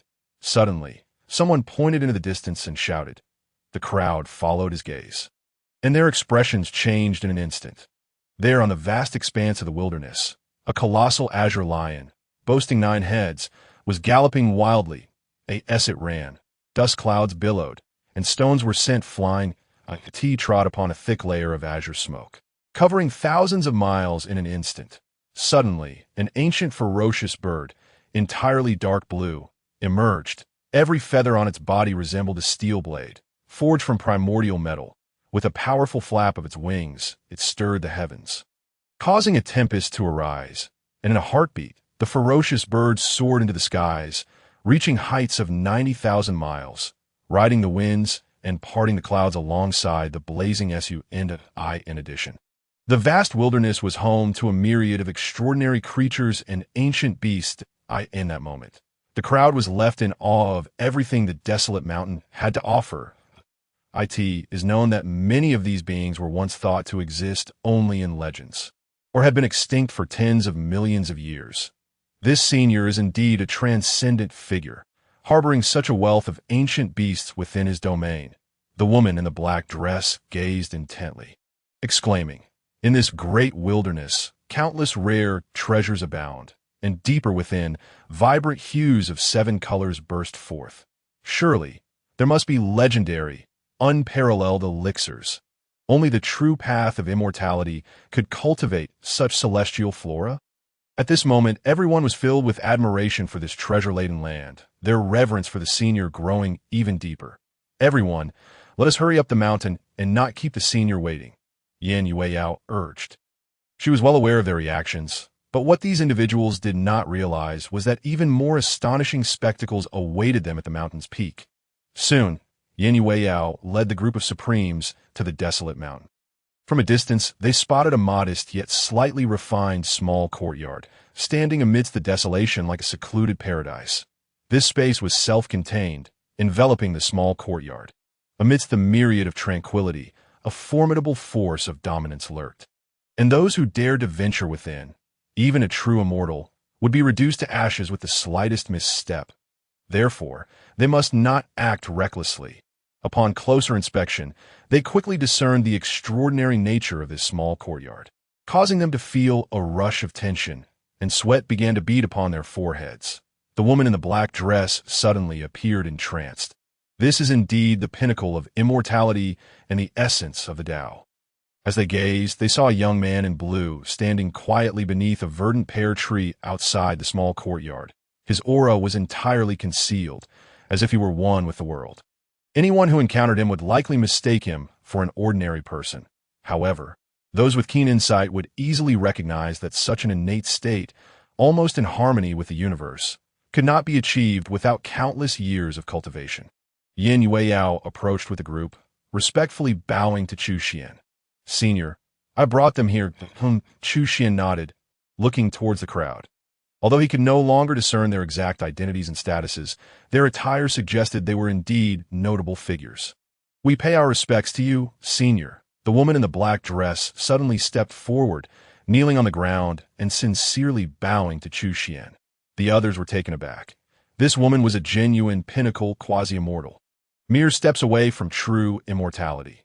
Yet, the presence before her commanded such profound respect. How formidable must this being be?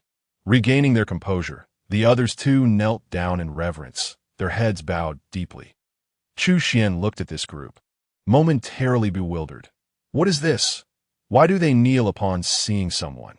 Even if one admires a certain skill, there is no need for such fervor. How foolish! Yan Yueyao and the others were equally astonished.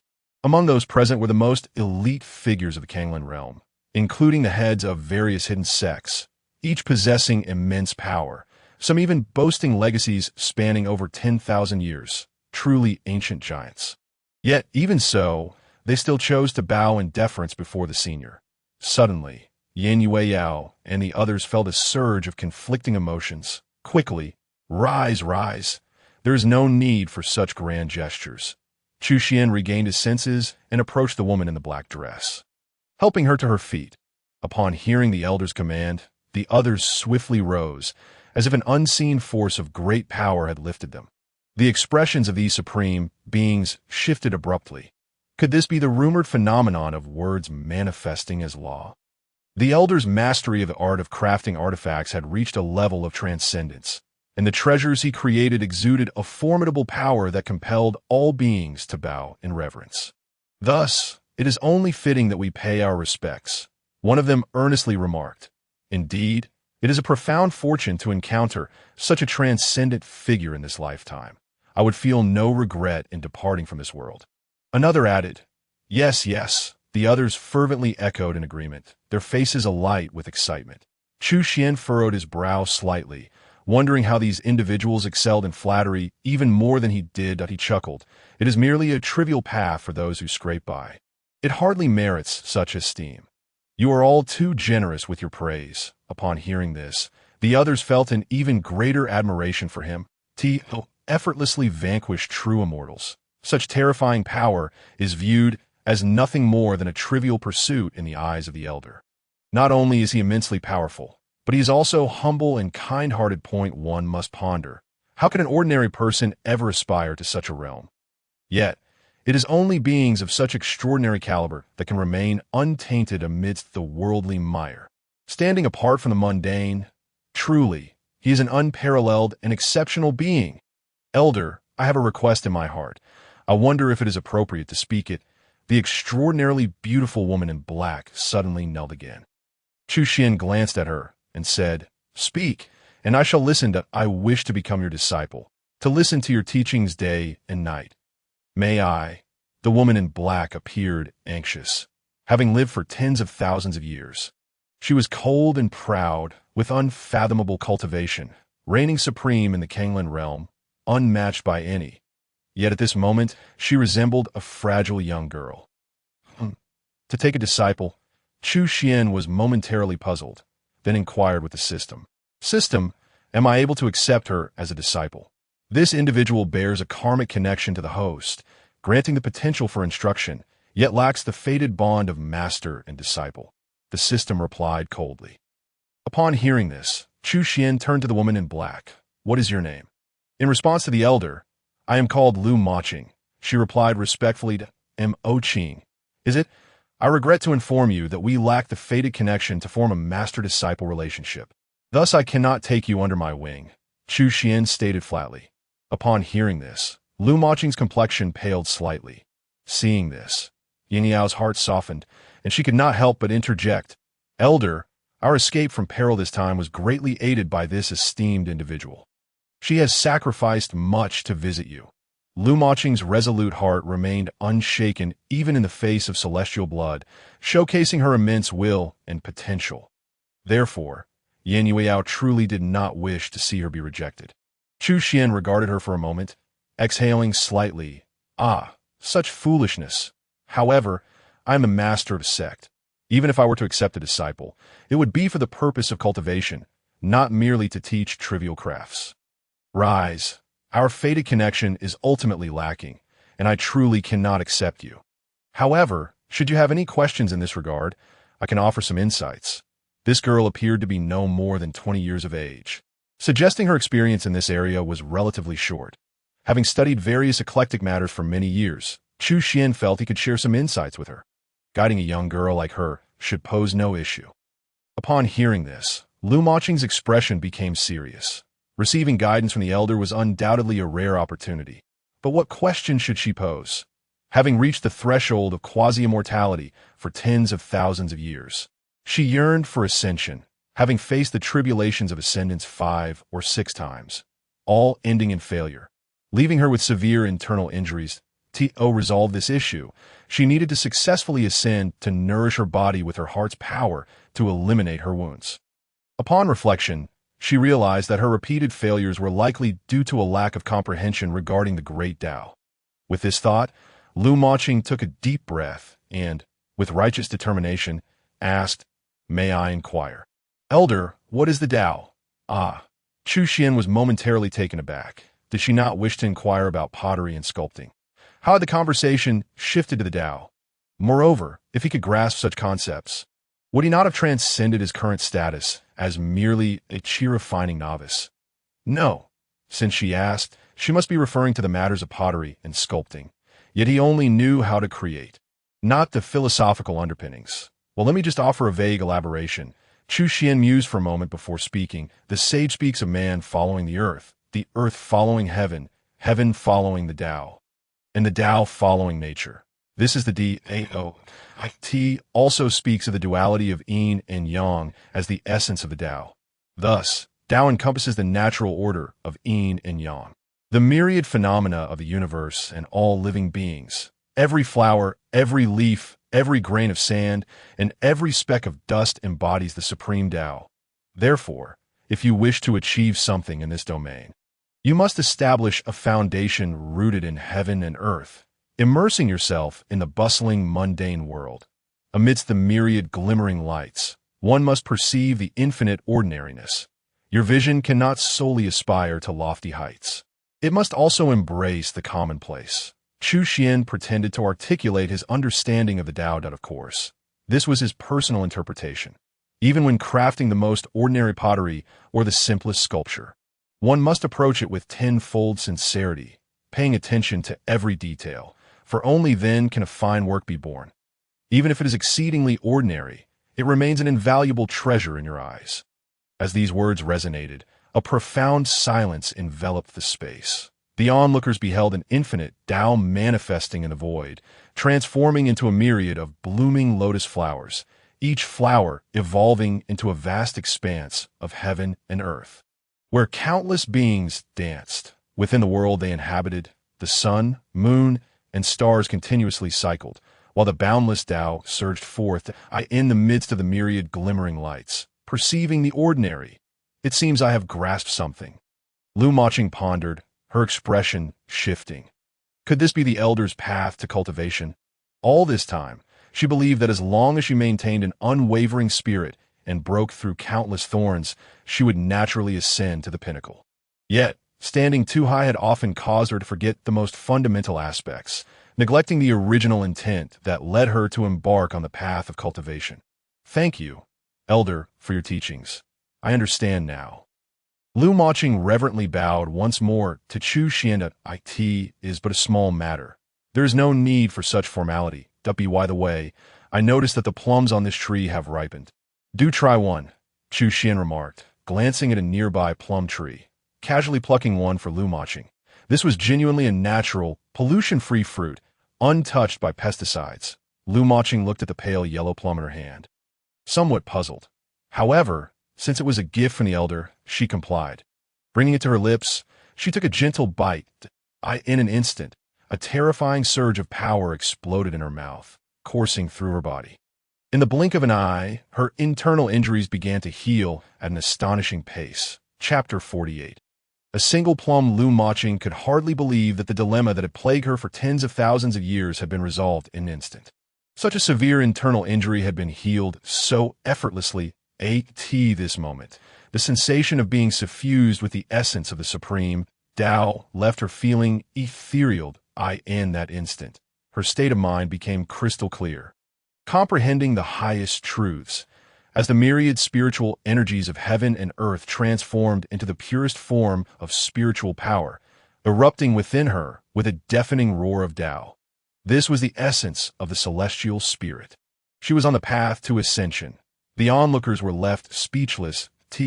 Becoming immortal in a single moment is to transcend the mortal coil and attain glory for generations. Heaven above. In the entire Kanglan realm, the path to immortality had been severed for millennia. Yet now, on this very day, they were fortunate enough to witness the birth of an immortal. The others around them immediately sensed a profound transformation in Lu Maching. A powerful aura emanating from her that was distinct and awe-inspiring, akin to the purity of the moon in the sky. The rapidity of these events was astounding, concluding within mere breaths, a single fruit. And yet it assisted another in achieving immortality. What a remarkable feat! What an extraordinary miracle! Lu Maching gazed in disbelief at the plum in her hand, discovering that the reverse bore two characters, Huangzhong. The characters seemed to have emerged from the very essence of existence, radiating an ineffable truth of supreme sanctity. This is not good. Suddenly, Lu Maching seemed to recall something, sensing the power coursing through her body, and instinctively gazed towards the heavens. Above, dark clouds were gathering ominously. The malevolent aura emanating from the clouds was terrifying and oppressive, causing hearts to race with trepidation. It was the heavenly tribulation. The crowd soon recognized the gravity of the situation.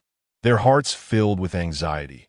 Given their current cultivation level, if this tribulation were to descend, they would undoubtedly suffer dire consequences. They were utterly incapable of withstanding such a fearsome force, and could easily be reduced to ashes in an instant. Upon witnessing the young lady taking a bite of a plum, Chu Xuan noticed her expression shift, prompting him to inquire, "What troubles you? Is the taste displeasing?" "Not at all. I'm immensely grateful for such a precious gift from you, esteemed senior, and the flavor is exquisite," Lu Maching replied, her heart racing with urgency, yet she dared not depart without the senior's permission. Hearing her words, Chu Xuan exhaled in relief. "If it is delightful, then indulge yourself further." and let us all partake together." With that, he turned to pluck more plums. However, the expressions of the others were far from cheerful, as they felt the weight of a ticking time bomb above their heads, making it impossible for anyone to feel at ease. Lu Maching observed the increasingly dense tribulation clouds above, beads of sweat beginning to form on her forehead. Just then, the half-eaten plum in her hand radiated a divine light, instantly drawing in the ominous clouds, absorbing them entirely into the fruit. The abruptness of this transformation was astounding, leaving the crowd with no time to react. Such a terrifying tribulation was effortlessly dispelled by a mere half of a plum. It was akin to a fantastical tale. What extraordinary origin did this celestial fruit possess? Excitement coursed through the hearts of the onlookers, for the senior was currently harvesting and had promised to share with them.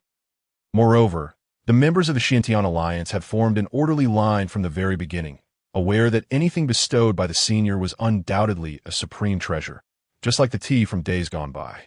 Lu Maching gazed at the half-plum in her hand. Feeling it was a priceless treasure, she proceeded to consume the remaining half, only to discover that the once dreaded tribulation had transformed into the purest essence of celestial power. At that moment, her body was nourished by the rich spirit energy, propelling her from the initial stage of human immortality to the mid-stage. In that instant, she had become a true immortal, a being that stood apart from the mundane world. Furthermore, ordinary human immortals were no longer her match. Meanwhile, Chu Xuan had gathered a handful of plum from the tree to distribute to the others. Lu Maching once again knelt before him respectfully, exclaiming, "I am eternally grateful for your kindness, esteemed senior. Should you ever require anything, Lu Maching will not hesitate to serve." "Oh dear, did I not mention? There is no need for such formality. It is merely a plum." "Please rise," Chu Xuan replied, his brow slightly furrowed. "Yes," Lu Maching complied, standing up, yet her face and eyes were still filled with deep reverence for Chu Xuan. He then addressed the others, "Come, my friends, my humble abode lacks in hospitality. But please feel free to take as many of these fruits as you wish." Upon hearing this, everyone became excited, having just witnessed the miraculous properties of the celestial fruit. Yet, despite the senior's generous offer, no one dared to be greedy for such a divine fruit. Each person took only one and quickly declined further. Nonetheless, smiles of joy illuminated their faces, brimming with delight. Fortunately, Chu Xuan had gathered an ample supply, leaving behind a dozen or so. Chu Xuan found himself at a loss, uncertain whether they truly cherished or despised such ordinary offerings. Therefore, he called upon his 4 disciples and the 4 elders to help distribute the plums. As the esteemed ones consumed the plums, they instantly sensed a dramatic transformation within themselves. Their cultivation levels and comprehension of the Tao surged forward rapidly, ultimately reaching the peak of their current realm. To everyone's astonishment, over 10 esteemed individuals simultaneously took this significant leap, transitioning to the quasi-immortal realm. The crowd was overcome with exhilaration. Had they relied solely on their training, it would have taken them thousands of years to traverse the chasm between the supreme realm and the immortal realm. Some, having exhausted their potential, might struggle to cross that threshold in their lifetimes. All of this was thanks to the profound opportunity bestowed by Senior Chu, allowing them to achieve such a momentous breakthrough in an instant. Senior is truly a divine being. From this day forth, Senior Chu shall be my highest faith. The crowd was overcome with gratitude towards Chu Xuan. Chu Xuan's disciples wore expressions of pure enjoyment. The plums contained powerful divine energy, cleansing their bodies of impurities and elevating their cultivation levels. In contrast, the 4 elders maintained a calm demeanor, simply thanking Chu Xuan before consuming the plums without any notable display of emotion. Chu Xuan found himself perplexed by their reactions. Was it truly necessary to be so excited over a handful of plums? It seemed that among them, only the 4 elders reacted in a more composed manner. The others, including his own disciples, hastily declined further offerings after taking a single plum, leaving the majority for Chu Xuan and the 4 elders to consume. And indeed, the plums were crisp and sweet, their flavor undeniably delightful. "Esteemed senior, the matter has concluded. Is there anything you wish us to do in the future?" The newly ascended quasi-mortals gazed at Chu Xuan with sincerity. "You honor me with your words. But there is no need for commands. However, if possible, I hope you all can foster a spirit of unity and camaraderie with Yue Yao and the others, strengthening your collaboration and avoiding discord. After all, such matters will arise frequently in the future. Chu Xuan thought ahead, realizing that if he were to acquire more items, he could entrust them to Yue Yao and her group for sale, thereby profiting immensely. A straightforward path to wealth had thus presented itself. Such matters will arise frequently. Did the senior imply something? Could there be even more formidable foes ahead? The mere thought sent chills down their spines. This time, they had barely survived an encounter with a true immortal. The prospect of facing an even more powerful adversary was truly horrifying, and Yin Yue Yao, as the leader of the Xiantian Alliance, was backed by the senior. This realization, the crowd nodded without hesitation. We shall abide by your wishes. After departing from the desolate mountains, the various sect leaders and heads began to express their goodwill towards Yin Yue Yao. Leader Yin, from now on, the affairs of the Xiantian Alliance will be our affairs. Indeed, Leader Yin, from this day forth at your command, we shall rush to your side, no matter the distance, as long as they were associated with the Xiantian Alliance. It was akin to clinging to Senior Chu's coattails, an instant pathway to a boundless future. The mere thought of it made them salivate with anticipation. Lu Maching approached Yin Yue Yao, declaring, "Should you encounter any difficulties in the future, I shall surely lend my assistance." "Thank you, esteemed senior," Yin Yue Yao and the others replied respectfully. "Well then, we shall take our leave. Lady Lude, we mustn't delay, as you are already an immortal and deserving of our utmost respect." The esteemed ones remarked, "Indeed, please do, but let it be known to remember the senior's sacred words," Lu Maching reminded them. The group straightened their expressions, nodding in agreement. "We shall remember at all times that I am the celestial realm." In the city of flowing clouds, useless trash, the lord of flowing clouds, his countenance darkened, crushed the jade slip in his hand. Countless laws shattered and reformed around him. The palpable aura of his terrifying power instilled a sense of dread in all present, rendering them speechless. "Give the order. We cannot wait any longer. Begin immediately," the Lord of Flowing Clouds commanded coldly. "Yes," a true immortal responded.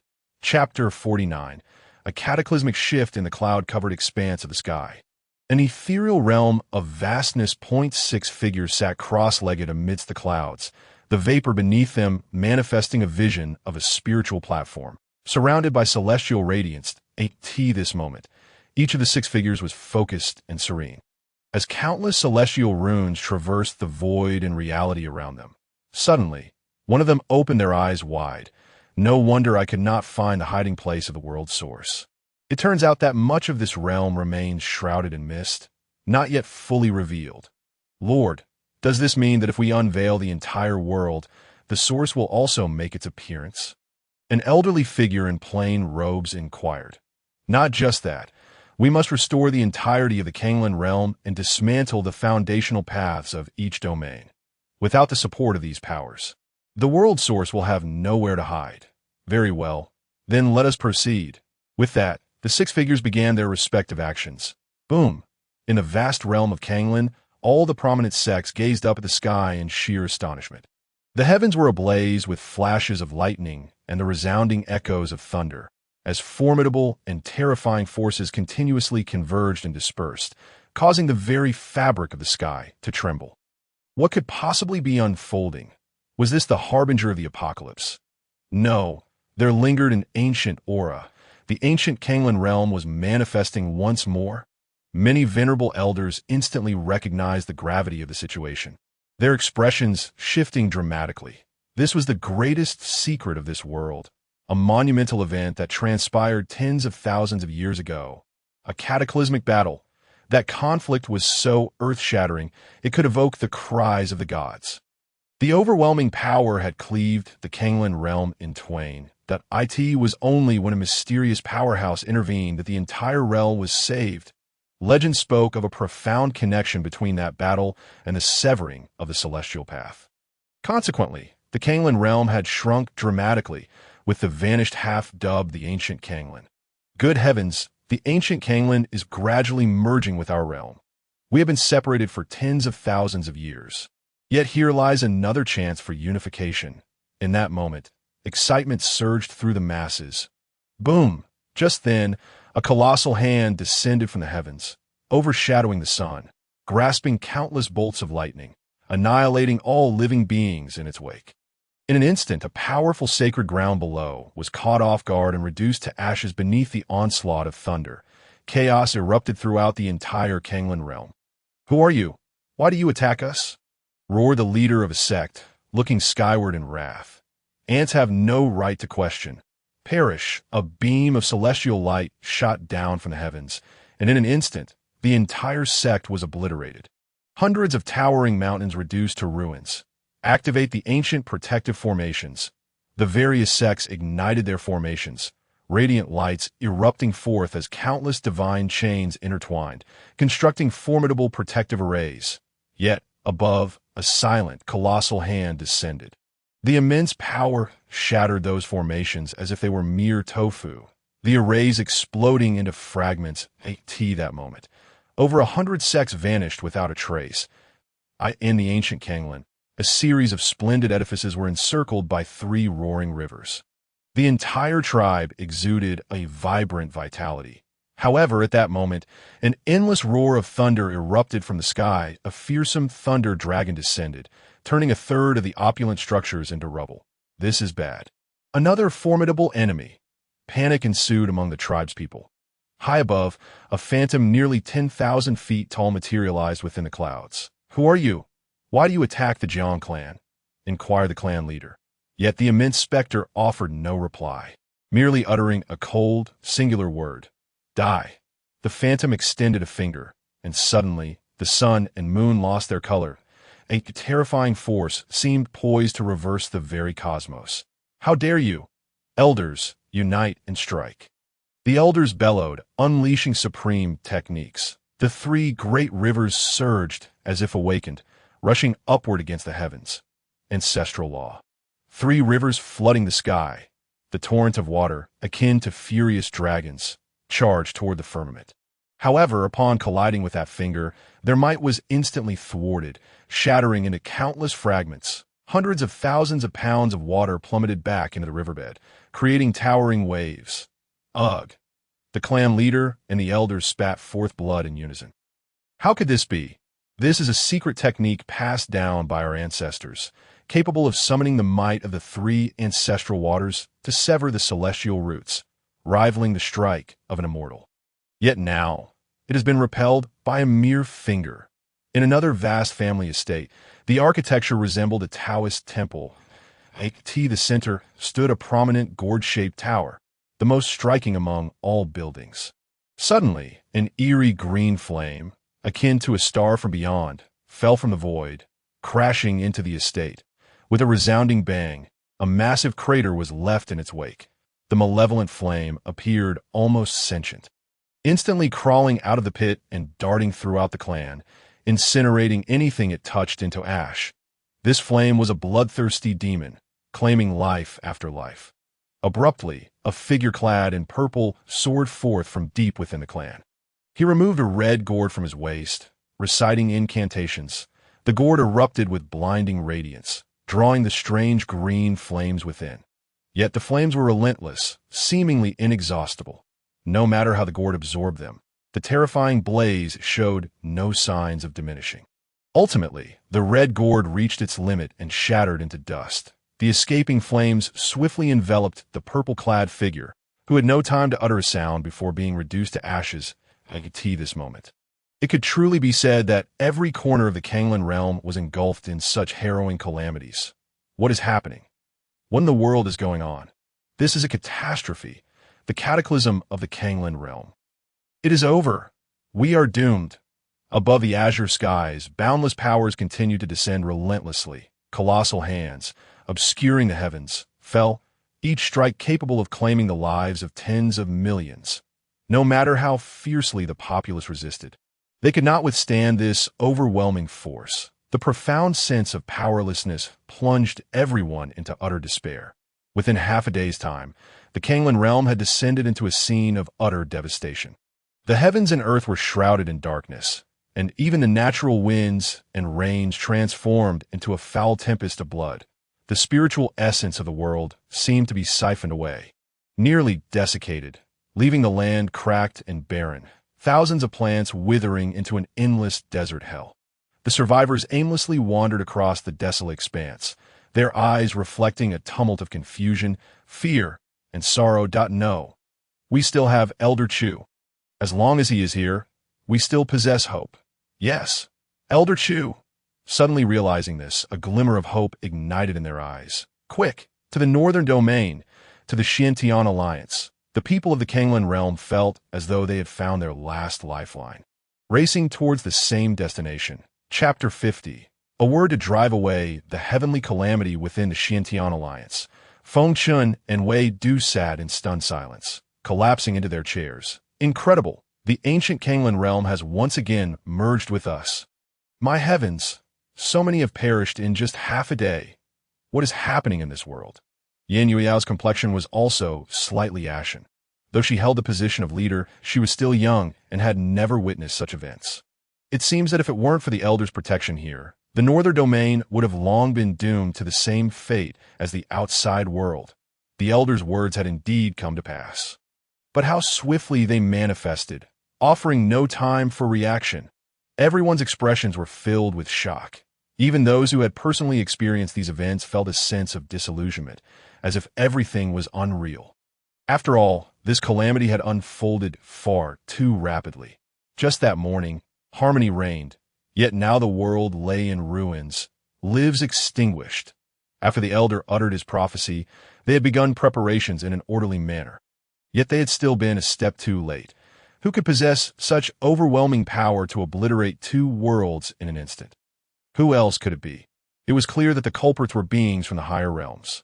Who but the powerful from the celestial realm could so easily annihilate the major sects?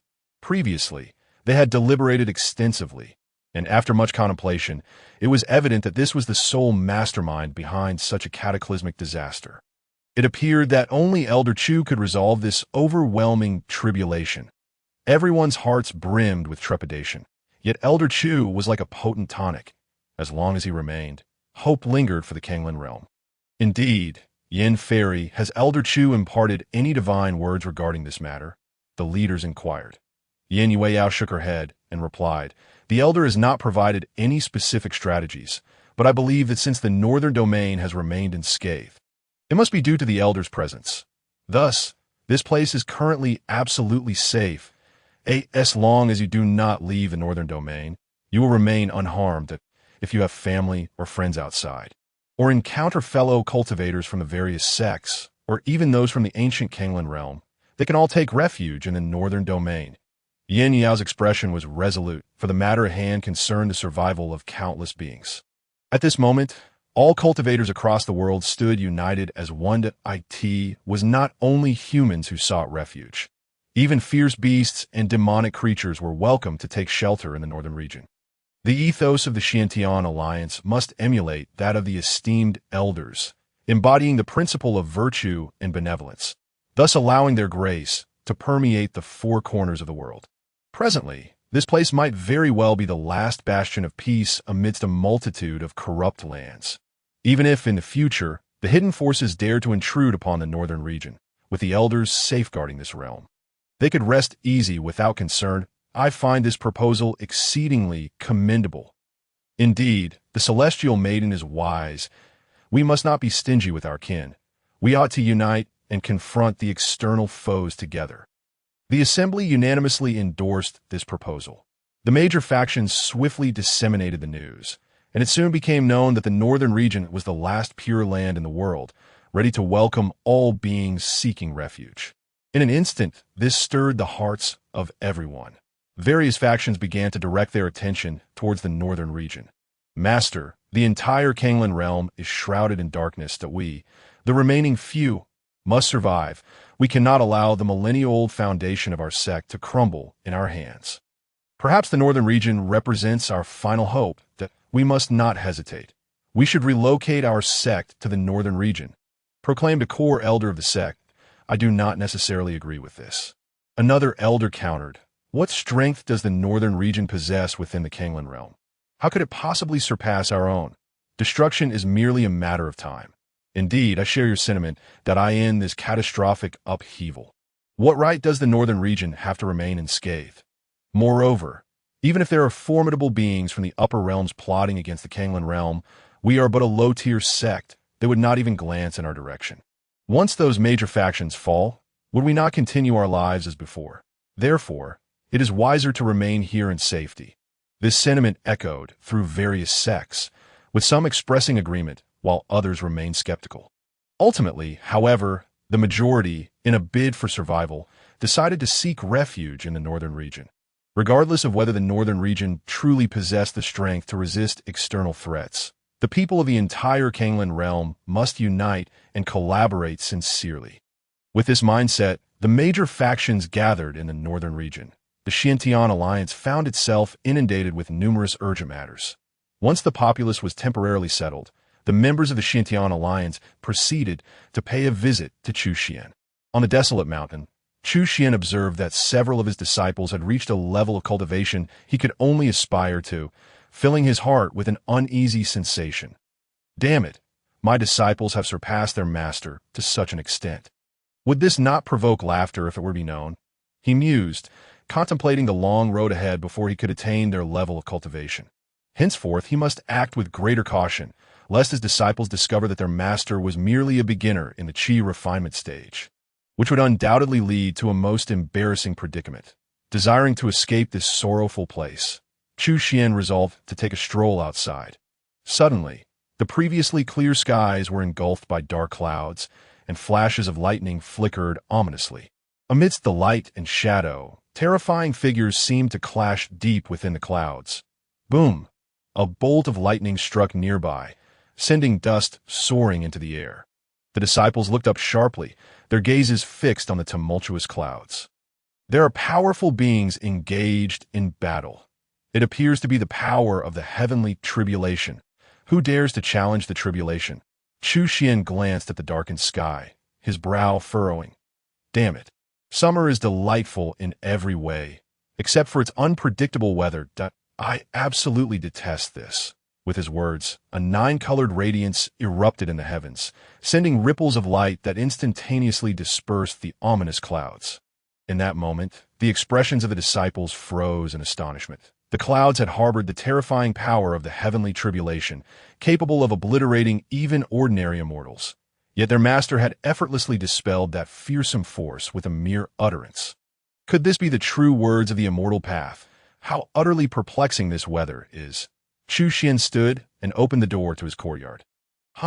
Suddenly, he noticed a small, furry figure stirring amidst a patch of scorched earth not far away. Approaching with curiosity, he discovered a feeble little cat, a golden-shaded British shorthair. Does this breed exist in this world? He pondered. Remarkably, it had survived a lightning strike. Was this the tenacity of life? After a moment of contemplation, seeing the cat's charming appearance, he could not bear to leave it to its fate, so he gently picked it up and took it back with him. When his disciples saw the small cat nestled in their master's arms, their eyes widened in surprise. Chu Xuan returned to his room and retrieved a medicinal box. Now he could venture outside and gather herbs, unlike before when his movements were confined to the courtyard. Thus, the medical texts he had perused in his boredom could finally be put to use. Who would have thought that after learning so much medicine, I would end up becoming a veterinarian? He chuckled lightly as he skillfully tended to the cat's wounds and gathered some herbs to stabilize its condition. Once he had done everything he could, he sighed in relief. I've done my part. The rest is up to you, little kitty. Whether you survive now lies in your own hands. Senior Chu, I come to intrude once more.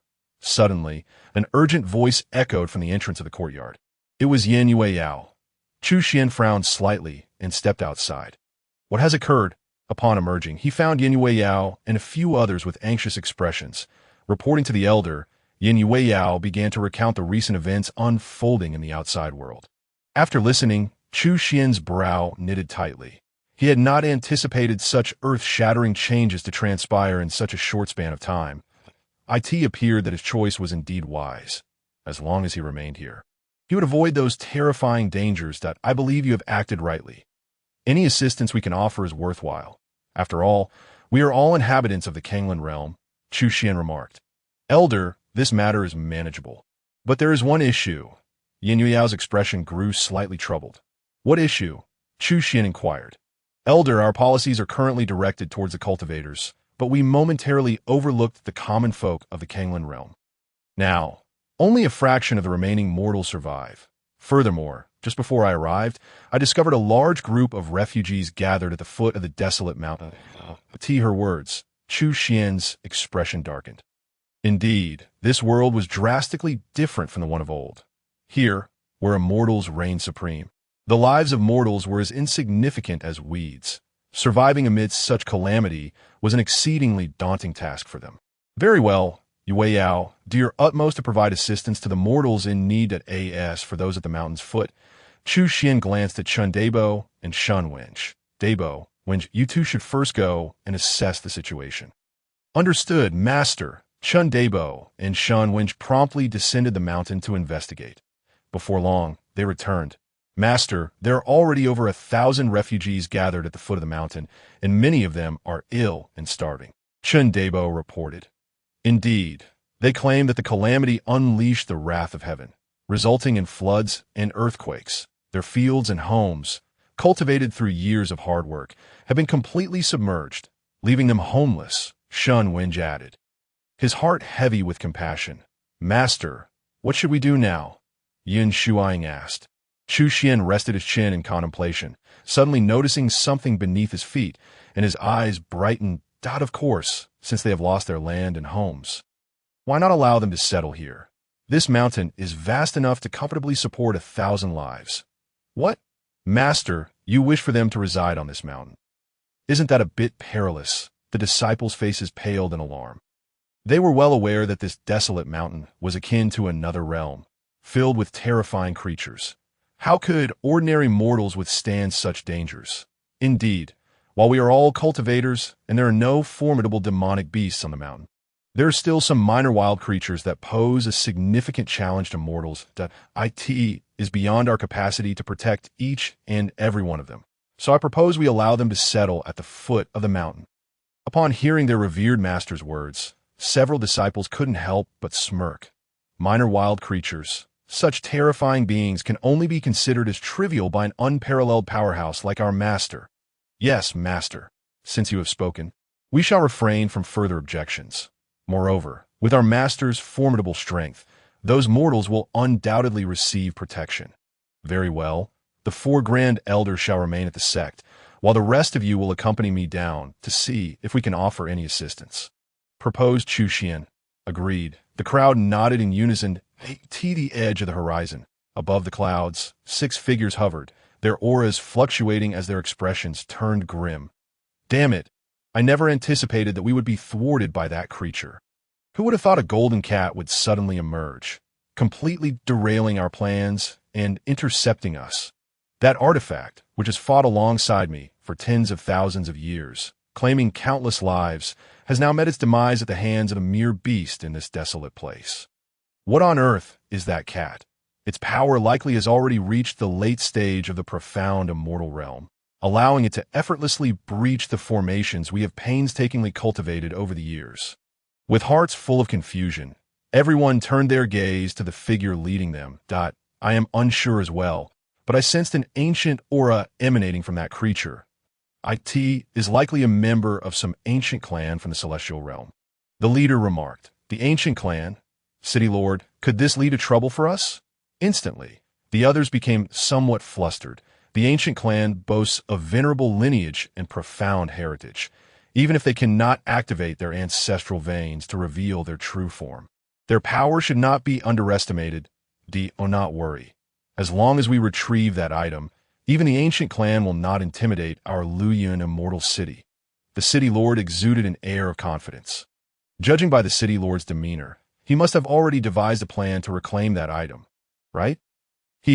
I've already left a mark on that item, and no matter where it flees, I will be able to locate it. When the time comes, I will certainly settle the score with that cat. As he spoke, the city lord closed his eyes, his sense expanding rapidly to cover the vast lands of the Kanglan realm. In the next moment, he made a discovery. With a wave of his hand, A powerful celestial force coalesced into a map of the Kanglan realm in the air, a red dot flickered incessantly. Exceptionally radiant, that glowing red spot indicates the location of the item, the city lord declared. That is, the expressions of the elders nearby turned to shock. This seems to be the place we calculated to eradicate the demonic seed. Not only that, but I also received news that the destruction of the celestial platform plan is intricately linked to this location. The city lord's gaze turned icy. Humph. Mere ants from the lower realms dare to repeatedly oppose our Luyan immortal city. I shall uncover the instigator and reduce them to ashes, their souls imprisoned in the 9 hells for 10,000 years. Do not be angry, my lord. I have just used astrology to calculate. And this place appears to be shrouded in a thick mist, making it unclear that it is indeed peculiar. And given our injuries, we must not act recklessly in my opinion. It would be wise to send a few scouts to test the waters. If they fail, by then our injuries will have healed, and we can take action then, suggested one of the elders. Indeed, city lord, that cat demon is also gravely wounded from our battle and cannot run far in a short time. As long as that item is still in its possession, we will eventually obtain it. There is no need to rush, another elder added. Very well, in that case, I shall entrust this matter to the 2 of you. The city lord nodded. Rest assured, my lord, we will ensure this task is completed. The 2 elders replied, before transforming into wisps of black smoke and vanishing into the clouds. The city lord gazed at the flickering red light on the map. His expression stern. That item, our Luyan immortal city, must possess. Chapter 52. The blessed land. As dusk approached, suddenly, the void trembled that a black hole materialized atop the desolate mountain. Moments later, 4 figures leaped out from within. If there were a supreme being from the Kanglan realm present, they would surely recognize these 4 as the notorious evil lords who had vanished into the chaotic void during their earlier battle with the celestial beings. Damn it, I never expected to wander in that chaotic space for so long. The one-eyed flying demon grumbled, wielding an iron rod. Indeed, I thought we would be trapped there forever and never return. Night Butcher chimed in. Enough with the chatter. Let us find a place to rest, Qing Gui suggested. There appears to be a town ahead. We can rest there. Let's go take a look. Wait, this town seems unusual. As the 4 prepared to advance, the flying demon halted them. What's wrong? The others queried, puzzled. Take a closer look at this town. Upon hearing the flying demon's words, the group turned their gaze to the nearby town. They immediately noticed that the area seemed enveloped in an extraordinary, auspicious radiance, exuding an aura of purity. You are right. It does appear so. They nodded in agreement. I believe this town is definitely extraordinary. It is highly likely to be the abode of some powerful individual, the flying demon asserted. However, these buildings seem quite new, as if erected only in recent days. Look, half of them are still under construction. Qingge observed. Indeed, your observation is quite valid. Such a scenario is implausible. No powerful individual would have relocated their abode here so hastily. Even any one of us could establish a small town in no more than 2 days.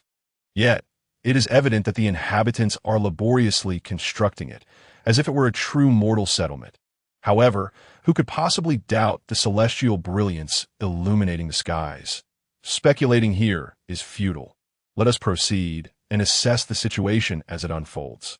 Agreed. Should anything seem amiss, we will make our escape without hesitation. With their minds made up, the 4 entered the town. Upon reaching the village entrance, they noticed a stone tablet standing nearby, inscribed with the words, Feng Tian. The 4 paused momentarily, only to see an elderly man in a linen vest and holding a fan returning from stroll.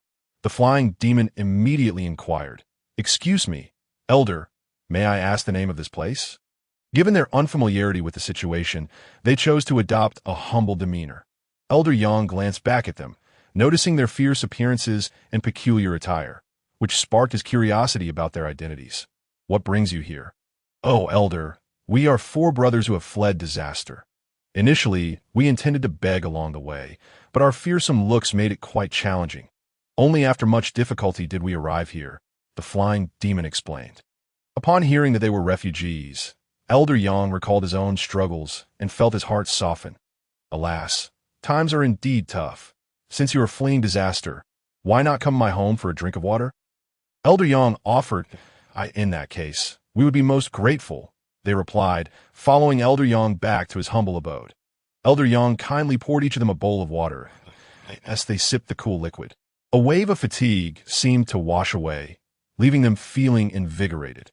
Although they were somewhat puzzled, they attributed it to their recent exhaustion in the chaotic space and paid it no further mind. Elder, I notice your homes are all brand new, and the paint on the doors hasn't even dried. They must have been built recently, right? Night Butcher asked as he surveyed the surroundings. Indeed, all thanks to Master Chu. Elder Yang replied. Master Chu, the four were taken aback. Yes, indeed. Actually, everyone in this town is a refugee who has come here. Not long ago, various natural disasters struck outside, and we ordinary folks, unlike those celestial masters, were unable to withstand such terrors. Our homes were destroyed, and we fled here, thanks to Master Chu's hospitality. Old Master Yang expressed his sentiments. Brother, suddenly, the usually taciturn Jian Du nudged Fei Mo with his elbow, gesturing to the side. Fei Mo followed his indication and was immediately taken aback. There, in a nearby basket, lay a bundle of wild vegetables, their leaves glistening like emeralds, stems resembling purple jade, and emitting a faint starry glow. Countless rhythms enveloped it, with torrents of spiritual energy flowing from every corner. An extraordinary elixir. The four were utterly astonished. They had just entered this place and felt a surge of power. It turned out to be a supreme, sacred herb. Ye two communicated telepathically. If we can consume these two divine herbs, our internal injuries will likely heal significantly, and our cultivation will surely flourish, potentially allowing us to truly transcend to the realm of immortals. Chingay added with excitement. Fei Mo, his mind racing, inquired, Elder, may I ask where you acquired this precious item? Although they could discern the myriad of divine radiance surrounding the old man, it merely cloaked his exterior, with no trace of power within. Such treasures could not possibly be his own acquisition. Oh, most of us are simple villagers, so the mountains are our most cherished treasure. These fruits and wild vegetables are foraged from the hills, including the water we drink, which comes from the mountain springs. If you're hungry, feel free to take some. These wild vegetables are quite delicious, even when eaten raw. Old Master Yang smiled as he handed the bundle of wild vegetables to the four. Upon hearing this, the four suddenly realized it was no illusion. The water here was indeed imbued with powerful spiritual energy. We are deeply grateful, Elder. Accepting the bundle of purple jade wild vegetables, their hearts swelled with excitement. By the way, Elder, are you referring to the mountain behind this town? Jian Du queried. Indeed, there are many more such wild vegetables on that mountain, and Master Chu often brings us some. So please take what you wish. Old Master Yang replied with a beaming smile. Upon hearing this, the four wicked lords felt a surge of inspiration. This mountain, without a doubt, was a land blessed by the immortals, harboring terrifying spiritual energy, capable of producing such miraculous herbs and spiritual springs. Yes, if we ascend and gather even more, who knows? We may not only ascend to immortality, but could even reach the realm of true immortals. Remembering the fearsome true immortal they had encountered, the four felt a tremor of trepidation. If only they could elevate themselves to such a terrifying level. With that thought, the four quickly took their leave of old Master Yang. Forgive us, Elder, but we suddenly recalled something important and must leave immediately. Thank you for your hospitality, but the sky is about to darken. Old Master Yang protested. No worries. We four brothers have learned a bit of martial arts. We shall be fine. We apologize for any trouble caused. Fei Mo chuckled. Ts nothing. Merely a bowl of water. If that's the case, travel safely, Old Master Yang said with a kind expression. The four hurriedly departed the town and set foot upon the desolate mountain. Good heavens, where on earth are we? Upon stepping onto the barren mountain, the four were completely awestruck. The landscape was lush with vegetation, brimming with spiritual energy, and teeming with wondrous and exotic creatures, leaving them dazzled. Particularly in the depths of the wilderness, the sight of various terrifying ancient beasts was utterly chilling. They even found that the weakest among them were of supreme rank. Indeed, this was a realm steeped in ancient heritage. The four gathered numerous precious spiritual herbs, their excitement bubbling over, their faces radiant with joy in such an ancient treasure trove.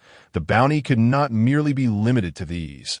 The further they ascended, the more precious the herbs appeared, and the creatures they encountered grew increasingly formidable.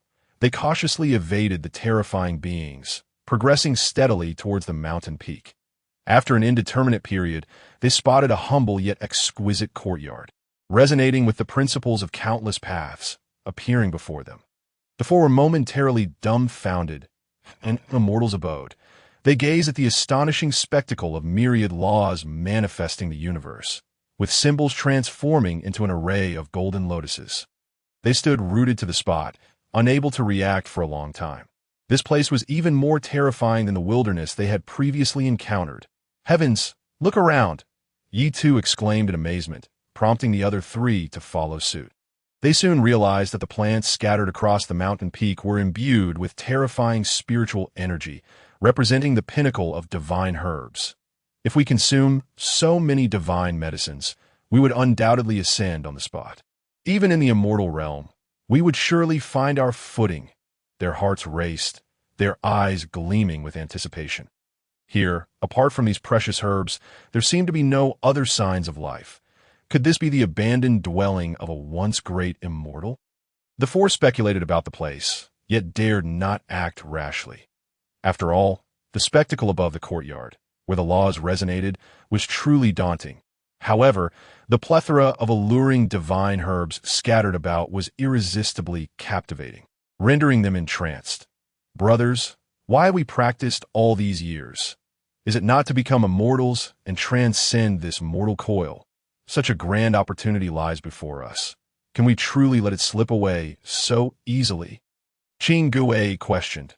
Indeed, after years of toil, we have sought the pinnacle of the immortal path, yet it has always eluded us.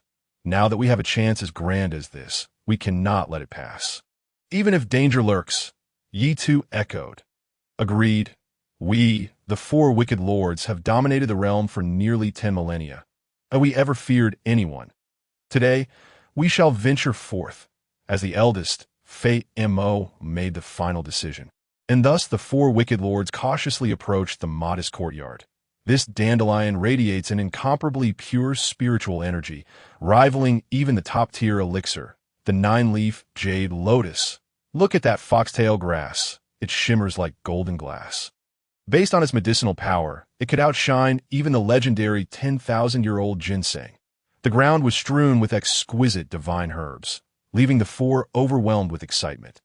That is a fearsome, blue-rooted herb, Yi Tu exclaimed, eyeing a half-meter-tall plant from afar. Reaching out to pluck it, Jiandu's keen eyes quickly sensed danger. Do not touch. Suddenly, the blue-rooted herb burst forth with dazzling brilliance, shooting out a golden beam that struck Yi Tu's chest, sending him flying and splattering blood. The others gasped in shock as a colossal phantom emerged behind the herb, transforming it into a towering ancient divine tree. Its immense presence left them gasping for breath. Why is this blue-rooted herb so terrifying? Qing Gue marveled. Fei Mo gazed intently at the radiant blue-rooted herb, his expression shifting dramatically. This is a herb emperor. Legend has it that it takes 300,000 years to produce one. 300,000 years! How long has this place existed? The group stared in disbelief at the expanse before them. If such a herb emperor could spontaneously emerge on the mountaintop, what kind of terrifying entities must dwell within that little courtyard? Quick, let us check on how Yi Tu is faring.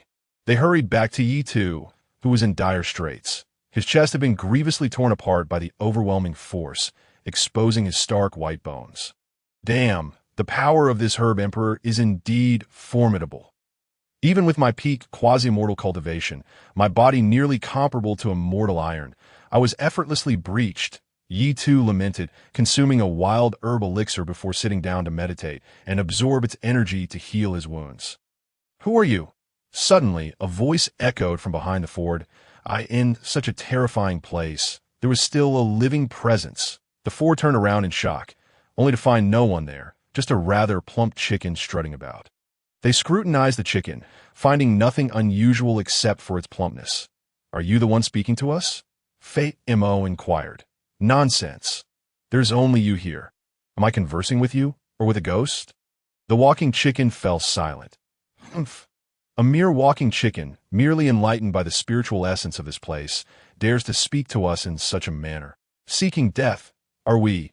The blue ghost was immediately enraged, recalling how their name had instilled terror throughout the entire Kanglan realm. Yet now, even a chicken dared to flaunt its might before them. Oh ho! A few mere quasi-immortals, with audacity to intrude upon the domain of a great one, and to act so brazenly in front of me, having enjoyed the comforts of the great one's company for so long, indulging in fine food and drink, even to the extent of consuming elixirs as meals atop this mountain. The king of Golden Pung had significantly advanced in cultivation.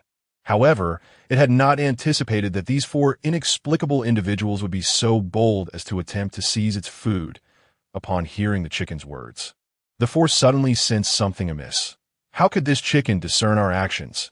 As they pondered in uncertainty, the king of Golden Pung also scrutinized them. These reckless fools have dared to trespass into the great one's abode. Is this not my moment to shine? I shall teach them a lesson before presenting them to the great one. Surely, with the great one pleased, my past life will improve. The king of Golden Pung had already devised a strategy in its mind. Meanwhile, Famo spoke. My apologies. We shall take our leave now. Simultaneously, he conveyed to the others telepathically, this chicken is far from simple. Without knowing its true nature, we must not act rashly. It is wiser to withdraw for the time being.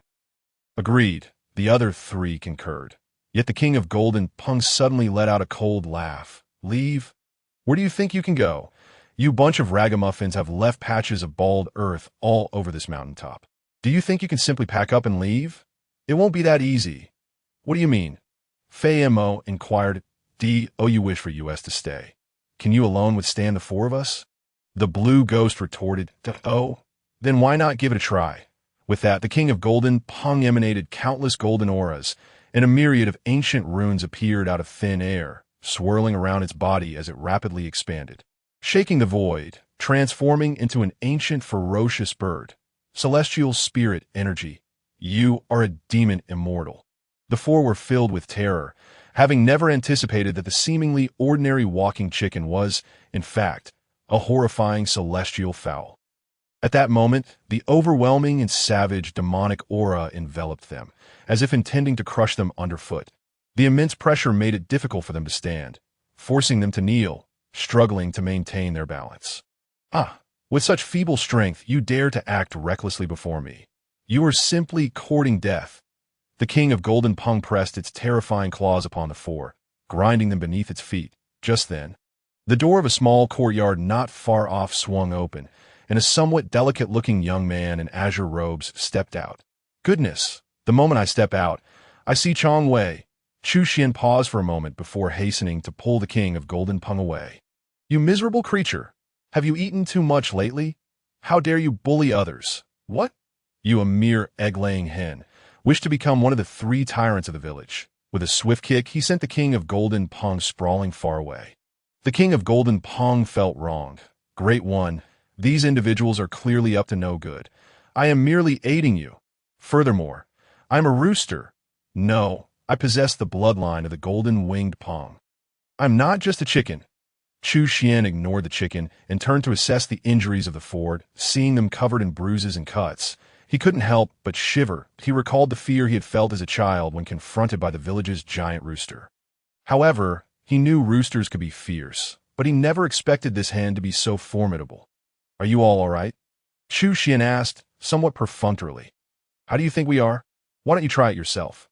Night Butcher's eyes were swollen, severely limiting his vision, and upon hearing someone speak, he instinctively responded with anger.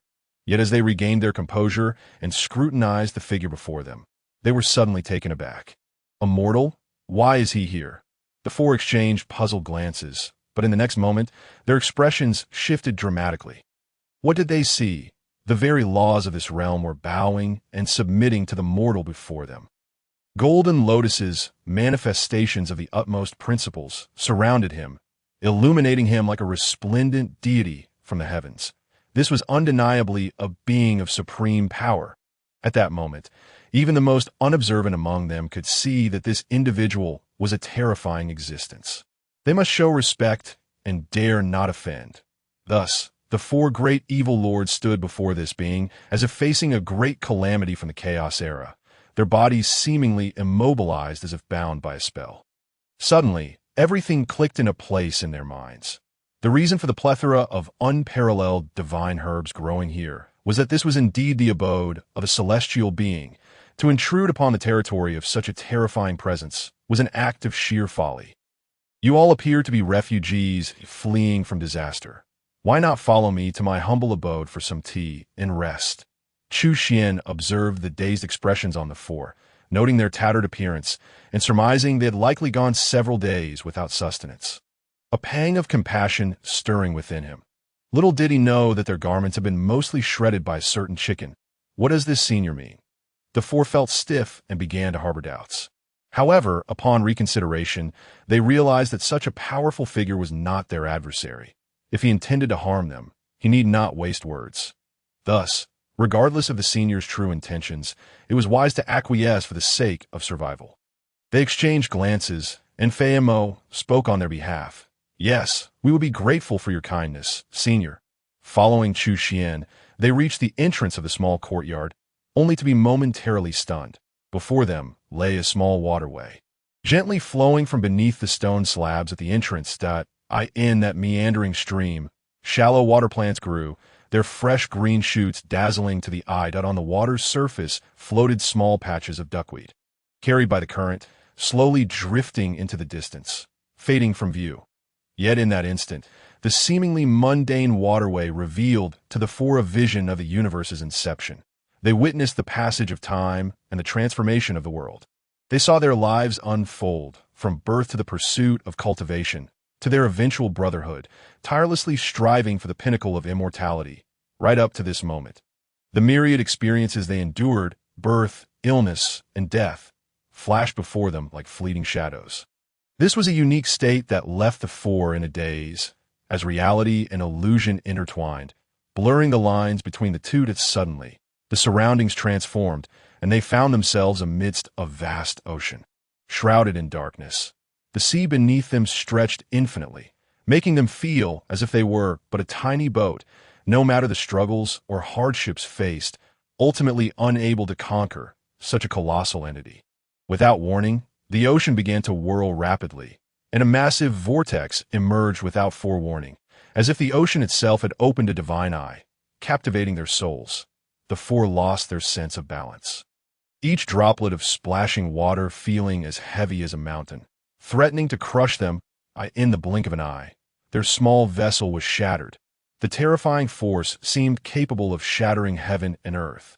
As they gradually sank, an endless chill enveloped them, and their consciousness began to fade. Run! Suddenly, Chu Xian's calm voice rang out, like a divine eagle, instantly awakening the four. As they regained their senses, cold sweat dripped from their foreheads, and an icy chill surged through their spines.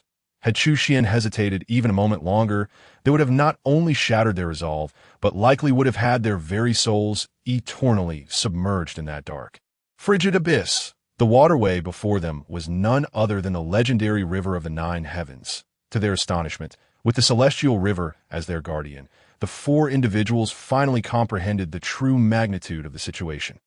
They dare not gaze any longer and followed Chu Xuan into the small courtyard. That moment, they became acutely aware that the terror of this place extended far beyond what they had perceived.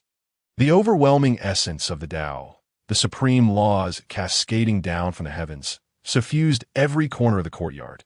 They felt within it several formidable auras capable of easily obliterating them. The dread of powerful beings in this location was not confined to the one before them. As the four casually glanced upwards, they suddenly noticed a phrase inscribed above the door, emanating an overwhelming and supreme battle intent, as if an immortal emperor were pointing at them, intent on piercing through their very beings. Their faces turned ashen in an instant, and they no longer dared to look around carelessly. Chu Xuan, with enthusiasm, poured them a pot of tea. The four cautiously lifted their cups and took a sip. Boom! In that moment, a terrifying spiritual energy surged within them, transforming into auspicious beasts like the Qilin and the dragon phoenix, soaring around them. Their realms began to ascend rapidly. The threshold of immortality was within their reach. The sensation they experienced now was vastly different from the one they had felt when absorbing the false immortal spiritual energy before. This was a fundamental transformation, as if a brilliant star uniquely belonging to them was about to be grasped effortlessly. This feeling was intensely profound. They even sensed that the immortal spiritual energy was already taking form within their own blood. Should they achieve a continuous flow of this energy, it would signify their liberation from the mortal realm and their ascendance to immortality. The four were so overwhelmed with excitement that they struggled to articulate their thoughts. They had pursued this goal for nearly 10,000 years, all to take this single step. However, as they began to regain their composure, cold sweat began to beat upon their foreheads, and their bodies involuntarily trembled. Who would have thought that the once feared-for great evil lords would find themselves in such a state? They had intruded upon this senior's domain, and instead of reproach, he had granted them such an immense opportunity. What could possibly be the reason for this? They were at a loss. Who could fathom the thoughts of such a terrifying existence?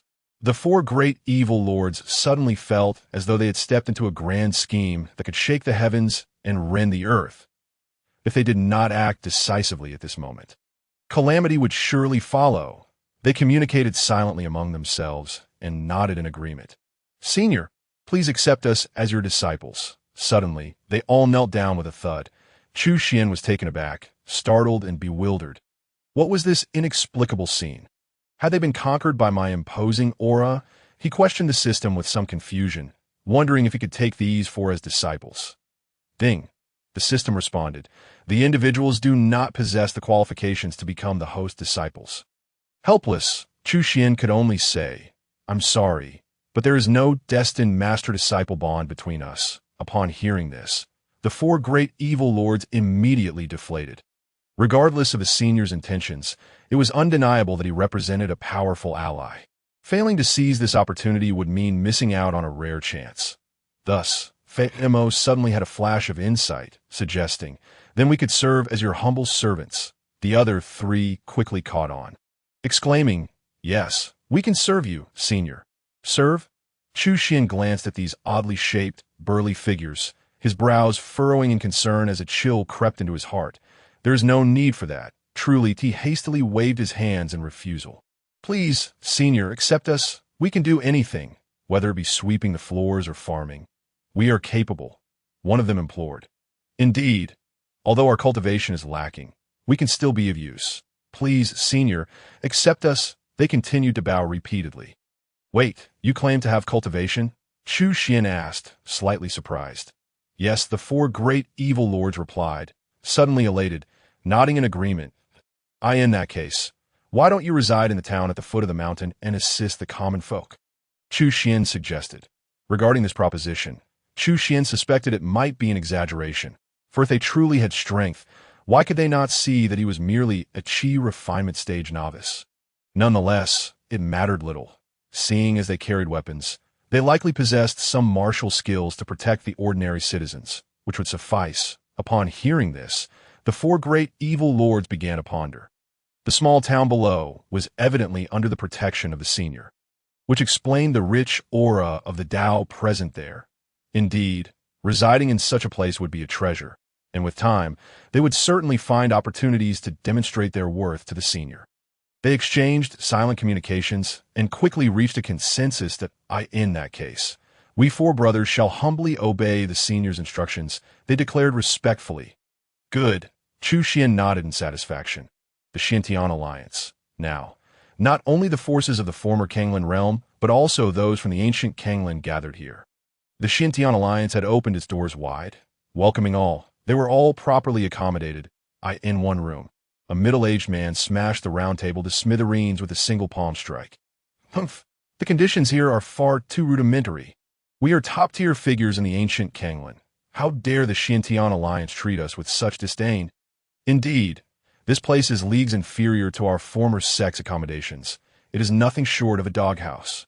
The Tianyang sacred sect boasts dozens of supreme beings, including the sect master, alongside 6 quasi-mortal powerhouses, far exceeding the Xiantian alliance. How could they treat us with such negligence? I say, Sect Master, our Tianyang sacred sect is powerful enough to thrive in this small northern region. Why should we remain here, subjected to the orders of the Xiantian alliance, and suffer indignities? All eyes in the room turned to the middle-aged man in black, the sect master of the Tianyang sacred sect. A quasi-mortal powerhouse, he frowned, clearly in a state of hesitation. The once renowned sect founded by the illustrious Tianyang immortal has become so feeble, a voice suddenly echoed from nowhere. The crowd was immediately alarmed. Before them, the void shimmered, and a figure clad in a black robe slowly materialized. The crowd grew wary. Do not be alarmed. I am here to assist you. The figure in black intoned coldly. Assist us? How do you intend to help us? The Tianyang sacred sect master asked, scrutinizing the cloaked figure with furrowed brows. That I can provide you with power sufficient to intimidate all. With it, your Tianyang sacred sect shall dominate the entire northern region and attain everything you desire. The figure in black replied, Isoli.o. What do you mean by power sufficient to intimidate all? The sect master felt a stir within him upon hearing this. Though the figure's origins were unclear, it was evident that his strength surpassed even that of the supreme beings, and he was likely an immortal. Moreover, it appeared he intended to intervene in the northern region, possibly being the architect behind the destruction of the entire Kanglan. The figure in black seemed to have read the sect master's thoughts. Sneering, do you wish to meet the same fate as those ant-like forces, or will you cooperate with me? The choice is yours. The direct admission sent the sect master's countenance into a state of deep distress. He understood that, based on his own strength, and even that of the entire Tianyang sacred sect, they had no means to resist before such an entity. With no alternative, he could only acquiesce. Very well, I shall cooperate with you. Good, the descendants of the Tianyang immortal are indeed wise to the times. Now, let me ask you, do you know of any hidden, powerful forces within this northern region that could reverse everything? The figure in black suddenly inquired with a serious tone. The sect master considered this and replied, I do not know, but there are whispers of such a powerful force. However, we hail from the ancient Kanglan and have never encountered it. Perhaps only those hidden sects in the northern region and the Xiantian alliance are aware. Upon hearing this, the figure in black pondered briefly, then smiled, the Xiantian alliance. In that case, we must tread carefully. He turned to the sect master and added, thus, it falls upon you to act, me. The sect master, sharp as he was after years of experience, instantly grasped the other's intentions. The sudden arrival of such a being in the northern region was undoubtedly to seek out the so-called power capable of reversing everything. However, the other party harbored apprehensions and dared not take direct action, contemplating instead to use these individuals as cannon fodder. Luring out that enigmatic force, at this moment, he found himself wavering, although he recognized that he might be facing an exceedingly powerful celestial being. Other possibilities still lingered, and most importantly, he perceived no immediate benefit. Should he be discarded once his utility was expended, would aligning himself with them not equate to courting death? The man in the black robe evidently disowned his thoughts. Sneering coldly before extending his hand and extracting a drop of blood from his fingertip, he proclaimed, consume this drop of true celestial blood, and in no time you shall reach the pinnacle of quasi-celestial status. Merely a step away from becoming a true celestial being. Given time, you will undoubtedly break through. Such an opportunity is yours to seize or forsake. True celestial blood. Upon hearing this, the leader of the Tianyang sacred sect was instantly agitated, his heart racing, for he could distinctly sense the potent celestial aura emanating from the blood before him. The other party was not lying. This individual was indeed a terrifying true celestial sect leader. Do not hesitate, urged the other elders fervently. Consequently, the leader's mind raced, quickly arriving at a decision. To serve a true celestial powerhouse would undoubtedly yield immense rewards. Why not embrace such an opportunity? Furthermore, he had long harbored dissatisfaction with the Xiantian alliance. Why not seize this chance to bolster his own strength and completely subjugate the Xiantian alliance, thereby dominating the Kanglan? With this thought, he cast aside all hesitation and swallowed the drop of true celestial blood. Instantly, his internal spiritual power surged violently, rapidly escalating. The shackles that had confined him at the quasi-celestial mid-stage for thousands of years shattered in an instant, propelling his cultivation to the pinnacle of quasi-celestial status. "Thank you, my lord." The leader of the Tianyang sacred sect immediately knelt, bowing in submission. In a secluded chamber of the Wandao sect, the sect leader, Chu Baidao, held a time-worn book in his hands, lamenting inadvertently acquiring this incomplete volume of the 36 blades of the rift sky once propelled the entire Wandao sect to become one of the top sects in ancient Kanglan. "We faced few adversaries. This truly is a legendary technique passed down from the celestial realm. Alas, after all these years, I have still been unable to locate the complete edition. It remains a regret of this life." As he spoke, he picked up a nearby crimson battle blade. In an instant, the battle blade danced through the air, its light flashing as it emitted a fierce aura. He executed 18 strikes in quick succession. And on the final blow, he concentrated all his power into the blade, its radiant light shining as brilliantly as the sun above. That terrifying blade light seemed poised to rend heaven and earth. Chu Baidao regarded the blade as his lifeblood. It represented the culmination of his years of practice. What a pity! Although you have mastered these 18 strikes to perfection, they still pale in comparison to the true 36 blades of the rift sky. Suddenly, a figure cloaked in burlap appeared in the chamber. Chu Baidao's heart jolted, and without hesitation, he unleashed a fierce strike. This was his private training ground. Even the elders of the sect were forbidden from intruding. Yet now, an unknown individual had silently materialized, undoubtedly an enemy. A formidable blade shadow coalesced on Chu Baidao's blade, imbued with an overwhelming intent, blooming brilliantly before the cloaked figure. The sharpness of the aura shattered the walls and floor of the chamber. However, as the dust settled, Chu Baidao's expression changed drastically. The blade shadow, astonishingly, halted just 3 inches from the cloaked figure, unable to advance an inch further to Ha. The cloaked figure chuckled coldly, then extended a hand and flicked a finger. With a snap, the terrifying blade shadow disintegrated into dust, and Chu Baidao's battle blade shattered into several pieces, leaving a gory gash across his face. Immediately, a terrible residual force slammed into him, propelling him directly into the wall behind. Coughing, Chu Baidao felt as though his entire body was on the verge of disintegrating, his blood boiling as he spat out mouthfuls of crimson fluid. "You insignificant insect, unaware of your own insignificance. Dare to strike at me? Consider this a lesson," the burlap-cloaked figure remarked coldly. "Who are you?" Chu Baidao managed to ask through gritted teeth, enduring his injuries. Yet the cloaked figure offered no response, casually tossing out a bamboo slip. Chu Baidao gingerly picked it up and slowly opened it. His pupils dilated in shock. This was the complete 36 blades of the rift sky. The cloaked figure spoke. "Not only this, should you submit to me, I can grant you even more. These words. A frenzied gleam flickered in Chu Baidao's eyes. Chapter 56. 2 pinnacle quasi-celestials of the Xiantian Alliance. The atmosphere was fraught with urgency as people rushed about. Many injured individuals entering and exiting. What on earth is happening? Yin Yueyao and Supreme Being Feng Chun arrived at the Great Hall to inquire. For reasons unknown, the Tianyang Sacred Sect and the Wandao Sect have unexpectedly launched assaults on several cities under the control of our Xiantian Alliance. We were caught off guard and suffered heavy losses, lamented a disciple. The Tianyang Sacred Sect and the Wandao Sect? Yin Yuyao's eyes turned icy, her delicate face etched with frost. Indeed, Alliance leader, those fiends are utterly inhuman. They stormed into the city without a word, launching a merciless attack without regard for friend or foe. Nearly 100 of us fell on the spot, another disciple exclaimed, filled with indignation. These 2 sects are utterly ungrateful. We generously offer them refuge, yet they repay our kindness with malice, Supreme Being Wei Du seethed. Yes, Alliance leader, we should launch the Xiantian Holy War and teach them a lesson, echoed other elders, equally outraged.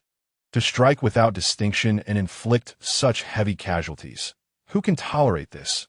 Could this be a misunderstanding? We have treated these two sects well and have not engaged in any disputes. Why would they suddenly attack us? Supreme Being Feng Chun pondered. Indeed, I find this perplexing, Yin Yueyao admitted, beginning to realize the gravity of the situation. According to those who attacked, they claimed we, the Xintian Alliance, have been excessively domineering, monopolizing resources deemed abundant, leaving others with no chance of survival, which prompted their assault. A disciple reported. Nonsense. Since their arrival, we, the Xintian Alliance, have treated them with utmost sincerity, sharing our resources to support their survival. How could we be accused of monopolization? Wei Du retorted angrily. I believe these two sects are merely treacherous. From the moment they arrived in the northern region, they likely plotted this scheme. M.O. Bailey fumed. No, if their motive was solely this. It lacks coherence. Moreover, even if they had prior intentions, they have only recently arrived in the northern region and have not fully settled. There are still too many uncertainties. These sects, with their legacies spanning millennia, should understand this. To choose this moment to strike seems rather rash, does it not? I suspect this matter is far from simple. Perhaps a greater conspiracy lurks beneath. Supreme Being Feng Chun asserted gravely. Yes, what Ancestor said makes perfect sense. Regardless of their reasons, we cannot allow ourselves to be bullied. First, instruct the remaining cities to prepare for comprehensive defense, Yin Yueyao ordered. Understood, Alliance leader, the others replied. What shall we do next? Supreme Being Feng Chun inquired. Given the gravity of the situation, they could not remain silent. They claim we monopolize the resources of the northern region. Then let us send an invitation, summoning them to openly discuss the distribution of these resources. Yin Yueyao smiled. Invite them directly? What if they attack us outright? An elder voice concerned. We, the Xintian Alliance, are a force existing through the grace of our predecessors.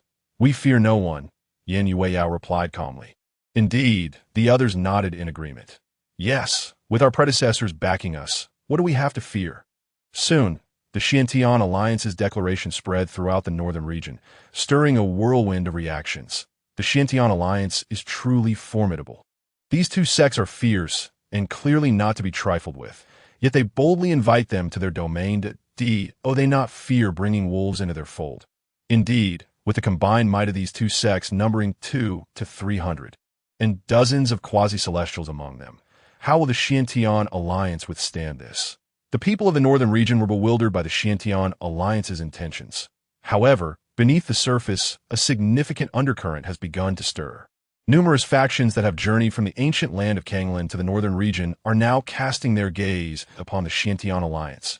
After all, since their arrival in the northern region, the various sects and powers have found their resources drastically limited compared to before. In such circumstances, it is only natural for anyone to covet the Xintian Alliance, which holds the greatest influence in the northern region. Their restraint thus far has merely been a matter of survival, as no one wishes to be the first to strike and face public condemnation, risking the label of ingratitude. Yet now that someone has taken the initiative to act, the situation has irrevocably changed. Should they unite and swiftly dismantle the most formidable power in the northern region, the others will surely be intimidated, and no one will dare to gossip. The Tianyang Holy Sect. A newly constructed hall has gathered a dozen formidable figures, all of whom are power brokers from various sections. Dao Brother. Although the Xintian Alliance was established not long ago, it is founded upon the Saint Snow sect, which has held dominion over the northern region for many years. Their foundation is undeniably substantial. Furthermore, after their establishment, they annihilated the Tianwu Hall and absorbed all its assets, thereby amplifying their strength severalfold.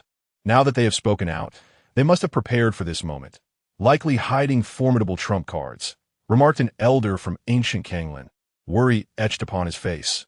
However, the expression on the Tianyang Holy Sect's leader's face was one of cold amusement as he responded. The Xintian Alliance is merely a power within the northern region. Not only in the northern region, but the entire Kanglan realm, they are but a faded remnant to us of ancient Kanglan.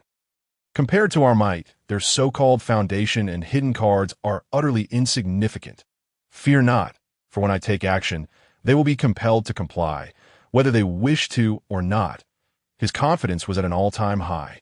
For it was indeed a fact that ancient Kanglin's overall strength far surpassed that of the Kanglin realm.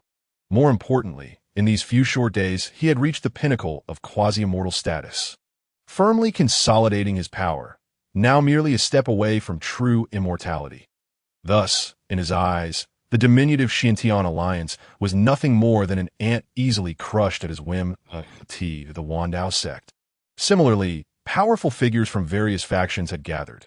Brother Chu, I never would have imagined that despite our absence, your cultivation has advanced so significantly, exclaimed a senior elder from ancient Kanglin.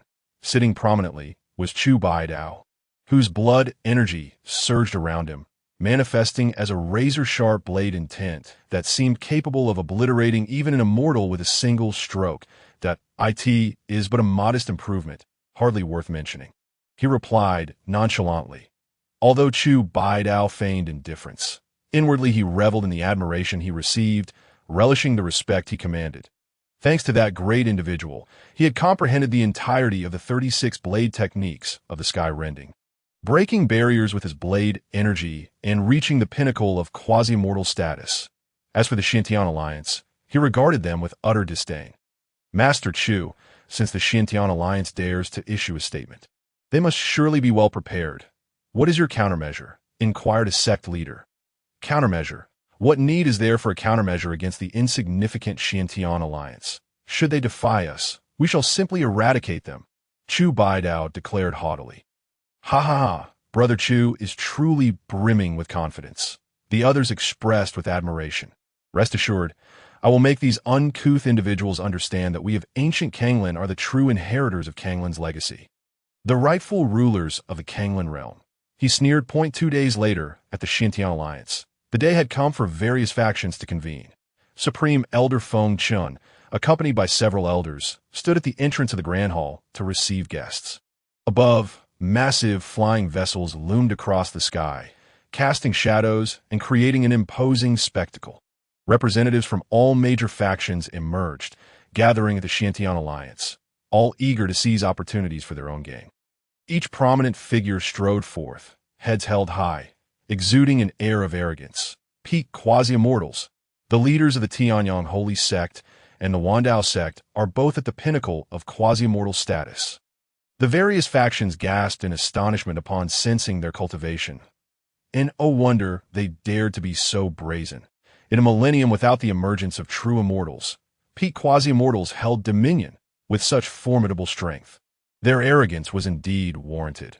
Among the crowd of the Tianyang Holy Sect and Wandao sect, 2 figures cloaked in hoods lingered in the shadows, seemingly inconspicuous, yet emanating an aura that felt alien to this world, though they had concealed it masterfully, remaining undetected by the multitude.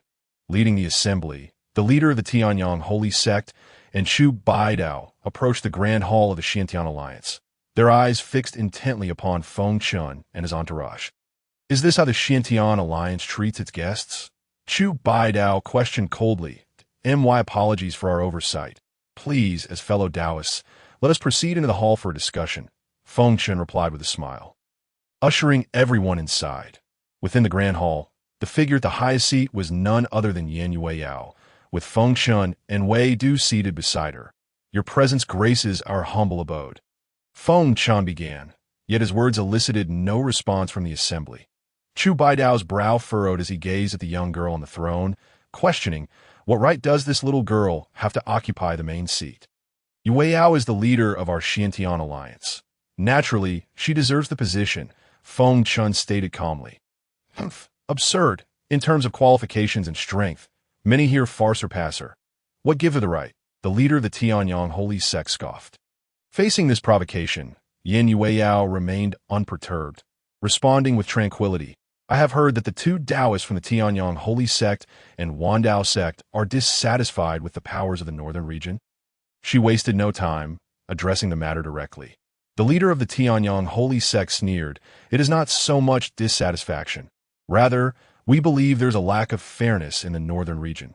As certain factions hoard too many resources, the atmosphere grew taut with tension as everyone braced themselves. Fairness? Ha! What truly constitutes fairness? Feng Chun retorted icily. You all, from ancient Kanglin, faced the calamity of extermination, and it was we of the northern region who came to your aid during your time of peril, granting you passage into this sanctuary. Yet what do we see in return? You, the Tianyang Holy Sect and Wandao Sect, without provocation, launched surprise attacks on the cities under the Xiantian Alliance's control, claiming them as your own. Is this what you call fairness? Do you truly believe our forces in the northern region are easy prey? His voice reverberated throughout the hall. In the current northern region, the Xiantian Alliance reigned supreme. Opposing it meant opposing the entire northern region. At that moment, Chu Baidao of the Wandao sect chuckled coldly, declaring, the northern region belongs to the Kanglan realm, not solely to your Xiantian Alliance. What right do you have to dictate its governance? Indeed, while only a few exceptionally powerful factions still cling to life outside, it can be said that the northern region is the last bastion of purity within the Kanglan realm, and thus it rightfully belongs to all of Kanglan's inhabitants. The capable shall take their place. Weaklings like you should step aside. With that, the leader of the Tianyang Holy Sect slammed his palm onto the table, unleashing an overwhelming aura that was nearly immortal. Instantly, the assembly felt a terrifying pressure, akin to a mountain pressing down upon them. Peak quasi-immortal, truly fearsome. Even if you were a quasi-immortal, you could not act recklessly in the northern region. Wei Du exclaimed furiously. Oh, what if I were to join in as well? Chu Baidao stepped forward, emanating a fearsome blade intent that radiated with extreme sharpness, wreaking havoc throughout the hall, causing cracks to form in the floor and surrounding pillars. Witnessing the aggressive stance of these two figures, the factions present swiftly chose their sides. With two terrifying peak quasi-immortals, how could the Xiantian Alliance withstand such pressure? Indeed, friends of the Xiantian Alliance, you have indeed overstepped your bounds. That's right. Even though you hoard so many resources, you cannot possibly digest them all. It would be wiser to share them with others, ensuring optimal utilization. Numerous empires, clans, and sects echoed in agreement. What significance does quasi-immortal status hold? Suddenly, Feng Chan and Wei Du, too, were incensed and stood defiantly. In an instant, an overwhelming aura surged forth, crashing down upon the crowd like a tidal wave. This presence, like a towering mountain, stood firm, resolutely countering the might of the leader of the Tianyang Holy Sect and Chu Baidao. Observing this astonishing scene, the hall fell into a profound silence. Peak quasi-immortal. There are indeed two quasi-immortals within the northern region.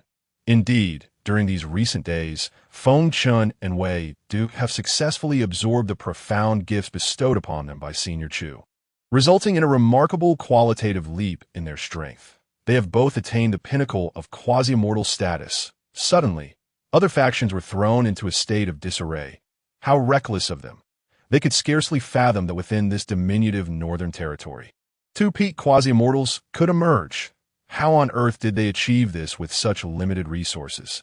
If the Xiantian Alliance were a mere weakling, there would be little to discuss. Yet now, two peak quasi-immortals have unexpectedly appeared, and the outcome of any encounter is uncertain. Moreover, they have uncovered a truly terrifying revelation. These two formidable individuals exhibit profound respect towards a young woman from above, suggesting she may possess an even more terrifying identity. Rumors have circulated regarding a formidable powerhouse backing the Xiantian Alliance. Could there be truth to it? As these rumors resurfaced, many factions felt an increasing sense of unease. The leader of the Tianyang sacred sect and Chu Baidao were momentarily stunned. Yet with matters having escalated to this point, there was no possibility of simply letting it slide. Chu Baidao gritted his teeth and declared, "Humph. Even if you boast two peak quasi-immortals, what does it matter? Do you truly believe that with so many factions present, your two quasi-immortals can stand against all of us?" Upon hearing this, the crowd quickly grasped the implications. Indeed, although the Xiantian Alliance possessed two peak quasi-immortals, their overall strength still paled in comparison, as long as the leader of the Tianyang sacred sect and Chu Baidao could restrain the two peak quasi-immortals. The rest posed no threat whatsoever. Our numbers of supreme and quasi-immortals far exceed yours by several times. What do you have to compete with us? Chu Baidao sneered coldly. The great battle was on the verge of erupting. Yan Yuyao's face flushed with fury as she abruptly stood up. "You ungrateful wretches, have you gone too far?" Hearing this, Chu Baidao laughed derisively. Too far. Huh? In this world, strength reigns supreme. Only the strong possess the right to define fairness or unfairness. The opinions of the weak, like you, who have just stepped into the realm of supremacy, carry no weight. Alas, you brought this upon yourselves. You cannot blame others. Yin Yueyao sighed inwardly, yet within her sleeve she had already grasped a wooden hairpin, from which wisps of celestial essence flowed. This artifact had never unleashed its true power, but even a fraction of its strength could not be withstood by true immortals. Thus, the members of the Xintian Alliance understood that it was certainly no less formidable than the device known as the Heavenly Theft Jar. Once this artifact truly erupted, countless quasi-immortals would likely fall, and millions of immortals would perish. Not to mention these oblivious fools. If the Alliance leader were truly enraged and took action against them, this northern territory would become the burial ground for the ancient Kanglin's mighty beings. Among the crowd below, two cloaked figures exchanged piercing glances, sensing that something was amiss in the face of a formidable foe. This young girl, though furious, maintained an underlying calmness. Might they possess some hidden trump card? One of them communicated telepathically. Indeed, I too feel an inexplicable fear in my heart. Should they reveal that trump card, we may all be in grave danger, the other responded. Both perceived the tremors of fear in each other's eyes that it appeared that the Xintian Alliance indeed had a terrifying force backing them. No, we cannot act recklessly without knowing their true capabilities. In an instant, the two reached a silent understanding. They conferred telepathically. Let us proceed in this manner, and then follow up with a splendid plan. Let us execute it, they concluded with cold smiles, reaching a consensus. They hastily conveyed their thoughts to the leader of the Tianyang sacred sect and Chu Baidao. The two were momentarily taken aback. Tensions were already high, and now they were being asked to stand down. How could they comply? Yet, faced with these two beings from an entirely different realm, how could they dare resist? They had no choice but to acquiesce.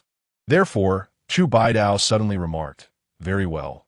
We are not as malevolent as you may think that if we engage in battle, it will undoubtedly lead to widespread suffering and despair in this realm. Hence, let us adopt a fairer approach."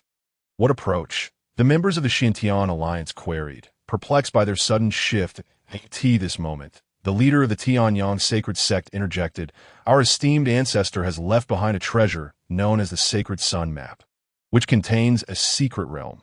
Let us each send forth a few talented youths to enter.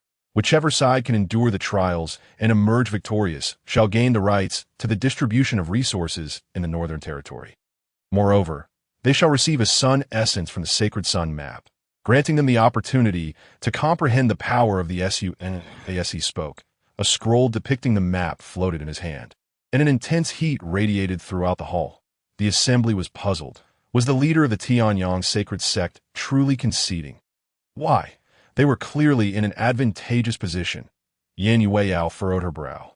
"If we enter, how can we ensure your people do not resort to underhanded tactics against us?" This is a battle between both sides. Once inside, whether one lives or dies depends entirely on one's own abilities. If you're afraid, we can commence hostilities right now. Whatever the casualties, they shall be of no concern to us, the leader of the Tianyang sacred sect replied coldly. Indeed, by this logic, any losses would be confined to the two factions and kept to a minimal scale. Sparing the innocent, a most prudent course of action. Yes, we too agree to this method of duel that we concur. All factions expressed their approval of this proposal. Yin Yueyao hesitated for a moment, and then communicated with Feng Chun and Wei due to exchange opinions. Ultimately, she declared, "Very well, we agree. Let the time be set for 2 days hence." Chapter 58. Princess Lu Xiaoying. With everyone in agreement, the scheming individuals slowly withdrew in the hall. Wei Du spoke up. "It appears that the Tianyang sacred sect and the 10,000 Blade sect have long since prepared for this. Yet why did they suddenly alter their stance at the last moment?" "Indeed, this is quite peculiar," Yin Yueyao nodded. "These two have traversed the martial world for many years. They may have sensed danger emanating from you." Alliance leader prompting their sudden retreat, Lu Nantian speculated. "Regardless of their motivations, even if we have consented to their terms, I fear the matter will not be so simple. They would not dare propose such conditions without ample confidence. Feng Chun remarked solemnly. Indeed. However, these individuals were merely at the initial stage of quasi-mortal status during our last encounter. How could they have ascended to peak quasi-mortal status in such a short time? Is the talent of the ancient Kanglin truly so terrifying? No. During our last meeting, their auras were subdued. It is unlikely they could have achieved such a breakthrough in a brief span that it is more probable that they encountered some fortuitous opportunity during this time. The members of the Xintian Alliance had previously received Senior Chu's blessings, understanding that the path to greatness is arduous, particularly at their current cultivation level. Achieving a breakthrough without fortune or support would be nearly impossible. As they speculated on this matter, no one could draw a definitive conclusion. Suddenly, Yin Yueyao interjected. Now, what is of utmost importance is that our talents from the Xintian Alliance may have a significant chance of losing to them. Therefore, the urgent task at hand is to promptly report to Senior Chu.in a hidden location of the newly established Tianyang sacred sect. The sect leader inquired, "My lord, we have gained a distinct advantage this time. Yet why did you suddenly call for a change in our plans?" The leader in the black robe coldly responded, "Are you blaming me?" The leader of the Tianyang sacred sect fell to his knees. "I do not dare." Ultimately, you are no different from those ants, mere natives lacking discernment. Let me tell you, that young woman harbors an exceptionally terrifying aura, likely concealing a treasure capable of slaying true immortals. Had you acted recklessly at that moment, you would have long since met your demise. The black-robed figure scoffed. A treasure capable of slaying true immortals? A treasure from the immortal realm? The leader of the Tianyang sacred sect's expression shifted dramatically. Such a formidable card was hidden within the seemingly insignificant Xintian Alliance. Wait, does this not imply that the entity backing the Xintian Alliance is a being beyond the true immortal level? Have we been dancing on a minefield, courting death all this time? Observing the leader of the Tianyang sacred sect's panicked demeanor, the black-robed figure smirked disdainfully. Natives will always be natives. Is this all it takes to frighten you? Mere true immortals? You underestimate our strength. As long as you follow my orders, even if a celestial being descends, we shall be able to slay them. Upon hearing this, the leader of the Tianyang sacred sect fell into deep contemplation. Very well. Given the circumstances, there is no room for hesitation. We shall proceed. In the depths of the 10,000-blade sect lies a stone chamber, garbed in coarse linen. Gu Hong gazes coldly at the four individuals before him, 2 men and 2 women, all appearing quite youthful, adorned in the attire of the 10,000-blade sect. The sect leader, Chu Dao, stands silently to one side. Suddenly, Gu Hong opens his palm, revealing 4 pills burning with a dark green flame. Resting quietly in his hand, the flames flicker gently, as if infused with a hidden vitality. Yet, when Chu Dao and the others look directly at them, they feel as though they are staring into an unfathomable abyss, their very souls threatening to be drawn in. Consume these 4 immortal pills, and in this contest, you shall possess unparalleled power, Gu Hong states matter-of-factly. The 4 individuals eye the peculiar dark green pills with skepticism, hesitant to reach out, casting glances towards Chu Dao. What are you standing there for? Our esteemed leader has bestowed upon you this supreme opportunity. Should you not express your gratitude upon hearing their leader's command? The 4 promptly take the pills, bowing deeply in thanks. Thank you for your generous gift, my lord. Gu Hong responds nonchalantly, devoid of any emotional nuance, clearly possessing unwavering confidence in the pills, atop a desolate mountain. In a small courtyard of Chu Xian's abode, a golden-shaded kitten stirs awake within a nest woven from vines. Ugh, where am I? Lu Xiaoying surveys her surroundings, bewildered, feeling a throbbing headache and searing pain coursing through her meridians. I recall encountering several strange beings amidst a fierce clash of formidable forces that I intended to seize that power, but at a critical moment, it suddenly surged forth and I unwittingly swallowed it. After that, everything went dark, and I remember nothing. After a moment of confusion, she begins to sense her condition more acutely and is suddenly struck with astonishment. That power seems to have melded with me, becoming one with my being. Lu Xiaoying is engulfed in panic. She has no knowledge of this mysterious force that has infiltrated her body. Moreover, considering she had sneaked out, if her father were to discover her absence, she would undoubtedly face severe reprimands and years of confinement. It appears the only course of action is to return and concoct a suitable excuse to explain herself to her father. Contemplating this, she crawls out of the nest, preparing to exit the room. Suddenly, a formidable force descends from the doorframe, blocking her path, a powerful barrier of energy, and knocks her back into the room, causing a cacophony as various objects crash to the ground. What happened? Outside, Chu Xuan hears the commotion and rushes in to investigate, only to find the table and shelves in disarray, with a furry mass writhing in the corner of the room. Well, this plump little rat has quite the audacity to steal in broad daylight. Chu Xuan seizes a broom from the entrance and cautiously approaches the corner. Great might, perish. Without mercy, he swings the broom with force, sending the furry creature flying out the door. Die, you little pest. Chu Xuan chases after it, ready to deliver further punishment, only to realize that the furry mass is, in fact, a golden kitten. Oh no, wrong target. It has been 5 or 6 days since he rescued this kitten, and he had feared it might not recover. Yet here it is, still alive. However, his earlier strike was no mere tap. Whether it can withstand this latest blow remains uncertain. Poor thing, whether you can overcome this trial now depends on your fate. Chu Xuan sighs, gently cradling the kitten and bringing it back into the room, as if the recent events are of no consequence to him. Several hours later, the kitten finally stirs back to consciousness. What is happening? Why does this princess awaken to such hostility? Where am I? Am I being kidnapped? Lu Xiaoying is filled with confusion until she sees a handsome young man in green approaching, who then gently picks her up. Humph. Even if you are somewhat handsome, you are still but a mortal daring to sully this princess's delicate form. At that moment, she attempts to break free, only to realize that her strength has seemingly vanished without a trace, leaving her utterly powerless. What is happening? Lu Xiaoying exclaims in horror, completely at the mercy of this mortal who can toy with her as he pleases. How unexpectedly delightful this kitten feels. I suppose I shall reluctantly keep you. Chu Xuan muses, satisfied as he plays with the little creature before stepping outside.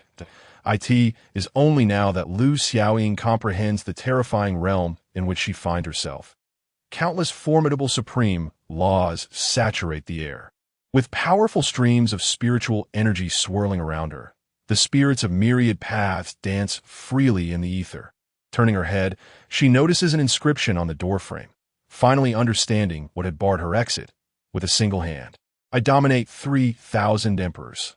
With both palms, I push across 13 continents. The overwhelming aura of battle intent and murderous energy engulfs her, freezing her very soul, rendering her breathless. Such terrifying sights far exceed anything she has encountered in her father's celestial kingdom. In that moment, she realizes that the young man holding her is no mere mortal. He is an immensely powerful being from the celestial realm, his true strength beyond her comprehension. It's over. How can I possibly escape from such a terrifying existence? Lu Xiaoying feels despondent. When several disciples return from their training on a mountain, they behold the kitten in their master's arms, their eyes widening in disbelief. Our master possesses extraordinary skills and has captured a descendant of an ancient holy beast. Knock, knock, knock. Suddenly, a series of knocks resound from the door. Elder, it is Yan Yueyao. I have urgent matters to report. The voice of Yan Yueyao echoes. Upon hearing her voice, Chu Xuan's brow furrows slightly. Why has this girl come again? I can only hope she is here for business. Come in, he replies coolly, as the door to the courtyard creaks open. Yan Yueyao enters alone. The moment she steps inside, her gaze locks on Chu Xuan, and upon seeing the kitten in his arms, her pupils dilate in surprise. It is evident that this kitten is no ordinary creature. However, recognizing it as the pet of an elder, she exercises restraint and keeps her thoughts to herself. Greetings, elder, Yan Yueyao bows respectfully. There is no need for formality. Please, enjoy some fruit. Chu Xuan pushes a basket of plums towards her. Having previously witnessed the power of this divine fruit, she is instantly filled with excitement. Thank you, elder. After expressing her heartfelt gratitude, she takes a plum and bites into it. Instantly, her mouth fills with sweetness, the rich flavor transforming into a powerful surge of spiritual energy that flows vigorously into her body. Boom! In that moment, a tempestuous roar erupts from within her, as her cultivation leaps from the initial to the late stage of the supreme realm. Merely a step away from becoming a quasi-immortal in the blink of an eye, she has achieved such a remarkable enhancement. At merely around 20 years of age, her cultivation has reached an astonishing level. Such a prodigious fortune has not been seen in millennia, perhaps even millions of years. For others, encountering such a blessing would require countless years of arduous training, yet here it is casually bestowed upon her by Elder Chu, leaving her feeling somewhat unreal. Elder Chu is indeed highly esteemed. Such kindness would be impossible to repay, even with her life. Henceforth, she must strive to serve him even more diligently. Yin Yueyao always remembers that everything she possesses today has been bestowed upon her by Senior Chu. To be honest, in the present world, only a few of Senior Chu's esteemed disciples can rival her current talents. She instinctively glanced at a few of Chu Xuan's disciples and was immediately taken aback. The cultivation levels of Senior Chu's disciples had all essentially reached the late or peak stages of the Supreme Realm, and their auras were remarkably steady, clearly indicating that they had a solid foundation. A breakthrough was merely a matter of time. Just imagine, in the future, when these potential immortals, or even true immortals, emerge simultaneously, how astonishing that scene would be. Yin Yueyao couldn't help but exclaim. Indeed, only a master like Senior Chu could cultivate so many formidable prodigies in such a short span of time. Meow! Suddenly, a little kitten in Chu Xuan's arms let out a sound. This moment, Lu Xiaoying was also quite flustered. This sound was not intentional, but the aroma emanating from the little bamboo basket was simply too enticing. It was not merely a physical craving. It felt as if her very soul was drawn to it. Thus, she instinctively emitted such a base sound, a source of embarrassment for her. But where was she? She was in the territory of an ancient monster. If she provoked him, her life could be in jeopardy. Fear gripped her, causing her entire body to tremble uncontrollably. This little kitten certainly has quite the appetite. Very well, I shall give you one. Chu Xuan casually handed the first plum to the cat in his arms. Faced with this enormous temptation, Lu Xiaoying's fears dissipated in an instant. The kitten, with its tiny paws clutching the plum, opened its mouth to take a bite. Perhaps due to the plum's roundness, it missed, and the fruit rolled from its paws, tumbling to the ground. Struggling, it leaped from Chu Xuan's arms, scampered to a corner, and joyfully began to eat. Observing its adorably clumsy demeanor, Chu Xuan chuckled and shook his head. Glutton, I wonder what brings you here, Miss Yueyao. Chu Xuan suddenly turned and asked, Oh, Senior, the matter is as follows. Yin Yueyao promptly explained the situation. Senior, we kindly took them in and initially intended to introduce them to you, but unexpectedly, they repaid our kindness with malice, stabbing us in the back. Yin Yueyao spoke with a face full of regret. Sigh. You cannot be blamed for this. It is merely human nature. Regardless of what you do, one must always be vigilant and choose partners wisely. Of course, this requires a wealth of experience to achieve. Chu Xuan reflected, feeling fortunate that Yin Yueyao had not introduced that group to him. Otherwise, doing business with such individuals could lead not only to losses but also significant trouble. They have found some strong aides, and this time we have agreed to compete with them. It seems it will not be easy to pass this trial. So regrettably, Weiyao has come to seek your assistance, she said helplessly. They even hired cultivators as their enforcers? That indeed complicates matters, Chu Xuan pondered, suddenly looking towards his disciples. Ding dong. Assist Yin Yueyao in resolving this matter, and upon success, the host will be rewarded with 2 special effect cards and an opportunity for a system upgrade. The sudden voice startled Chu Xuan. He was not particularly interested in the special effect cards, but the system upgrade piqued his interest. What benefits will the upgrade bring? Chu Xuan inquired. After the upgrade, the system's capabilities will become even more robust and comprehensive, significantly accelerating the host's path to becoming a powerful being, came the response. Upon hearing this, Chu Xuan felt a renewed sense of hope. During this time, his disciples had shown remarkable progress and were on the verge of attaining the status of quasi-immortals. They were poised to become some of the most formidable existences in this world. Lately, Chu Xuan had grown increasingly anxious about this matter. Seeing his disciples reach such an unattainable realm made him fear that he might never catch up with them again, but of course, that was not the most pressing concern. The critical issue was if they discovered that he was merely at the first level of Qi training. Everything would be over. Thus, he had been trying to treat his disciples well, preparing for the day when he might have to confront this reality, hoping that he would not find himself in a situation where one of them could easily strike him down. But now, with the system upgrade that would expedite his cultivation growth, perhaps there was still a glimmer of hope to catch up with his disciples. It was certainly worth a try. Moreover, given the current cultivation levels of his disciples, they should not fear anyone. This group of individuals truly has the hearts of wolves and lungs of dogs. Chun Daba shouted angrily. Indeed, they should be taught a lesson to make them remember their place. Shun Wenj also expressed indignation. Hearing their words, Chu Xuan's eyes brightened. Just right. They wish to challenge us? Very well. We shall oblige. Ahem, which of you would like to lend a hand? Chu Xuan inquired. Master, I will go.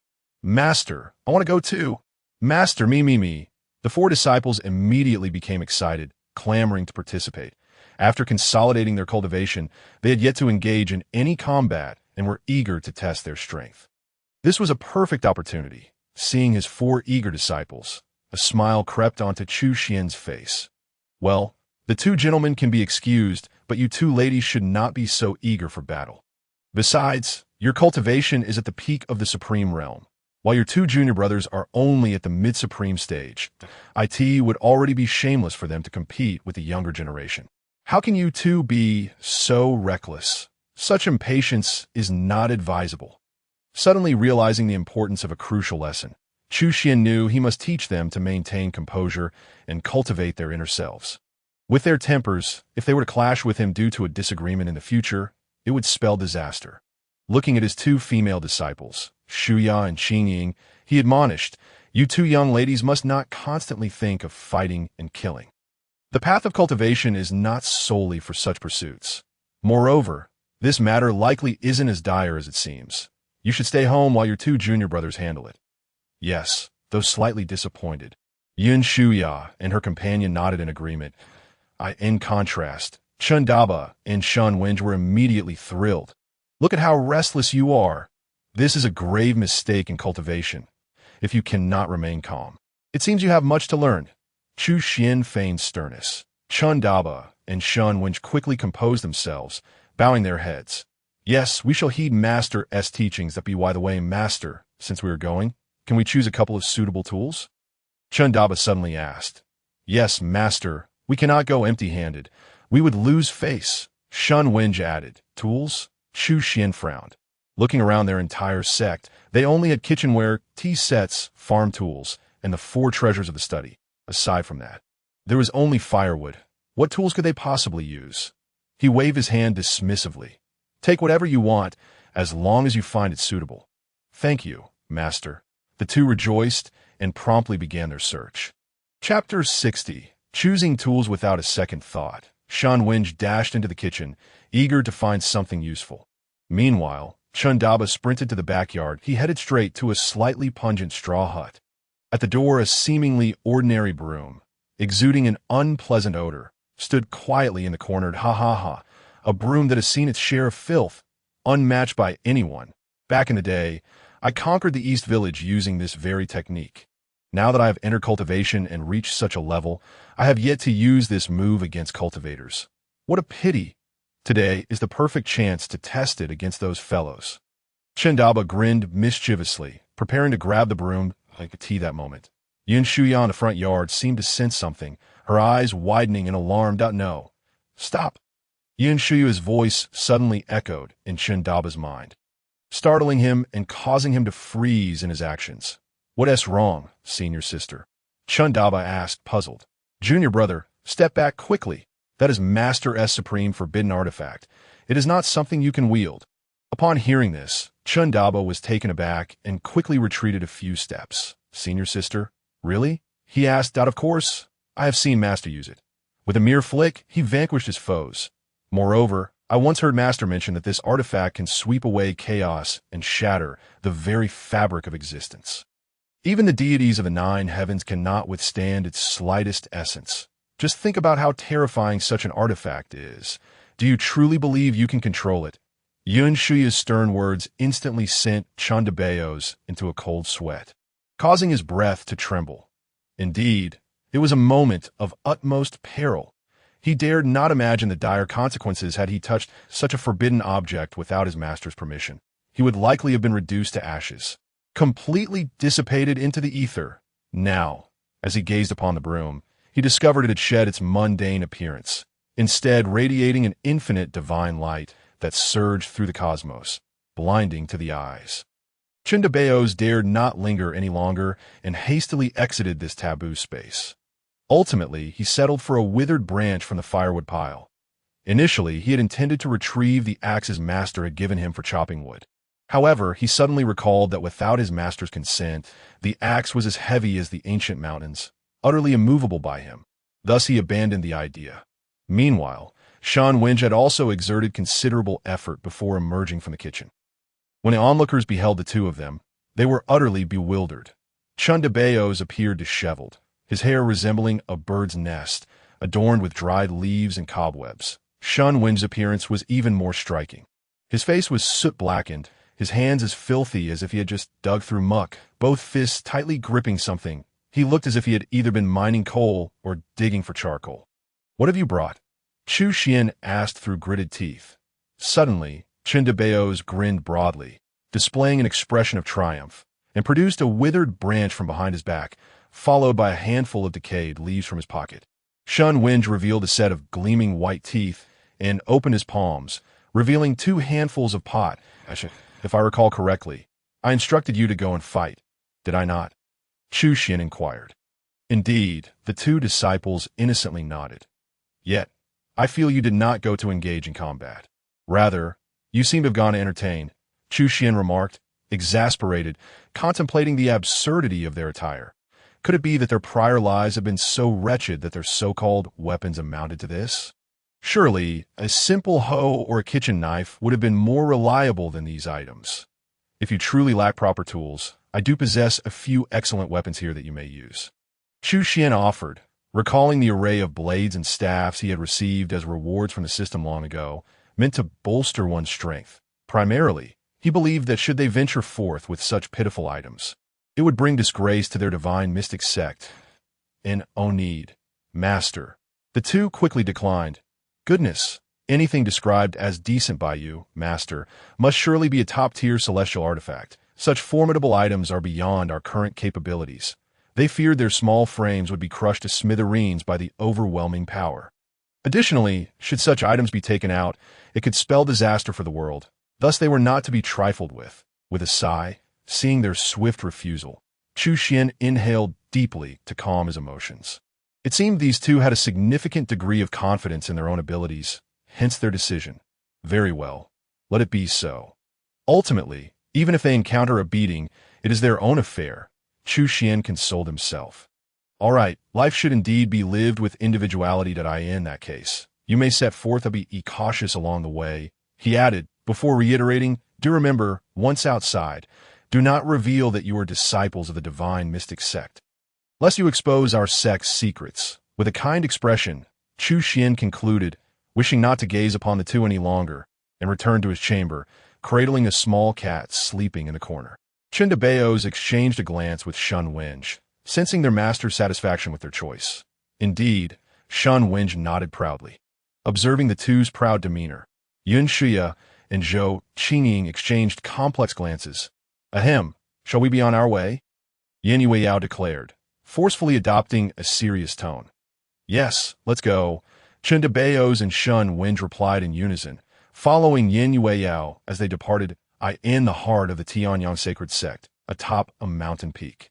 Divine light flickered, and countless massive stones were shattered into debris, a fierce and formidable aura raging in all directions. The sect leader of Tianyang's sacred sect beamed with delight as he regarded several young individuals before him.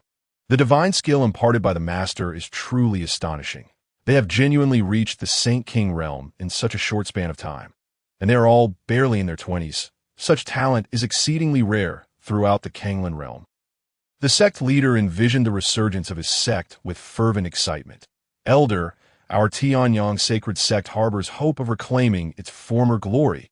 The sect leader could hardly contain his exhilaration. Meanwhile, a figure clad in black observed this scene. Disdain evident in his demeanor. Burning through one's vitality to attain such a level is merely a waste of time. Trash will always be trash.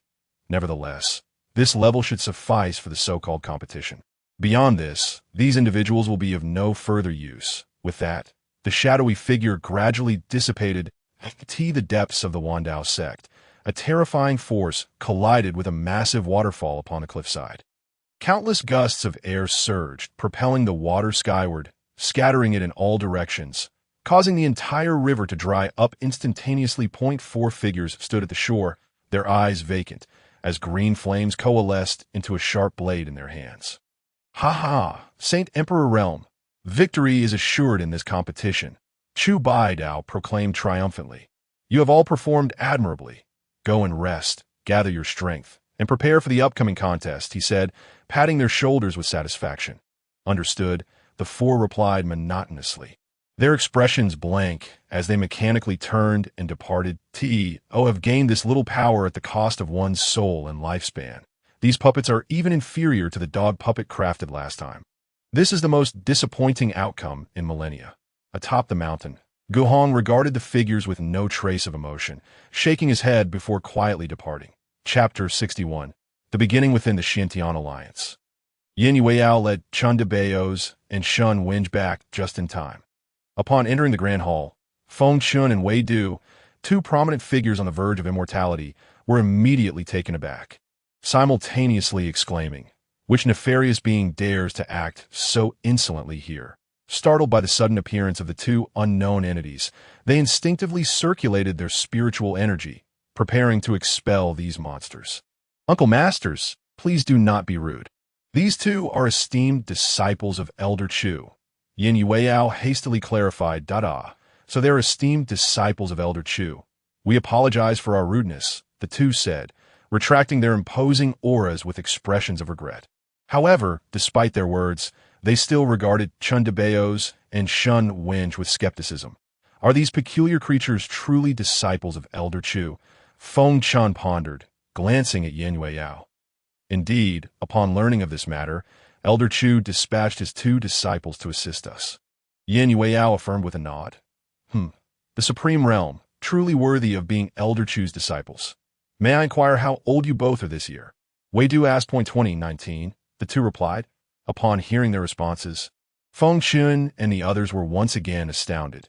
They had previously regarded their own sect leader as one of the most gifted individuals of the younger generation, only to find these 2 even more formidable. Such astonishing talent explained why they had been chosen as Elder Chu's disciples. Suddenly, Feng Chun noticed that their sect leader had also reached the Supreme Realm. Leader, Yin Yueyao nodded, indeed, I have greatly benefited from the Elder's grace. And my cultivation has advanced significantly. I see. Feng Chun and the others nodded in understanding. Yueyao, to receive the Elder's recognition is indeed enviable, they thought in unison, with the assistance of Elder Chu's esteemed disciples. We can certainly rest easy, Mo Bailey declared. Indeed, everyone voiced their agreement. Now, they awaited the arrival of the morrow. Before long, the second day dawned, a day of great anticipation and tumult in the entire Kanglan realm.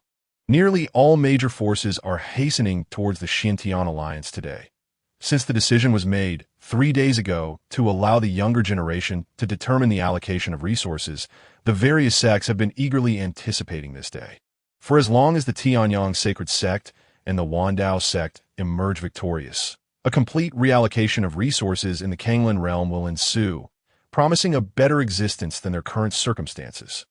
Moreover, they can enjoy a splendid spectacle for free. What could be more delightful? Hence, all the powerful factions have gathered to join the fray. Outside the Xintian Alliance, flying vessels soar in from every direction, creating a magnificent scene as the Grand Xintian Alliance becomes a bustling hub. The Tianlong Temple has arrived. The winter snow sacred abode has arrived. The 100 Battles Empire has arrived. The Tianyang sacred sect has arrived. One by one, the prominent forces have made their entrance, and the leading figures have also appeared. The Yin Emperor's Jiang family has arrived. Suddenly, another voice resounded, commanding the attention of all present. Instantly, everyone was captivated by an enormous and magnificent flying vessel. The Jiang family has actually come as well.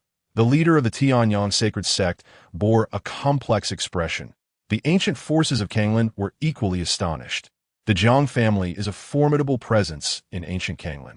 A legendary family with a lineage spanning hundreds of thousands of years, from which 6 immortals have emerged. It is worth noting that they are one of the terrifying forces that have survived such cataclysmic disasters. This illustrates the magnitude of their power. In the past, I would have felt trepidation, but at this moment, I am backed by the esteemed figures of the immortal realm. I fear not even the Jiang family. The leader of the Tianyang sacred sect thought disdainfully. The competition was set to take place on a colossal martial arts stage.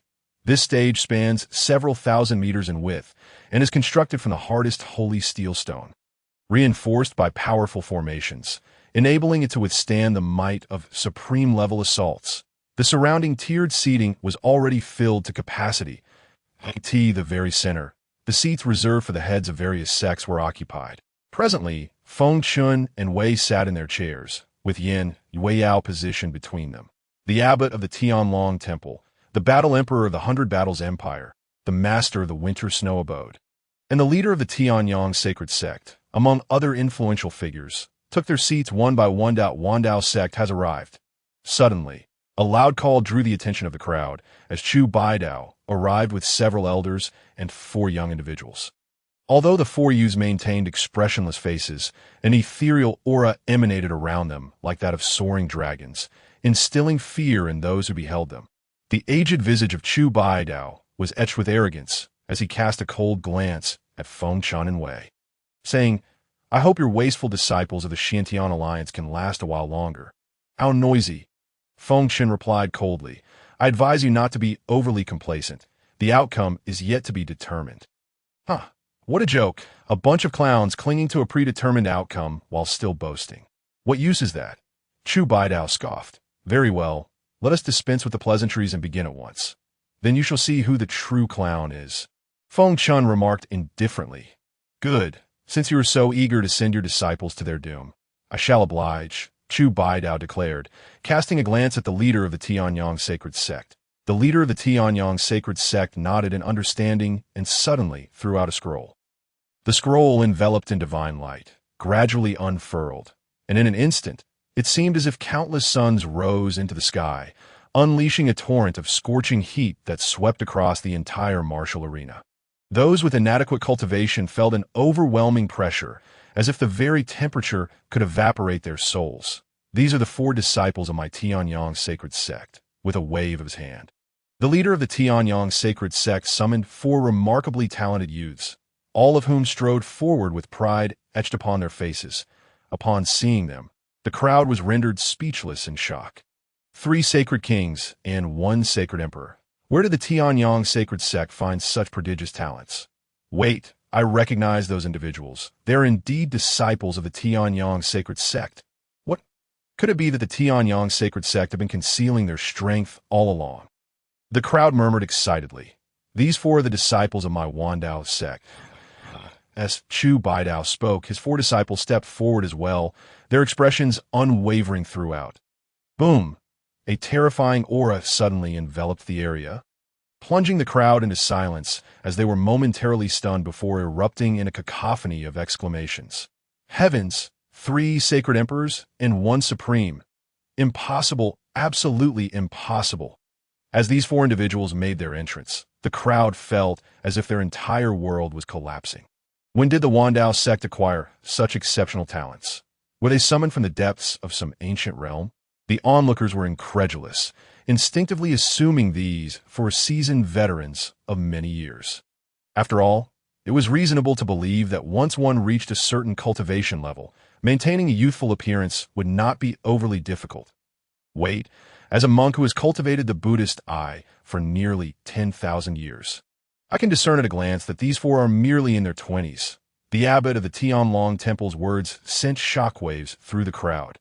The two sects had endured in silence for so long, presumably for this very moment, to make an astonishing breakthrough. The individuals present were all prominent figures of the Kanglan realm, having devoted countless years to attain their current levels of cultivation. Yet these young individuals had only lived for a little over 20 years. And with such a young age, they exhibited such terrifying prowess. This transcended the definition of genius. They were living monstrosities. In the Jiang family's faction, everyone regarded these individuals with peculiar expressions. Their techniques did not seem to belong to this realm. The middle-aged leader furrowed his brow slightly, murmuring, listening to the fervent reactions of those around him. Chu Baidao wore a smug expression, coldly observing the members of the Xintian alliance. I wonder if you're sect's disciples. Yin Yao and others, despite knowing that the opposing side had surely made preparations, could not help but be taken aback upon witnessing the cultivation levels of these individuals. However, despite their extraordinary qualifications, they were, unfortunately, still somewhat lacking when compared to the senior's esteemed disciples. What's wrong? Afraid. The leader of the Tianyang sacred sect sneered. Why the rush? Are you worried about missing the carriage to the afterlife? Suddenly, two figures descended in a flash of crimson light into the arena. None other than Chen Daba and Shen Wenj. Chapter 62. The same kind, the same outcome. When these two individuals appeared on the stage, the crowd cast them strange glances. Although Chen Daba and Shen Wenj had tidied themselves up slightly since their descent yesterday, they still appeared rather disheveled. Clad in coarse linen garments, they looked only marginally better than wild folk from the mountains. Ha ha! At last, many could not help but burst into laughter. Where did the Xintian alliance find these two oddities? Indeed, do they not realize the occasion? Can these rustic villagers really attend? The crowd roared with laughter, completely dismissing these two peculiar characters. Foolish, in the face of the crowd's ridicule, Chen Daba and Shen Wenj remained unperturbed. This competition is a waste of time. You might as well concede from the Tianyang sacred sect. A young man stepped forward, exuding arrogance.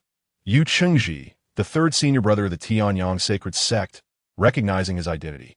The crowd murmured that why Yu Chengji was at the sacred king level, and as he stood forth, an overwhelming aura surged toward Chen Daba and Shen Wenj, attempting to intimidate them into retreat.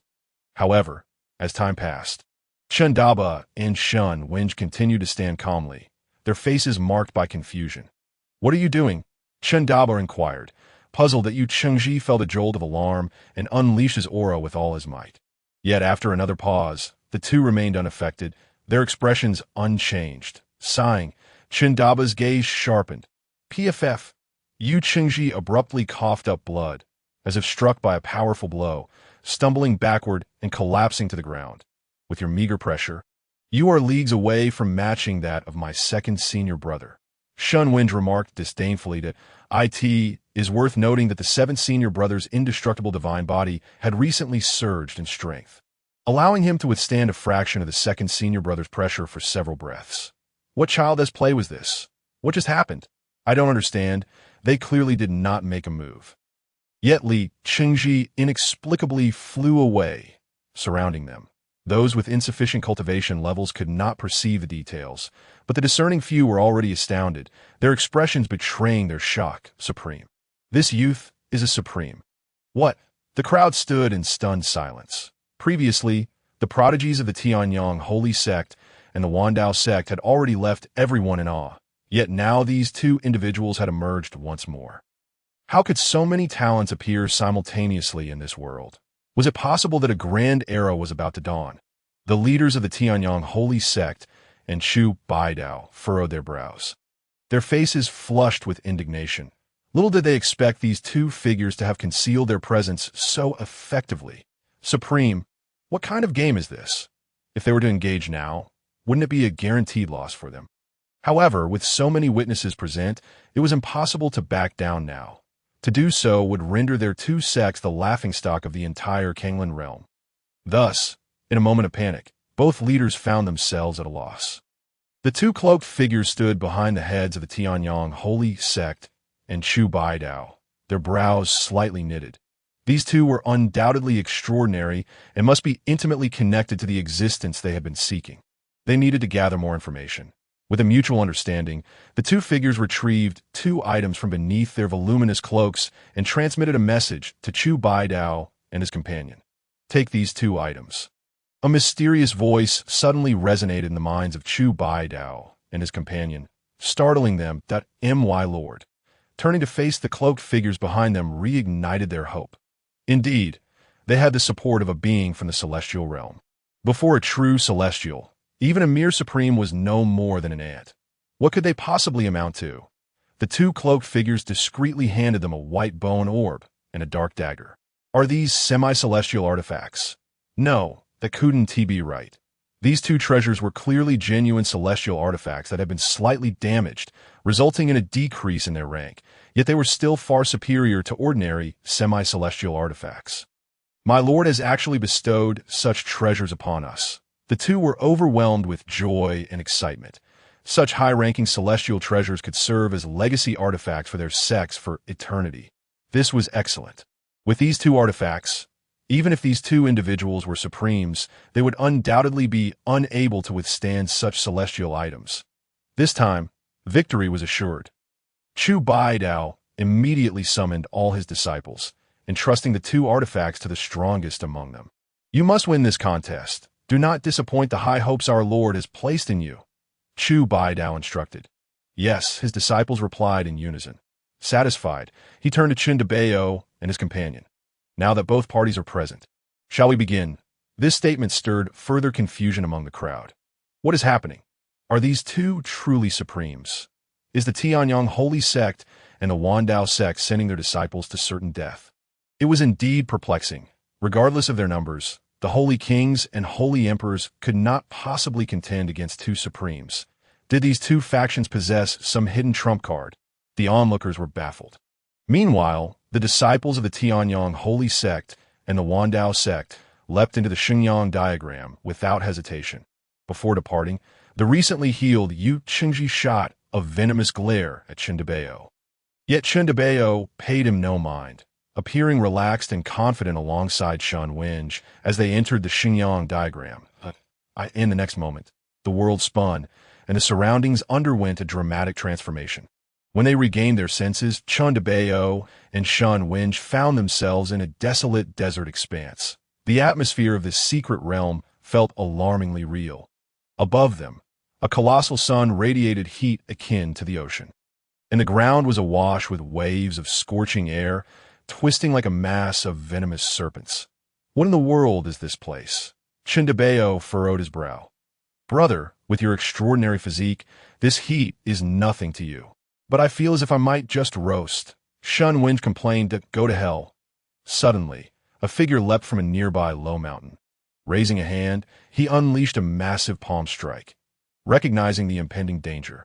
Chintabeo and Shan Wenj instinctively jumped back to evade the attack, which struck the ground with a thunderous impact, sending dust flying and leaving a vast handprint in the earth. The spectators outside, through a colossal floating mirror, could clearly observe the unfolding events within the Xingyang diagram. Chu Baidao and the leader of the Tianyang holy sect exchanged knowing smirks. It became evident to Chintabeo and Shan Wenj that their assailant was none other than Yu Chengji from the Tianyang holy sect. Upon entering, he had not ventured deeper, but had merely awaited them, his sole objective being to deal with these 2. What's the rush to meet your demise? Chintabeo remarked with a hint of amusement. That was merely a moment of carelessness on my part. I am a once-in-a-millennium talent of the sect. How could I possibly lose to you? Prepare to die. Yu Qingji raised his hand for another strike. A blazing red palm imprint coalesced, unleashing a torrent of scorching heat directed at Chintabeo. Chintabeo stood expressionless, as if stunned by the attack. Seeing his demeanor, Yu Qingji's face twisted with madness. Ha ha! Perish! A resounding crash echoed, shaking the heavens. As the dust settled, Chintabeo remained unscathed. This is impossible. Yu Qingji's face turned ashen. Your level of arrogance exceeds mere hubris. A fool such as you is surely what my master referred to as a simpleton. Chintabeo sighed, then abruptly vanished from his position, reappearing directly before Yu Qingji. He raised his fist and slowly struck. Why Yu Qingji suddenly sensed the impending threat, but it was too late to retreat. Stop! At that moment, another figure descended from a mountain, attempting to intercept Chundabeo's blow. However, the overwhelming force behind Chundabeo's punch was insurmountable. The assailant felt as if his arm was being torn apart by an immense power, sending him hurtling backward. Simultaneously, Chundabeo's fist, imbued with terrifying force, struck Yu Qingji squarely in the chest. The dreadful impact caused blood to splatter as Yu Qingji was sent flying. At this moment, the crowd gasped in astonishment. This individual is a body cultivator. What an astonishing physique! What kind of body refinement technique has he mastered? They murmured in awe. Even if Yu Qingji survived this blow, he would be rendered incapacitated. The crowd expressed their astonishment, while the leader of the Tianyang holy sect wore a grim expression. Just wait. The best is yet to come. Within the secret realm, the members of the Tianyang holy sect and the Wandao sect no longer concealed themselves and appeared in full view. The individual who had just been repelled by Chundabeo, now bleeding from his arm, turned to witness Yu Qingji's miserable state, his fury igniting. "You scoundrel! How could you strike with such malice? Spare me the pretense. You all covet our lives just as much.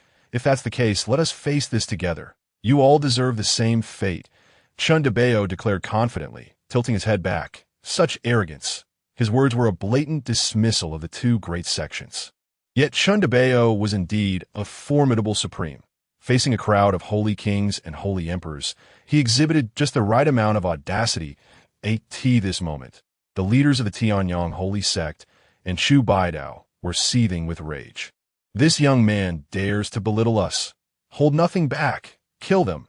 Chu Baidao immediately used a secret method to transmit a message to the disciples within. The disciples within the secret realm understood the signal. Casting cold glances at Chundabeo and his companion, Point One stepped forward, declaring, "You two worthless trash have no idea what it means to be truly transcendent. I am the eldest disciple of the Tianyang holy sect. Pu Buxiang. I now give you one final chance. Kneel and bow, and I shall grant you a complete corpse," he boasted, exuding an air of superiority. Under normal circumstances, a holy emperor speaking to a supreme in such a manner would be tantamount to courting death. However, he held absolute confidence and saw no reason to regard Chundabeo and his companion as threats. Chundabeo and Shun Wenj exchanged incredulous glances. The truly transcendent beings are none other than our master. "You fools, no matter how many schemes you concoct," in his eyes, "they are nothing but childish tricks as his disciples. How could we be intimidated by lowly scum like you?" With a smile, Chundabeo replied, "Oh, are you speaking of yourself?" Upon hearing these words, Park Buzang's face contorted with rage, his murderous intent surging like a tidal wave. "Very well. It seems you are determined to seek your demise. Let me show you the true essence of terror." Park Busong glanced at a cold, indifferent man from the 10,000 Blades sect, who immediately nodded in affirmation. With a swift motion, Park Busong tossed a bone orb into the air, which floated majestically. Resembling an otherworldly moon, an overwhelming tempest of ethereal and ominous energy erupted, sweeping across the heavens and earth, sending dust and stones swirling in a catastrophic display of might. The atmosphere was laden with dread.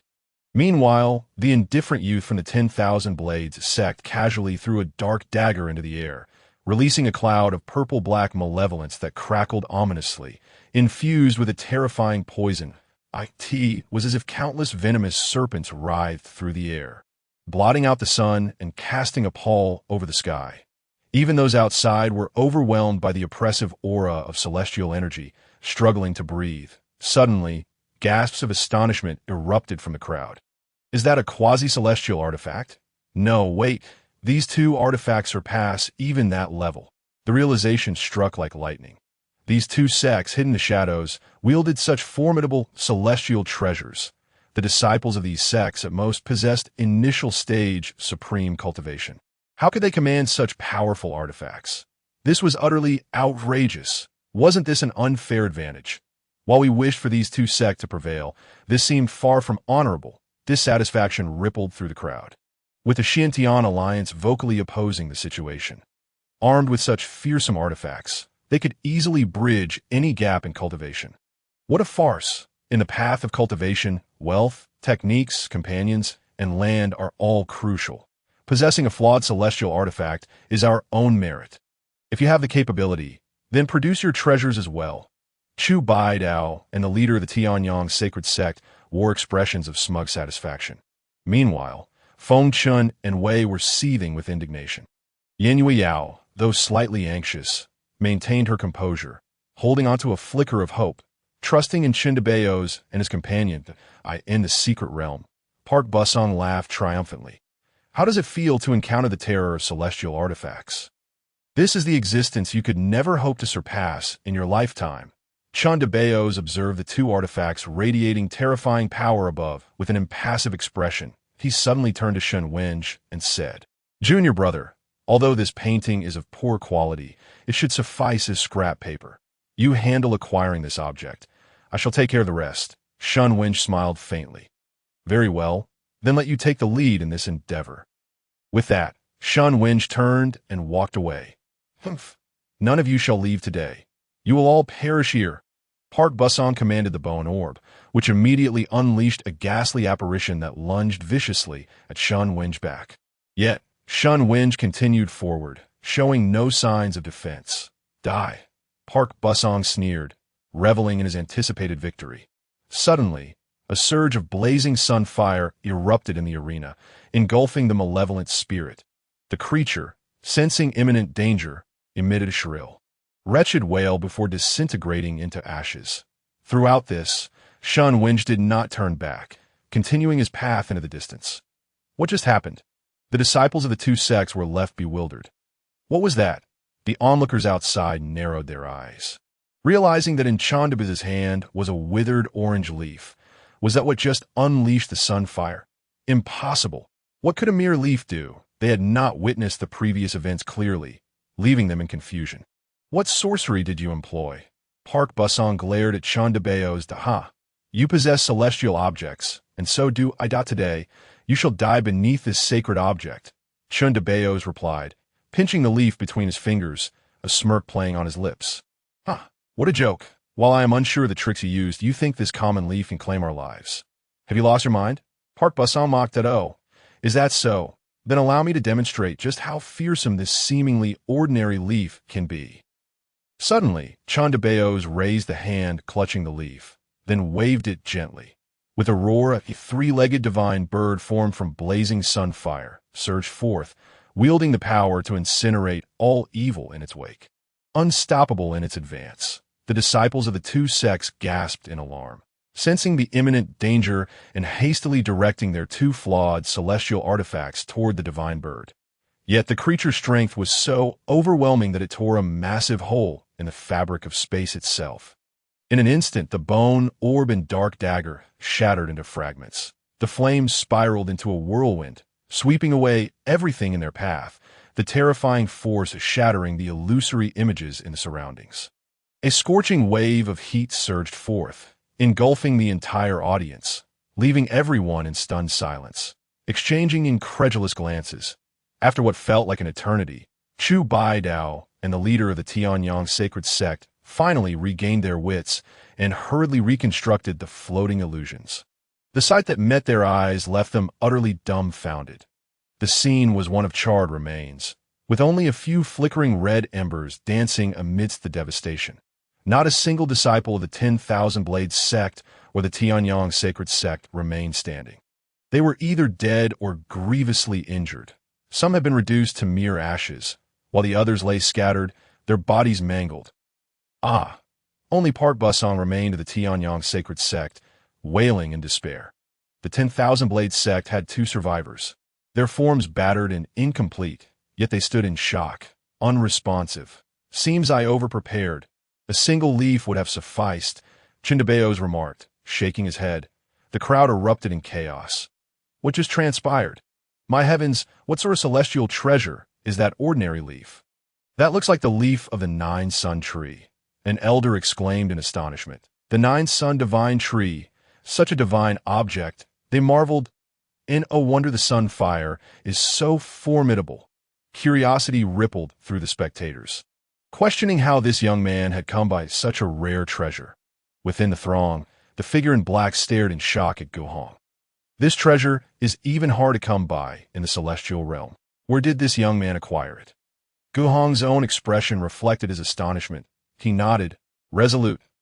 We must find a way to obtain this treasure. With it, our Luyun celestial city will surely grow even stronger.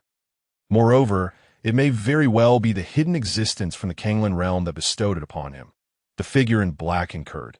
Indeed, such a treasure belongs to us. These mere ants are unworthy of wielding it.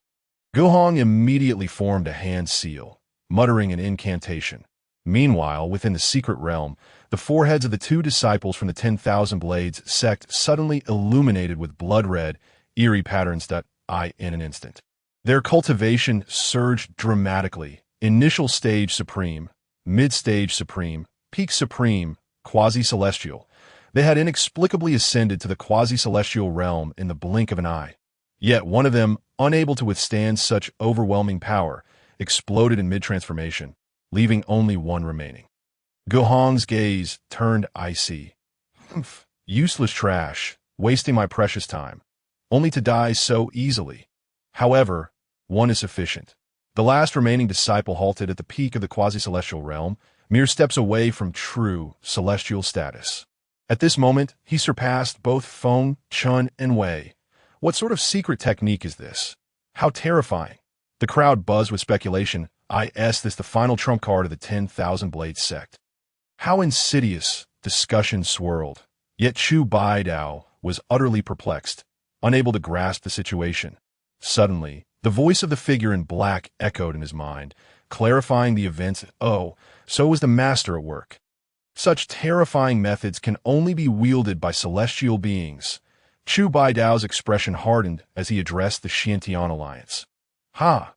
The puny Xiantian Alliance, unaware of their limitations, quickly bring forth that young man to surrender the leaf, or he shall perish here.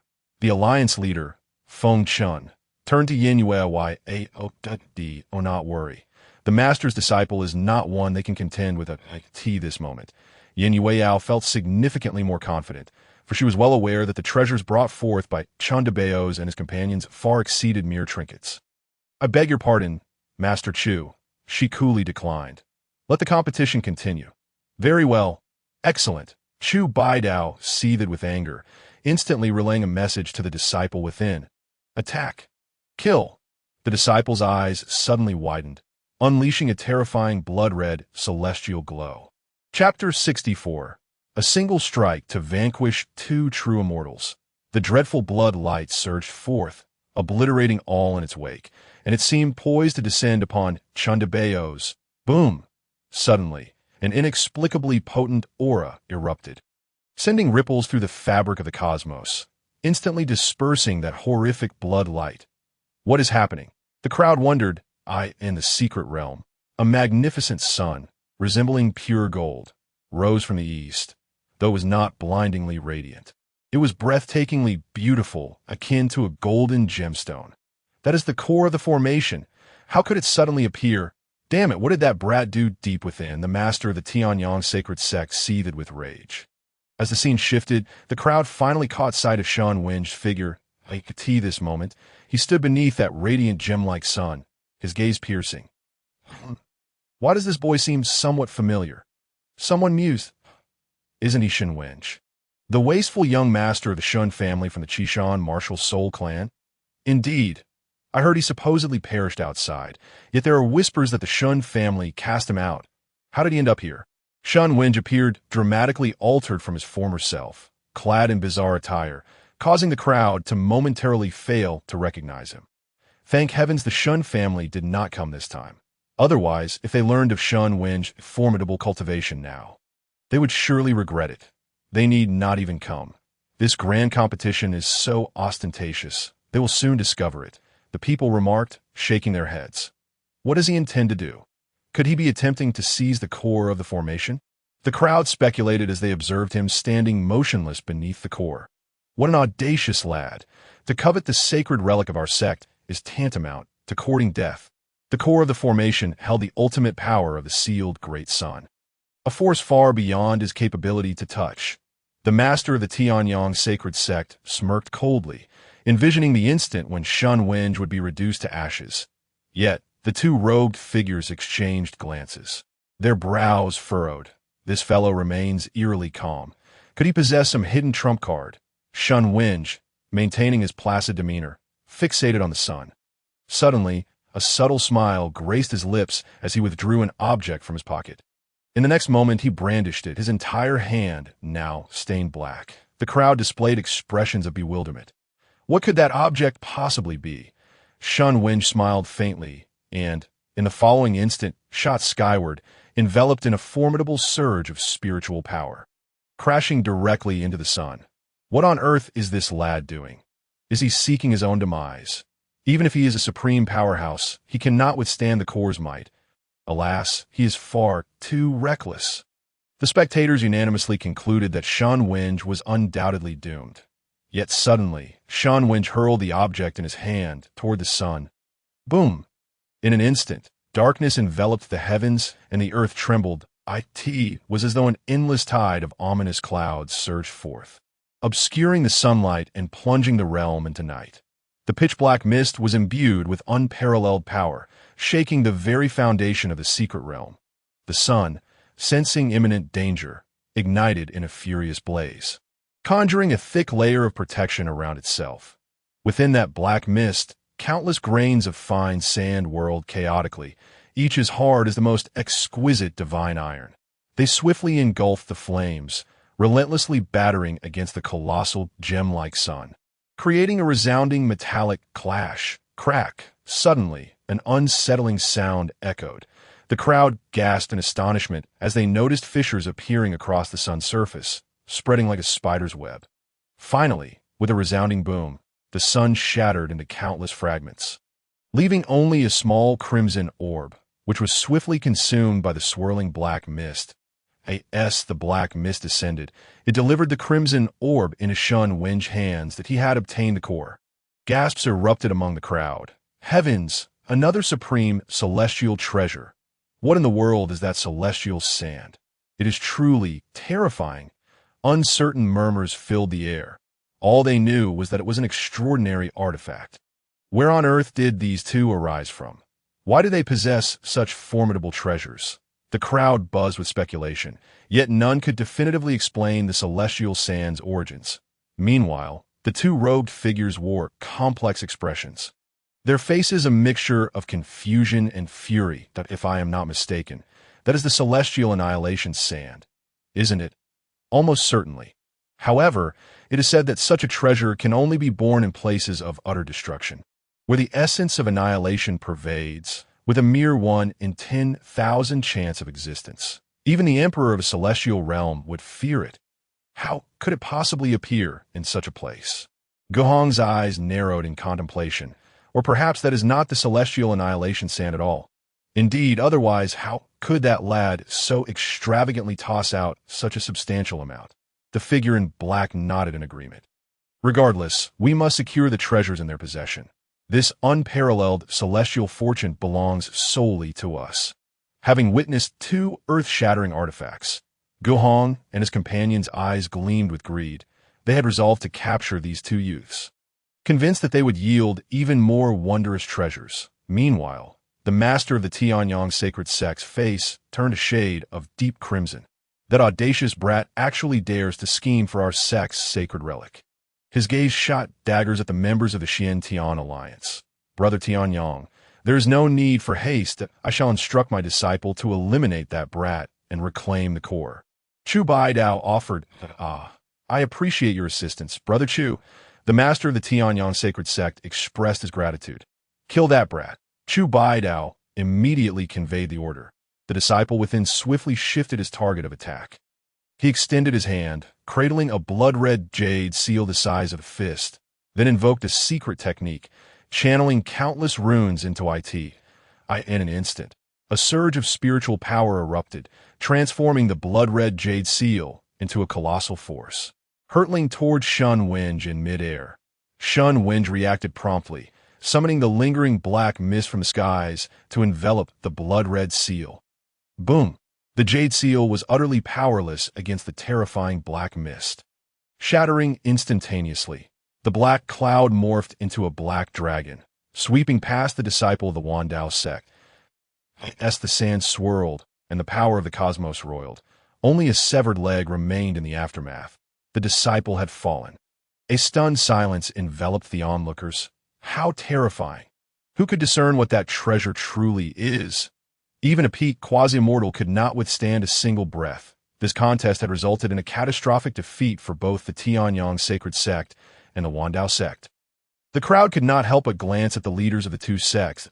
In a mere instant, the arrogance on their faces evaporated, leaving only shock, resentment, and profound shame. That a flash of light illuminated the arena as Chun Debayos and Shun Wenj reappeared on the stage. The two shared a gentle smile with Yin Yueyao, who reciprocated with a nod of acknowledgement. How was it, esteemed gentlemen? The competition has concluded. Do you have any final remarks? Feng Chun inquired with a faint smile, directing his gaze toward Chu Baidao and his companion. However, the two men wore ashen expressions, their heads bowed, unable to utter a word. No, it is not over yet. Suddenly, an incongruous voice interrupted. The crowd turned in confusion, only to see two robed figures emerge from behind Chu Baidao and his companion. Earlier, the audience had glimpsed them but failed to pay heed due to the absence of any discernible aura. Now that they stepped forward, the crowd was left puzzled. Your sect leaders have nothing to say, so what business do you have here? Suddenly, an overwhelming aura erupted from the figure, casting a shadow over the entire firmament. Countless thunderbolts rolled ominously within the clouds, and an appalling force descended as if a multitude of colossal mountains had crashed down, leaving the onlookers gasping for breath, all prostrating themselves on the ground. A celestial being, boom! The man in the black robe leapt into the air, raising his hand to grasp, conjuring a gigantic hand seal that swiftly coalesced, reaching toward Shenwu in the blink of an eye.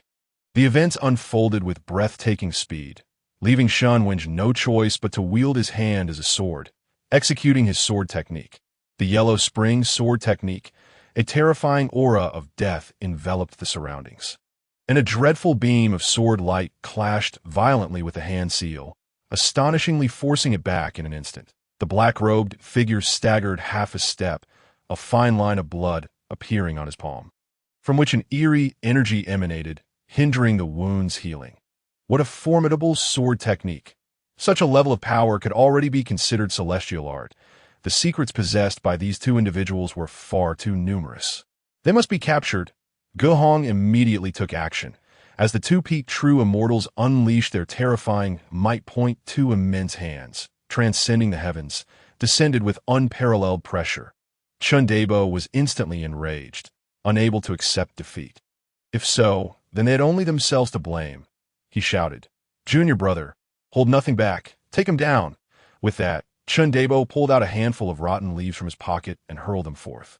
In an instant, dozens of suns materialized, each blazing orb hosting a three-legged divine bird soaring through the skies. Shun Wenj, finally regaining his senses, reached into another pocket and threw a handful of pot ash with great force. Suddenly, day and night were reversed, engulfed in boundless darkness. Terrifying black mist ravaged the heavens and the earth. The two true immortals were immediately struck with astonishment, rendered dumbfounded by this sudden turn of events. Such fearsome entities were recklessly cast forth by these two. In their terror, they had no choice but to burn their essence, channeling all their strength. The two colossal hands transformed into emerald jade, swiftly appearing before them, shielding against the inky clouds and scorching suns. It must be said that true immortals possessed immense strength. Despite burning their essence and soul, they barely managed to withstand the onslaught for the briefest of moments. Die! Just then, Chun Debo roared, suddenly drawing a withered branch from behind. He leapt high into the air and struck down. As he swung the branch, it erupted with golden flames, the fire resembling liquid rather than flame. Yet it bore a terrifying temperature. With a mere swing of the branch, it stirred up monstrous waves, instantly engulfing the two. Boom. The two true immortals were utterly vaporized by the strike, their remains non-existent, dissipating into thin air. The dreadful aftermath swept over the arena like a tidal wave, shattering it in an instant, as the surrounding steps and platforms were reduced to ruins. Chu Baidao and the leader of the Tianyang sect were now utterly terrified. Trembling in a cornered tea this moment, everyone lay prostrate on the ground. The entire Xintian alliance, with its countless opulent halls, collapsed in an instant, turning once splendid peaks into a chaotic forest of rubble. The Xintian alliance itself was built upon the sacred snow peak of the sacred snow sect. And now, a third of the vegetation on that mountain had turned to char. A terrifying chasm nearly split the entire sacred snow mountain in two. Within the chasm, rocks melted under the overwhelming heat. Flowing like lava, this strike was truly earth-shattering, capable of invoking both terror and reverence. Whoosh! Whoosh! Suddenly, several rays of light imbued with dreadful energy shot forth from the depths of the Xintian alliance. Who dares to strike against my Xintian alliance? The once reclusive elders of the sacred snow sect, now part of the Xintian alliance, were all stirred into action, rushing out. Upon witnessing the horrifying scene, they were left utterly stunned, their faces filled with disbelief. Chen Debo, equally dazed, glanced at them and sheepishly smiled. My bad, he used a bit too much strength. Chapter 65. The hairpin's retribution after the earth-shattering event. The entire Xintian alliance fell into a profound silence. Even the gentle breeze that brushed past one's ear could be distinctly heard whispering. The mountains lay in ruin, and the majestic peaks were annihilated. True immortals had perished. The withered branch possessed such apocalyptic might. After a considerable time, the crowd remained on the ground, unable to shake off the terrifying pressure that lingered in the atmosphere. This moment, Chun Debo and Shun Wenj were equally astonished. The power of that withered branch was indeed terrifying. A mere flick could unleash divine might capable of slaying true immortals. One could only imagine how formidable the forbidden artifact in their master's possession must be. Yin Yue Yao sighed in amazement. The strength of Senior Chu is truly limitless. Each display leaves us utterly astounded. From our perspective, it seems we will never be able to fathom his realm, in a world where even true immortals were filled with dread. Only a peerless individual like Senior Chu could effortlessly bring them to ruin. At that moment, the leader of the Tianyang sect and Chu Baidao turned pale, their eyes filled with terror. It's over. Everything is over. They could never have anticipated that the force behind the Xintian alliance would be such a terrifying figure. A true immortal could not withstand even a moment against such power. To be crushed like an ant was all too simple. They were genuinely chilled to the core. After what felt like an eternity, the crowd finally regained their composure and rose from the ground.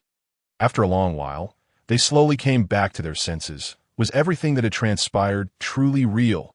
Two true immortals had appeared here, only to be effortlessly vanquished. What level of treasure was that withered branch? An elder murmured, his eyes filled with disbelief, unable to accept the reality before him. The battle that had just unfolded in the blink of an eye could undoubtedly be termed an unprecedented clash. True immortals were effortlessly annihilated by a mere branch. What on earth was happening? Why had two true immortals suddenly manifested within these two sects? Were these two true immortals predecessors of the sects? Or were the leaders of these two sects colluding with the higher realms? The Tianyang sect and the Wandao Gate concealed such formidable beings. It appeared that the elder behind the Xintian alliance far surpassed them. After everything concluded, the shock in everyone's hearts remained unquenchable. This is bad. Meanwhile, the other sect members finally realized that although they had not taken action, their attitudes had clearly aligned them with the Wandao Gate. Consequently, they had inadvertently offended the elder behind the Xintian alliance. Previously, they believed the Xintian alliance to be a feeble force, whose momentary strength was merely due to a stroke of luck. However, it was now evident that they had the backing of a powerhouse capable of annihilating true immortals. Opposing them was tantamount to seeking death. Should that elder become enraged, merely a breath could obliterate their grand factions to ashes. All of this was due to these two. The various sects glared furiously at the leaders of the Wandao Gate and Tianyang sect. Chu Baidao, what in the world is going on? Don't you two owe us an explanation? Indeed, you both claimed that the Xiantian alliance was greedy and selfish, monopolizing the resources of the entire Kanglan realm. Yet clearly, they have a respected elder backing them. Their actions are undoubtedly in accordance with that elder's will. Such a high-level decision is beyond your comprehension. I see you two are colluding with outsiders, attempting to dismantle and destroy our entire Kanglan realm. You are truly deserving of death. At this moment, the crowd turned against them, and Chu Baidao and his companion realized the tide had turned against them. If they did not act swiftly, they might find themselves bloodied on the spot. Chu Baidao's mind spun, and he immediately said, "Everyone, this matter has nothing to do with us. It was those two who threatened us with their martial prowess. Their true immortal strength is naturally formidable. How could we possibly resist? Yes, we have always been loyal to the Kanglan realm. This maneuver was merely a feigned submission. Once we find the opportunity, we will undoubtedly strike down those two and uphold the righteousness of our Kanglan." The leader of the Tianyang sect quickly began to defend himself. What a grand joke. Do you think we, the cultivators of the Kanglan realm, are fools? Such childish lies are fit only for children. The Emperor of the 100 Battles, Zhang Di, scoffed disdainfully. Such treacherous individuals are utterly unworthy of being cultivators from my Kanglan realm, that I believe that from this moment forth, there is no longer any need for these two sects to exist. Wei Du coldly remarked. Since the members of the Xiantian alliance have spoken, their decree is as unyielding as iron and cannot be defied. These two sects, having endured for nearly 10 millennia and once renowned for their prodigies, have unexpectedly met such a fate. Why bother speaking further with these two traitors? It will be far better for us to unite and capture them, than leave their fate to that esteemed senior. Agreed. The assembly reached a consensus and prepared to act in unison. The Tianyang holy sect and the Wandao Gate had incurred the wrath of the masses, leaving no room for redemption. Chu Baitao and his companion burst into laughter. Ha ha ha. At this point, words are futile. However, as dignified quasi-mortal beings, if we are to perish, we shall take a few with us. The leader of the Tianyang holy sect glared fiercely, unleashing his full quasi-mortal power without reservation. Many of the strong present were merely of the supreme realm and were immediately sent flying, spitting blood from his ruthless strike. Meanwhile, Chu Baitao, filled with murderous intent, moved like wind and lightning, his fingers entwined with a dark red aura, launching an attack towards Yan Yueyao, who sat upon the throne. After observing for so long, he was certain that this young girl was the heart of the Xiantian alliance. Capture a thief. One must first seize the king. She must be subdued first. Beware, alliance leader. Feng Chun and the others attempted to intervene, but it was already too late. Whoosh! Suddenly, in that critical moment, a radiant light ignited above Yan Yao's head. Though diminutive, it shone with extraordinary brilliance. The divine light flickered and vanished, piercing through the heavens and earth in an instant. Chu Baitao's hand abruptly halted mere inches from Yan Yao's delicate neck, as if he had been ensnared by a binding spell, completely immobilized. Yet a trace of terror and unwillingness lingered in the depths of his eyes. The dignified quasi-mortal was unexpectedly slain in an instant by a mere girl of the supreme realm. In the next moment, his form was gently swept away by the wind, disintegrating into a pile of scattered sand. The leader of the Tianyang holy sect was immediately struck with fear, his heart racing in terror. He dared not linger any longer, forcefully pushing the crowd back with a palm before attempting to flee. Just as his figure soared into the air, that divine light arrived in an instant, piercing through him as well. In the blink of an eye, he too turned to dust, dissipating into the void. The divine light, as if possessing life, flew back from the horizon and embedded itself in Yan Yao's hairpin. The crowd then beheld that it was merely an ordinary wooden hairpin. Yet, it was indeed a terrifying treasure, bestowing such supreme artifacts upon the Xiantian alliance as a foundation. It seemed that the one standing behind the alliance was far more formidable than we could have imagined. The crowd gasped in astonishment. Chapter 66. The Jiangs, as the crowd regained their composure, they bowed deeply to Yan Yueyao, expressing their utmost respect. Thank you, Fairy Yin, for ridding us of these two vile rogues and restoring peace to the Kanglan realm. Observing their attitudes, Yin Yueyao could not help but smile coldly within. She understood all too well that these individuals were nothing more than fickle reeds swaying in the wind, were it not for the presence of the esteemed senior. They would never have turned their allegiance to her side. Nevertheless, as long as Elder Chu remained, they would certainly abide by the rules, daring not to act recklessly again. There is no need for such formalities. The reason we were able to eliminate these two rogues is entirely due to the senior's might that I hope everyone can take heed, for we are all of the same lineage that I in the future. We must not engage in any actions that would harm Kanglan, but I trust that none of you wish to meet the same fate as Chu and his companion, do you? Yin Yuyao's words struck like a warning bell in the hearts of the assembly. The Emperor of the 100 Battles, Zhang Di, declared, "From now on, we shall certainly follow Elder Chu's lead. Indeed, we feel the same way. Furthermore, our Tianlong Temple wishes to forge an everlasting bond of goodwill with the Xiantian Alliance." The abbot of Tianlong Temple, holding a Buddhist relic, wore a benevolent smile. This old monk is quite quick to respond. The crowd mocked inwardly, hastening to express their agreement. In an instant, all present were eager to establish everlasting friendship with the Xiantian Alliance. Yin Yueyao nodded in satisfaction, a slight smile gracing her lips in that case, we can report back to the esteemed senior. Alas, this battle was rather uninteresting, Qindaba sighed.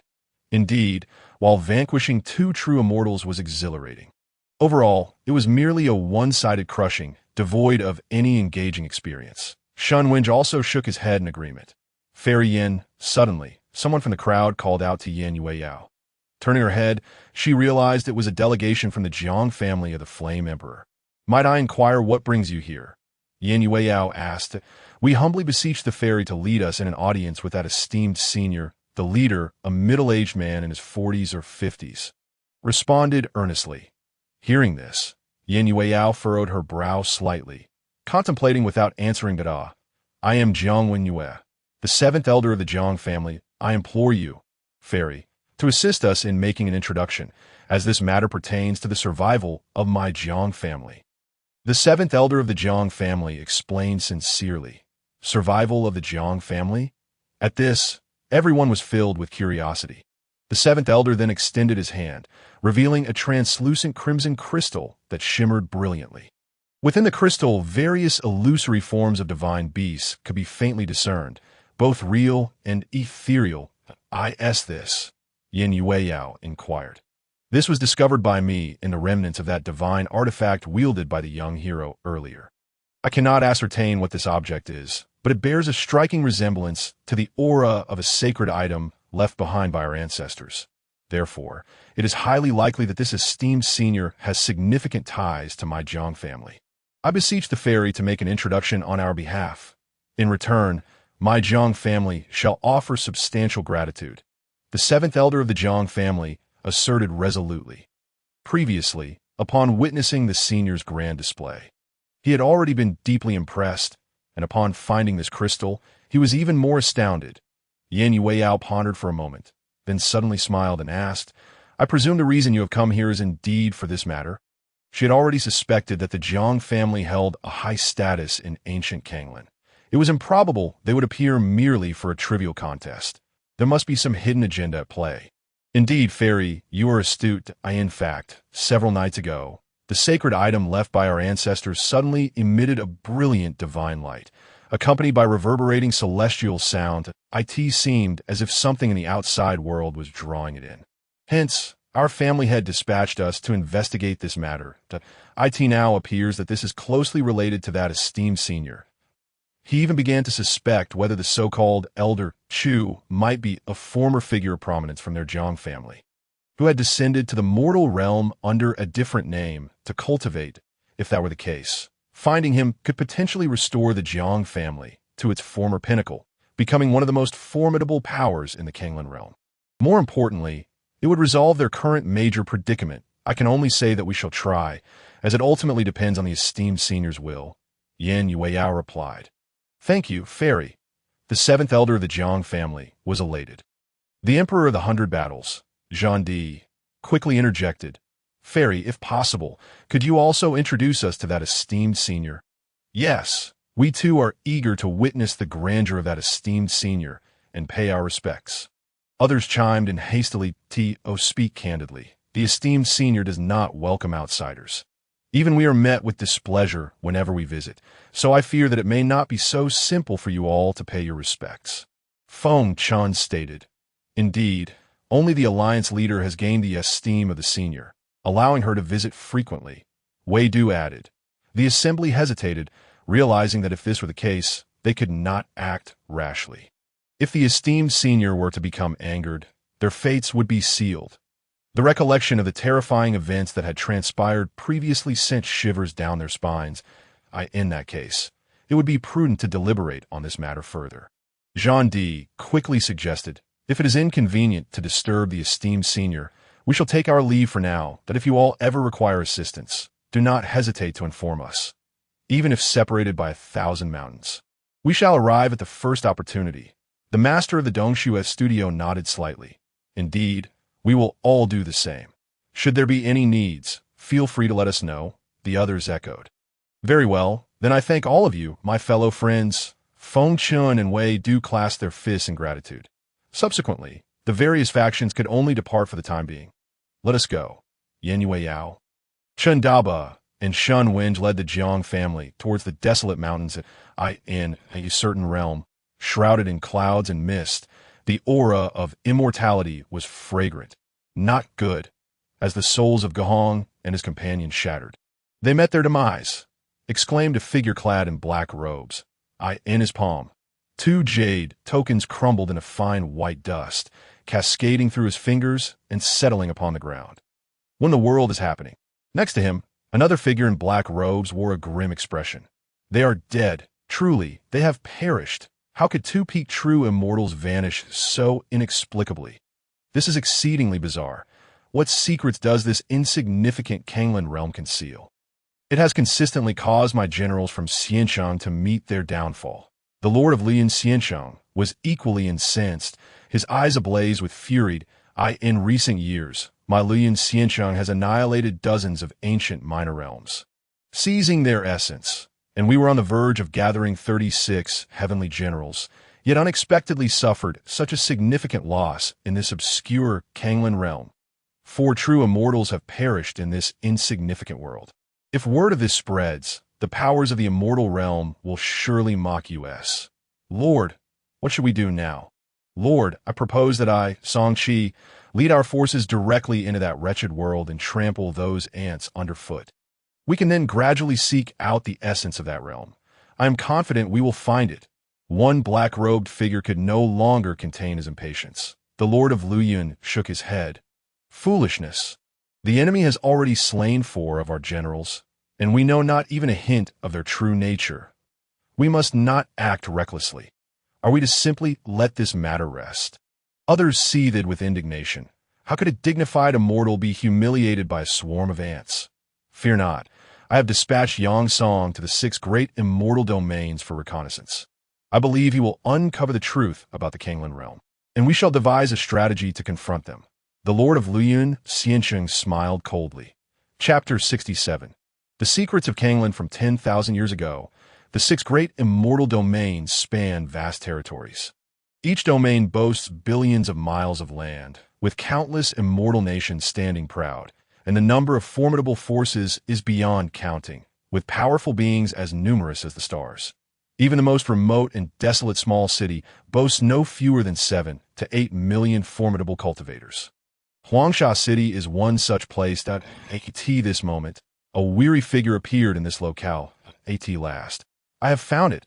After expending considerable effort and nearly depleting the celestial stones on his person, he finally arrived here. Typically, within the 6 great immortal domains, there exists a reflection of the lower realms. Many lesser forces utilize the small worlds of the lower realms as their subordinates to augment their power, albeit merely for psychological comfort, as the strength of the lower realms is exceedingly weak. The upper realm associated with the Kanglan realm belongs to a faction known as the Shaoyan sect.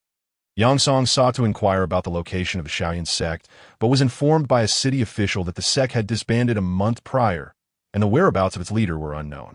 This means that the Kanglan realm has temporarily become a world without an affiliation. Then where can I find information regarding the history of the Kanglan realm?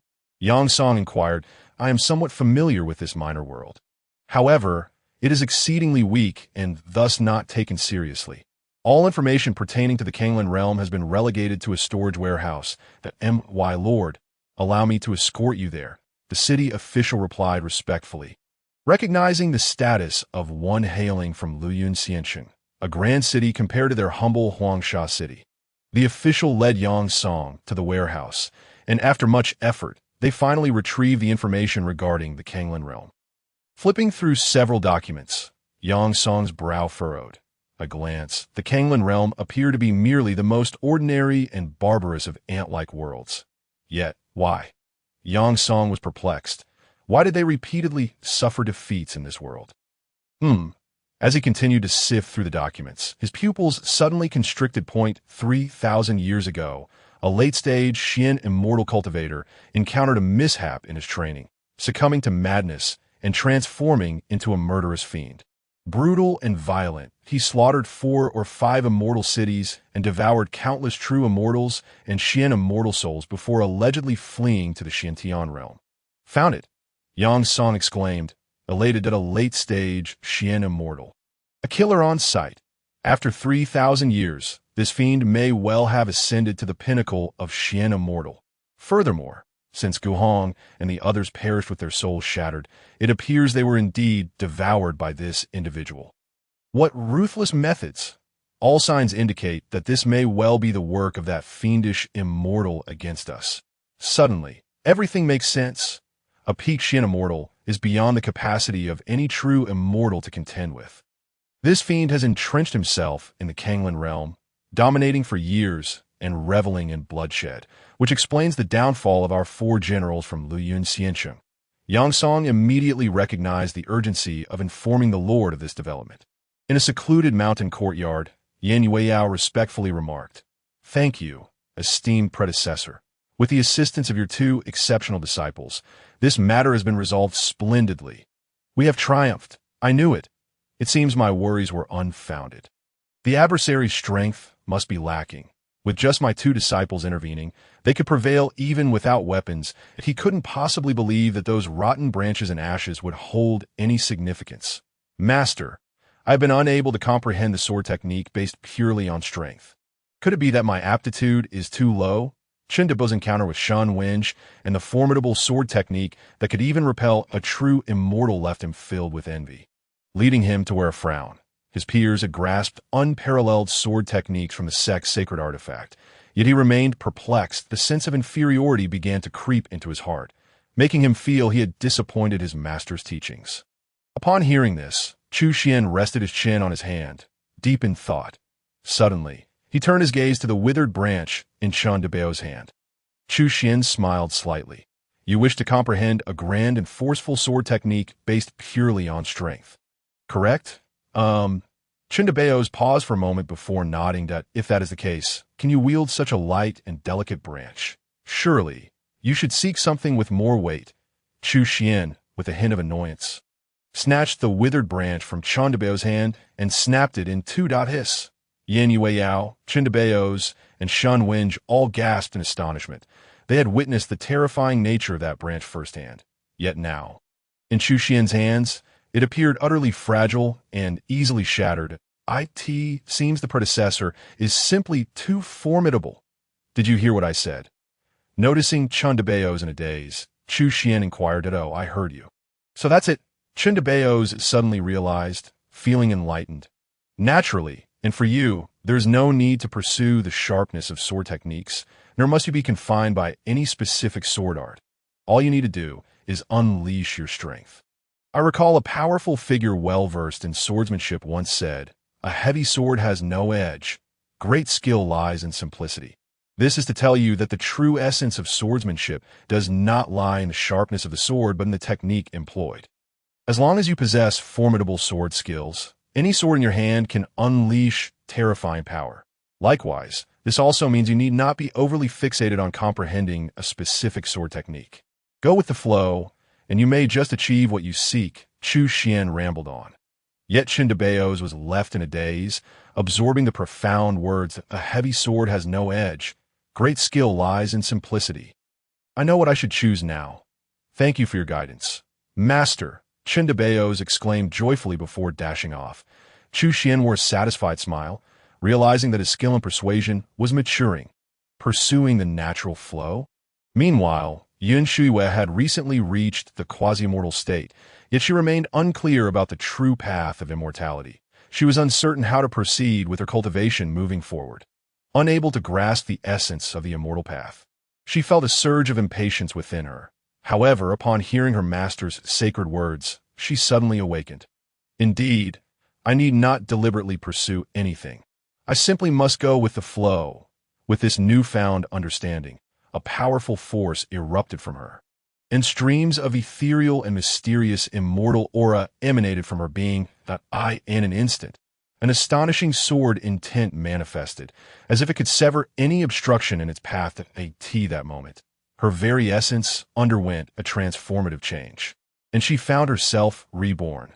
Yun Shuiwei had entered the realm of human immortals. A true immortal had been born. In the blink of an eye, she guided her own disciple to ascend to immortality. A feat of unparalleled prowess, truly unique in the world. Yan Yueyao gazed in astonishment, exclaiming in awe, "Master, you are truly extraordinary." Shan Wenj echoed in admiration. "Such is the essence of our master, the great black beings." In the past, had also heard the teachings of Chu Xuan, realizing that only through the cultivation of profound understanding could one attain their current state. Thus, they were acutely aware of the formidable power behind their master's sacred words. Gradually stabilizing her realm, Yin Shuya immediately knelt before Chu Xuan, expressing her gratitude. "Thank you, Master, for your guidance, which has allowed your disciple to broaden her horizons and perceive opportunities, reaping immense benefits." Chu Xuan, completely unaware of the unfolding events, merely nodded casually. No need for such formalities. Indeed, the master was a peerless powerhouse. Such an earth-shattering act was, for him, merely a trivial affair. Suddenly, Yin Yueyao recalled something and spoke up. "Senior, there is a group from the Jiang family outside who wish to pay their respects. However, I have made them wait at the foot of the mountain until I receive your consent." "Jiang family? Do I know them?" Chu Xuan pondered. "In that case, since they're guests, please invite them up," he instructed. "As you command." Yin Yueyao responded before temporarily leaving the small courtyard. Chapter 68. A sheaf of rice. Yin Yueyao led the Jiang family to Fengxian town. The sight left the Jiang family in awe. "Seventh grandfather, the vegetation here is so lush, as if every single plant is infused with boundless vitality," exclaimed Jiang Yu, a standout among the younger generation of the Jiang family. He observed the air around them, filled with an almost tangible spiritual energy that nourished even the most ordinary fruits and vegetables, transforming them into supreme elixirs, each seeming to have survived for millions of years. Truly astonishing.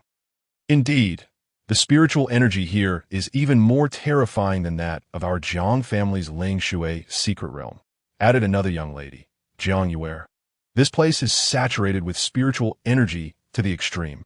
Having reached the realm of great transformation, imbued with endless principles of the Tao, truly a celestial treasure trove for cultivation. Elder Jiang Wenyue explained. He silently mused. "Our Jiang family senior is indeed remarkable. It seems his cultivation has reached a level where he could dominate even in the celestial realm." They also discovered something alarming. Within this small town, even the ordinary elders chatting at the door were inscrutable to them.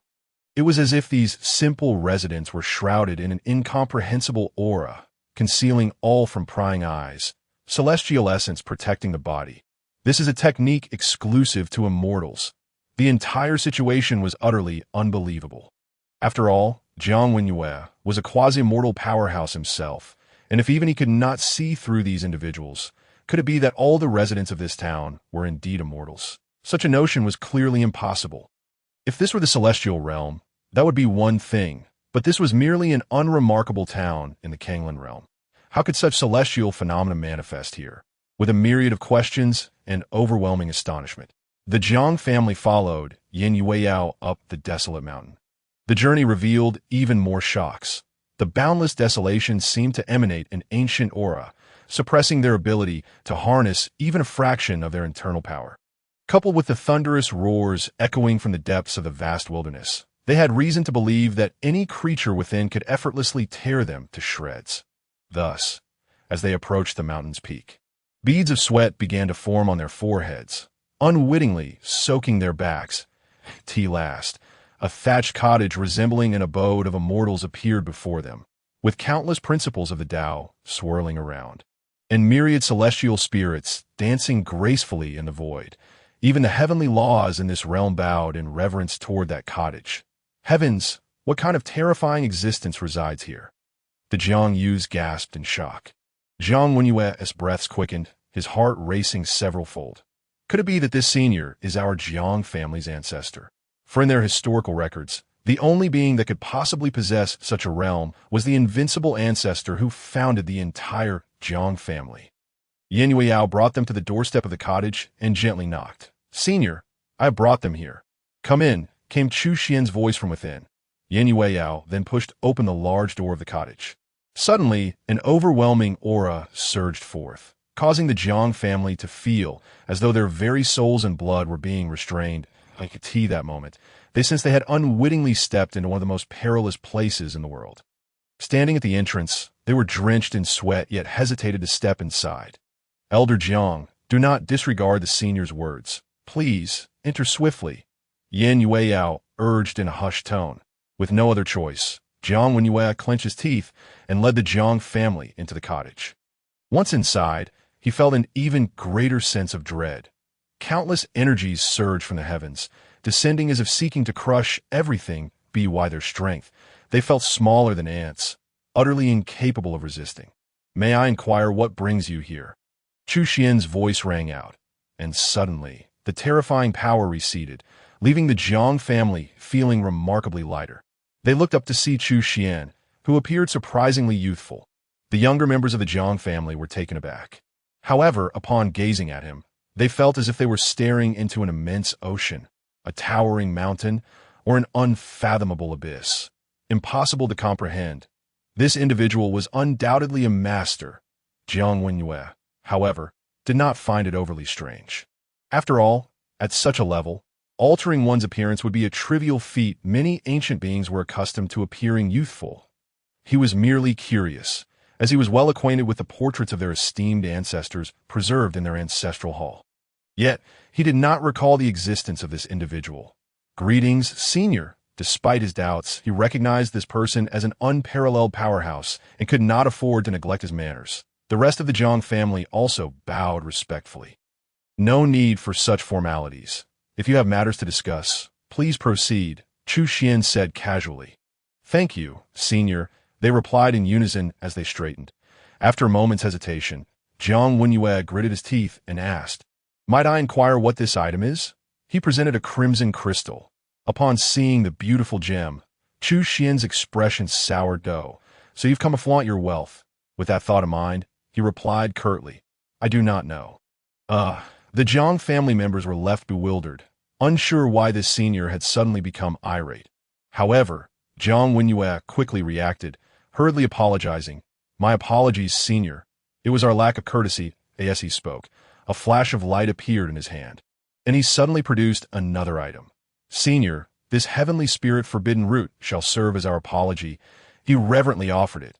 This was a precious herb cultivated by the Jiang family over a millennium, possessing miraculous effects capable of reconstructing one's foundational essence and nurturing spiritual roots. One of the rarest elixirs in existence. Jiang Wenyue had received this precious herb as a reward for his significant contributions to the family, and he had treasured it for years, reluctant to use it. Yet, at this moment, to placate Chu Xian's anger, he had no choice but to grit his teeth and part with it. Upon seeing the item he was offered, Chu Xuan could not help but grimace. This old fellow is truly stingy. What use is a piece of rotten tree root? I could probably unearth countless such things on this mountain. However, he also realized that this old man did not seem to be wealthy. Judging by their attire, they appeared to be from a very ordinary household. Thus, Chu Xuan decided not to seek further gain from them. "Very well, I shall accept it for now," he said, taking the root. Senior, since you are unaware of what this is, I would like to ask you another question, Jiang Wenyue said. Feel free to ask, Chu Xuan replied. Senior, our Jiang family has safeguarded 3 great rivers for millennia, but recently they have been affected, churning incessantly, leading to the devastation of the surrounding fields and the obliteration of spiritual plants. May I inquire if you have any solutions? Jiang Wenyue said, his brow furrowed in distress. The Jiang family, rooted in the cultivation of agriculture, found themselves on the brink of survival due to this calamity. So the crops are gone. Chu Xuan observed the group before him, feeling a twinge of sympathy. Very well.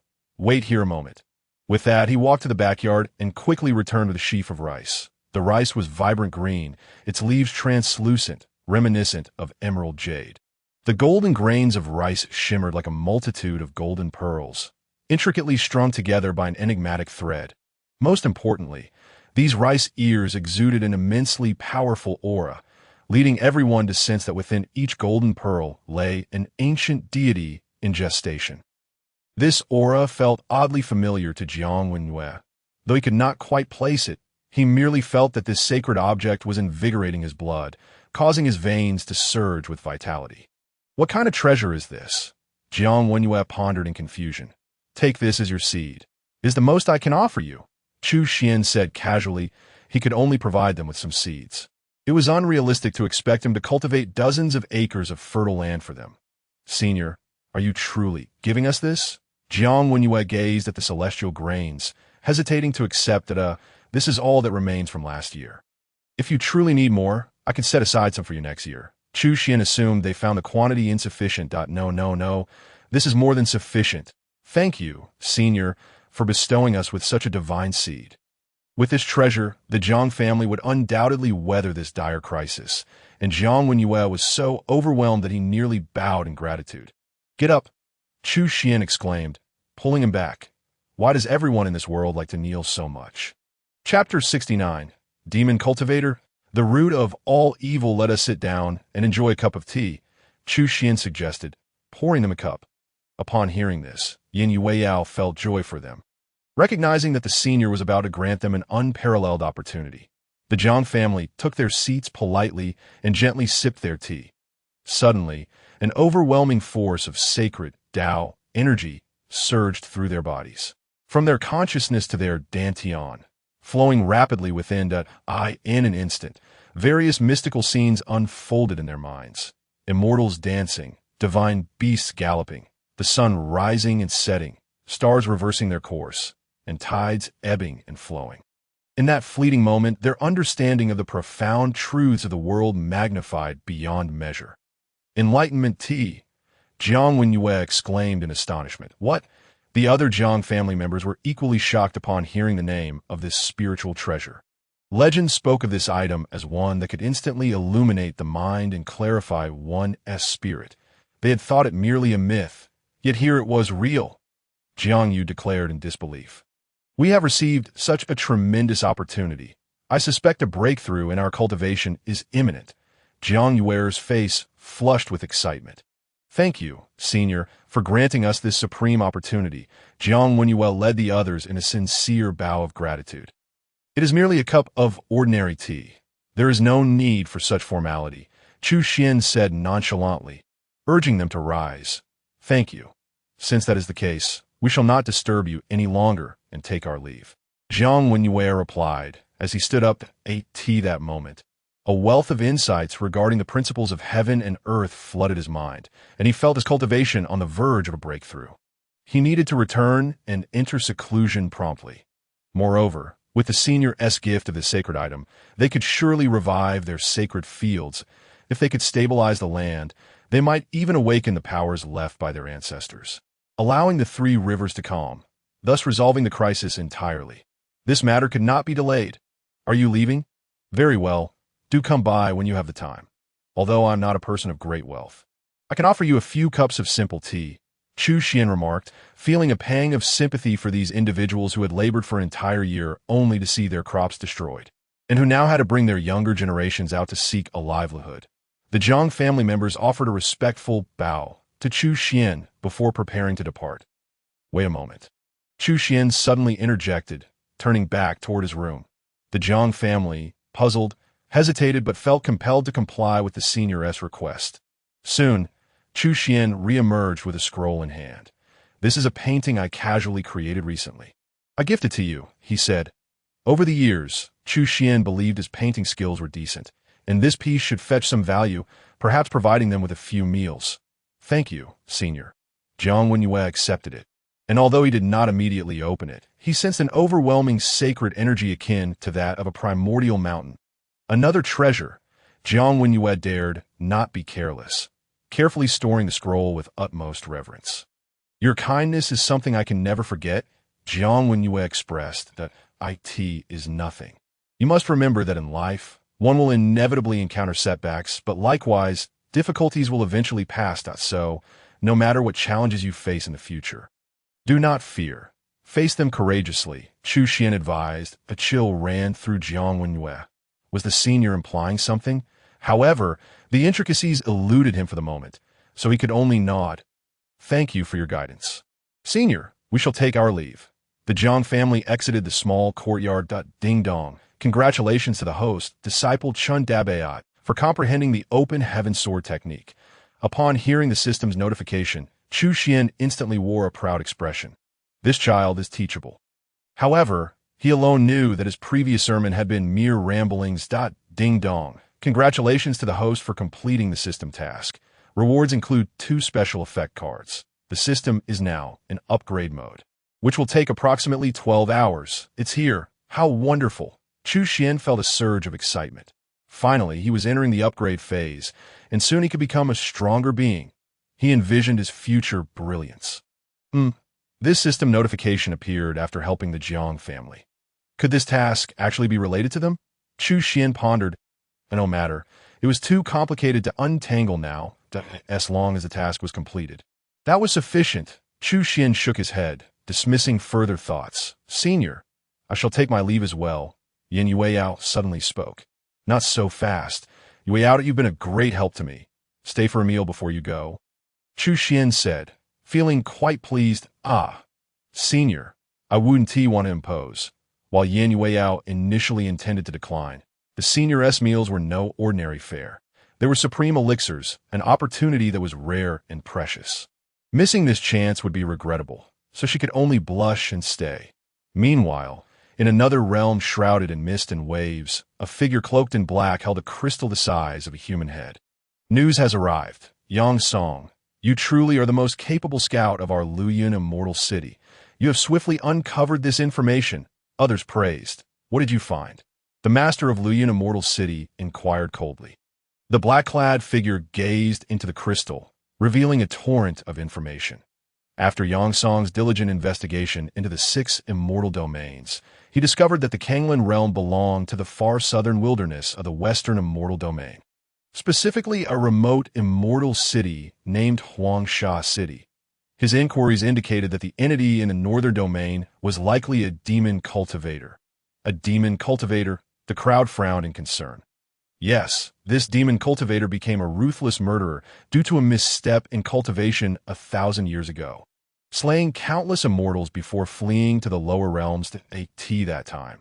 His cultivation was already at the mid-profound immortal stage, and Yang Song believes he may have since broken through to the late profound immortal stage. According to Yang Song's intelligence, this demon cultivator was ruthless and cruel, seemingly having turned to malevolent practices, often consuming the souls of others to enhance his own power. This was strikingly similar to the circumstances surrounding the deaths of Gohong and the others. The black-clad figure stated. Upon hearing this, the other cloaked figures shared a grave expression, while the master of Luoyun immortal city remarked, "No, forcibly entering the lower realms from the immortal domain requires an immense cost. Even a profound immortal could easily fall to the true immortal level. However, after a millennium, it is possible he might have found a way to recover. After all, many years of recuperation should be enough for him to regain his profound immortal strength. If that is the case, it seems we may have some trouble on our hands. Our strength might not be sufficient. Should we report to the higher-ups, requesting they dispatch additional profound immortals or even celestial immortals?" The crowd voiced their concerns. Due to their apprehension regarding the potential failure of the mission and the subsequent blame that would befall them from that formidable force, they felt that everything would be lost.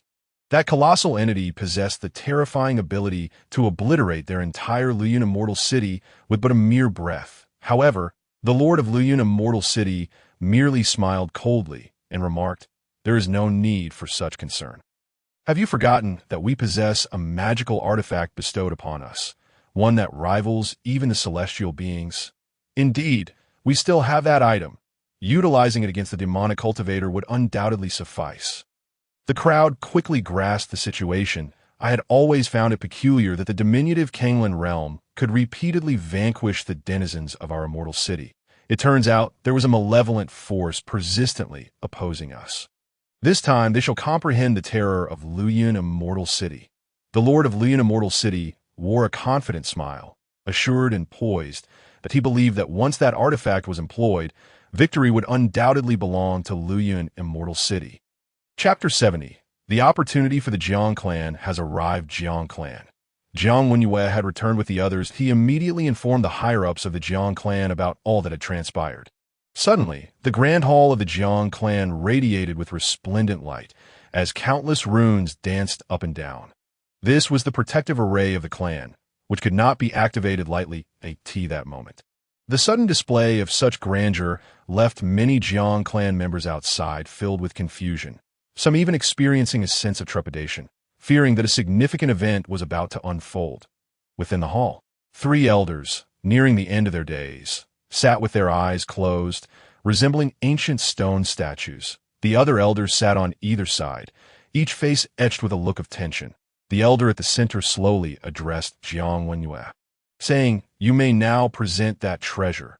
"Understood." Jiang Wenyue nodded, and then produced a sheaf of rice in an instant.